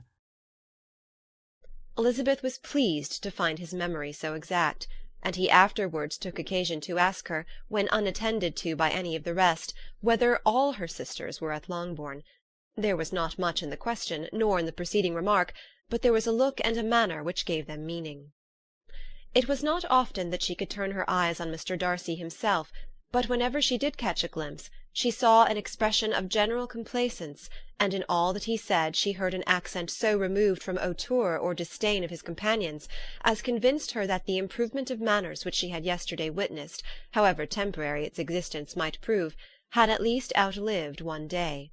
When she saw him thus seeking the acquaintance and courting the good opinion of people with whom any intercourse a few months ago would have been a disgrace, when she saw him thus civil, not only to herself, but to the very relations whom he had openly disdained, and recollected their last lively scene in Hunsford Parsonage, the difference, the change, was so great, and struck so forcibly on her mind, that she could hardly restrain her astonishment from being visible.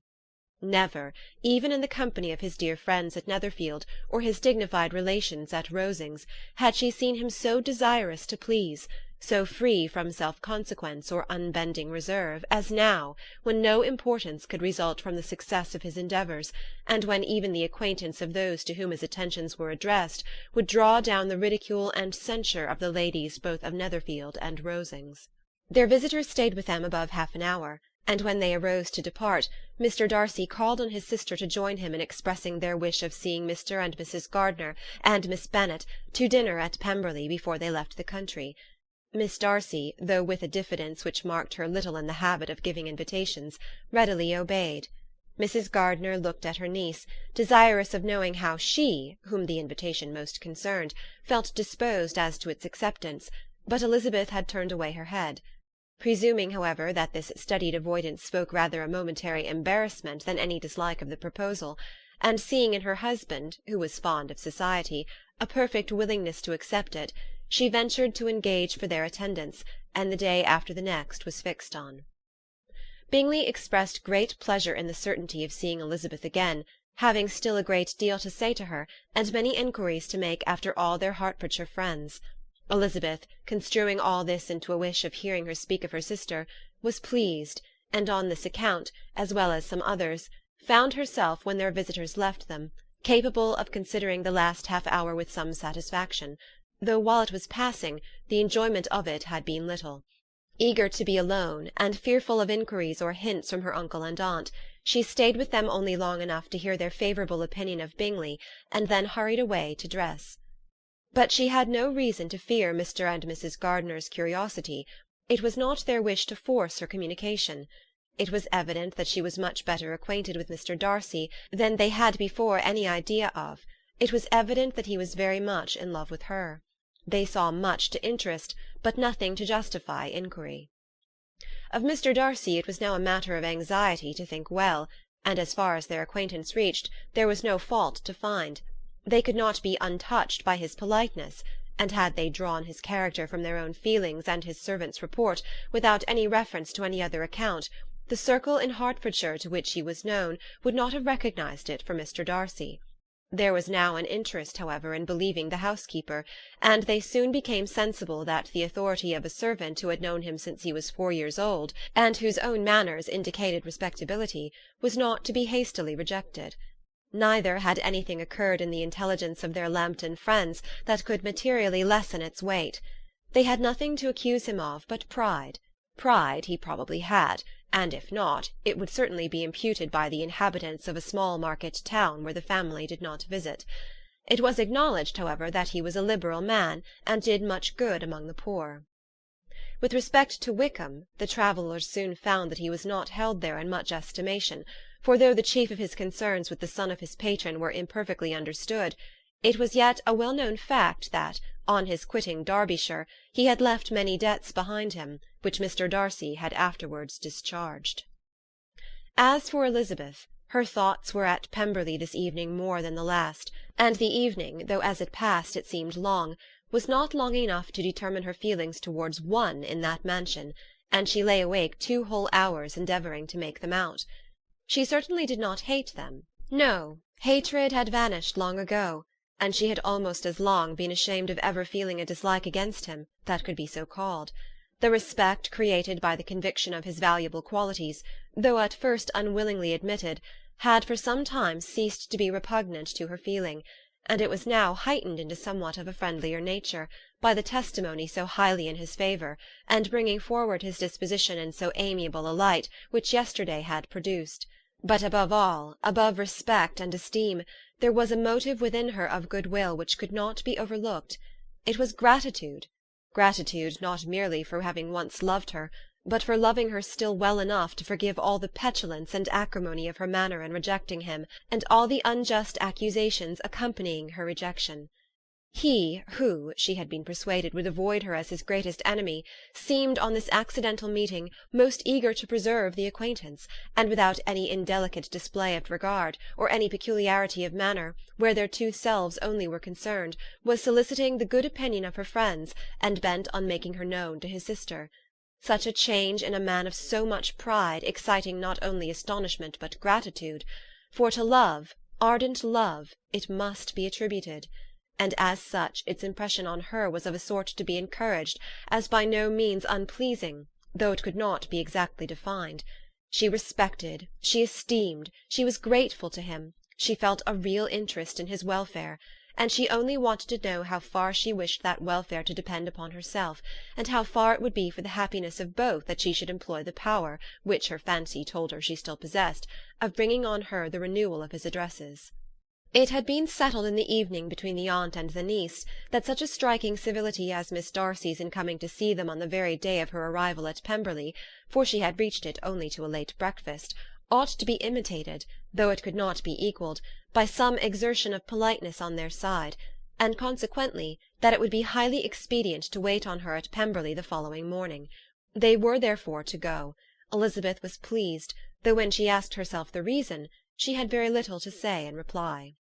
Mr. Gardiner left them soon after breakfast. The fishing scheme had been renewed the day before, and a positive engagement made of his meeting some of the gentlemen at Pemberley before noon. Chapter 45. Convinced as Elizabeth now was that Miss Bingley's dislike of her had originated in jealousy, she could not help feeling how unwelcome her appearance at Pemberley must be to her, and was curious to know with how much civility on that lady's side the acquaintance would now be renewed. On reaching the house, they were shown through the hall into the saloon, whose northern aspect rendered it delightful for summer. Its windows opening to the ground admitted a most refreshing view of the high woody hills behind the house, and of the beautiful oaks and Spanish chestnuts which were scattered over the intermediate lawn. In this house they were received by Miss Darcy, who was sitting there with Mrs. Hurst and Miss Bingley, and the lady with whom she lived in London. Georgiana's reception of them was very civil, but attended with all the embarrassment which, though proceeding from shyness and the fear of doing wrong, would easily give to those who felt themselves inferior the belief of her being proud and reserved. Mrs. Gardiner and her niece, however, did her justice, and pitied her. By Mrs. Hurst and Miss Bingley they were noticed only by a curtsy, and on their being seated, a pause, awkward as such pauses must always be, succeeded for a few moments.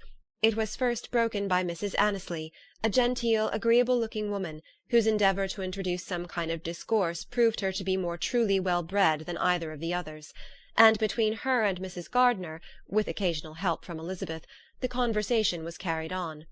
Miss Darcy looked as if she wished for courage enough to join in it, and sometimes did venture a short sentence when there was least danger of its being heard. Elizabeth soon saw that she was herself closely watched by Miss Bingley, and that she could not speak a word, especially to Miss Darcy, without calling her attention.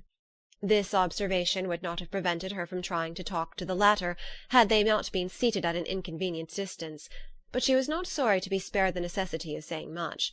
Her own thoughts were employing her. She expected every moment that some of the gentlemen would enter the room. She wished, she feared that the master of the house might be amongst them, and whether she wished or feared it most, she could scarcely determine. After sitting in this manner a quarter of an hour without hearing Miss Bingley's voice, Elizabeth was roused by receiving from her a cold inquiry after the health of her family. She answered with equal indifference and brevity, and the others said no more. The next variation which their visit afforded was produced by the entrance of servants with cold meat, cake, and a variety of all the finest fruits in season. But this did not take place till after many a significant look and smile from Mrs. Annesley to Miss Darcy had been given, to remind her of her post. There was now employment for the whole party, for though they could not all talk, they could all eat, and the beautiful pyramids of grapes, nectarines, and peaches soon collected them round the table. While thus engaged, Elizabeth had a fair opportunity of deciding whether she most feared or wished for the appearance of Mr. Darcy, by the feelings which prevailed on his entering the room, and then, though but a moment before she had believed her wishes to predominate, she began to regret that he came. He had been some time with Mr. Gardiner, who, with 2 or 3 other gentlemen from the house, was engaged by the river, and had left him only on learning that the ladies of the family intended a visit to Georgiana that morning. No sooner did he appear than Elizabeth wisely resolved to be perfectly easy and unembarrassed, a resolution the more necessary to be made, but perhaps not the more easily kept, because she saw that the suspicions of the whole party were awakened against them, and that there was scarcely an eye which did not watch his behaviour when he first came into the room. In no countenance was attentive curiosity so strongly marked as in Miss Bingley's, in spite of the smiles which overspread her face whenever she spoke to one of its objects, for jealousy had not yet made her desperate, and her attentions to Mr. Darcy were by no means over. Miss Darcy, on her brother's entrance, exerted herself much more to talk, and Elizabeth saw that he was anxious for his sister and herself to get acquainted, and forwarded as much as possible every attempt at conversation on either side. Miss Bingley saw all this likewise, and in the imprudence of anger, took the first opportunity of saying, with sneering civility, "Pray, Miss Eliza, are not the Blankshire militia removed from Meryton? They must be a great loss to your family." In Darcy's presence she dared not mention Wickham's name, but Elizabeth instantly comprehended that he was uppermost in her thoughts, and the various recollections connected with him gave her a moment's distress, but exerting herself vigorously to repel the ill-natured attack, she presently answered the question in a tolerably detached tone. While she spoke, an involuntary glance showed her Darcy, with a heightened complexion, earnestly looking at her, and his sister overcome with confusion, and unable to lift up her eyes. Had Miss Bingley known what pain she was then giving her beloved friend, she undoubtedly would have refrained from the hint, but she had merely intended to discompose Elizabeth by bringing forward the idea of a man to whom she believed her partial, and to make her betray a sensibility which might injure her in Darcy's opinion, and perhaps to remind the latter of all the follies and absurdities by which some part of her family were connected with that corps. Not a syllable had ever reached her of Miss Darcy's meditated elopement. To no creature had it been revealed, where secrecy was possible, except to Elizabeth, and from all Bingley's connections her brother was particularly anxious to conceal it, from the very wish which Elizabeth had long ago attributed to him, of their becoming hereafter her own. He had certainly formed such a plan, and without meaning that it should affect his endeavour to separate him from Miss Bennet, it is probable that it might add something to his lively concern for the welfare of his friend. Elizabeth's collected behaviour, however, soon quieted his emotion, and as Miss Bingley, vexed and disappointed, dared not approach nearer to Wickham, Georgiana also recovered in time, though not enough to be able to speak any more. Her brother, whose eyes she feared to meet, scarcely recollected her interest in the affair, and the very circumstance which had been designed to turn his thoughts from Elizabeth seemed to have fixed them on her more and more cheerfully. Their visit did not continue long after the question and answer above mentioned, and while Mr. Darcy was attending them to their carriage, Miss Bingley was venting her feelings in criticisms on Elizabeth's person, behaviour, and dress. But Georgiana would not join her. Her brother's recommendation was enough to ensure her favour, his judgment could not err, and as he had spoken in such terms of Elizabeth as to leave Georgiana without the power of finding her otherwise than lovely and amiable. When Darcy returned to the saloon, Miss Bingley could not help repeating to him some part of what she had been saying to his sister. "How very ill Miss Eliza Bennet looks this morning, Mr. Darcy," she cried. "I never in my life saw anyone so much altered as she is since the winter. She has grown so brown and coarse. Louisa and I were agreeing that we should not have known her again." However little Mr. Darcy might have liked such an address, he contented himself with coolly replying that he perceived no other alteration than her being rather tanned, no miraculous consequence of travelling in the summer. "For my own part," she rejoined, "I must confess that I never saw any beauty in her. Her face is too thin, her complexion has no brilliancy, and her features are not at all handsome. Her nose wants character, there is nothing marked in its lines. Her teeth are tolerable, but not out of the common way. And as for her eyes, which have sometimes been called so fine, I could never see anything extraordinary in them. They have a sharp, shrewish look, which I do not like at all, and in her air altogether there is a self-sufficiency without fashion which is intolerable." Persuaded as Miss Bingley was that Darcy admired Elizabeth, this was not the best method of recommending herself, but angry people are not always wise, and in seeing him at last look somewhat nettled, she had all the success she expected. He was resolutely silent, however, and from a determination of making him speak, she continued, "I remember, when we first knew her in Hertfordshire, how amazed we all were to find that she was a reputed beauty, and I particularly recollect your saying one night, after they had been dining at Netherfield, 'She a beauty! I should as soon call her mother a wit.'" But afterwards she seemed to improve on you, and I believe you thought her rather pretty at one time.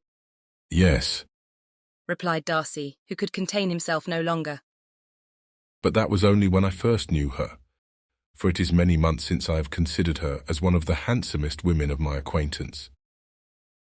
He then went away, and Miss Bingley was left to all the satisfaction of having forced him to say what gave no one any pain but herself. Mrs. Gardiner and Elizabeth talked of all that had occurred during their visit, as they returned, except what had particularly interested them both. The look and behaviour of everybody they had seen were discussed, except of the person who had mostly engaged their attention. They talked of his sister, his friends, his house, his fruit, of everything but himself. Yet Elizabeth was longing to know what Mrs. Gardiner thought of him, and Mrs. Gardiner would have been highly gratified by her niece's beginning the subject. Chapter 46. Elizabeth had been a good deal disappointed in not finding a letter from Jane on their first arrival at Lambton, and this disappointment had been renewed on each of the mornings that had now been spent there, but on the third her repining was over, and her sister justified, by the receipt of 2 letters from her at once, on one of which was marked that it had been missent elsewhere. Elizabeth was not surprised at it, as Jane had written the direction remarkably ill. They had just been preparing to walk as the letters came in, and her uncle and aunt, leaving her to enjoy them in quiet, set off by themselves. The one missent must first be attended to. It had been written 5 days ago. The beginning contained an account of all their little parties and engagements, with such news as the country afforded, but the latter half, which was dated a day later, and written in evident agitation, gave more important intelligence. It was to this effect: "Since writing the above, dearest Lizzie, something has occurred of a most unexpected and serious nature, but I am afraid of alarming you. Be assured that we are all well. What I have to say relates to poor Lydia. An express came at 12 last night, just as we were all gone to bed, from Colonel Forster, to inform us that she was gone off to Scotland with one of his officers, to own the truth, with Wickham. Imagine our surprise. To Kitty, however, it does not seem so wholly unexpected. I am very, very sorry. So imprudent a match on both sides. But I am willing to hope the best, and that his character has been misunderstood. Thoughtless and indiscreet, I can easily believe him, but this step, and let us rejoice over it, marks nothing bad at heart. His choice is disinterested at least, for he must know my father can give her nothing. Our poor mother is sadly grieved. My father bears it better. How thankful am I that we never let them know what has been said against him. We must forget it ourselves. They were off Saturday night about 12, as is conjectured, but were not missed till yesterday morning at 8. The express was sent off directly. My dear Lizzie, they must have passed within 10 miles of us. Colonel Forster gives us reason to expect him here soon. Lydia left a few lines for his wife, informing her of their intention. I must conclude, for I cannot be long from our poor mother. I am afraid you will not be able to make it out, but I hardly know what I have written."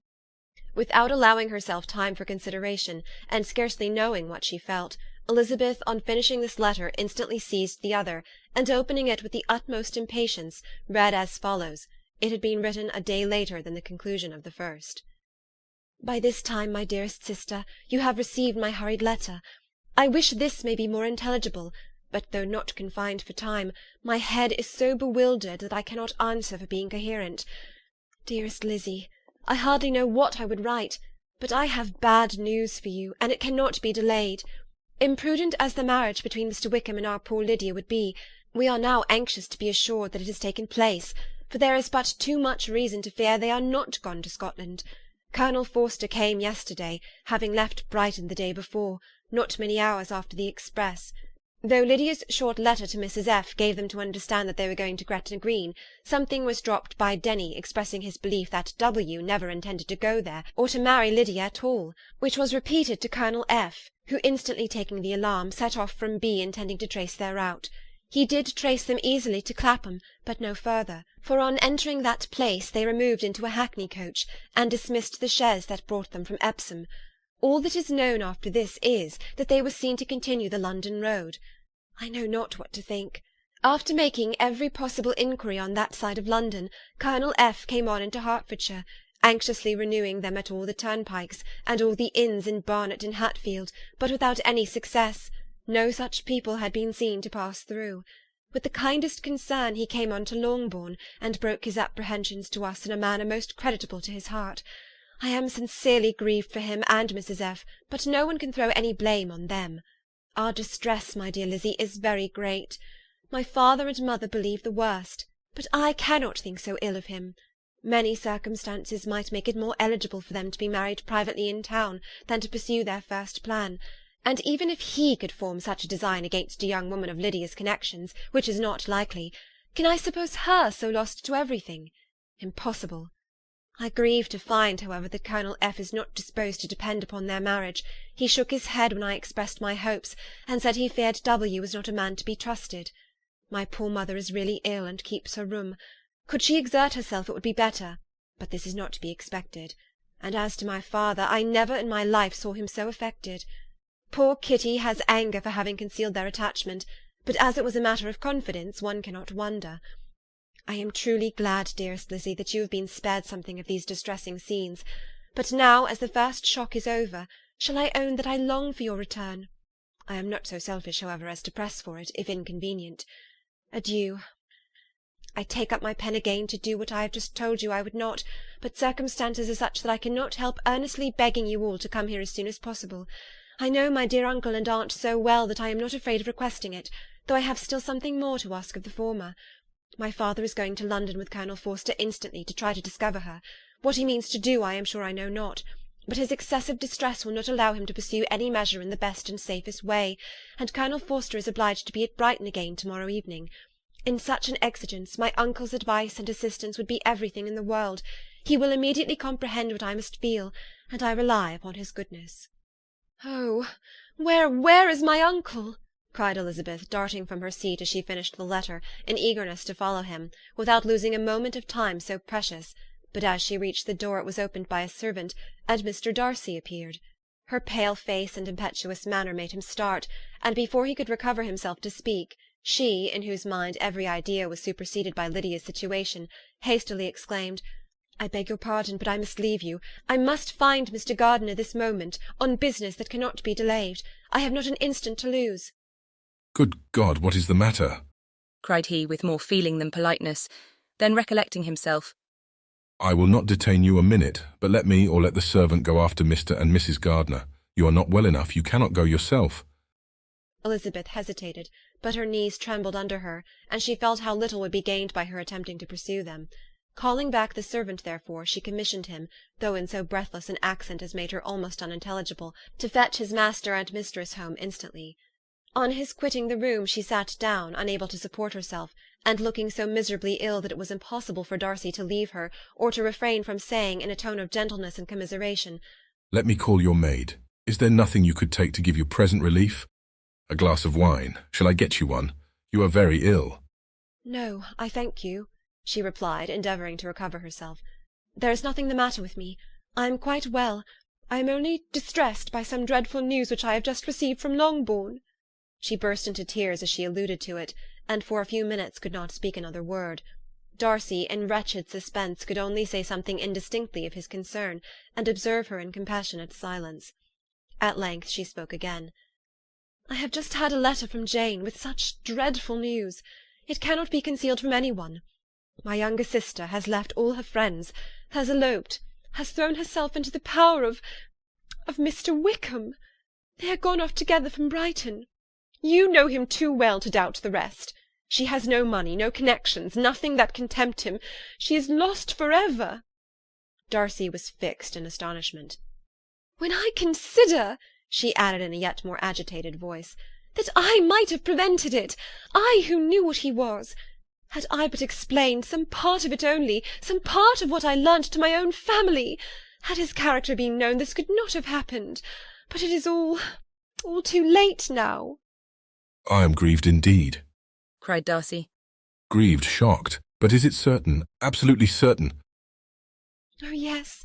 They left Brighton together on Sunday night, and were traced almost to London, but not beyond. They are certainly not gone to Scotland. And what has been done? What has been attempted to recover her? My father has gone to London, and Jane has written to beg my uncle's immediate assistance, and we shall be off, I hope, in half an hour. But nothing can be done. I know very well that nothing can be done. How is such a man to be worked on? How are they even to be discovered? I have not the smallest hope. It is every way horrible." Darcy shook his head in silent acquiescence. "When my eyes were opened to his real character, oh, had I known what I ought, what I dared to do! But I knew not. I was afraid of doing too much. Wretched, wretched mistake!" Darcy made no answer. He seemed scarcely to hear her, and was walking up and down the room in earnest meditation, his brow contracted, his air gloomy. Elizabeth soon observed and instantly understood it. Her power was sinking. Everything must sink under such a proof of family weakness, such an assurance of the deepest disgrace. She could neither wonder nor condemn, but the belief of his self-conquest brought nothing consolatory to her bosom, afforded no palliation of her distress.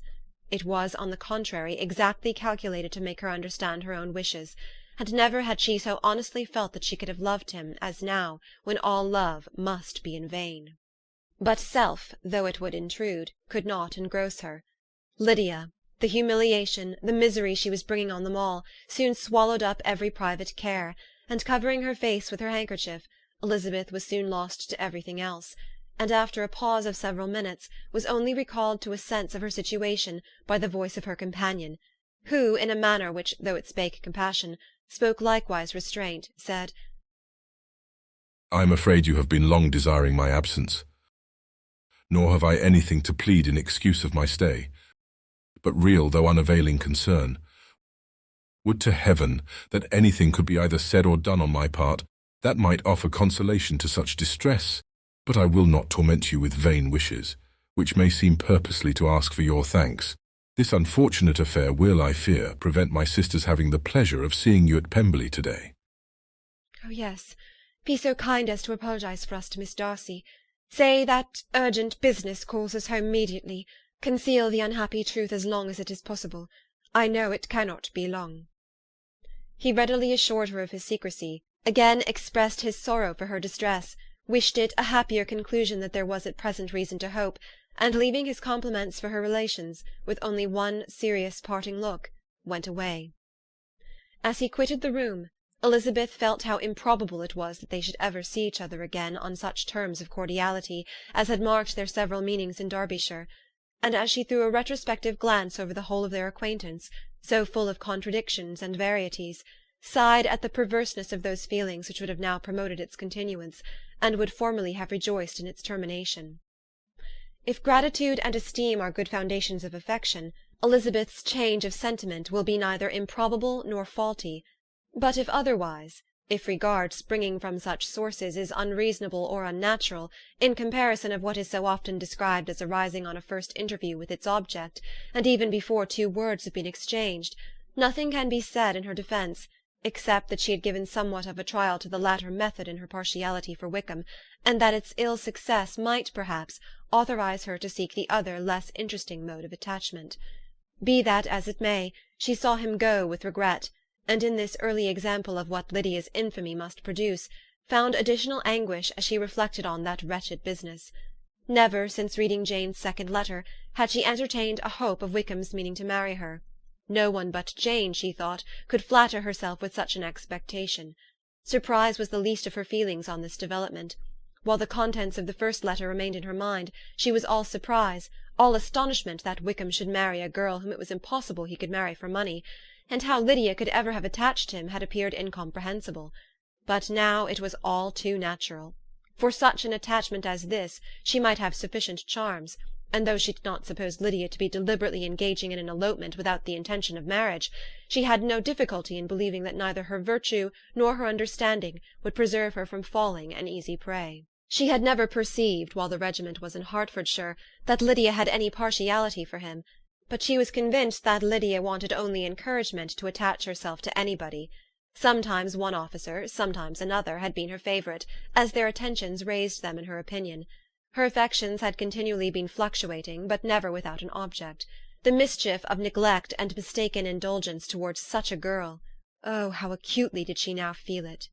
She was wild to be at home, to hear, to see, to be upon the spot to share with Jane in the cares that must now fall wholly upon her, in a family so deranged, a father absent, a mother incapable of exertion, and requiring constant attendance, and though almost persuaded that nothing could be done for Lydia, her uncle's interference seemed of the utmost importance, and till he entered the room her impatience was severe. Mr. and Mrs. Gardiner had hurried back in alarm, supposing by the servant's account that their niece was taken suddenly ill, but satisfying them instantly on that head, she eagerly communicated the cause of their summons, reading the 2 letters aloud, and dwelling on the postscript of the last with trembling energy. Though Lydia had never been a favourite with them, Mr. and Mrs. Gardiner could not be but deeply afflicted. Not Lydia only, but all were concerned in it, and after the first exclamations of surprise and horror, Mr. Gardiner promised every assistance in his power. Elizabeth, though expecting no less, thanked him with tears of gratitude, and all 3 being actuated by one spirit, everything relating to their journey was speedily settled. They were to be off as soon as possible. "But what is to be done about Pemberley?" cried Mrs. Gardiner. "John told us Mr. Darcy was here when you sent for us. Was it so?" "Yes, and I told him we should not be able to keep our engagement. That is all settled." "What is all settled?" repeated the other, as she ran into her room to prepare. "And are they upon such terms as for her to disclose the real truth? Oh, that I knew how it was!" But wishes were vain, or at least could only serve to amuse her in the hurry and confusion of the following hour. Had Elizabeth been at leisure to be idle, she would have remained certain that all employment was impossible to one so wretched as herself, but she had her share of business as well as her aunt, and amongst the rest were notes to be written to all their friends at Lambton, with false excuses for their sudden departure. An hour, however, saw the whole completed, and Mr. Gardiner meanwhile having settled his account at the inn, nothing remained to be done but to go. And Elizabeth, after all the misery of the morning, found herself in a shorter space of time than she could have supposed, seated in the carriage, and on the road to Longbourn. Chapter 47. "I have been thinking it over again, Elizabeth," said her uncle as they drove from the town, "and really, upon serious consideration, I am much more inclined than I was to judge as your eldest sister does on the matter. It appears to me so very unlikely that any young man should form such a design against a girl who is by no means unprotected or friendless, and who is actually staying in his colonel's family, that I am strongly inclined to hope the best. Could he expect that her friends would not step forward? Could he expect to be noticed again by the regiment after such an affront to Colonel Forster? His temptation is not adequate to the risk." "Do you really think so?" cried Elizabeth, brightening up for a moment. "Upon my word," said Mrs. Gardiner, "I begin to be of your uncle's opinion. It is really too great a violation of decency, honour, and interest, for him to be guilty of. I cannot think so very ill of Wickham. Can you yourself, Lizzie, so wholly give him up as to believe him capable of it?" "Not perhaps of neglecting his own interest, but of every other neglect I can believe him capable, if indeed it should be so. But I dare not hope it. Why should they not go on to Scotland if that had been the case?" In the first place, replied Mr. Gardiner, there is no absolute proof that they are not gone to Scotland. "Oh, but their removing from the chaise into a hackney coach is such a presumption, and besides, no traces of them were to be found on the Barnet road." Well then, supposing them to be in London, they may be there, though for the purpose of concealment, for no more exceptionable purpose. It is not likely that money should be very abundant on either side, and it might strike them that they could be more economically, though less expeditiously, married in London than in Scotland. "But why all this secrecy? Why any fear of detection? Why must their marriage be private? Oh, no, no, this is not likely. His most particular friend, you see by Jane's account, was persuaded of his never intending to marry her. Wickham will never marry a woman without some money. He cannot afford it. And what claims has Lydia? What attraction has she beyond youth, health, and good humour that could make him, for her sake, forego every chance of benefiting himself by marrying well? As to what restraint the apprehensions of disgrace in the corps might throw on a dishonourable elopement with her, I am not able to judge, for I know nothing of the effects that such a step might produce. But as to your other objection, I am afraid it will hardly hold good. Lydia has no brothers to step forward, and he might imagine from my father's behaviour, from his indolence and the little attention he has ever seemed to give to what was going forward in his family, that he would do as little, and think as little about it, as any father could do in such a matter." "But can you think that Lydia is so lost to everything but love of him as to consent to live with him on any terms other than marriage?" "It does seem, and it is most shocking indeed," replied Elizabeth with tears in her eyes. that a sister's sense of decency and virtue in such a point could admit of doubt. But really I know not what to say. Perhaps I am not doing her justice. But she is very young. She has never been taught to think on serious subjects, and for the last half-year, nay, for a 12-month, she has been given up to nothing but amusement and vanity. She has been allowed to dispose of her time in the most idle and frivolous manner, and to adopt any opinions that came in her way. Since the Blankshire were first quartered in Meryton, nothing but love, flirtation, and offices have been in her head. She has been doing everything in her power, by thinking and talking on the subject, to give greater, what shall I call it, susceptibility to her feelings, which are naturally lively enough. And we all know that Wickham has every charm of person and address that can captivate a woman. But you see that Jane, said her aunt, does not think so very ill of Wickham as to believe him capable of the attempt. Of whom does Jane ever think ill? And who is there, whatever might be their former conduct, that she would think capable of such an attempt till it were proved against them? But Jane knows, as well as I do, what Wickham really is. We both know that he has been profligate in every sense of the word, that he has neither integrity nor honour, that he is as false and deceitful as he is insinuating. And do you really know all this? cried Mrs. Gardiner, whose curiosity as to the mode of her intelligence was all alive. I do indeed, replied Elizabeth, colouring. I told you the other day of his infamous behaviour to Mr. Darcy, and you yourself, when last at Longbourn, heard in what manner he spoke of the man who had behaved with such forbearance and liberality towards him. And there are other circumstances which I am not at liberty, which it is not worth while to relate, but his lies about the whole Pemberley family are endless. From what he said of Miss Darcy, I was thoroughly prepared to see a proud, reserved, disagreeable girl. Yet he knew to the contrary himself. He must know that she was as amiable and unpretending as we have found her. But does Lydia know nothing of this? Can she be as ignorant of what you and Jane seem so well to understand? Oh, yes, that is the worst of it all. Till I was in Kent, and saw so much both of Mr. Darcy and his relation Colonel Fitzwilliam, I was ignorant of the truth myself. And when I returned home, the Blankshire was to leave Meryton a week or fortnight's time. As that was the case, neither Jane, to whom I related the whole, nor I thought it necessary to make our knowledge public. For of what use could it apparently be to any one, that the good opinion which all the neighbourhood had of him should then be overthrown? And even when it was settled that Lydia should go with Mrs. Forster, the necessity of opening her eyes to his character never occurred to me. That she could be in any danger from the deception never entered my head.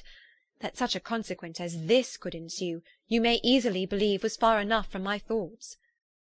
When they all removed to Brighton, therefore, you had no reason, I suppose, to believe them fond of each other? Not the slightest. I can remember no symptom of affection on either side, and had anything of the kind been perceptible, you must be aware that ours is not a family on which it could be thrown away. When first he entered the corps, she was ready enough to admire him, but so we all were.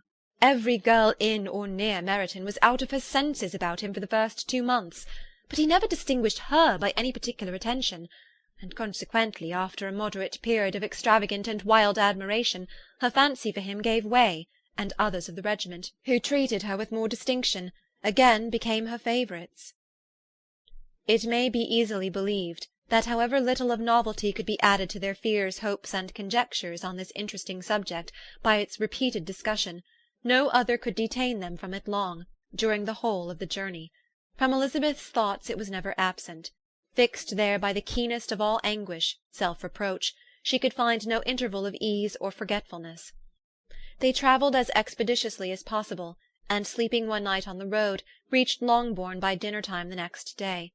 It was a comfort to Elizabeth to consider that Jane could not have been wearied by long expectations. The little Gardiners, attracted by the sight of a chaise, were standing on the steps of the house as they entered the paddock, and when the carriage drove up to the door, the joyful surprise that lighted up their faces, and displayed itself over their whole bodies, in a variety of capers and frisks, was the first pleasing earnest of their welcome. Elizabeth jumped out, and after giving each of them a hasty kiss, hurried into the vestibule, where Jane, who came running down from her mother's apartment, immediately met her. Elizabeth, as she affectionately embraced her, whilst tears filled the eyes of both, lost not a moment in asking whether anything had been heard of the fugitives. "Not yet," replied Jane, "but now that my dear uncle has come, I hope everything will be well." "Is my father in town?" "Yes, he went on Tuesday, as I wrote you word." "And have you heard from him often?" "We have heard only twice. He wrote to me a few lines on Wednesday to say that he had arrived in safety, and to give me his directions, which I particularly begged him to do. He merely added that he should not write again till he had something of importance to mention." "And my mother, how is she? How are you all?" "My mother is tolerably well, I trust, though her spirits are greatly shaken. She is upstairs, and will have great satisfaction in seeing you all. She does not yet leave her dressing-room. Mary and Kitty, thank heaven, are quite well." "But you, how are you?" cried Elizabeth. "You look pale. How much you must have gone through!" Her sister, however, assured her of being perfectly well, and their conversation, which had been passing while Mr. and Mrs. Gardiner were engaged with their children, was now put an end to by the approach of the whole party. Jane ran to her uncle and aunt, and welcomed and thanked them both with alternate smiles and tears. When they were all in the drawing-room, the questions which Elizabeth had already asked were of course repeated by the others, and they soon found that Jane had no intelligence to give. The sanguine hope of good, however, which the benevolence of her heart suggested had not yet deserted her. She still expected that it would all end well, and that every morning would bring some letter, either from Lydia or her father, to explain their proceedings, and perhaps announce their marriage. Mrs. Bennet, to whose apartment they all repaired after a few minutes' conversation together, received them exactly as might be expected, with tears and lamentations of regret, invectives against the villainous conduct of Wickham, and complaints of her own sufferings and ill-usage, blaming everybody but the person to whose ill-judging indulgence the errors of her daughter must principally be owing. "If I had been able," said she, "to carry my point in going to Brighton with all my family, this would not have happened. But poor dear Lydia had nobody to take care of her. Why did the Forsters ever let her go out of their sight? I am sure there was some great neglect or other on their side, for she is not the kind of girl to do such a thing if she had been well looked after. I always thought they were very unfit to have the charge of her, but I was overruled, as I always am. Poor dear child! And now here's Mr. Bennet gone away, and I know he will fight Wickham, wherever he meets him, and then he will be killed, and what is to become of us all? The Collinses will turn us out before he is cold in his grave, and if you are not kind to us, brother, I do not know what we shall do." They all exclaimed against such terrific ideas, and Mr. Gardiner, after general assurances of his affection for her and all her family, told her that he meant to be in London the very next day, and would assist Mr. Bennet in every endeavour for recovering Lydia. "Do not give way to useless alarm," added he. "Though it is right to be prepared for the worst, there is no occasion to look on it as certain. It is not quite a week since they left Brighton. In a few days more we may gain some news of them. Until we know that they are not married and have no design of marrying, do not let us give the matter over as lost. As soon as I get to town, I shall go to my brother and make him come home with me to Gracechurch Street, and then we may consult together as to what is to be done." "Oh, my dear brother," replied Mrs. Bennet, "that is exactly what I could most wish for. And now do, when you shall get to town, find them out wherever they may be, and if they are not married already, make them marry. And as for wedding clothes, do not let them wait for that, but tell Lydia she shall have as much money as she chooses to buy them after they are married. And above all, keep Mr. Bennet from fighting. Tell him what a dreadful state I am in, that I am frightened out of my wits, and have such tremblings, such flutterings all over me, such spasms in my side, and pains in my head, and such beatings at heart, that I can get no rest by night or day. And tell my dear Lydia not to give any directions about her clothes till she has seen me, for she does not know which are the best warehouses. Oh, brother, how kind you are! I know you will contrive it all." But Mr. Gardiner, though he assured her again of his earnest endeavours in the cause, could not avoid recommending moderation to her, as well in her hopes as her fear, and after talking with her in this manner till dinner was on the table, they all left her to vent all her feelings on the housekeeper, who attended in the absence of her daughters. Though her brother and sister were persuaded that there was no real occasion for such a seclusion from the family, they did not attempt to oppose it, for they knew that she had not prudence enough to hold her tongue before the servants, while they waited at table, and judged it better that one only of the household, and the one whom they could most trust, should comprehend all her fears and solicitude on the subject. In the dining-room they were soon joined by Mary and Kitty, who had been too busily engaged in their separate apartments to make their appearance before. One came from her books, and the other from her toilette. The faces of both, however, were tolerably calm, and no change was visible in either, except that the loss of her favourite sister, or the anger which she had herself incurred in this business had given more of fretfulness than usual to the accents of Kitty. As for Mary, she was mistress enough of herself to whisper to Elizabeth, with a countenance of grave reflection, soon after they were seated at table, "This is a most unfortunate affair, and will probably be much talked of, but we must stem the tide of malice, and pour into the wounded bosoms of each other the balm of sisterly consolation." Then, perceiving Elizabeth had no intention of replying, she added, "Unhappy as the event must be for Lydia, we may draw from it this useful lesson, that loss of virtue in a female is irretrievable, that one false step involves her in endless ruin, that reputation is no less brittle than it is beautiful, and that she cannot be too much guarded in her behaviour towards the undeserving of the other sex." Elizabeth lifted up her eyes in amazement, but was too much oppressed to make any reply. Mary, however, continued to console herself with such kind of moral extractions from the evil before them. In the afternoon, the two elder Miss Bennets were able to be for a half-hour by themselves, and Elizabeth instantly availed herself of the opportunity of making any inquiries which Jane was equally eager to satisfy. After joining in general lamentations over the dreadful sequel of this event, which Elizabeth considered as all but certain, and Miss Bennet could not assert to be wholly impossible, the former continued the subject by saying, "But tell me all and everything about it which I have not already heard. Give me further particulars. What did Colonel Forster say? Had they no apprehension of anything before the elopement took place? They must have seen them together for ever." "Colonel Forster did own that he had often suspected some partiality, especially on Lydia's side, but nothing to give him any alarm. I am so grieved for him. His behaviour was attentive and kind to the utmost.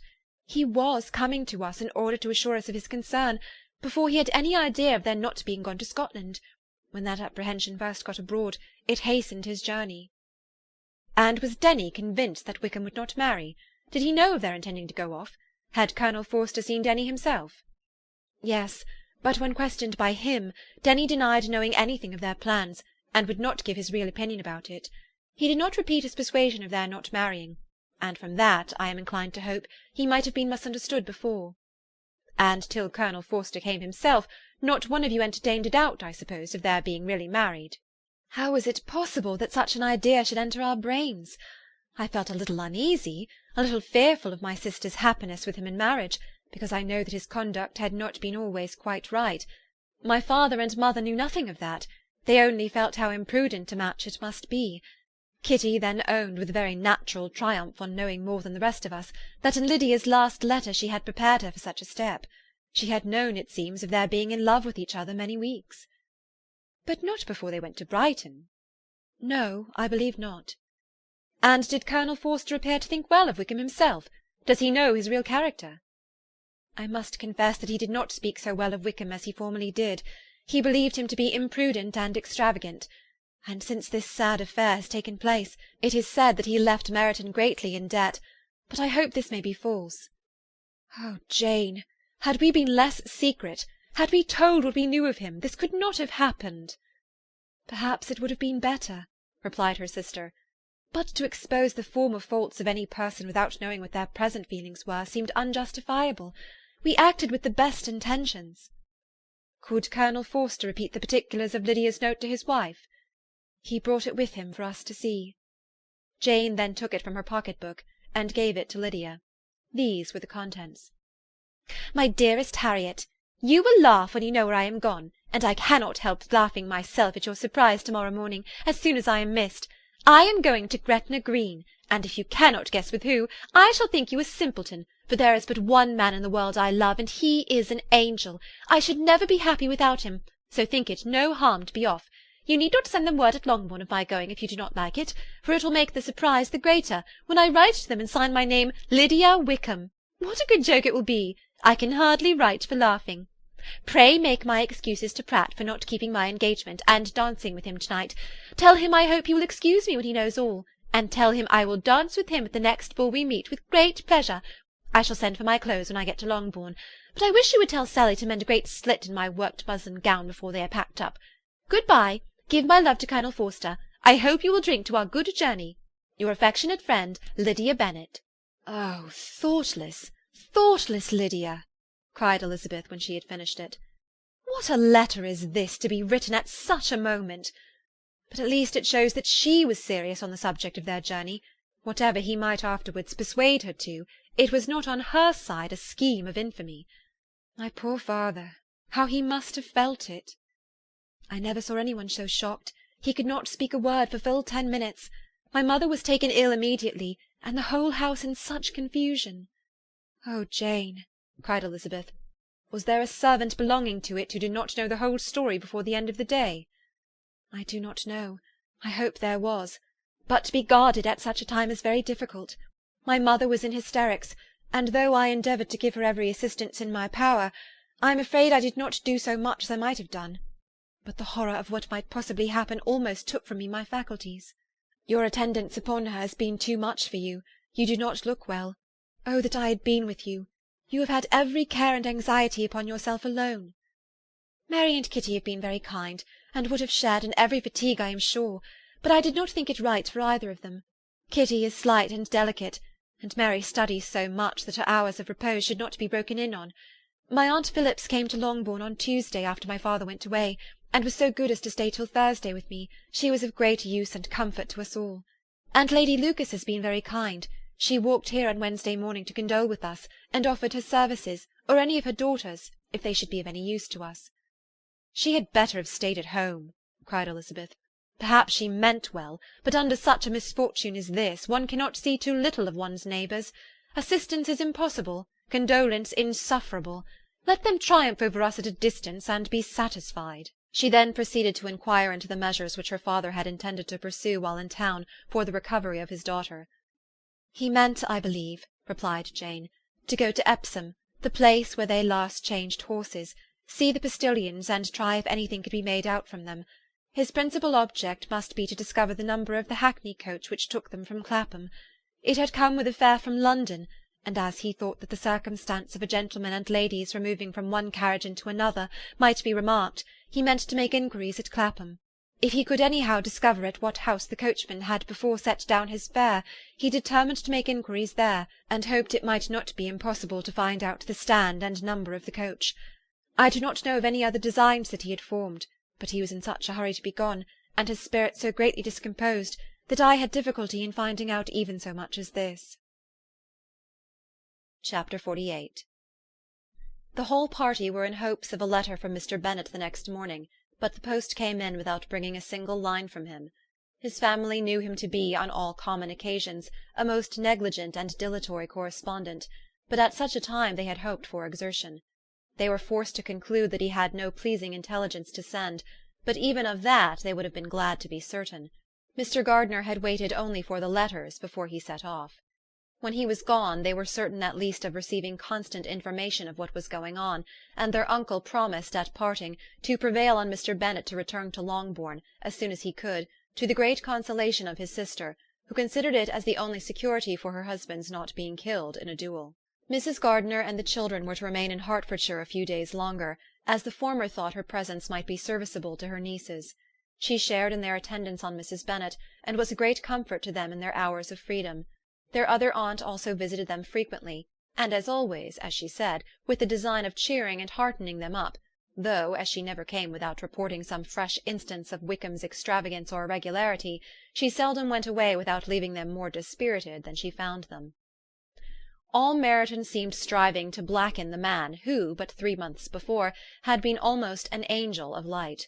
He was declared to be in debt to every tradesman in the place, and his intrigues, all honoured with the title of seduction, had been extended into every tradesman's family. Everybody declared that he was the wickedest young man in the world, and everybody began to find out that they had always distrusted the appearance of his goodness. Elizabeth, though she did not credit above half of what was said, believed enough to make her former assurance of her sister's ruin more certain, and even Jane, who believed still less of it, became almost hopeless, more especially as the time was now come when, if they had gone to Scotland, which she had never before entirely despaired of, they must in all probability have gained some news of them. Mr. Gardiner left Longbourn on Sunday. On Tuesday his wife received a letter from him. It told them that, on his arrival, he had immediately found out his brother, and persuaded him to come to Gracechurch Street; that Mr. Bennet had been to Epsom and Clapham before his arrival, but without gaining any satisfactory information; and that he was now determined to inquire at all the principal hotels in town, as Mr. Bennet thought it possible that they might have gone to one of them, on their first coming to London, before they procured lodgings. Mr. Gardiner himself did not expect any success from this measure, but as his brother was eager in it, he meant to assist him in pursuing it. He added that Mr. Bennet seemed wholly disinclined at present to leave London, and promised to write again very soon. There was also a postscript to this effect. I have written to Colonel Forster to desire him to find out, if possible, from some of the young man's intimates in the regiment, whether Wickham has any relations or connections who would be likely to know in what part of the town he has now concealed himself. If there were anyone that one could apply to, with a probability of gaining such a clue as that, it might be of essential consequence. At present we have nothing to guide us. Colonel Forster will, I dare say, do everything in his power to satisfy us on this head, but, on second thoughts, perhaps Lizzie could tell us what relations he has now living better than any other person. Elizabeth was at no loss to understand from whence this deference to her authority proceeded, but it was not in her power to give any information of so satisfactory a nature as the compliment deserved. She had never heard of his having had any relations, except a father and a mother, both of whom had been dead many years. It was possible, however, that some of his companions in the shire might be able to give more information, and though she was not very sanguine in expecting it, the application was a something to look forward to. Every day at Longbourn was now a day of anxiety, but the most anxious part of each was when the post was expected. The arrival of letters was the grand object of every morning's impatience. Through letters, whatever of good or bad was to be told would be communicated, and every succeeding day was expected to bring some news of importance. But before they heard again from Mr. Gardiner, a letter arrived for their father, from a different quarter, from Mr. Collins, which, as Jane had received directions to open all that came for him in his absence, she accordingly read, and Elizabeth, who knew what curiosities his letters always were, looked over her and read it likewise. It was as follows. My dear sir, I feel myself called upon, by our relationship and by situation in life, to condole with you on the grievous affliction you are now suffering under, of which we were yesterday informed by a letter from Hertfordshire. Be assured, my dear sir, that Mrs. Collins and myself sincerely sympathise with you and all your respectable family in your present distress, which must be of the bitterest kind, because proceeding from a cause which no time can remove. No arguments shall be wanting on my part that can alleviate so severe a misfortune, or that may comfort you under a circumstance that must be of all others the most afflicting to a parent's mind. The death of your daughter would have been a blessing in comparison of this, and it is the more to be lamented, because there is reason to suppose, as my dear Charlotte informs me, that this licentiousness of behaviour in your daughter has proceeded from a faulty degree of indulgence, though, at the same time, for the consolation of yourself and Mrs. Bennet, I am inclined to think that her own disposition must be naturally bad, or she could not be guilty of such an enormity at so early an age. Howsoever that may be, you are grievously to be pitied, in which opinion I am not only joined by Mrs. Collins, but likewise by Lady Catherine and her daughter, to whom I have related the affair. They agree with me in apprehending that this false step in one daughter will be injurious to the fortunes of all the others, for who, as Lady Catherine herself condescendingly says, will connect themselves with such a family. And this consideration leads me moreover to reflect, with augmented satisfaction, on a certain event of last November, for had it been otherwise, I must have been involved in all your sorrow and disgrace. Let me then advise you, dear sir, to console yourself as much as possible, to throw off your unworthy child from your affection for ever, and leave her to reap the fruits of her own heinous offence. I am, dear sir, etc., etc. Mr. Gardiner did not write again till he had received an answer from Colonel Forster, and then he had nothing of a pleasant nature to send. It was not known that Wickham had a single relationship with whom he kept up any connection, and it was certain that he had no one near living. His former acquaintances had been numerous, but since he had been in the militia, it did not appear that he was on terms of particular friendship with any of them. There was no one, therefore, who could be pointed out as likely to give any news of him, and in the wretched state of his own finances there was a very powerful motive for secrecy, in addition to his fear of discovery by Lydia's relations, for it had just transpired that he had left gaming debts behind him to a very considerable amount. Colonel Forster believed that more than £1,000 would be necessary to clear his expenses at Brighton. He owed a great deal in town, but his debts of honour were still more formidable. Mr. Gardiner did not attempt to conceal these particulars from the Longbourn family. Jane heard them with horror. "A gamester!" she cried. "This is wholly unexpected. I had not an idea of it." Mr. Gardiner added in his letter that they might expect to see their father at home on the following day, which was Saturday. Rendered spiritless by the ill success of all their endeavours, he had yielded to his brother-in-law's entreaty that he would return to his family, and leave it to him to do whatever occasion might suggest to be advisable for continuing their pursuit. When Mrs. Bennet was told of this, she did not express so much satisfaction as her children expected, considering what her anxiety for his life had been before. "What! Is he coming home, and without poor Lydia?" she cried. "Sure he will not leave London before he has found them. Who is to fight Wickham and make him marry her, if he comes away?" As Mrs. Gardiner began to wish to be at home, it was settled that she and the children should go to London at the same time that Mr. Bennet came from it. The coach therefore took them at the first stage of their journey, and brought its master back to Longbourn. Mrs. Gardiner went away in all the perplexity about Elizabeth and her Derbyshire friend that had attended her from that part of the world. His name had never been voluntarily mentioned before them by her niece, and the kind of half-expectation which Mrs. Gardiner had formed of their being followed by a letter from him had ended in nothing. Elizabeth had received none since her return that could come from Pemberley. The present unhappy state of the family rendered any other excuse for the lowness of her spirits unnecessary.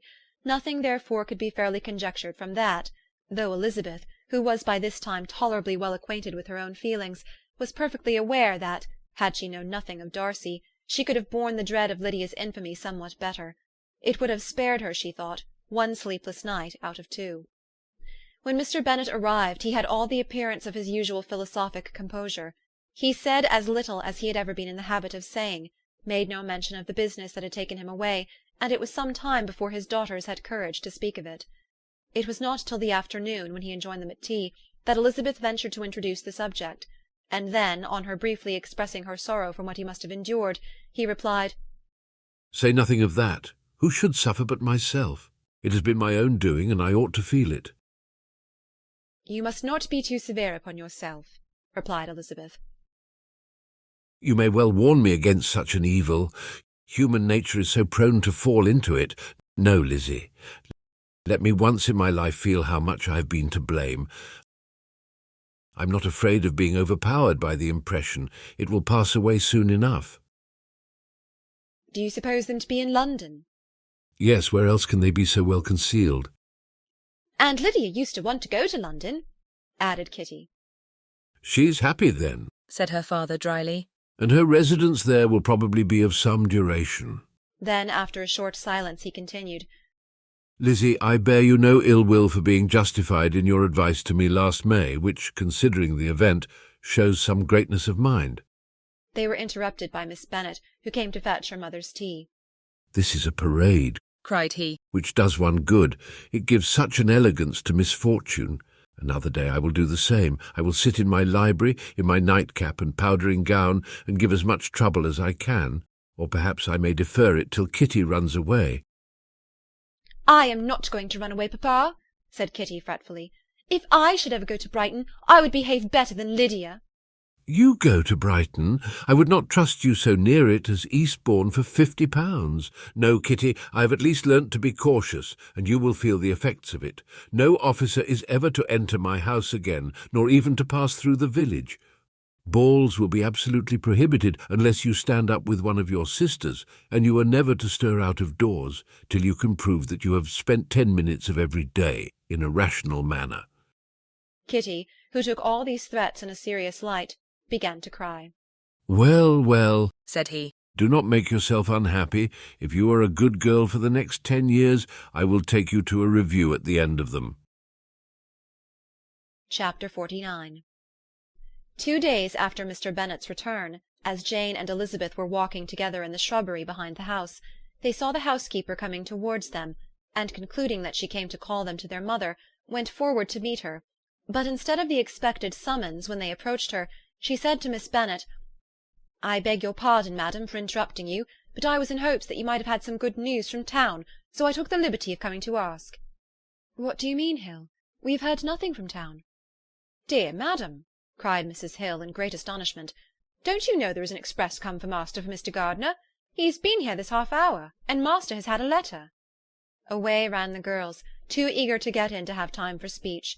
They ran through the vestibule into the breakfast-room, from thence to the library. Their father was in neither, and they were on the point of seeking him upstairs with their mother, when they were met by the butler, who said, "If you are looking for my master, ma'am, he is walking towards the little copse." Upon this information, they instantly passed through the hall once more, and ran across the lawn after their father, who was deliberately pursuing his way towards a small wood on one side of the paddock.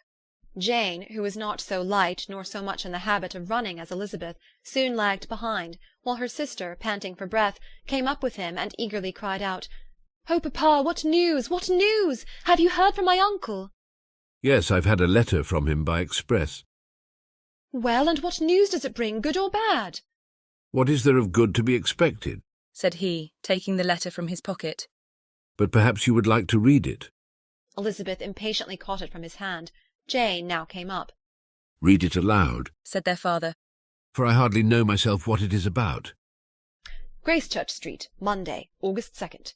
My dear brother, at last I am able to send you some tidings of my niece, and such as, upon the whole, I hope it will give you satisfaction.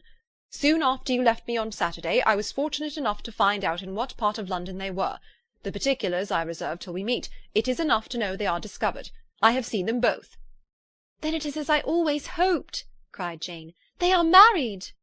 Elizabeth read on. I have seen them both. They are not married, nor can I find there was any intention of being so. But if you are willing to perform the engagements which I have ventured to make on your side, I hope it will not be long before they are. All that is required of you is, to assure to your daughter, by settlement, her equal share of the £5,000 secured among your children after the decease of yourself and my sister, and moreover to enter into an agreement of allowing her, during your life, £100 per annum. These are conditions which, considering everything, I had no hesitation in complying with, as far as I thought myself privileged, for you. I shall send this by express, that no time may be lost in bringing me your answer. You will easily comprehend from these particulars that Mr. Wickham's circumstances are not so hopeless as they are generally believed to be.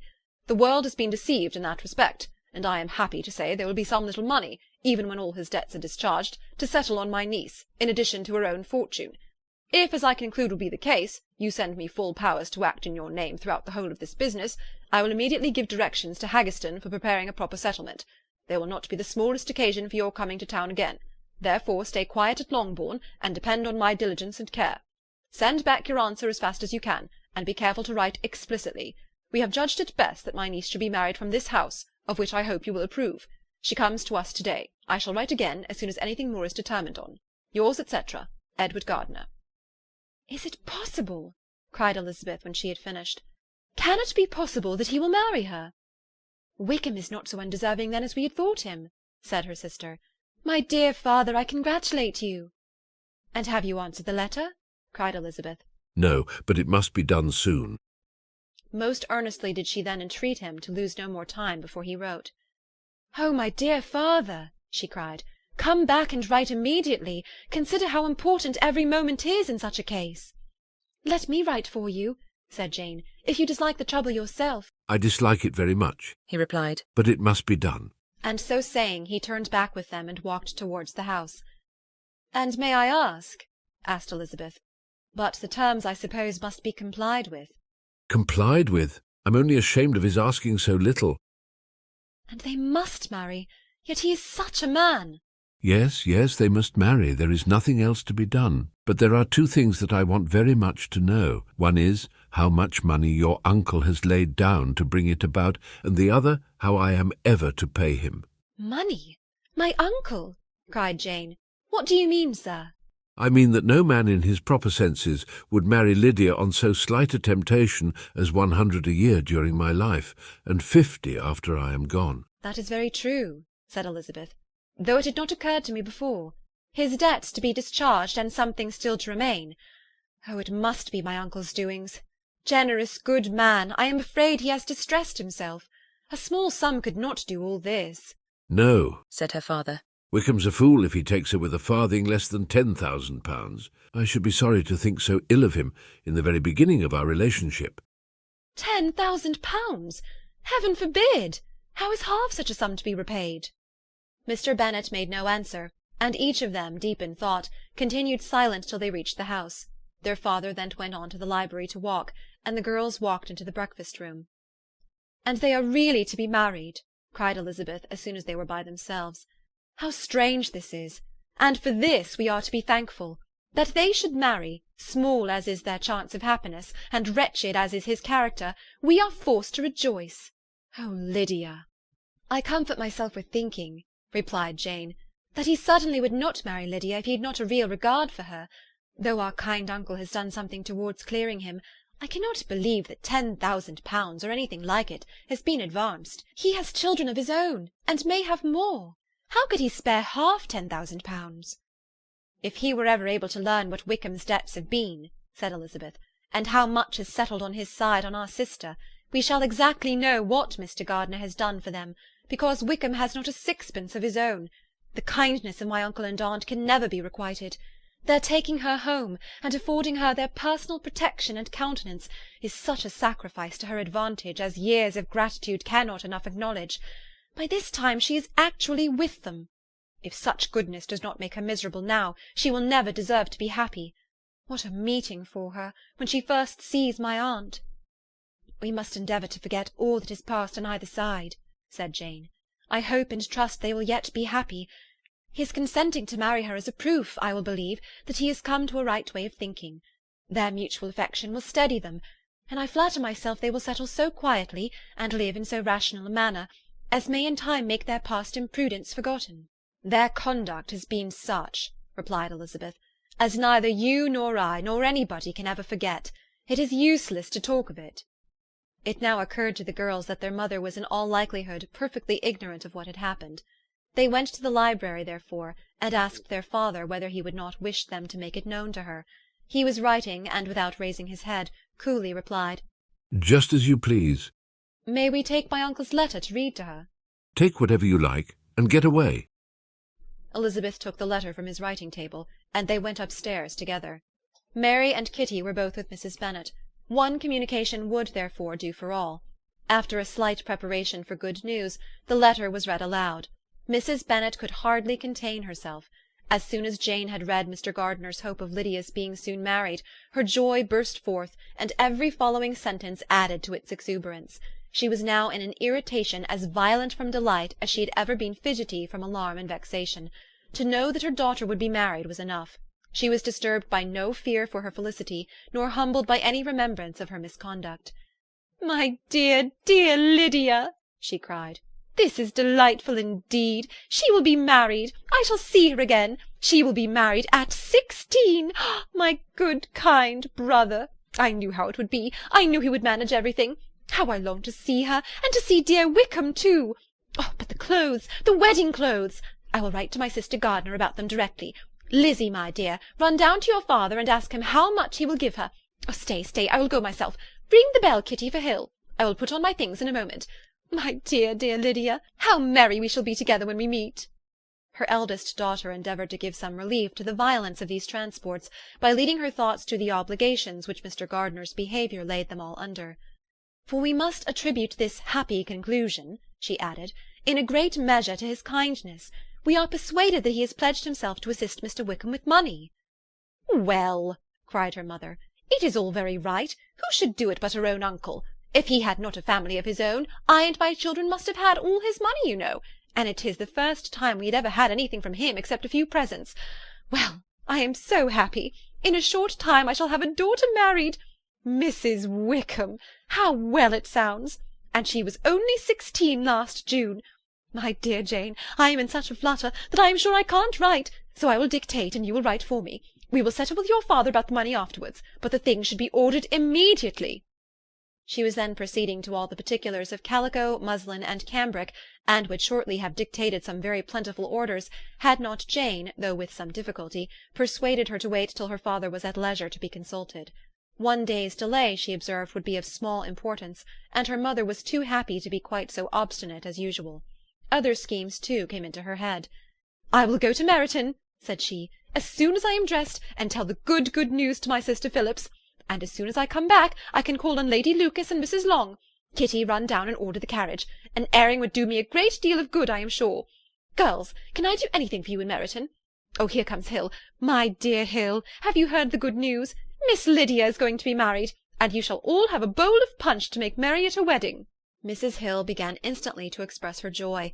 Elizabeth received her congratulations among the rest, and then, sick of this folly, took refuge in her own room, that she might think with freedom. Poor Lydia's situation must at best be bad enough, but that it was no worse she had need to be thankful. She felt it so, and though in looking forward neither rational happiness nor worldly prosperity could be justly expected for her sister, in looking back to what they had feared only 2 hours ago, she felt all the advantages of what they had gained. Chapter 50. Mr. Bennet had very often wished before this period of his life that, instead of spending his whole income, he had laid by an annual sum for the better provision of his children and of his wife, if she survived him. He now wished it more than ever. Had he done his duty in that respect, Lydia need not have been indebted to her uncle for whatever of honour or credit could now be purchased for her. The satisfaction of prevailing on one of the most worthless young men in Great Britain to be her husband might then have rested in its proper place. He was seriously concerned that a cause of so little advantage to any one should be forwarded at the sole expense of his brother-in-law, and he was determined, if possible, to find out the extent of his assistance, and to discharge the obligation as soon as he could. When first Mr. Bennet had married, economy was held to be perfectly useless, for of course they were to have a son. The son was to join in cutting off the entail as soon as he should be of age, and the widow and younger children would by that means be provided for. 5 daughters successively entered the world, but yet the son was to come, and Mrs. Bennet, for many years after Lydia's birth, had been certain that he would. This event had at last been despaired of, but it was then too late to be saving. Mrs. Bennet had no turn for economy, and her husband's love of independence had alone prevented their exceeding their income. £5,000 was settled by marriage articles on Mrs. Bennet and the children, but in what proportions it should be divided amongst the latter depended on the will of the parents. This was one point, with regard to Lydia at least, which was now to be settled, and Mr. Bennet could have no hesitation in acceding to the proposal before him. In terms of grateful acknowledgment for the kindness of his brother, though expressed most concisely, he then delivered on paper his perfect approbation of all that was done, and his willingness to fulfil the engagements that had been made for him. He had never before supposed that, could Wickham be prevailed on to marry his daughter, it would be done with so little inconvenience to himself as by the present arrangement. He would scarcely be £10 a year the loser by the 100 that was to be paid them. For what with her board and pocket allowance, and the continual presents and money which passed to her through her mother's hands, Lydia's expenses had been very little within that sum. That it would be done with such trifling exertion on his side, too, was another very welcome surprise, for his wish at present was to have as little trouble in the business as possible. When the first transports of rage which had produced his activity in seeking her were over, he naturally returned to all his former indolence. His letter was soon dispatched, for, though dilatory in undertaking business, he was quick in its execution. He begged to know further particulars of what he was indebted to his brother, but was too angry with Lydia to send any message to her. The good news spread quickly through the house, and with proportionate speed through the neighbourhood. It was borne in the latter with decent philosophy. To be sure, it would have been more for the advantage of conversation had Miss Lydia Bennet come upon the town, or, as the happiest alternative, been secluded from the world in some distant farmhouse. But there was much to be talked of in marrying her, and the good-natured wishes for her well-doing which had proceeded before from all the spiteful old ladies in Meryton lost but a little of their spirit in this change of circumstances, because with such a husband her misery was considered certain.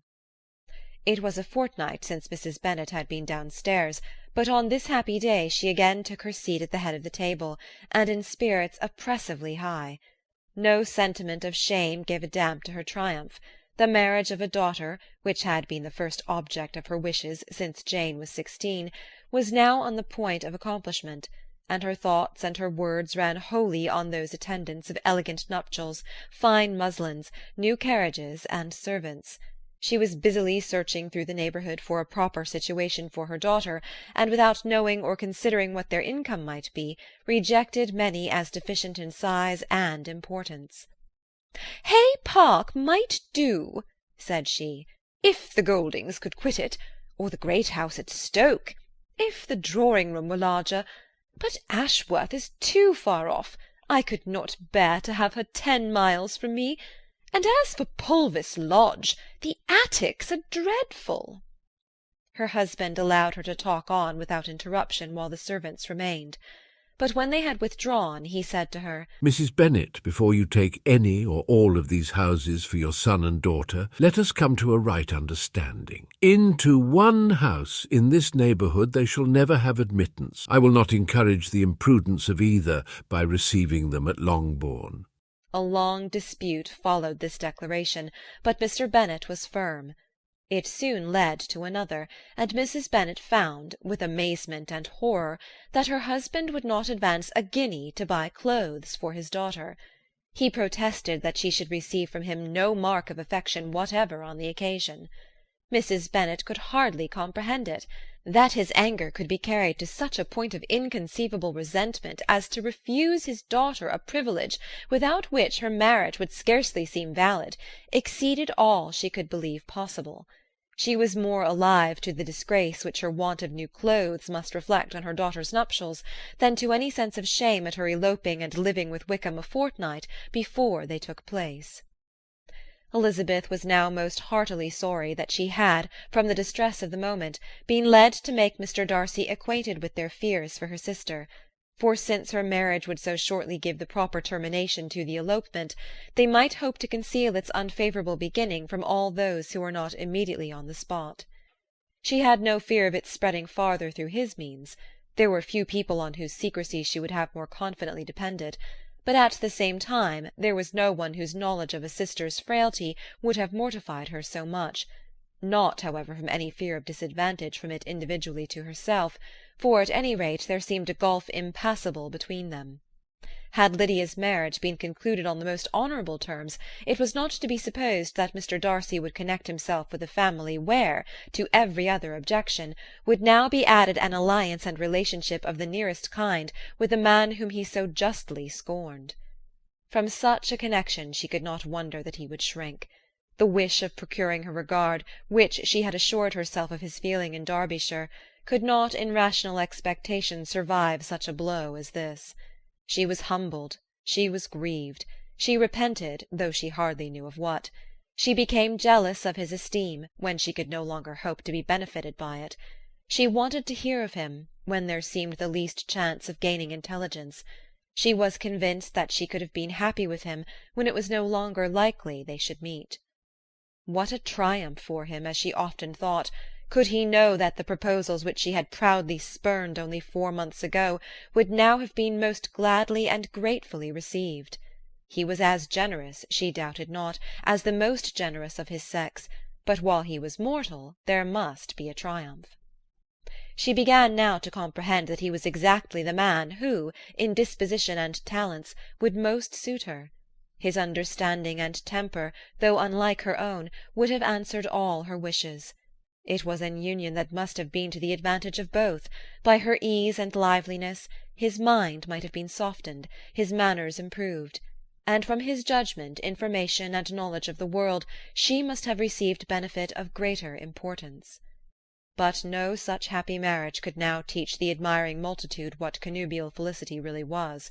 An union of a different tendency, and precluding the possibility of the other, was soon to be formed in their family. How Wickham and Lydia were to be supported in tolerable independence she could not imagine, but how little of permanent happiness could belong to a couple who were only brought together because their passions were stronger than their virtue she could easily conjecture. Mr. Gardiner soon wrote again to his brother. To Mr. Bennet's acknowledgments he briefly replied, with assurance of his eagerness to promote the welfare of any of his family, and concluded with entreaties that the subject might never be mentioned to him again. The principal purport of his letter was to inform them that Mr. Wickham had resolved on quitting the militia. It was greatly my wish that he should do so, he added, as soon as his marriage was fixed on, and I think you will agree with me in considering a removal from that corps as highly advisable, both on his account and my niece's. It is Mr. Wickham's intention to go into the regulars, and among his former friends there are still some who are able and willing to assist him in the army. He has the promise of an ensigncy in General's regiment, now quartered in the north. It is an advantage to have it so far from this part of the kingdom. He promises fairly, and I hope among different people, where they may each have a character to preserve, they will both be more prudent. I have written to Colonel Forster to inform him of our present arrangements, and to request that he will satisfy the various creditors of Mr. Wickham in and near Brighton with assurances of speedy payment, for which I have pledged myself. And will you give yourself the trouble of carrying similar assurances to his creditors in Meryton, of whom I shall subjoin a list according to his information? He has given in all his debts. I hope at least he has not deceived us. Haggerston has our directions, and all will be completed in a week. They will then join his regiment, unless they are first invited, to Longbourn, and I understand from Mrs. Gardiner that my niece is very desirous of seeing you all before she leaves the south. She is well, and begs to be dutifully remembered to you and her mother. Yours, etc., E. Gardiner. Mr. Bennet and his daughters saw all the advantages of Wickham's removal from the Blankshire as clearly as Mr. Gardiner could do. But Mrs. Bennet was not so well pleased with it. Lydia's being settled in the north, just when she had expected most pleasure and pride in her company, for she had by no means given up her plan of their residing in Hertfordshire, was a severe disappointment, and besides it was such a pity that Lydia should be taken from a regiment where she was acquainted with everybody, and had so many favourites. "She is so fond of Mrs. Forster," said she, "it'll be quite shocking to send her away. And there are several of the young men, too, that she likes very much. The officers may not be so pleasant in General Blank's regiment." His daughter's request, for such it might be considered, of being admitted into her family again before she set off for the north, received at first an absolute negative. But Jane and Elizabeth, who agreed in wishing, for the sake of their sister's feelings and consequence, that she should be noticed on her marriage by her parents, urged him so earnestly, yet so rationally and so mildly, to receive her and her husband at Longbourn as soon as they were married, that he was prevailed on to think as they thought and act as they wished. And their mother had the satisfaction of knowing that she would be able to show her married daughter in the neighbourhood before she was banished to the north. When Mr. Bennet wrote again to his brother, therefore, he sent his permission for them to come, and it was settled that as soon as the ceremony was over they should proceed to Longbourn. Elizabeth was surprised, however, that Wickham should consent to such a scheme, and had she consulted only her own inclination, any meeting with him would have been the last object of her wishes. Chapter 51. Their sister's wedding day arrived, and Jane and Elizabeth felt for her probably more than she felt for herself. The carriage was sent to meet them at Blank, and they were to return in it by dinner-time. Their arrival was dreaded by the elder Miss Bennets, and Jane more especially, who gave Lydia the feelings which would have attended herself had she been the culprit, and was wretched in the thought of what her sister must endure. They came. The family were assembled in the breakfast-room to receive them. Smiles decked the face of Mrs. Bennet as the carriage drove up to the door. Her husband looked impenetrably grave, her daughters alarmed, anxious, uneasy. Lydia's voice was heard in the vestibule, the door was thrown open, and she ran into the room. Her mother stepped forwards, embraced her, and welcomed her with rapture, gave her hand with an affectionate smile to Wickham, who followed his lady, and wished them both joy with an alacrity which showed no doubt of their happiness. Their reception from Mr. Bennet, to whom they then turned, was not quite so cordial. His countenance rather gained in austerity, and he scarcely opened his lips. The easy assurance of the young couple, indeed, was enough to provoke him. Elizabeth was disgusted, and even Miss Bennet was shocked. Lydia was Lydia still, untamed, unabashed, wild, noisy, and fearless. She turned from sister to sister, demanding their congratulations, and when at length they all sat down, looked eagerly round the room, took notice of some little alteration in it, and observed with a laugh that it was a great while since she had been there. Wickham was not at all more distressed than herself, but his manners were always so pleasing that had his character and his marriage been exactly what they ought, his smiles and his easy address, while he claimed their relationship, would have delighted them all. Elizabeth had not before believed him quite equal to such assurance, but she sat down, resolving within herself to draw no limits in future to the impudence of an impudent man. She blushed, and Jane blushed, but the cheeks of the two who caused their confusion suffered no variation of colour. There was no want of discourse. The bride and her mother could neither of them talk fast enough, and Wickham, who happened to sit near Elizabeth, began inquiring after his acquaintance in that neighbourhood, with a good-humoured ease which she felt very unable to equal in her replies. They seemed each of them to have the happiest memories in the world. Nothing of the past was recollected with pain, and led Lydia involuntarily to subjects which her sisters would not have alluded to for the world. "Only think of its being 3 months," she cried, "since I went away. It seems but a fortnight, I declare, and yet there have been things enough happened in the time. Good gracious, when I went away I am sure I had no more idea of being married till I came back again, though I thought it would be very good fun if I was." Her father lifted up his eyes. Jane was distressed. Elizabeth looked expressively at Lydia, but she, who never heard or saw anything of which she chose to be insensible, gaily continued, "Oh, mamma, do the people hereabouts know I am married to-day? I was afraid they might not, and we overtook William Golding in his curricle, so I was determined he should know it, and so I let down the side-glass next to him, and took off my glove, and let my hand just rest upon the window-frame, so that he might see the ring, and then I bowed and smiled like anything."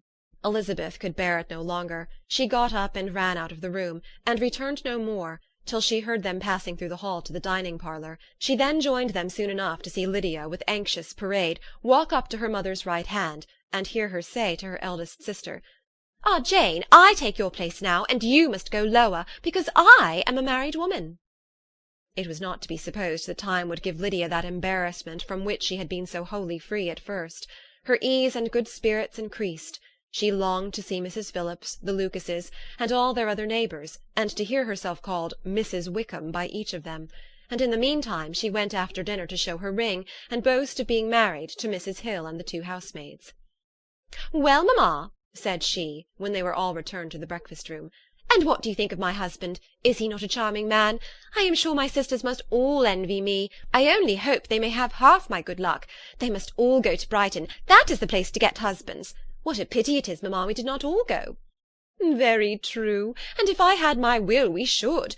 But, my dear Lydia, I don't at all like your going such a way off. Must it be so?" "Oh, Lord, yes, there is nothing in that. I shall like it of all things. You and papa and my sisters must come down and see us. We shall be at Newcastle all the winter, and I dare say there will be some balls, and I will take good care to get partners for them all." "I should like it beyond anything," said her mother. "And then, when you go away, you may leave 1 or 2 of my sisters behind you, and I dare say I shall get husbands for them before the winter is over." "I thank you for my share of the favour," said Elizabeth, "but I do not particularly like your way of getting husbands." Their visitors were not to remain above 10 days with them. Mr. Wickham had received his commission before he left London, and he was to join his regiment at the end of a fortnight. No one but Mrs. Bennet regretted that their stay would be so short, and she made the most of the time by visiting about with her daughter and having very frequent parties at home. These parties were acceptable to all. To avoid a family circle was even more desirable to such as did think than such as did not. Wickham's affection for Lydia was just what Elizabeth had expected to find it, not equal to Lydia's for him. She had scarcely needed her present observation to be satisfied, from the reason of things, that their elopement had been brought on by the strength of her love rather than by his, and she would have wondered why, without violently caring for her, he chose to elope with her at all, had she not felt certain that his flight was rendered necessary by distress of circumstances, and if that were the case, he was not the young man to resist an opportunity of having a companion. Lydia was exceedingly fond of him. He was her dear Wickham on every occasion. No one was to be put in competition with him. He did everything best in the world, and she was sure he would kill more birds on the 1st of September than anybody else in the country. One morning, soon after their arrival, as she was sitting with her 2 elder sisters, she said to Elizabeth, "Lizzie, I never gave you an account of my wedding, I believe. You were not by when I told mamma and the others all about it. Are not you curious to hear how it was managed?" "Not really," replied Elizabeth. "I think there cannot be too little said on the subject." "La, you are so strange! But I must tell you how it went off. We were married, you know, at St. Clement's, because Wickham's lodgings were in that parish, and it was settled that we should all be there by 11 o'clock. My uncle and aunt and I were to go together, and the others were to meet us at the church. Well, Monday morning came, and I was in such a fuss. I was so afraid, you know, that something would happen to put it off, and then I should have gone quite distracted. And there was my aunt all the time I was dressing, preaching and talking away just as if she was reading a sermon. However, I did not hear above 1 word in 10, for I was thinking, you may suppose, of my dear Wickham. I longed to know whether he would be married in his blue coat. Well, and so we breakfasted at 10 as usual. I thought it would never be over, for by the by you are to understand that my uncle and aunt were horrid unpleasant all the time I was with them. If you'll believe me, I did not once put my foot out of doors, though I was there a fortnight, not one party or scheme or anything. To be sure, London was rather thin, but however the little theatre was open. Well, and so just as the carriage came to the door, my uncle was called away upon business to that horrid man, Mr. Stone.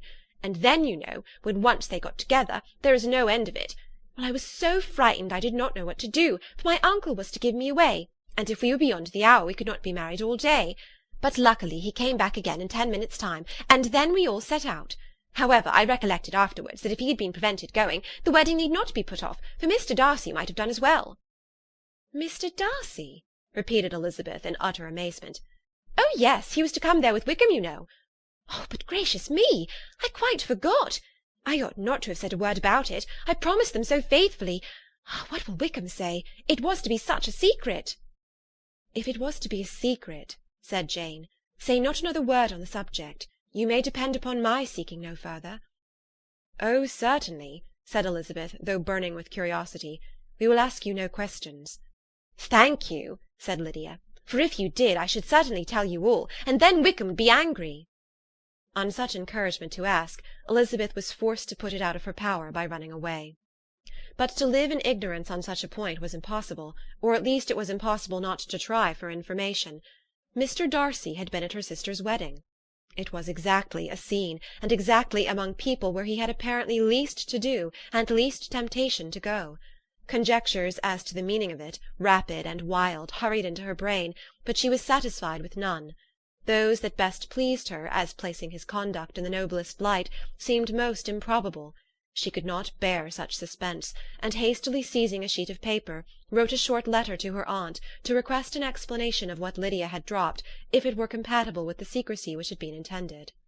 You may readily comprehend, she added, what my curiosity must be to know how a person unconnected with any of us, and comparatively speaking a stranger to our family, should have been amongst you at such a time.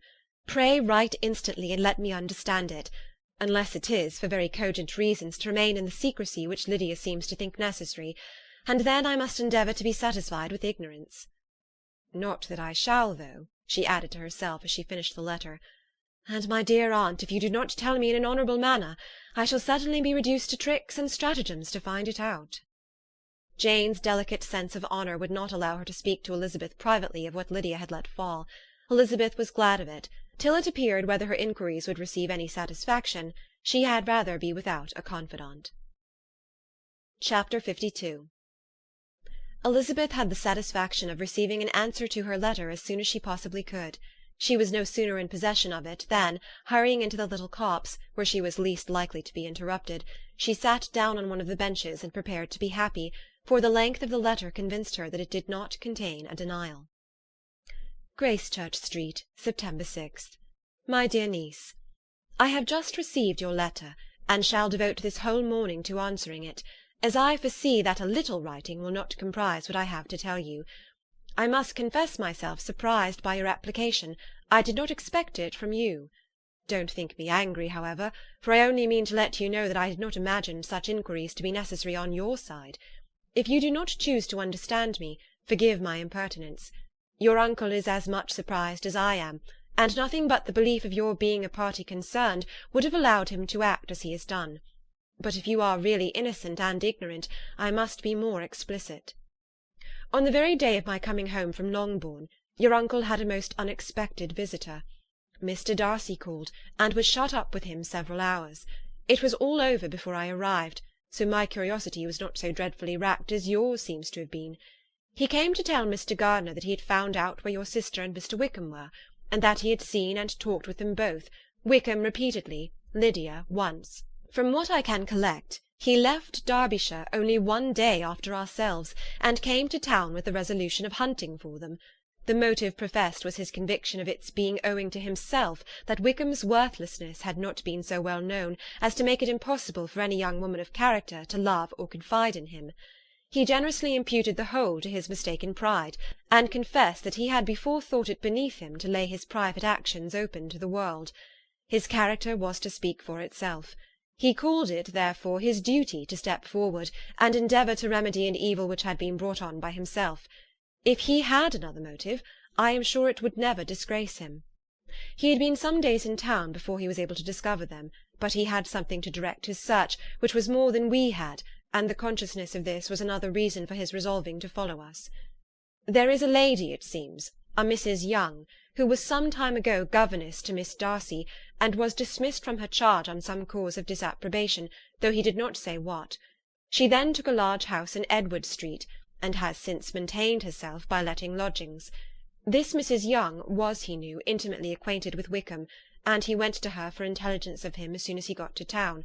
But it was 2 or 3 days before he could get from her what he wanted.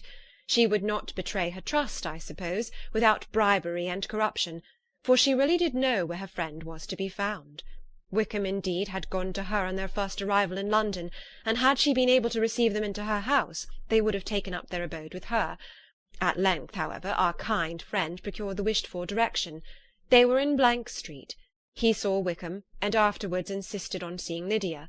His first object with her, he acknowledged, had been to persuade her to quit her present disgraceful situation, and return to her friends as soon as they could be prevailed on to receive her, offering his assistance as far as it would go. But he found Lydia absolutely resolved on remaining where she was. She cared for none of her friends, she wanted no help of his, she would not hear of leaving Wickham. She was sure they should be married some time or other, and it did not much signify when. Since such were her feelings, it only remained, he thought, to secure and expedite a marriage, which in his very first conversation with Wickham he easily learnt had never been his design. He confessed himself obliged to leave the regiment, on account of some debts of honour which were very pressing, and scrupled not to lay the ill consequences of Lydia's flight on her own folly alone. He meant to resign his commission immediately, and as to his future situation, he could conjecture very little about it. He must go somewhere, but he did not know where, and he knew he should have nothing to live on. Mr. Darcy asked him why he had not married your sister at once. Though Mr. Bennet was not imagined to be very rich, he would have been able to do something for him, and his situation must have been benefited by marriage. But he found in reply to this question that Wickham still cherished the hope of more effectually making his fortune by marriage in some other country. Under such circumstances, however, he was not likely to be proof against the temptation of immediate relief. They met several times, for there was much to be discussed.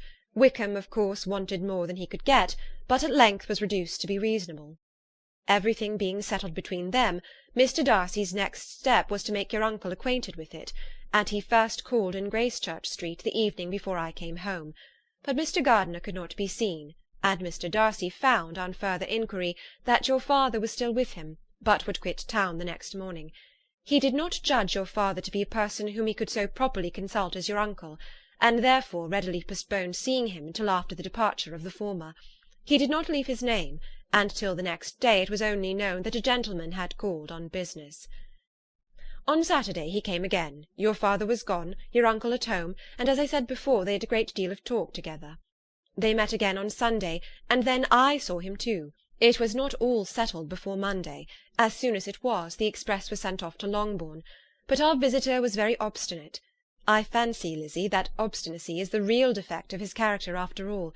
He has been accused of many faults at different times, but this is the true one.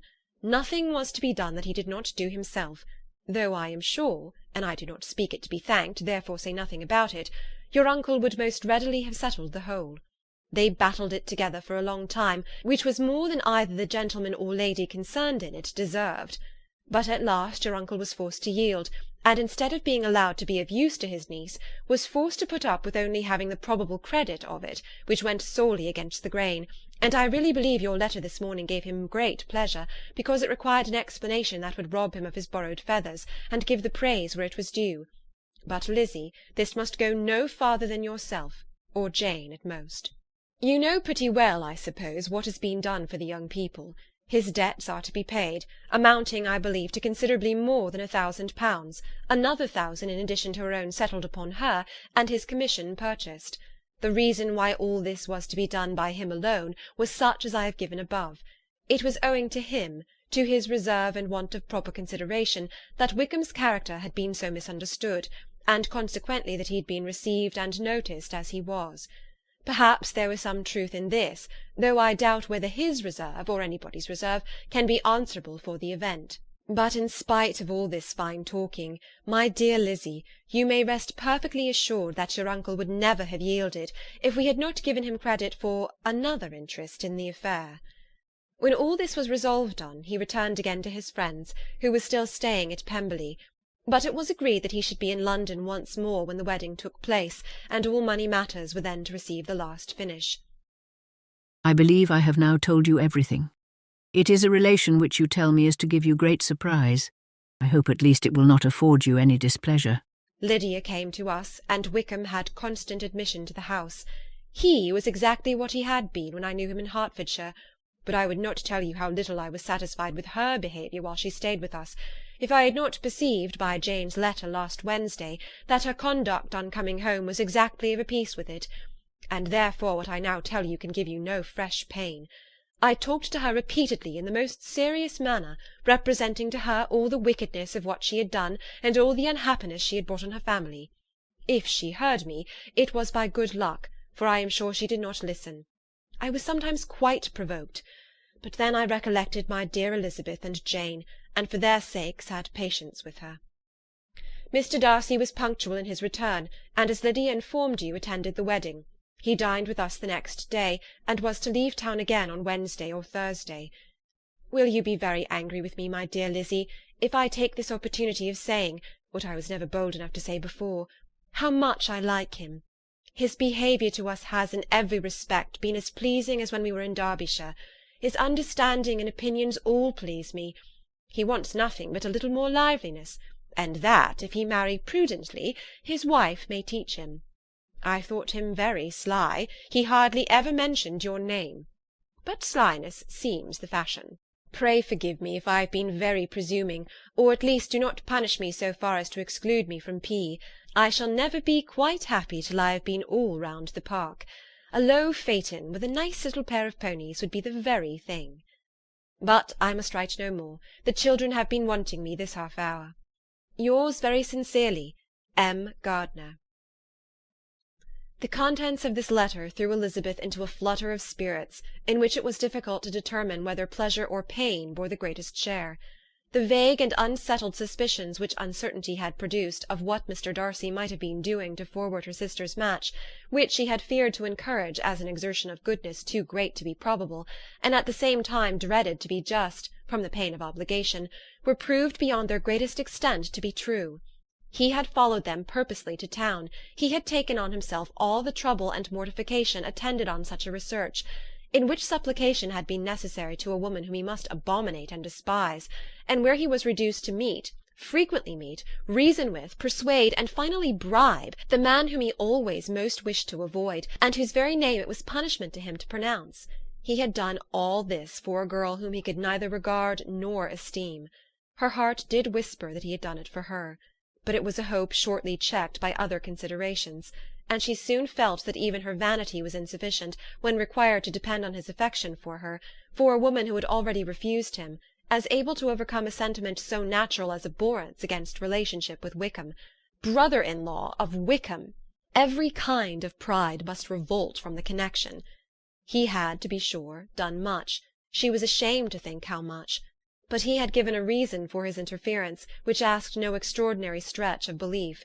It was reasonable that he should feel he had been wrong. He had liberality, and he had the means of exercising it, and though she would not place herself as his principal inducement, she could perhaps believe that remaining partiality for her might assist his endeavours in a cause where her peace of mind must be materially concerned. It was painful, exceedingly painful, to know that they were under obligations to a person who could never receive a return. They owed the restoration of Lydia, her character, everything to him. Oh, how heartily did she grieve over every ungracious sensation she had ever encouraged, every saucy speech she had ever directed towards him. For herself she was humbled. But she was proud of him, proud that in a cause of compassion and honour he had been able to get the better of himself. She read over her aunt's commendation of him again and again. It was hardly enough, but it pleased her. She was even sensible of some pleasure, though mixed with regret, on finding how steadfastly both she and her uncle had been persuaded that affection and confidence subsisted between Mr. Darcy and herself. She was roused from her seat and her reflections by someone's approach, and before she could strike into another path, she was overtaken by Wickham. "I am afraid I interrupt your solitary ramble, my dear sister," said he as he joined her. "You certainly do," she replied with a smile, "but it does not follow that the interruption must be unwelcome." "I should be sorry indeed if it were. We were always good friends, and now we are better." "True. Are the others coming out?" "I do not know. Mrs. Bennet and Lydia are going in the carriage to Meryton. And so, my dear sister, I find, from our uncle and aunt, that you have actually seen Pemberley." She replied in the affirmative. "I almost envy you the pleasure, and yet I believe it would be too much for me, or else I could take it in my way to Newcastle. And you saw the old housekeeper, I suppose? Poor Reynolds, she was always very fond of me, but of course she did not mention my name to you." "Yes, she did." "And what did she say?" "That you were gone into the army, and she was afraid had not turned out well. At such a distance as that, you know, things are strangely misrepresented." "Certainly," he replied, biting his lips. Elizabeth hoped she had silenced him, but he soon afterwards said, "I was surprised to see Darcy in town last month. We passed each other several times. I wonder what he can be doing there." "Perhaps preparing for his marriage with Mr. Berg," said Elizabeth. "It must be something particular to take him there at this time of year." "Undoubtedly. Did you see him while you were at Lambton? I thought I understood from the gardeners that you had." "Yes, he introduced us to his sister." "And do you like her?" "Very much." "I have heard indeed that she is uncommonly improved within this year or two. When I last saw her she was not very promising. I am very glad you liked her. I hope she will turn out well." "I dare say she will. She has got over the most trying age." "Did you go by the village of Kimpton?" "I do not recollect that we did." "I mention it because it is the living which I ought to have had. A most delightful place, excellent parsonage house. It would have suited me in every respect." "How should you have liked making sermons?" "Exceedingly well. I should have considered it as part of my duty, and the exertion would soon have been nothing. One ought not to repine. But to be sure it would have been such a thing for me. The quiet, the retirement of such a life would have answered all my ideas of happiness, but it was not to be. Did you ever hear Darcy mention the circumstance when you were in Kent?" "I have heard from authority, which I thought as good, that it was left you conditionally only, and at the will of the present patron." "You have? Yes, there was something in that. I told you so from the first, you may remember." "I did hear, too, that there was a time when sermon-making was not so palatable to you as it seems to be at present, that you actually declared your resolution of never taking orders, and that the business had been compromised accordingly." "You did, and it was not wholly without foundation. You may remember what I told you on that point when first we talked of it."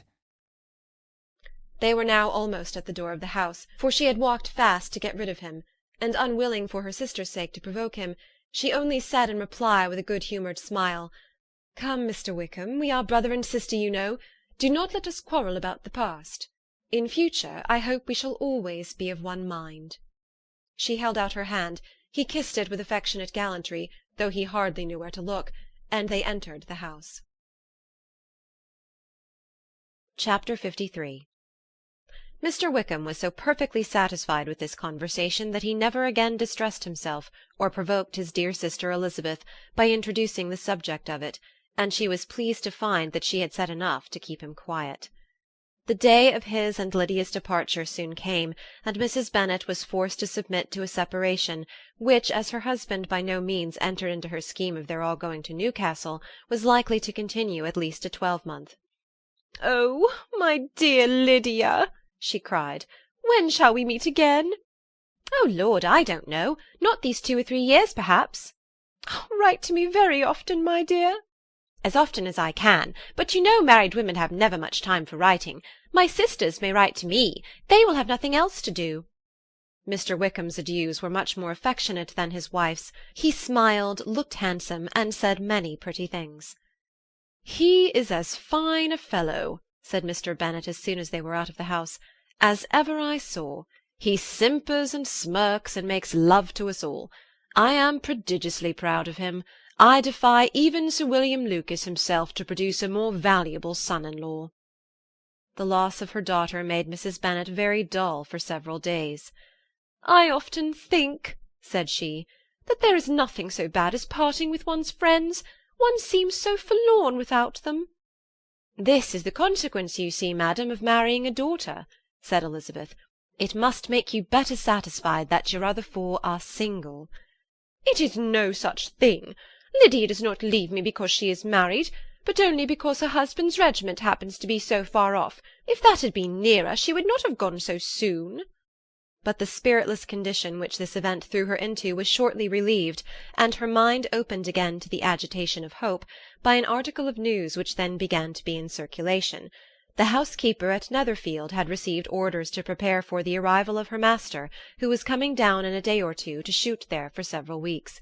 Mrs. Bennet was quite in the fidgets. She looked at Jane and smiled and shook her head by turns. "Well, well, and so Mr. Bingley is coming down, sister," for Mrs. Phillips first brought her the news. "Well, so much the better. Not that I care about it, though. He is nothing to us, you know, and I am sure I never want to see him again. But, however, he is very welcome to come to Netherfield if he likes it, and who knows what may happen? But that is nothing to us. You know, sister, we agreed long ago never to mention a word about it. And so is it quite certain he is coming?" "You may depend on it," replied the other, "for Mrs. Nicholls was in Meryton last night. I saw her passing by, and went out myself on purpose to know the truth of it, and she told me that it was certain true. He comes down on Thursday at the latest, very likely on Wednesday. She was going to the butcher's, she told me, on purpose to order in some meat on Wednesday, and she has got 3 couple of duck just fit to be killed." Miss Bennet had not been able to hear of his coming without changing colour. It was many months since she had mentioned his name to Elizabeth, but now, as soon as they were alone together, she said, "I saw you look at me to-day, Lizzie, when my aunt told us of the present report, and I know I appeared distressed. But don't imagine it was from any silly cause. I was only confused for the moment, because I felt that I should be looked at. I do assure you that the news does not affect me either with pleasure or pain. I am glad of one thing, that he comes alone, because we shall see the less of him. Not that I am afraid of myself, but I dread other people's remarks." Elizabeth did not know what to make of it. Had she not seen him in Derbyshire, she might have supposed him capable of coming there with no other view than what was acknowledged, but she still thought him partial to Jane, and she wavered as to the greater probability of his coming there with his friend's permission, or being bold enough to come without it. "Yet it is hard," she sometimes thought, "that this poor man cannot come to a house which he has legally hired, without raising all this speculation. I will leave him to himself." In spite of what her sister declared, and really believed to be her feelings in the expectation of his arrival, Elizabeth could easily perceive that her spirits were affected by it. They were more disturbed, more unequal than she had often seen them. The subject which had been so warmly canvassed between their parents about a 12-month ago was now brought forward again. "As soon as ever Mr. Bingley comes, my dear," said Mrs. Bennet, "you will wait on him, of course." "No, no. You forced me into visiting him last year and promised, if I went to see him, he should marry one of my daughters. But it ended in nothing, and I will not be sent on a fool's errand again." His wife represented to him how absolutely necessary such an attention would be from all the neighbouring gentlemen on his returning to Netherfield. "'Tis an etiquette I despise," said he. "If he wants our society, let him seek it. He knows where we live. I will not spend my hours in running after my neighbours every time they go away and come back again." "Well, all I know is that it will be abominably rude if you do not wait on him. But, however, that shan't prevent my asking him to dine here. I am determined. We must have Mrs. Long and the Goldings soon. That will make 13 with ourselves, so there will be just room at table for him." Consoled by this resolution, she was the better able to bear her husband's incivility, though it was very mortifying to know that her neighbours might all see Mr. Bingley, in consequence of it, before they did. As the day of his arrival drew near, "I begin to be sorry that he comes at all," said Jane to her sister. "It would be nothing. I could see him with perfect indifference, but I can hardly bear to hear it thus perpetually talked of. My mother means well, but she does not know, no one can know, how much I suffer from what she says. Happy shall I be when his stay at Netherfield is over." "I wish I could say anything to comfort you," replied Elizabeth, "but it is wholly out of my power. You must feel it, and the usual satisfaction of preaching patience to a sufferer is denied me, because you have always so much."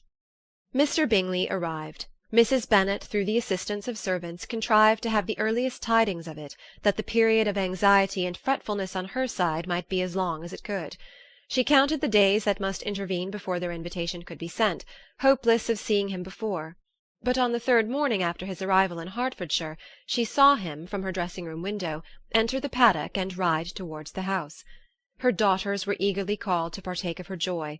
Jane resolutely kept her place at the table, but Elizabeth, to satisfy her mother, went to the window. She looked, she saw Mr. Darcy with him, and sat down again by her sister. "There is a gentleman with him, mamma," said Kitty. "Who can it be?" "Some acquaintance or other, my dear, I suppose. I am sure I do not know." "La!" replied Kitty, "it looks just like that man that used to be with him before, Mr. What's-his-name, that tall, proud man." "Good gracious! Mr. Darcy! And so it does, I vow. Well, any friend of Mr. Bingley's will always be welcome here, to be sure, but I must say that I hate the very sight of him." Jane looked at Elizabeth with surprise and concern. She knew but little of their meeting in Derbyshire, and therefore felt for the awkwardness which must attend her sister in seeing him almost for the first time after receiving his explanatory letter. Both sisters were uncomfortable enough. Each felt for the other, and of course for themselves, and their mother talked on of her dislike of Mr. Darcy, and her resolution to be civil to him only as Mr. Bingley's friend, without being heard by either of them. But Elizabeth had sources of uneasiness which could not be suspected by Jane, to whom she had never yet had courage to show Mrs. Gardiner's letter, or to relate her own change of sentiment towards him. To Jane he could only be a man whose proposals she had refused, and whose merit she had undervalued, but to her own more extensive information, he was the person to whom the whole family were indebted for the first of benefits, and whom she regarded herself with an interest, if not quite so tender, at least as reasonable and just as what Jane felt for Bingley. Her astonishment at his coming to Netherfield, to Longbourn, and voluntarily seeking her again, was almost equal to what she had known on first witnessing his altered behaviour in Derbyshire. The colour which had been driven from her face returned for half a minute with an additional glow, and a smile of delight added lustre to her eyes, as she thought for that space of time that his affection and wishes must still be unshaken. But she would not be secure. "Let me first see how he behaves," said she. "It will then be early enough for expectation." She sat intently at work, striving to be composed, without daring to lift up her eyes, till anxious curiosity carried them to the face of her sister as the servant was approaching the door. Jane looked a little paler than usual, but more sedate than Elizabeth had expected. On the gentlemen's appearing her colour increased, yet she received them with tolerable ease, and with a propriety of behaviour equally free from any symptom of resentment or any unnecessary complaisance. Elizabeth said as little to either as civility would allow, and sat down again to her work, with an eagerness which it did not often command. She had ventured only one glance at Darcy. He looked serious as usual, and she thought more as he had been used to look in Hertfordshire than as she had seen him at Pemberley. But perhaps he could not in her mother's presence be what he was before her aunt and uncle. It was a painful, but not an improbable, conjecture. Bingley she had likewise seen for an instant, and in that short period saw him looking both pleased and embarrassed. He was received by Mrs. Bennet with a degree of civility which made her two daughters ashamed, especially when contrasted with the cold and ceremonious politeness of her curtsy and address to his friend.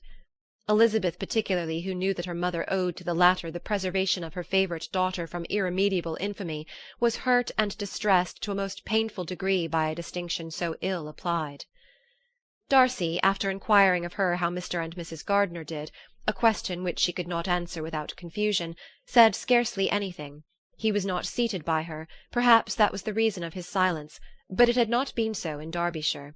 There he had talked to her friends when he could not to herself, but now several minutes elapsed without bringing the sound of his voice, and when occasionally, unable to resist the impulse of curiosity, she raised her eyes to his face, She as often found him looking at Jane as at herself, and frequently on no object but the ground. More thoughtfulness and less anxiety to please than when they had last met were plainly expressed. She was disappointed, and angry with herself for being so. "Could I expect it to be otherwise?" said she. "Yet why did he come?" She was in no humour for conversation with anyone but himself, and to him she had hardly courage to speak. She inquired after his sister, but could do no more. "It is a long time, Mr. Bingley, since you went away," said Mrs. Bennet. He readily agreed to it. "I began to be afraid you would never come back again. People did say you meant to quit the place entirely at Michaelmas, but however I hope it is not true. A great many changes have happened in the neighbourhood since you went away. Miss Lucas is married and settled, and one of my own daughters. I suppose you have heard of it? Indeed, you must have seen it in the papers. It was in the Times and the Courier, I know, though it was not put in as it ought to be. It was only said lately George Wickham Esquire to Miss Lydia Bennet, without there being a syllable said of her father, or the place where she lived, or anything. It was my brother Gardiner's drawing up too, and I wonder how he came to make such an awkward business of it. Did you see it?" Bingley replied that he did, and made his congratulations. Elizabeth dared not lift up her eyes. How Mr. Darcy looked, therefore, she could not tell. "It is a delightful thing, to be sure, to have a daughter well married," continued her mother. "But at the same time, Mr. Bingley, it is very hard to have her taken such away from me. They are gone down to Newcastle, a place quite northward, it seems, and there they are to stay I do not know how long. His regiment is there, for I suppose you have heard of his leaving the Blankshire, and of his being gone into the regulars. Thank heaven he has some friends, though perhaps not so many as he deserves." Elizabeth, who knew this to be levelled at Mr. Darcy, was in such a misery of shame that she could hardly keep her seat. It drew from her, however, the exertion of speaking, which nothing else had so effectually done before, and she asked Bingley whether he meant to make any stay in the country at present. A few weeks, he believed. "When you have killed all your own birds, Mr. Bingley," said her mother, "I beg you will come here and shoot as many as you please on Mr. Bennet's manor. I am sure he'll be vastly happy to oblige you, and will save all the best of the coveys for you." Elizabeth's misery increased at such unnecessary, such officious attention. Were the same fair prospect to arise at present as had flattered them a year ago, everything, she was persuaded, would be hastening to the same vexatious conclusion. At that instant she felt that years of happiness could not make Jane or herself amends for moments of such painful confusion. "The first wish of my heart," said she to herself, "is never more to be in company with either of them. Their society can afford no pleasure that will atone for such wretchedness as this. Let me never see either one or the other again." Yet the misery, for which years of happiness were to offer no compensation, received soon afterwards material relief, from observing how much the beauty of her sister rekindled the admiration of her former lover. When first he came in he had spoken to her but little, but every 5 minutes seemed to be giving her more of his attention. He found her as handsome as she had been last year, as good-natured and as unaffected, though not quite so chatty. Jane was anxious that no difference should be perceived in her at all, and was really persuaded that she talked as much as ever, but her mind was so busily engaged that she did not always know when she was silent. When the gentlemen rose to go away, Mrs. Bennet was mindful of her intended civility, and they were invited and engaged to dine at Longbourn in a few days' time. "You are quite a visit in my debt, Mr. Bingley," she added, "for when you went to town last winter you promised to take a family dinner with us as soon as you returned. I have not forgot, you see, and I assure you I was very much disappointed that you did not come back and keep your engagement." Bingley looked a little silly at this reflection, and said something of his concern at having been prevented by business. Then they went away. Mrs. Bennet had been strongly inclined to ask them to stay and dine there that day, but though she always kept a very good table, she did not think anything less than 2 courses could be good enough for a man on whom she had such anxious designs, or satisfy the appetite and pride of one who had 10,000 a year. Chapter 54. As soon as they were gone, Elizabeth walked out to recover her spirits, or in other words, to dwell without interruption on those subjects that must deaden them more. Mr. Darcy's behaviour astonished and vexed her. "Why, if he came only to be silent, grave, and indifferent," said she, "did he come at all?" She could settle it in no way that gave her pleasure. "He could be still amiable, still pleasing to my uncle and aunt when he was in town, and why not to me? If he fears me, why come hither? If he no longer cares for me, why silent? Teasing, teasing man! I will think no more about him." Her resolution was for a short time involuntarily kept by the approach of her sister, who joined her with cheerful look, which showed her better satisfied with their visitors than Elizabeth. "Now," said she, "that this first meeting is over, I feel perfectly easy. I know my own strength, and I shall never be embarrassed again by his coming. I am glad he dines here on Tuesday. It will then be publicly seen that on both sides we meet only as common and indifferent acquaintance." "Yes, very indifferent indeed," said Elizabeth laughingly. "Oh, Jane, take care." "My dear Lizzie, you cannot think me so weak as to be in danger now." "I think you are in very great danger of making him as much in love with you as ever." They did not see the gentleman again till Tuesday, and Mrs. Bennet in the meanwhile was giving way to all the happy schemes which the good humour and common politeness of Bingley in half an hour's visit had revived. On Tuesday there was a large party assembled at Longbourn, and the two who were most anxiously expected, to the credit of their punctuality as sportsmen, were in very good time. When they repaired to the dining-room, Elizabeth eagerly watched to see whether Bingley would take the place which, in all their former parties, had belonged to him by her sister. Her prudent mother, occupied by the same ideas, forbore to invite him to sit by herself. On entering the room he seemed to hesitate, but Jane happened to look round, and happened to smile. It was decided. He placed himself by her. Elizabeth, with a triumphant sensation, looked towards his friend. He bore it with noble indifference, and she would have imagined that Bingley had received his sanction to be happy, had she not seen his eyes likewise turned towards Mr. Darcy, with an expression of half-laughing alarm. His behaviour to her sister was such, during dinner-time, as showed an admiration of her, which, though more guarded than formerly, persuaded Elizabeth that if left wholly to himself, Jane's happiness and his own would be speedily secured. Though she dared not depend upon the consequence, she yet received pleasure from observing his behaviour. It gave her all the animation that her spirits could boast, for she was in no cheerful humour. Mr. Darcy was almost as far from her as the table could divide them. He was on one side of her mother. She knew how little such a situation would give pleasure to either, or make either appear to advantage.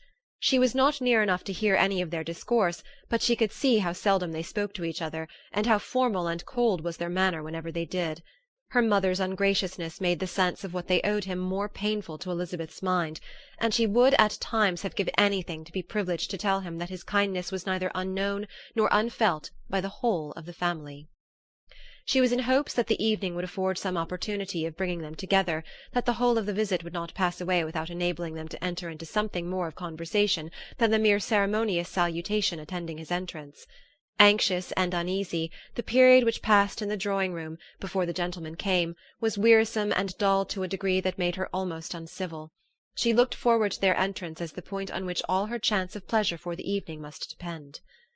"If he does not come to me, then," she said, "I shall give him up for ever." The gentleman came, and she thought he looked as if he would have answered her hopes. But alas, the ladies had crowded round the table where Miss Bennet was making tea, and Elizabeth pouring out the coffee, in so close a confederacy that there was not a single vacancy near her which would admit of a chair, and on the gentleman's approaching, one of the girls moved closer to her than ever, and said in a whisper, "The men shan't come and part us, I am determined. We want none of them, do we?"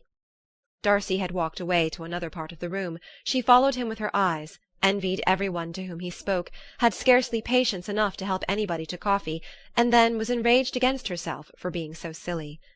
A man who has once been refused! How could I ever be foolish enough to expect a renewal of his love? Is there one among the sex who could not protest against such a weakness as a second proposal to the same woman? There is no indignity so abhorrent to their feelings. She was revived a little, however, by his bringing back his coffee-cup himself, and she seized the opportunity of saying, "Is your sister at Pemberley still?" "Yes, she will remain there till Christmas." "And quite alone? Have all her friends left her?" "Mrs. Annesley is with her. The others have gone to Scarborough these 3 weeks." She could think of nothing more to say, but if he wished to converse with her, he might have better success. He stood by her, however, for some minutes in silence, and at last, on the young lady's whispering to Elizabeth again, he walked away. When the tea-things were removed, and the card-tables placed, and the ladies all rose, and Elizabeth was then hoping to be joined by him, when all her views were overthrown by seeing him fall a victim to her mother's rapacity for whist-players, and in a few moments after seated with the rest of the party. She now lost every expectation of pleasure. They were confined for the evening at different tables, and she had nothing to hope, but that his eyes were so often turned towards her side of the room as to make him play as unsuccessfully as herself. Mrs. Bennet had designed to keep the 2 Netherfield gentlemen to supper, but their carriage was unluckily ordered before any of the others, and she had no opportunity of detaining them. "Well, girls," said she, as soon as they were left to themselves, "what say you to the day? I think everything is passed off uncommonly well, I assure you. The dinner was as well dressed as any I ever saw, the venison was roasting to a turn, and everybody said they never saw so fat a haunch. The soup was 50 times better than what we had at the Lucases last week, and even Mr. Darcy acknowledged that the partridges were remarkably well done, and I suppose he has 2 or 3 French cooks at least. And, my dear Jane, I never saw you look in greater beauty. Mrs. Long said so too, for I asked her whether you did not. And what do you think she said besides?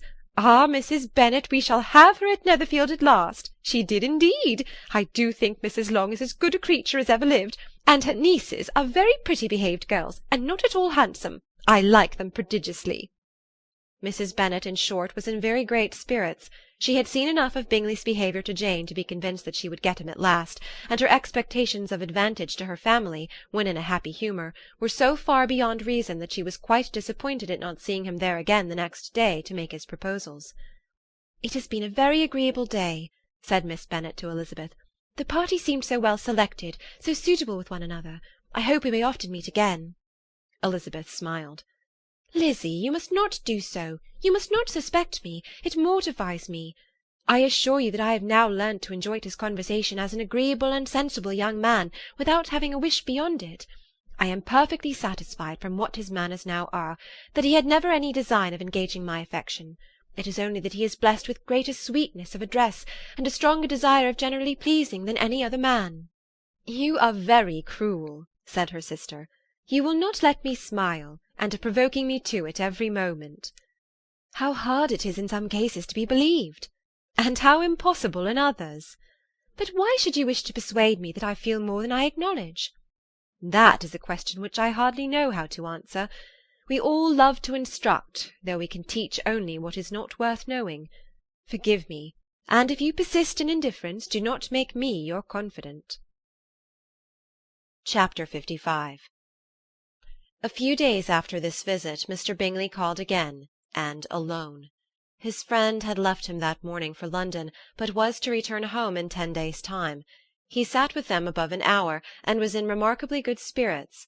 Mrs. Bennet invited him to dine with them, but with many expressions of concern he confessed himself engaged elsewhere. "Next time you call," said she, "I hope we shall be more lucky." He should be particularly happy at any time, etc., etc., and if she would give him leave, would take an early opportunity of waiting on them. "Can you come to-morrow?"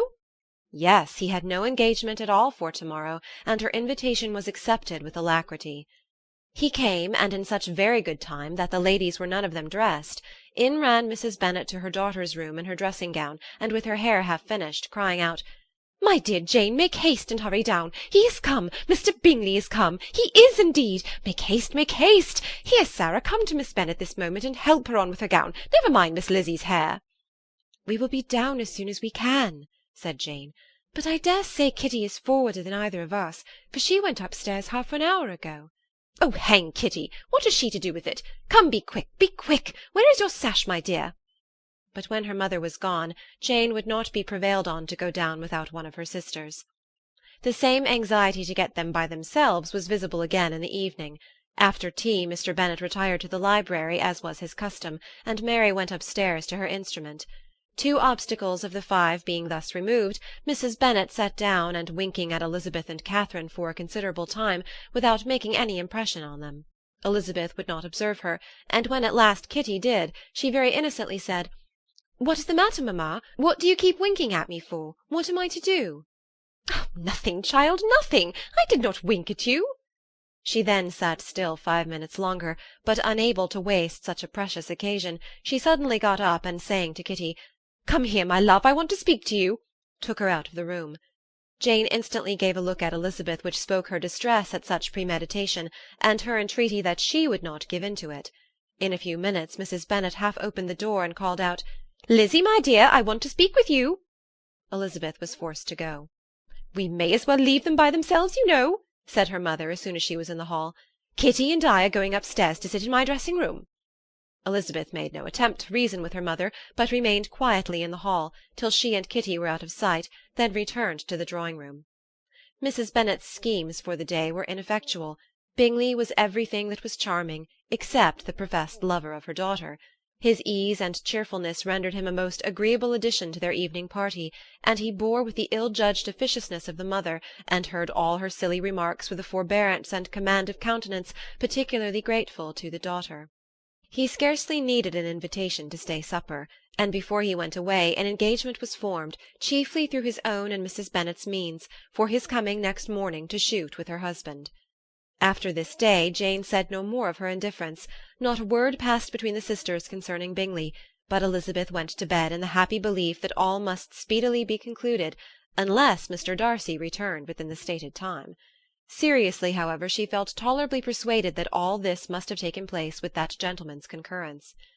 Bingley was punctual to his appointment, and he and Mr. Bennet spent the morning together, as had been agreed on. The latter was much more agreeable than his companion expected.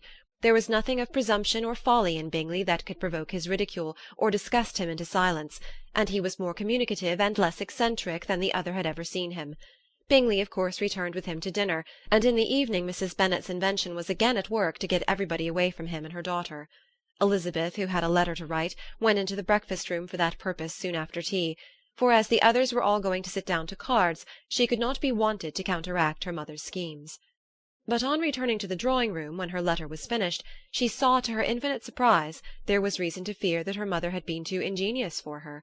On opening the door, she perceived her sister and Bingley standing together over the hearth, as if engaged in earnest conversation, and had this led to no suspicion, the faces of both, as they hastily turned round and moved away from each other, would have told it all. Their situation was awkward enough, but hers, she thought, was still worse. Not a syllable was uttered by either, and Elizabeth was on the point of going away again, when Bingley, who as well as the other had sat down, suddenly rose, and whispering a few words to her sister, ran out of the room. Jane could have no reserves from Elizabeth where confidence would give pleasure, and instantly embracing her, acknowledged with the liveliest emotion that she was the happiest creature in the world. "'Tis too much," she added, "by far too much. I do not deserve it. Oh, why is everybody not as happy?" Elizabeth's congratulations were given with a sincerity, a warmth, a delight, which words could but poorly express. Every sentence of kindness was a fresh source of happiness to Jane, but she would not allow herself to stay with her sister, or say half that remained to be said for the present. "I must go instantly to my mother," she cried. "I would not on any account trifle with her affectionate solicitude, or allow her to hear it from any one but myself. He is gone to my father already. Oh, Lizzie, to know that what I have to relate will give such pleasure to all my dear family! How shall I bear so much happiness?" She then hastened away to her mother, who had purposely broken up the card-party, and was sitting upstairs with Kitty. Elizabeth, who was left by herself, now smiled at the rapidity and ease with which such an affair was finally settled, that had given them so many previous months of suspense and vexation. "And this," said she, "is the end of all his friends' anxious circumspection, of all his sisters' falsehood and contrivance, the happiest, wisest, most reasonable end." In a few minutes she was joined by Bingley, whose conference with her father had been short and to the purpose. "Where is your sister?" said he hastily as he opened the door. "With my mother upstairs. She will be down in a moment, I dare say." He then shut the door, and coming up to her, claimed the good wishes and affection of a sister. Elizabeth honestly and heartily expressed her delight in the prospect of their relationship. They shook hands with great cordiality, and then, till her sister came down, she had to listen to all he had to say of his own happiness, and of Jane's perfections, and in spite of his being a lover, Elizabeth really believed all his expectations of felicity to be rationally founded, because they had for basis the excellent understanding and super-excellent disposition of Jane, and a general similarity of feeling and taste between her and himself. It was an evening of no common delight to them all. The satisfaction of Miss Bennet's mind gave a glow of such sweet animation to her face as made her look handsomer than ever. Kitty simpered and smiled and hoped her turn was coming soon. Mrs. Bennet could not give her consent or speak her approbation in terms warm enough to satisfy her feelings, though she talked to Bingley of nothing else for half an hour, and when Mr. Bennet joined him at supper, his voice and manner plainly showed how really happy he was. Not a word, however, passed his lips in allusion to it, till their visitor took his leave for the night, but as soon as he was gone he turned to his daughter and said, "Jane, I congratulate you. You will be a very happy woman." Jane went to him instantly, kissed him, and thanked him for his goodness. "You are a good girl," he replied, "and I have great pleasure in thinking you will be so happily settled. I have not a doubt of your doing very well together. Your tempers are by no means unlike. You are each of you so complying that nothing will be ever resolved on, so easy that every servant will cheat you, and so generous that you will always exceed your income." "I hope not so. Imprudence or thoughtlessness in money matters would be unpardonable in me." "Exceed their income! My dear Mr. Bennet," cried his wife, "what are you talking of? Why, he has 4,000 or 5,000 a year, and very likely more." Then, addressing her daughter, "Oh, my dear, dear Jane, I am so happy! I am sure I shan't get a wink of sleep all night. I knew how it would be. I always said it must be so at last. I was sure you could not be so beautiful for nothing. I remember as soon as ever I saw him when he first came into Hertfordshire last year, I thought how likely it was that you should come together. Oh, he is the handsomest young man that ever was seen." Wickham, Lydia, were all forgotten. Jane was beyond competition her favourite child. At that moment she cared for no other. Her younger sisters soon began to make interest with her for objects of happiness which she might in future be able to dispense. Mary petitioned for the use of the library at Netherfield, and Kitty begged very hard for a few balls there every winter. Bingley from this time was of course a daily visitor at Longbourn, coming frequently before breakfast and always remaining till after supper, unless when some barbarous neighbour, who could not be enough detested, had given him an invitation to dinner which he thought himself obliged to accept. Elizabeth had now but little time for conversation with her sister, for while he was present Jane had no attention to bestow on any one else, but she found herself considerably useful to both of them in those hours of separation that must sometimes occur. In the absence of Jane he always attached himself to Elizabeth, for the pleasure of talking with her, and when Bingley was gone Jane constantly sought the same means of relief.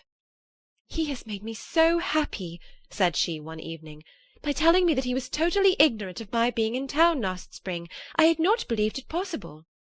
"I suspected as much," said Elizabeth. "But how did he account for it?"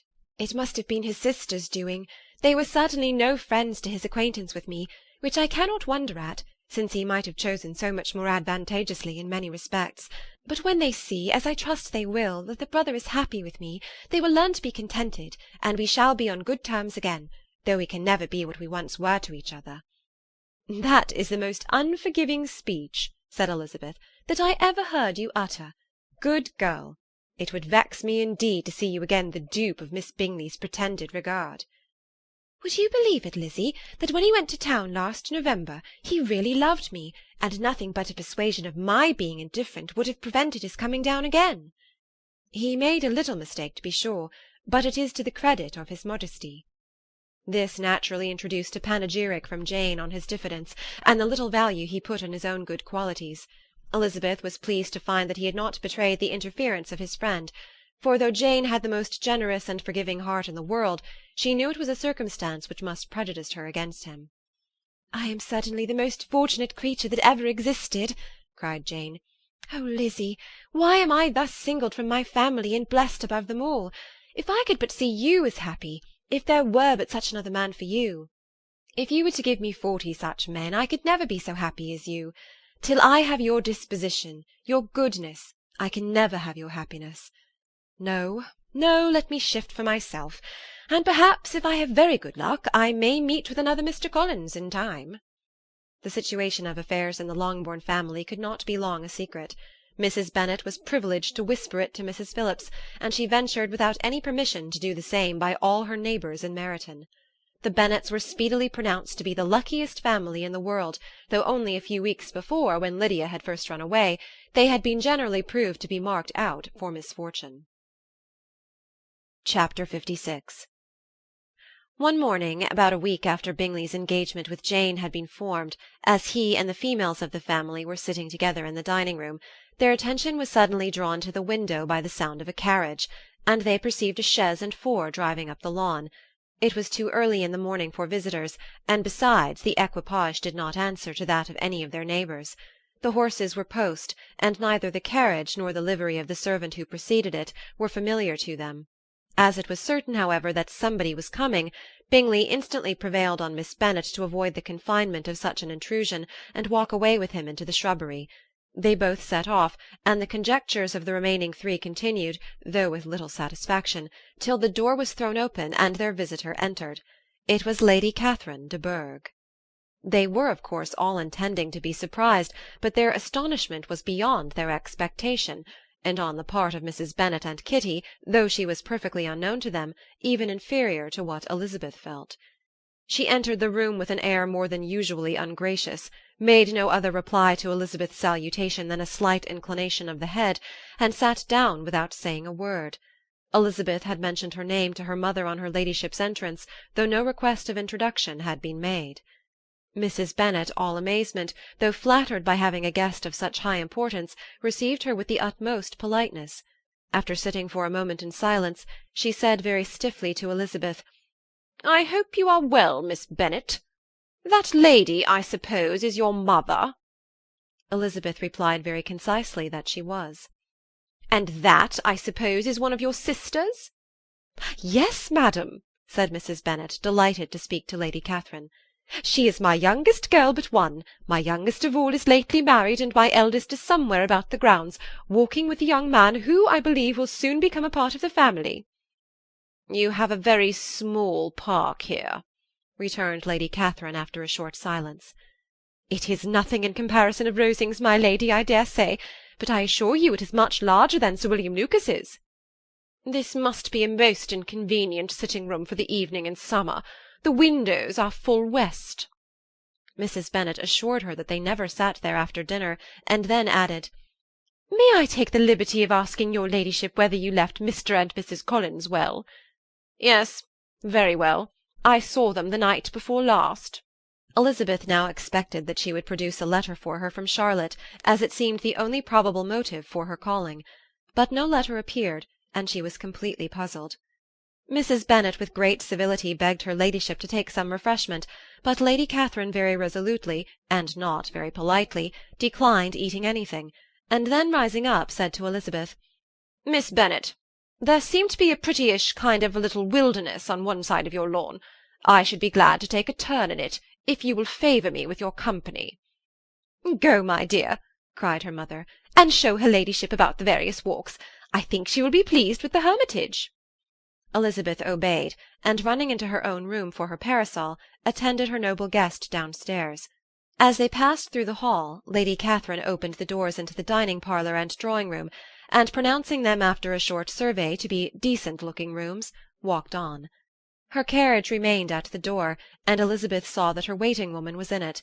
They proceeded in silence along the gravel walk that led to the copse. Elizabeth was determined to make no effort for conversation with a woman who was now more than usually insolent and disagreeable. "How could I ever think her like her nephew?" said she, as she looked in her face. As soon as they entered the copse, Lady Catherine began in the following manner. "You can be at no loss, Miss Bennet, to understand the reason of my journey hither. Your own heart, your own conscience must tell you why I come." Elizabeth looked with unaffected astonishment. "Indeed, you are mistaken, madam. I have not been at all able to account for the honour of seeing you here." "Miss Bennet," replied her ladyship in an angry tone, "you ought to know that I am not to be trifled with. But however insincere you may choose to be, you shall not find me so. My character has ever been celebrated for its sincerity and frankness, and in a cause of such moment as this I shall certainly not depart from it. A report of a most alarming nature reached me 2 days ago. I was told that not only was your sister on the point of being most advantageously married, but that you, that Miss Elizabeth Bennet, would in all likelihood be soon afterwards united to my nephew, my own nephew, Mr. Darcy. Though I know it must be a scandalous falsehood, though I would not injure him so much as to suppose the truth of it possible, I instantly resolved on setting off for this place, that I might make my sentiments known to you." "If you believed it impossible to be true," said Elizabeth, colouring with astonishment and disdain, "I wonder you took the trouble of coming so far. What could your ladyship propose by it?" "At once to insist upon having such a report universally contradicted." "Your coming to Longbourn to see me and my family," said Elizabeth coolly, "will be rather a confirmation of it, if indeed such a report is in existence." "If! Do you then pretend to be ignorant of it? Has it not been industriously circulated by yourselves? Do you not know that such a report is spread about?" "I never heard that it was." "And can you likewise declare that there is no foundation for it?" "I do not pretend to possess equal frankness with your ladyship. You may ask questions which I shall not choose to answer." "This is not to be borne. Miss Bennet, I insist on being satisfied.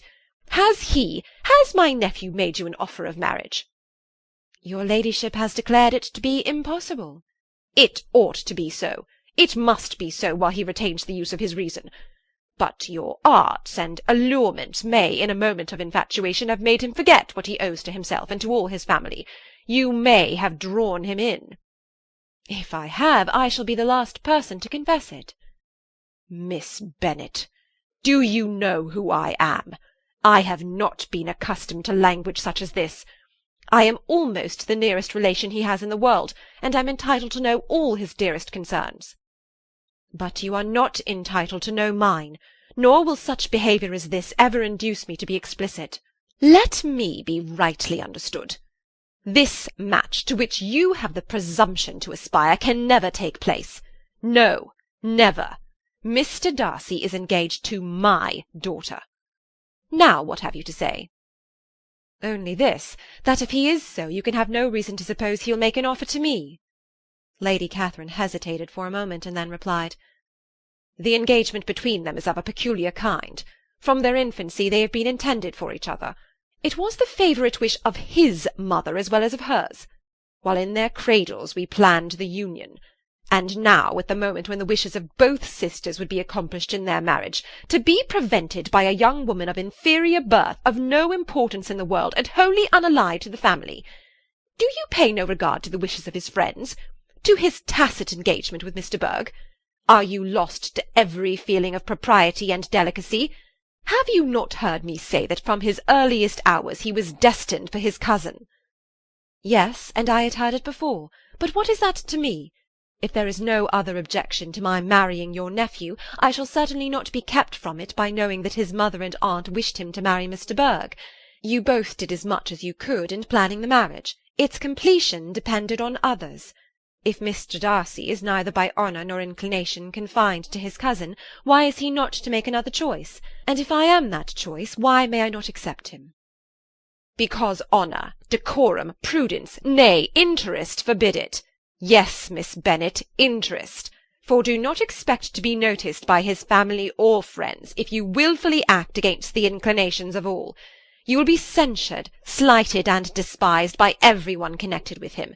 Your alliance will be a disgrace. Your name will never even be mentioned by any of us." "These are heavy misfortunes," replied Elizabeth. "But the wife of Mr. Darcy must have such extraordinary sources of happiness necessarily attached to her situation, that she could, upon the whole, have no cause to repine." "Obstinate, headstrong girl! I am ashamed of you. Is this your gratitude for my attentions to you last spring? Is nothing due to me on that score? Let us sit down. You are to understand, Miss Bennet, that I came here with the determined resolution of carrying my purpose, nor will I be dissuaded from it. I have not been used to submit to any person's whims. I have not been in the habit of brooking disappointment." "That will make your ladyship's situation at present more pitiable, but it will have no effect on me." "I will not be interrupted. Hear me in silence. My daughter and my nephew are formed for each other. They are descended on the maternal side from the same noble line, and on the father's from respectable, honourable, and ancient, though untitled, families. Their fortune on both sides is splendid. They are destined for each other by the voice of every member of their respective houses. And what is to divide them?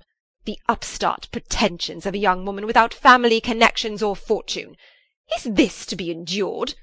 But it must not, shall not be. If you were sensible of your own good, you would not wish to quit the sphere in which you have been brought up."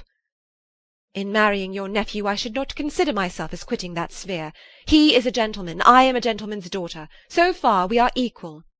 True, you are a gentleman's daughter, but who was your mother?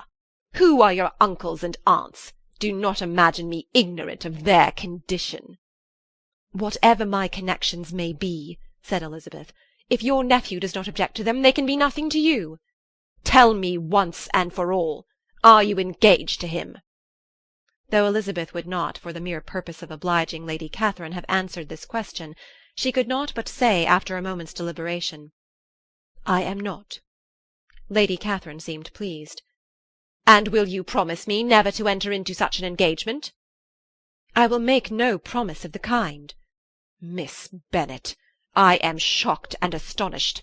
I expected to find a more reasonable young woman. But do not deceive yourself into a belief that I will ever recede. I shall not go away till you have given me the assurance I require." "And I certainly never shall give it. I am not to be intimidated into anything so wholly unreasonable. Your ladyship wants Mr. Darcy to marry your daughter, but would my giving you the wished-for promise make their marriage at all more probable? Supposing him to be attached to me, would my refusing to accept his hand make him wish to bestow it on his cousin? Allow me to say, Lady Catherine, that the arguments with which you have supported this extraordinary application have been as frivolous as the application was ill-judged. You have widely mistaken my character, if you think I can be worked on by such persuasions as these. How far your nephew might approve of your interference in his affairs I cannot tell, but you have certainly no right to concern yourself in mine. I must beg, therefore, to be importuned no farther on the subject." "Not so hasty, if you please. I have by no means done. To all the objections I have already urged, I have still another to add. I am no stranger to the particulars of your youngest sister's infamous elopement. I know it all.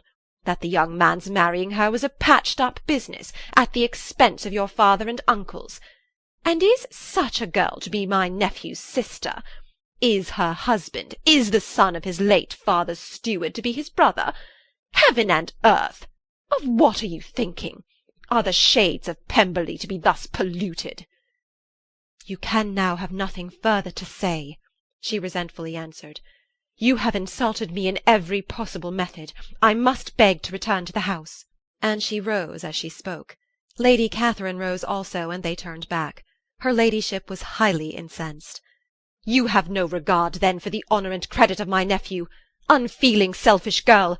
Do you not consider that a connection with you must disgrace him in the eyes of everybody?" "Lady Catherine, I have nothing further to say. You know my sentiments."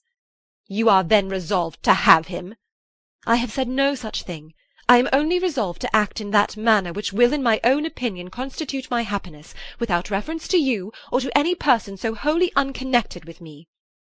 "It is well. You refuse, then, to oblige me. You refuse to obey the claims of duty, honour, and gratitude.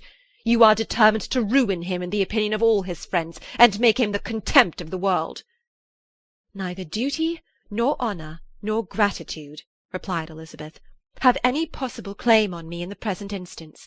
No principle of either would be violated by my marriage with Mr. Darcy, and with regard to the resentment of his family, or the indignation of the world, if the former were excited by his marrying me, it would not give me one moment's concern, and the world in general would have too much sense to join in the scorn." "And this is your real opinion? This is your final resolve? Very well. I shall now know how to act. Do not imagine, Miss Bennet, that your ambition will ever be gratified. I came to try you. I hoped to find you reasonable, but depend upon it, I will carry my point." In this manner Lady Catherine talked on till they were at the door of the carriage, when, turning hastily round, she added, "I take no leave of you, Miss Bennet. I send no compliments to your mother. You deserve no such attention. I am most seriously displeased." Elizabeth made no answer, and without attempting to persuade her ladyship to return into the house, walked quietly into it herself. She heard the carriage drive away as she proceeded upstairs. Her mother impatiently met her at the door of the dressing-room, to ask why Lady Catherine would not come in again and rest herself. "She did not choose it," said her daughter. "She would go." "She is a very fine-looking woman, and her calling here was prodigiously civil, for she only came, I suppose, to tell us the Collinses were well. She is on her road somewhere, I dare say, and so, passing through Meryton, thought she might as well call on you. I suppose she had nothing particular to say to you, Lizzie?" Elizabeth was forced to give in to a little falsehood here, for to acknowledge the substance of their conversation was impossible. Chapter 57. The discomposure of spirits which this extraordinary visit threw Elizabeth into could not be easily overcome, nor could she for many hours learn to think of it less than incessantly. Lady Catherine, it appeared, had actually taken the trouble of this journey from Rosings for the sole purpose of breaking off her supposed engagement with Mr. Darcy. It was a rational scheme, to be sure, but from what the report of their engagement could originate, Elizabeth was at a loss to imagine, till she recollected that his being the intimate friend of Bingley, and her being the sister of Jane, was enough, at a time when the expectation of one wedding made everybody eager for another, to supply the idea. She had not herself forgotten to feel that the marriage of her sister must bring them more frequently together, and her neighbours at Lucas Lodge, therefore, for through their communication with the Collinses the report, she concluded, had reached Lady Catherine, had only set that down as almost certain and immediate, which she had looked forward to as possible at some future time. In revolving Lady Catherine's expressions, however, she could not help feeling some uneasiness as to the possible consequence of her persisting in this interference. From what she had said of her resolution to prevent their marriage, it occurred to Elizabeth that she must meditate an application to her nephew, and how he might take a similar representation of the evils attached to a connection with her she dared not pronounce. She knew not the exact degree of his affection for his aunt, or his dependence on her judgment, but it was natural to suppose that he thought much higher of her ladyship than she could do, and it was certain that, in enumerating the miseries of a marriage with one, whose immediate connections were so unequal to his own, his aunt would address him on his weakest side. With his notions of dignity, he would probably feel that the arguments, which to Elizabeth had appeared weak and ridiculous, contained much good sense and solid reasoning. If he had been wavering before as to what he should do, which had often seemed likely, the advice and entreaty of so near a relation might settle every doubt, and determine him at once to be as happy as dignity unblemished could make him. In that case he would return no more. Lady Catherine might see him in her way through town, and his engagement to Bingley of coming again to Netherfield must give way. "If, therefore, an excuse for not keeping his promise should come to his friend within a few days," she added, "I shall know how to understand it. I shall then give over every expectation, every wish of his constancy. If he is satisfied with only regretting me, when he might have obtained my affections and hand, I shall soon cease to regret him at all." The surprise of the rest of the family on hearing who their visitor had been was very great, but they obligingly satisfied it with the same kind of supposition which had appeased Mrs. Bennet's curiosity, and Elizabeth was spared from much teasing on the subject. The next morning, as she was going downstairs, she was met by her father, who came out of his library with a letter in his hand. "Lizzie," said he, "I was going to look for you. Come into my room." She followed him thither, and her curiosity to know what he had to tell her was heightened by the supposition of its being in some manner connected with the letter he held. It suddenly struck her that it might be from Lady Catherine, and she anticipated with dismay all the consequent explanations. She followed her father to the fireplace, and they both sat down. He then said, "I have received a letter this morning that has astonished me exceedingly. As it principally concerns yourself, you ought to know its contents. I did not know before that I had 2 daughters on the brink of matrimony. Let me congratulate you on a very important conquest." The colour now rushed into Elizabeth's cheeks in the instantaneous conviction of its being a letter from the nephew instead of the aunt, and she was undetermined whether most to be pleased that he explained himself at all, or offended that his letter was not rather addressed to herself, when her father continued, "You look conscious. Young ladies have great penetration in such matters as these, but I think I may defy even your sagacity to discover the name of your admirer. This letter is from Mr. Collins." "From Mr. Collins? And what can he have to say?" "Something very much to the purpose, of course. He begins with congratulations on the approaching nuptials of my eldest daughter, of which it seems he has been told by some of the good-natured, gossiping Lucases. I shall not sport with your impatience by reading what he says on that point. What relates to yourself is as follows. Having thus offered you the sincere congratulations of Mrs. Collins and myself on this happy event, let me now add a short hint on the subject of another, of which we have been advertised by the same authority. Your daughter Elizabeth, it is presumed, will not long bear the name of Bennet, after her eldest sister has resigned it. and the chosen partner of her fate, may be reasonably looked up to as one of the most illustrious personages in this land. Can you possibly guess, Lizzie, who is meant by this? This young gentleman is blessed in a peculiar way with everything the heart of mortal can most desire. Splendid property, noble kindred, and extensive patronage. Yet in spite of all these temptations, let me warn my cousin Elizabeth, and yourself, of what evils you may incur by a precipitate closure with this gentleman's proposals, which, of course, you will be inclined to take immediate advantage of. Have you any idea, Lizzie, who this gentleman is? But now it comes out. My motive for cautioning you is as follows. We have reason to imagine that his aunt, Lady Catherine de Bourgh, does not look on the match with a friendly eye. Mr. Darcy, you see, is the man. Now, Lizzie, I think I have surprised you. Could he, or the Lucases, have pitched on any man within the circle of our acquaintance, whose name would have given the lie more effectually to what they related? Mr. Darcy, who never looks at any woman but to see a blemish, and who probably never looked at you in his life. It is admirable. Elizabeth tried to join in her father's pleasantry, but could only force one most reluctant smile. Never had his wit been directed in a manner so little agreeable to her. Are you not diverted? Oh, yes. Pray, read on. After mentioning the likelihood of this marriage to her ladyship last night, she immediately, with her usual condescension, expressed what she felt on the occasion. When it became apparent that on the score of some family objections on the part of my cousin, she would never give her consent to what she termed so disgraceful a match, I thought it my duty to give the speediest intelligence of this to my cousin, that she and her noble admirer may be aware of what they are about, and not run hastily into a marriage which has not been properly sanctioned. Mr. Collins, moreover, adds, I'm truly rejoiced that my cousin Lydia's sad business has been so well hushed up, and am only concerned that their living together before the marriage took place should be so generally known. I must not, however, neglect the duties of my station, or refrain from declaring my amazement at hearing that you received the young couple into your house as soon as they were married. It was an encouragement of vice, and had I been the rector of Longbourn, I should very strenuously have opposed it. You ought certainly to forgive them as a Christian, but never to admit them in your sight, or allow their names to be mentioned in your hearing. That is his notion of Christian forgiveness. The rest of his letter is only about his dear Charlotte's situation, and his expectation of a young olive branch. But, Lizzie, you look as if you did not enjoy it. You are not going to be missish, I hope, and pretend to be affronted at an idle report. For what do we live but to make sport for our neighbours and laugh at them in our turn? Oh, cried Elizabeth, I am excessively diverted, but it is so strange. Yes, that is what makes it amusing. Had they fixed on any other man, it would have been nothing. But his perfect indifference and your pointed dislike make it so delightfully absurd.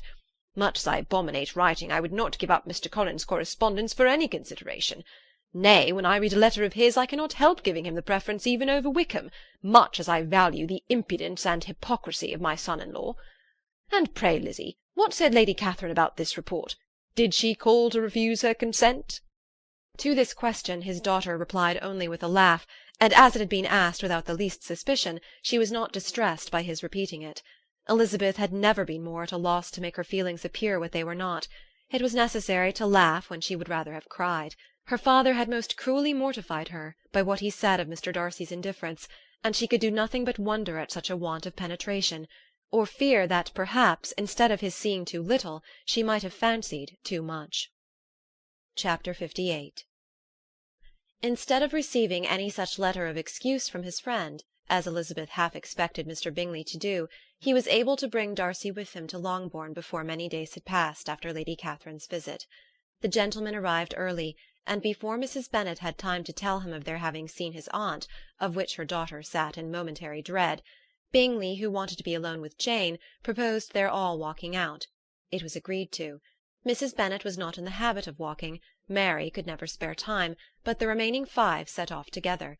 Bingley and Jane, however, soon allowed the others to outstrip them. They lagged behind, while Elizabeth, Kitty, and Darcy were to entertain each other. Very little was said by either. Kitty was too much afraid of him to talk. Elizabeth was secretly forming a desperate resolution, and perhaps he might be doing the same. They walked towards the Lucases because Kitty wished to call upon Maria, and as Elizabeth saw no occasion for making it a general concern, when Kitty left them she went boldly on with him alone. Now was the moment for her resolution to be executed, and while her courage was high, she immediately said, "Mr. Darcy, I am a very selfish creature, and for the sake of giving relief to my own feelings, care not how much I may be wounding yours. I can no longer help thanking you for your unexampled kindness to my poor sister. Ever since I have known it, I have been most anxious to acknowledge to you how gratefully I feel it. Were it known to the rest of my family, I should not have merely my own gratitude to express." "I am sorry, exceedingly sorry," replied Darcy, in a tone of surprise and emotion, "that you have ever been informed of what may, in a mistaken light, have given you uneasiness. I did not think Mrs. Gardiner was so little to be trusted." "You must not blame my aunt. Lydia's thoughtlessness first betrayed to me that you had been concerned in the matter, and of course I could not rest till I knew the particulars. Let me thank you again and again in the name of all my family for that generous compassion which induced you to take so much trouble and bear so many mortifications for the sake of discovering them." "If you will thank me," he replied, "let it be for yourself alone, that the wish of giving happiness to you might add force to the other inducements which led me on, I shall not attempt to deny. But your family owe me nothing. Much as I respect them, I believe I thought only of you." Elizabeth was too much embarrassed to say a word. After a short pause, her companion added, "You are too generous to trifle with me. If your feelings are still what they were last April, tell me so at once. My affections and wishes are unchanged, but one word from you will silence me on this subject forever." Elizabeth, feeling all the more than common awkwardness and anxiety of his situation, now forced herself to speak, and immediately, though not very fluently, gave him to understand that her sentiments had undergone so material a change since the period to which he alluded, as to make her receive with gratitude and pleasure his present assurances. The happiness which this reply produced was such as he had probably never felt before, and he expressed himself on the occasion as sensibly and as warmly as a man violently in love can be supposed to do. Had Elizabeth been able to encounter his eye, she might have seen how well the expression of heartfelt delight diffused over his face became him. But though she could not look, she could listen, and he told her of feelings which, in proving of what importance she was to him, made his affection every moment more valuable. They walked on, without knowing in what direction. There was too much to be thought and felt and said for attention to any other objects. She soon learnt that they were indebted for their present good understanding to the efforts of his aunt, who did call on him in her return through London, and there relate her journey to Longbourn, its motive, and the substance of her conversation with Elizabeth, dwelling emphatically on every expression of the latter which, in her ladyship's apprehension, particularly denoted her perverseness and assurance, in the belief that such a relation must assist her endeavours to obtain that promise from her nephew which she had refused to give. But, unluckily for her ladyship, its effect had been exactly contrariwise. "It taught me to hope," said he, "as I had scarcely ever allowed myself to hope before. I knew enough of your disposition to be certain that, had you been absolutely, irrevocably decided against me, you would have acknowledged it to Lady Catherine, frankly and openly." Elizabeth coloured and laughed as she replied, "Yes, you know enough of my frankness to believe me capable of that. After abusing you so abominably to your face, I could have no scruple in abusing you to all your relations." "What did you say of me that I did not deserve? For though your accusations were ill-founded, formed on mistaken premises, my behaviour to you at the time had merited the severest reproof. It was unpardonable. I cannot think of it without abhorrence." "We will not quarrel for the greater shame of blame annexed that evening," said Elizabeth. "The conduct of neither, if strictly examined, will be irreproachable. But since then we have both, I hope, improved in civility." "I cannot be so easily reconciled to myself. The recollection of what I then said, of my conduct, my manners, my expressions during the whole of it, is now, and has been many months, inexpressibly painful to me. Your reproof, so well applied, I shall never forget. Had you behaved in a more gentlemanlike manner? Those were your words. You know not, you can scarcely conceive how they have tortured me. Though it was some time, I confess, before I was reasonable enough to allow their justice. I was certainly very far from expecting them to make so strong an impression. I had not the smallest idea of their being ever felt in such a way. I can easily believe it. You thought me then devoid of every proper feeling. I am sure you did. The turn of your countenance I shall never forget, as you said that I could not have addressed you in any possible way that would induce you to accept me. Oh, do not repeat what I then said. These recollections will not do at all. I assure you that I have long been most heartily ashamed of it. Darcy mentioned his letter. Did it? Said he. Did it soon make you think better of me? Did you, on reading it, give any credit to its contents? She explained what its effect on her had been, and how gradually all her former prejudices had been removed. I knew, said he, that what I wrote must give you pain, but it was necessary. I hope you have destroyed the letter. There was one part, especially the opening of it, which I should dread your having the power of reading again. I can remember some expressions which might justly make you hate me. The letter shall certainly be burnt if you believe it essential to the preservation of my regard. But though we have both reason to think my opinions not entirely unalterable, they are not, I hope, quite so easily changed as that implies. When I wrote that letter, replied Darcy, I believed myself perfectly calm and cool, but I am since convinced that it was written in a dreadful bitterness of spirit. The letter perhaps began in bitterness, but it did not end so. The adieu is charity itself. But think no more of the letter. The feelings of the person who wrote and the person who received it are now so widely different from what they then were, that every unpleasant circumstance attending it ought to be forgotten. You must learn some of my philosophy. Think only of the past, as its remembrance gives you pleasure. I cannot give you credit for any philosophy of the kind. Your retrospections must be so totally void of reproach that the contentment arising from them is not of philosophy, but, what is much better, of ignorance. But with me, it is not so. Painful recollections will intrude, which cannot, which ought not to be repelled. I have been a selfish being all my life in practice, though not in principle. As a child I was taught what was right, but I was not taught to correct my temper. I was given good principles, but left to follow them in pride and conceit. Unfortunately an only son, for many years an only child, I was spoiled by my parents who, though good themselves, my father particularly, all that was benevolent and amiable, allowed, encouraged, almost taught me to be selfish and overbearing, to care for none beyond my own family circle, to think meanly of all the rest of the world, to wish at least to think meanly of their sense and worth, compared with my own. Such I was from 8 to 28, and such I might still have been but for you.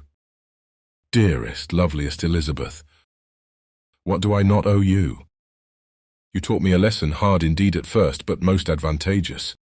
By you I was properly humbled. I came to you without a doubt of my reception. You showed me how insufficient were all my pretensions to please a woman worthy of being pleased. Had you then persuaded yourself that I should? Indeed I had. What will you think of my vanity? I believed you to be wishing, expecting my addresses.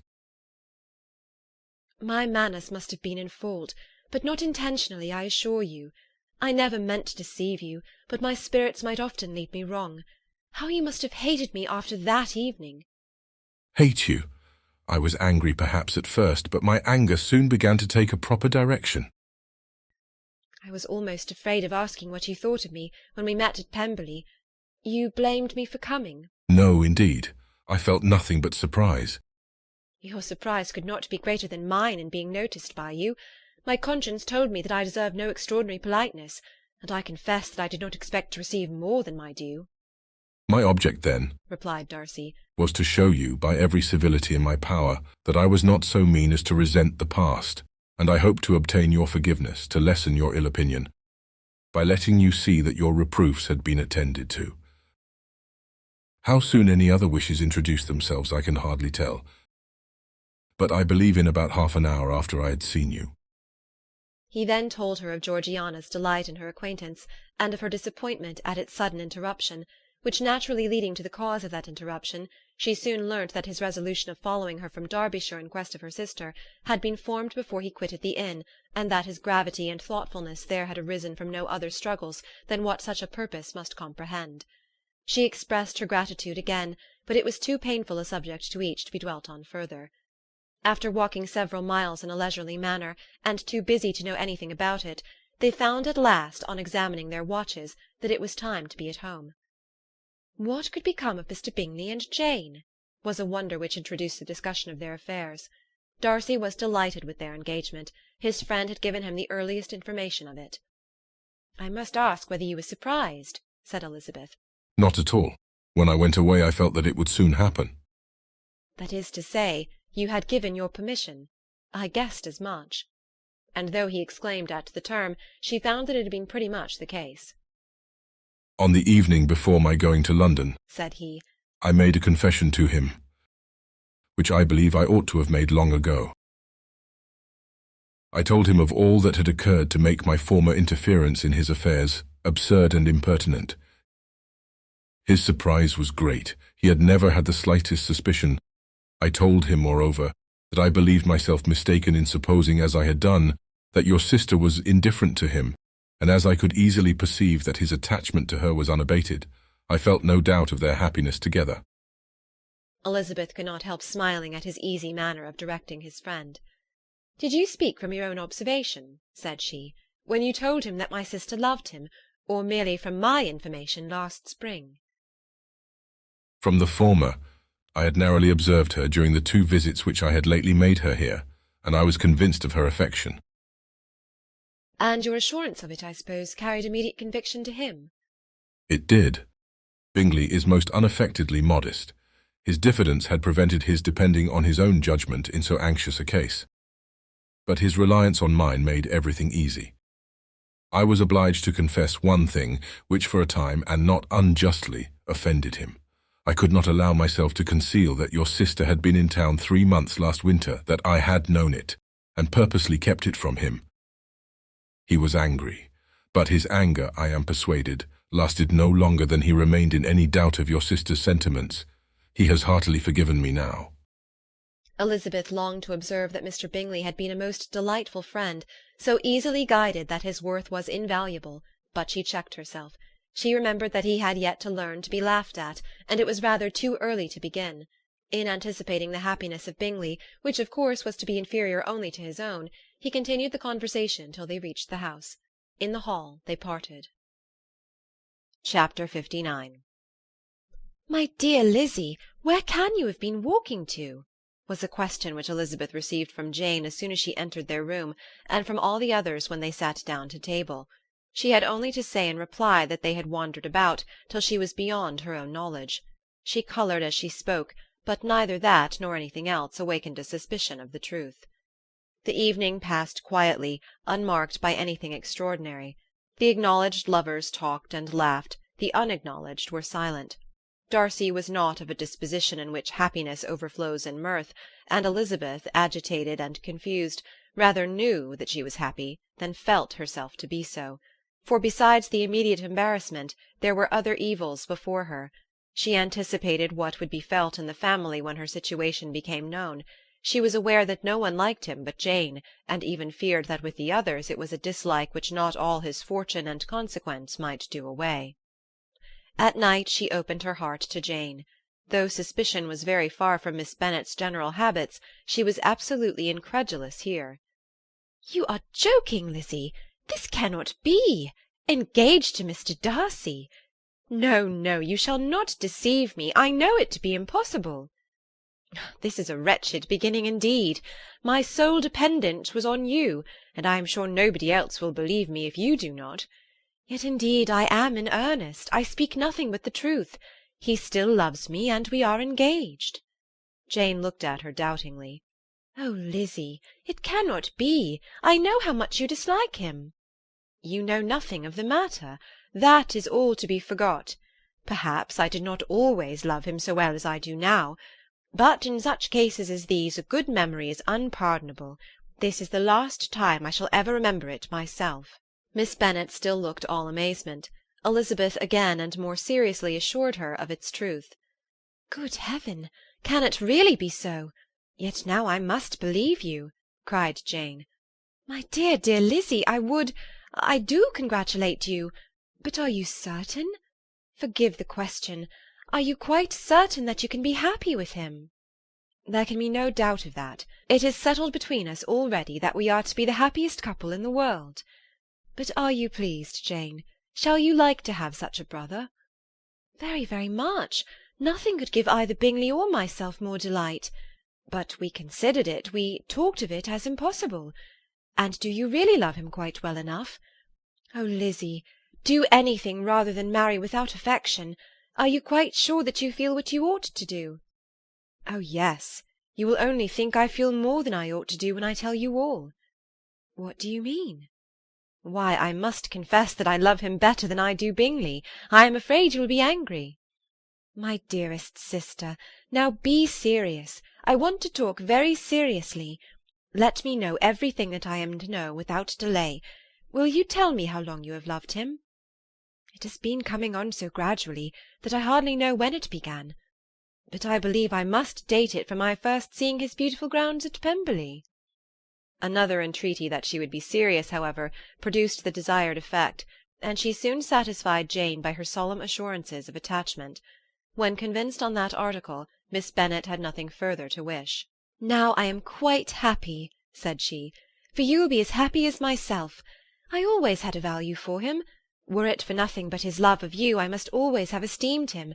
But now, as Bingley's friend and your husband, there can only be Bingley and yourself more dear to me. But, Lizzie, you have been very sly, very reserved with me. How little did you tell me of what passed at Pemberley and Lambton! I owe all that I know of it to another, not to you." Elizabeth told her the motives of her secrecy. She had been unwilling to mention Bingley, and the unsettled state of her own feelings had made her equally avoid the name of his friend. But now she would no longer conceal from her his share in Lydia's marriage. All was acknowledged, and half the night spent in conversation. "Good gracious!" cried Mrs. Bennet as she stood at a window the next morning. "If that disagreeable Mr. Darcy is not coming here again with our dear Bingley, what can he mean by being so tiresome as to always be coming here? I had no notion but he would go a-shooting or something or other, and not disturb us with his company. What shall we do with him? Lizzie, you must walk out with him again, that he may not be in Bingley's way." Elizabeth could hardly help laughing at so convenient a proposal, yet was really vexed that her mother should be always giving him such an epithet.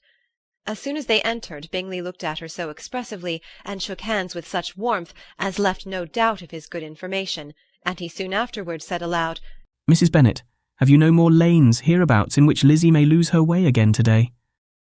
"I advise Mr. Darcy and Lizzie and Kitty," said Mrs. Bennet, "to walk to Oakham Mount this morning. It is a nice long walk, and Mr. Darcy has never seen the view." "It may do very well for the others," replied Mr. Bingley, "but I am sure it will be too much for Kitty. Won't it, Kitty?" Kitty owned that she had rather stay at home. Darcy professed a great curiosity to see the view from the Mount, and Elizabeth silently consented. As she went upstairs to get ready, Mrs. Bennet followed her, saying, "I am quite sorry, Lizzie, that you should be forced to have that disagreeable man all to yourself. But I hope you will not mind it. It is all for Jane's sake, you know, and there is no occasion for talking to him, except just now and then, so do not put yourself to inconvenience." During their walk it was resolved that Mr. Bennet's consent should be asked in the course of the evening. Elizabeth reserved to herself the application for her mother's. She could not determine how her mother would take it, sometimes doubting whether all his wealth and grandeur would be enough to overcome her abhorrence of the man. But whether she were violently set against the match, or violently delighted with it, it was certain that her manner would be equally ill adapted to do credit to her sense, and she could no more bear that Mr. Darcy should hear the first raptures of her joy than the first vehemence of her disapprobation. In the evening, soon after Mr. Bennet withdrew to the library, she saw Mr. Darcy rise also and follow him, and her agitation on seeing it was extreme. She did not fear her father's opposition, but he was going to be made unhappy, and that it should be through her means, that she, his favourite child, should be distressing him by her choice, should be filling him with fears and regrets in disposing of her, was a wretched reflection, and she sat in misery till Mr. Darcy appeared again, when, looking at him, she was a little relieved by his smile. In a few minutes he approached the table where she was sitting with Kitty, and while pretending to admire her work, said in a whisper, Go to your father. He wants you in the library." She was gone directly. Her father was walking about the room looking grave and anxious. "Lizzie," said he, "what are you doing? Are you out of your senses to be accepting this man? Have not you always hated him?" How earnestly did she then wish that her former opinions had been more reasonable, her expressions more moderate. It would have spared her from explanations and professions which it was exceedingly awkward to give, but they were now necessary, and she assured him, with some confusion, of her attachment to Mr. Darcy. Or in other words, you are determined to have him. He is rich, to be sure, and you may have more fine clothes and fine carriages than Jane, but will they make you happy? "Have you any other objection," said Elizabeth, "than your belief of my indifference?" "None at all. We all know him to be a proud, unpleasant sort of man, but this would be nothing if you really liked him." I do like him," she replied with tears in her eyes. "I love him. Indeed, he has no improper pride. He is perfectly amiable. You do not know what he really is. Then pray do not pain me by speaking of him in such terms." "Lizzie," said her father, "I have given him my consent. He is the kind of man indeed to whom I should never dare refuse anything which he condescended to ask. I now give it to you if you are resolved on having him. But let me advise you to think better of it. I know your disposition, Lizzie. I know that you could be neither happy nor respectable unless you truly esteemed your husband, unless you looked up to him as a superior. Your lively talents would place you in the greatest danger in an unequal marriage. You could scarcely escape discredit and misery. My child, let me not have the grief of seeing you unable to respect your partner in life. You know not what you are about." Elizabeth, still more affected, was earnest and solemn in her reply, and at length, by repeated assurances that Mr. Darcy was really the object of her choice, by explaining the gradual change which her estimation of him had undergone, relating her absolute certainty that his affection was not the work of a day, but had stood the test of many months' suspense, and enumerating with energy all his good qualities, she did conquer her father's incredulity, and reconcile him to the match. "Well, my dear," said he, when she ceased speaking, "I have no more to say. If this be the case, he deserves you. I could not have parted with you, my Lizzie, to anyone less worthy." To complete the favourable impression, she then told him what Mr. Darcy had voluntarily done for Lydia. He heard her with astonishment. "This is an evening of wonders, indeed. And so, Darcy did everything, made up the match, gave the money, paid the fellow's debts, and got him his commission. So much the better. It will save me a world of trouble and economy. Had it been your uncle's doing, I must and would have paid him. But these violent young lovers carry everything their own way. I shall offer to pay him tomorrow. He will rant and storm about his love for you, and there will be an end of the matter." He then recollected her embarrassment a few days before, on his reading Mr. Collins's letter, and after laughing at her some time, allowed her at last to go, saying as she quitted the room, "If any young men come for Mary or Kitty, send them in, for I am quite at leisure." Elizabeth's mind was now relieved from a very heavy weight, and after half an hour's quiet reflection in her own room, she was able to join the others with tolerable composure. Everything was too recent for gaiety, but the evening passed tranquilly away. There was no longer anything material to be dreaded, and the comfort of ease and familiarity would come in time. When her mother went up to her dressing-room at night, she followed her and made the important communication. Its effect was most extraordinary, for on first hearing it, Mrs. Bennet sat quite still, and unable to utter a syllable. Nor was it under many, many minutes that she could comprehend what she heard, though not in general backward to credit what was for the advantage of her family, or that came in the shape of a lover to any of them. She began at length to recover, to fidget about in her chair, get up, sit down again, wonder and bless herself. "Good gracious! Lord bless me! Only think! Dear me! Mr. Darcy! Who would have thought it? And is it really true? Oh, my sweetest Lizzie, how rich and how great you will be! What pin-money, what jewels, what carriages you will have! James is nothing to it, nothing at all. Ah, I am so pleased, so happy! Such a charming man, so handsome, so tall! Oh, my dear Lizzie, pray apologize for my having disliked him so much before. I hope you will overlook it. Dear, dear Lizzie! A house in town, everything that is charming. 3 daughters married, 10,000 a year. Oh, Lord, what will become of me? I shall go distracted." This was enough to prove that her approbation need not be doubted, and Elizabeth, rejoicing that such an effusion was heard only by herself, soon went away.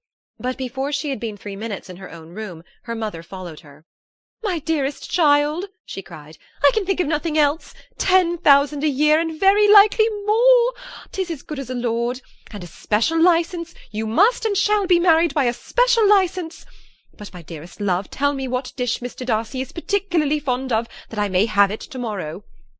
This was a sad omen of what her mother's behaviour to the gentleman himself might be, and Elizabeth found that, though in the certain possession of his warmest affection, and secure of her relations' consent, there was still something to be wished for. But the morrow passed off much better than she expected, for Mrs. Bennet luckily stood in such awe of her intended son-in-law that she ventured not to speak to him unless it was in her power to offer him any attention or mark her deference for his opinion. Elizabeth had the satisfaction of seeing her father taking pains to get acquainted with him, and Mr. Bennet soon assured her that he was rising every hour in his esteem. "I admire all my 3 sons-in-law highly," said he. "Wickham perhaps is my favourite, but I think I shall like your husband quite as well as Jane's." Chapter 60. Elizabeth's spirits soon rising to playfulness again, she wanted Mr. Darcy to account for his having ever fallen in love with her. "How could you begin?" said she. "I can comprehend your going on charmingly when once you had made a beginning, but what could set you off in the first place?" I cannot fix on the hour, or the spot, or the look, or the words which laid the foundation. It is too long ago. I was in the middle before I knew that I had begun. "My beauty you had early withstood, and as for my manners, my behaviour to you was at least always bordering on the uncivil, and I never spoke to you without rather wishing to give you pain than not. Now be sincere. Did you admire me for my impertinence?" For the liveliness of your mind I did. "You may as well call it impertinence at once. It was very little less. The fact is that you were sick of civility, of deference, of officious attention. You were disgusted with the women who were always speaking and looking and thinking for your approbation alone. I roused and interested you because I was so unlike them. Had you not been really amiable, you would have hated me for it, but in spite of the pains you took to disguise yourself, your feelings were always noble and just, and in your heart you thoroughly despised the persons who so assiduously courted you.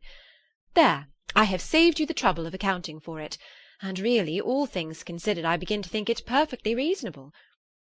To be sure, you knew no actual good of me, but nobody thinks of that when they fall in love." Was there no good in your affectionate behaviour to Jane while she was ill at Netherfield? "Dearest Jane, who could have done less for her? But make a virtue of it by all means. My good qualities are under your protection, and you are to exaggerate them as much as possible.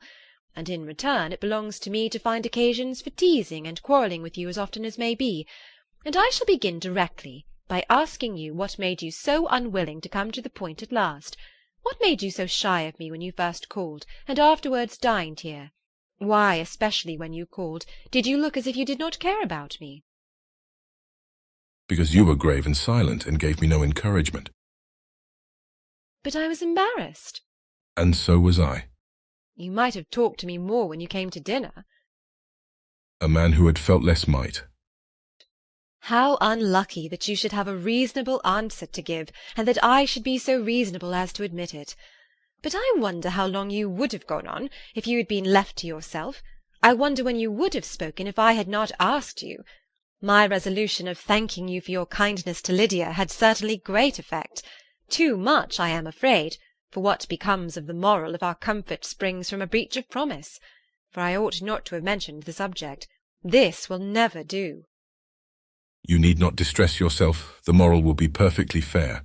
Lady Catherine's unjustifiable endeavours to separate us were the means of removing all my doubts. I am not indebted for my present happiness to your eager desire of expressing your gratitude. I was not in a humour to wait for an opening of yours. My aunt's intelligence had given me hope, and I was determined at once to know everything. "Lady Catherine has been of infinite use, which ought to make her happy, for she loves to be of use. But tell me, what did you come down to Netherfield for? Was it merely to ride to Longbourn and be embarrassed, or had you intended any more serious consequence?" My real purpose was to see you, and to judge, if I could, whether I might ever hope to make you love me. my avowed one, or what I avowed to myself, was to see whether your sister was still partial to Bingley, and if she were, to make the confession to him which I have since made. Shall you ever have courage to announce to Lady Catherine what is to befall her? I am more likely to want time than courage, Elizabeth, but it ought to be done, and if you will give me a sheet of paper, it shall be done directly. And if I had not a letter to write myself, I might sit by you and admire the evenness of your writing, as another young lady once did. But I have an aunt too who must not be longer neglected. From an unwillingness to confess how much her intimacy with Mr. Darcy had been overrated, Elizabeth had never yet answered Mrs. Gardiner's long letter.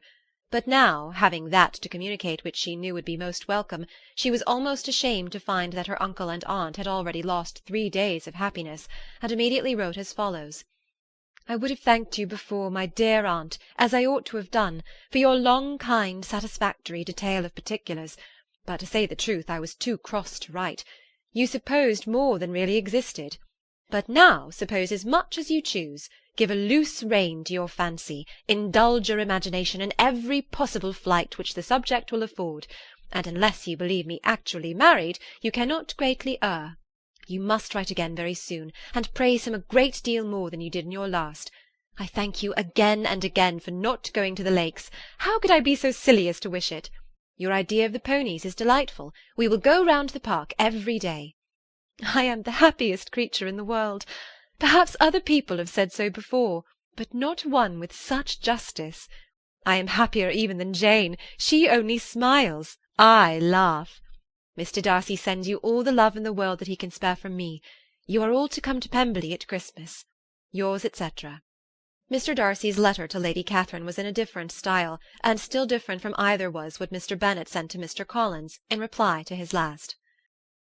Dear Sir, I must trouble you once more for congratulations. Elizabeth will soon be the wife of Mr. Darcy. Console Lady Catherine as well as you can, but if I were you, I would stand by the nephew. He has more to give. Yours sincerely, etc. Miss Bingley's congratulations to her brother on his approaching marriage were all that was affectionate and insincere. She wrote even to Jane on the occasion, to express her delight, and repeat all her former professions of regard. Jane was not deceived, but she was affected, and though feeling no reliance on her, could not help writing her a much kinder answer than she knew was deserved. The joy which Miss Darcy expressed on receiving similar information was as sincere as her brother's in sending it. 4 sides of paper were insufficient to contain all her delight and all her earnest desire of being loved by her sister. Before any answer could arrive from Mr. Collins, or any congratulations to Elizabeth from his wife, the Longbourn family heard that the Collinses were come themselves to Lucas Lodge. The reason of this sudden removal was soon evident. Lady Catherine had been rendered so exceedingly angry by the contents of her nephew's letter, that Charlotte, really rejoicing in the match, was anxious to get away till the storm was blown over. At such a moment the arrival of her friend was a sincere pleasure to Elizabeth, though in the course of their meeting she must sometimes think the pleasure dearly bought, when she saw Mr. Darcy exposed to all the parading and obsequious civility of her husband. He bore it, however, with admirable calmness. He could even listen to Sir William Lucas, when he complimented him on carrying away the brightest jewel of the country, and expressed his hopes of their all meeting frequently at St. James's, with very decent composure. If he did shrug his shoulders, it was not till Sir William was out of sight. Mrs. Phillips's vulgarity was another, and perhaps a greater tax on his forbearance, and though Mrs. Phillips, as well as her sister, stood in too much awe of him to speak with the familiarity which Bingley's good humour encouraged, yet whenever she did speak, she must be vulgar. Nor was her respect for him, though it made her more quiet, at all likely to make her more elegant. Elizabeth did all she could to shield him from the frequent notice of either, and was ever anxious to keep him to herself, and to those of her family with whom he might converse without mortification, and though the uncomfortable feelings arising from all this took from the season of courtship much of its pleasure, it added to the hope of the future, and she looked forward with delight to the time when they should be removed from society so little pleasing to either, to all the comfort and elegance of their family party at Pemberley. Chapter 61. Happy for all her maternal feelings was the day on which Mrs. Bennet got rid of her 2 most deserving daughters. With what delighted pride she afterwards visited Mrs. Bingley, and talked of Mrs. Darcy, may be guessed. I wish I could say, for the sake of her family, that the accomplishment of her earnest desire in the establishment of so many of her children produced so happy an effect as to make her a sensible, amiable, well-informed woman for the rest of her life, though perhaps it was lucky for her husband, who might not have relished domestic felicity in so unusual a form, that she was still occasionally nervous and invariably silly. Mr. Bennet missed his second daughter exceedingly. His affection for her drew him oftener from home than anything else could do. He delighted in going to Pemberley, especially when he was least expected. Mr. Bingley and Jane remained at Netherfield only a twelvemonth. So near a vicinity to her mother and Meryton relations was not desirable even to his easy temper or her affectionate heart. The darling wish of his sisters was then gratified. He bought an estate in a neighbouring county to Derbyshire, and Jane and Elizabeth, in addition to every other source of happiness, were within 30 miles of each other. Kitty, to her very material advantage, spent the chief of her time with her 2 elder sisters. In society so superior to what she had generally known, her improvement was great. She was not of so ungovernable a temper as Lydia, and removed from the influence of Lydia's example, she became, by proper attention and management, less irritable, less ignorant, and less insipid. From the further disadvantage of Lydia's society she was of course carefully kept, and though Mrs. Wickham frequently invited her to come and stay with her, with the promise of balls and young men, her father would never consent to her going. Mary was the only daughter who remained at home, and she was necessarily drawn from the pursuit of accomplishments by Mrs. Bennet's being quite unable to sit alone. Mary was obliged to mix more with the world, but she could still moralize over every morning visit, and as she was no longer mortified by comparisons between her sister's beauty and her own, it was suspected by her father that she submitted to the change without much reluctance. As for Wickham and Lydia, their characters suffered no revolution from the marriage of her sisters. He bore with philosophy the conviction that Elizabeth must now become acquainted with whatever of his ingratitude and falsehood had before been unknown to her, and in spite of everything was not wholly without hope that Darcy might yet be prevailed on to make his fortune. The congratulatory letter which Elizabeth received from Lydia on her marriage explained to her that, by his wife at least, if not by himself, such a hope was cherished. The letter was to this effect: "My dear Lizzie, I wish you joy. If you love Mr. Darcy half as well as I do my dear Wickham, you must be very happy. It is a great comfort to have you so rich, and when you have nothing else to do, I hope you will think of us. I am sure Wickham would like a place at court very much, and I do not think we shall have quite money enough to live upon without some help. Any place would do, of about 300 or 400 a year, but however do not speak to Mr. Darcy about it, if you had rather not. Yours, etc." As it happened that Elizabeth had much rather not, she endeavoured in her answer to put an end to every entreaty and expectation of the kind. Such relief, however, as it was in her power to afford, by the practice of what might be called economy in her own private expenses, she frequently sent them. It had always been evident to her that such an income as theirs, under the direction of 2 persons so extravagant in their wants and heedless of the future, must be very insufficient to their support, and whenever they changed their quarters, either Jane or herself were sure of being applied to for some little assistance towards discharging their bills. Their manner of living, even when the restoration of peace dismissed them to a home, was unsettled in the extreme. They were always moving from place to place in quest of a cheap situation, and always spending more than they ought. His affection for her soon sunk into indifference. Hers lasted a little longer, and in spite of her youth and her manners, she retained all the claims to reputation which her marriage had given her. Though Darcy could never receive him at Pemberley, yet for Elizabeth's sake he assisted him further in his profession. Lydia was occasionally a visitor there, when her husband was gone to enjoy himself in London or Bath, and with the Bingleys they both of them frequently stayed so long that even Bingley's good humour was overcome, and he proceeded so far as to talk of giving them a hint to be gone. Miss Bingley was very deeply mortified by Darcy's marriage, but as she thought it advisable to retain the right of visiting at Pemberley, she dropped all her resentment, was fonder than ever of Georgiana, almost as attentive to Darcy as heretofore, and paid off every arrear of civility to Elizabeth. Pemberley was now Georgiana's home, and the attachment of the sisters was exactly what Darcy had hoped to see. They were able to love each other even as well as they intended. Georgiana had the highest opinion in the world of Elizabeth, though at first she often listened with an astonishment bordering on alarm at her lively, sportive manner of talking to her brother. He, who had always inspired in herself a respect which almost overcame her affection, she now saw the object of open pleasantry. Her mind received knowledge which had never before fallen in her way. By Elizabeth's instructions she began to comprehend that a woman may take liberties with her husband which a brother will not always allow in a sister more than 10 years younger than himself. Lady Catherine was extremely indignant on the marriage of her nephew, and as she gave way to all the genuine frankness of her character in her reply to the letter which announced its arrangement, she sent him language so very abusive, especially of Elizabeth, that for some time all intercourse was at an end. But at length, by Elizabeth's persuasion, he was prevailed on to overlook the offence and seek a reconciliation, and after a little further resistance on the part of his aunt, her resentment gave way, either to her affection for him, or her curiosity to see how his wife conducted herself, and she condescended to wait on them at Pemberley, in spite of that pollution which its woods had received, not merely from the presence of such a mistress, but the visits of her uncle and aunt from the city. With the Gardiners they were always on the most intimate terms.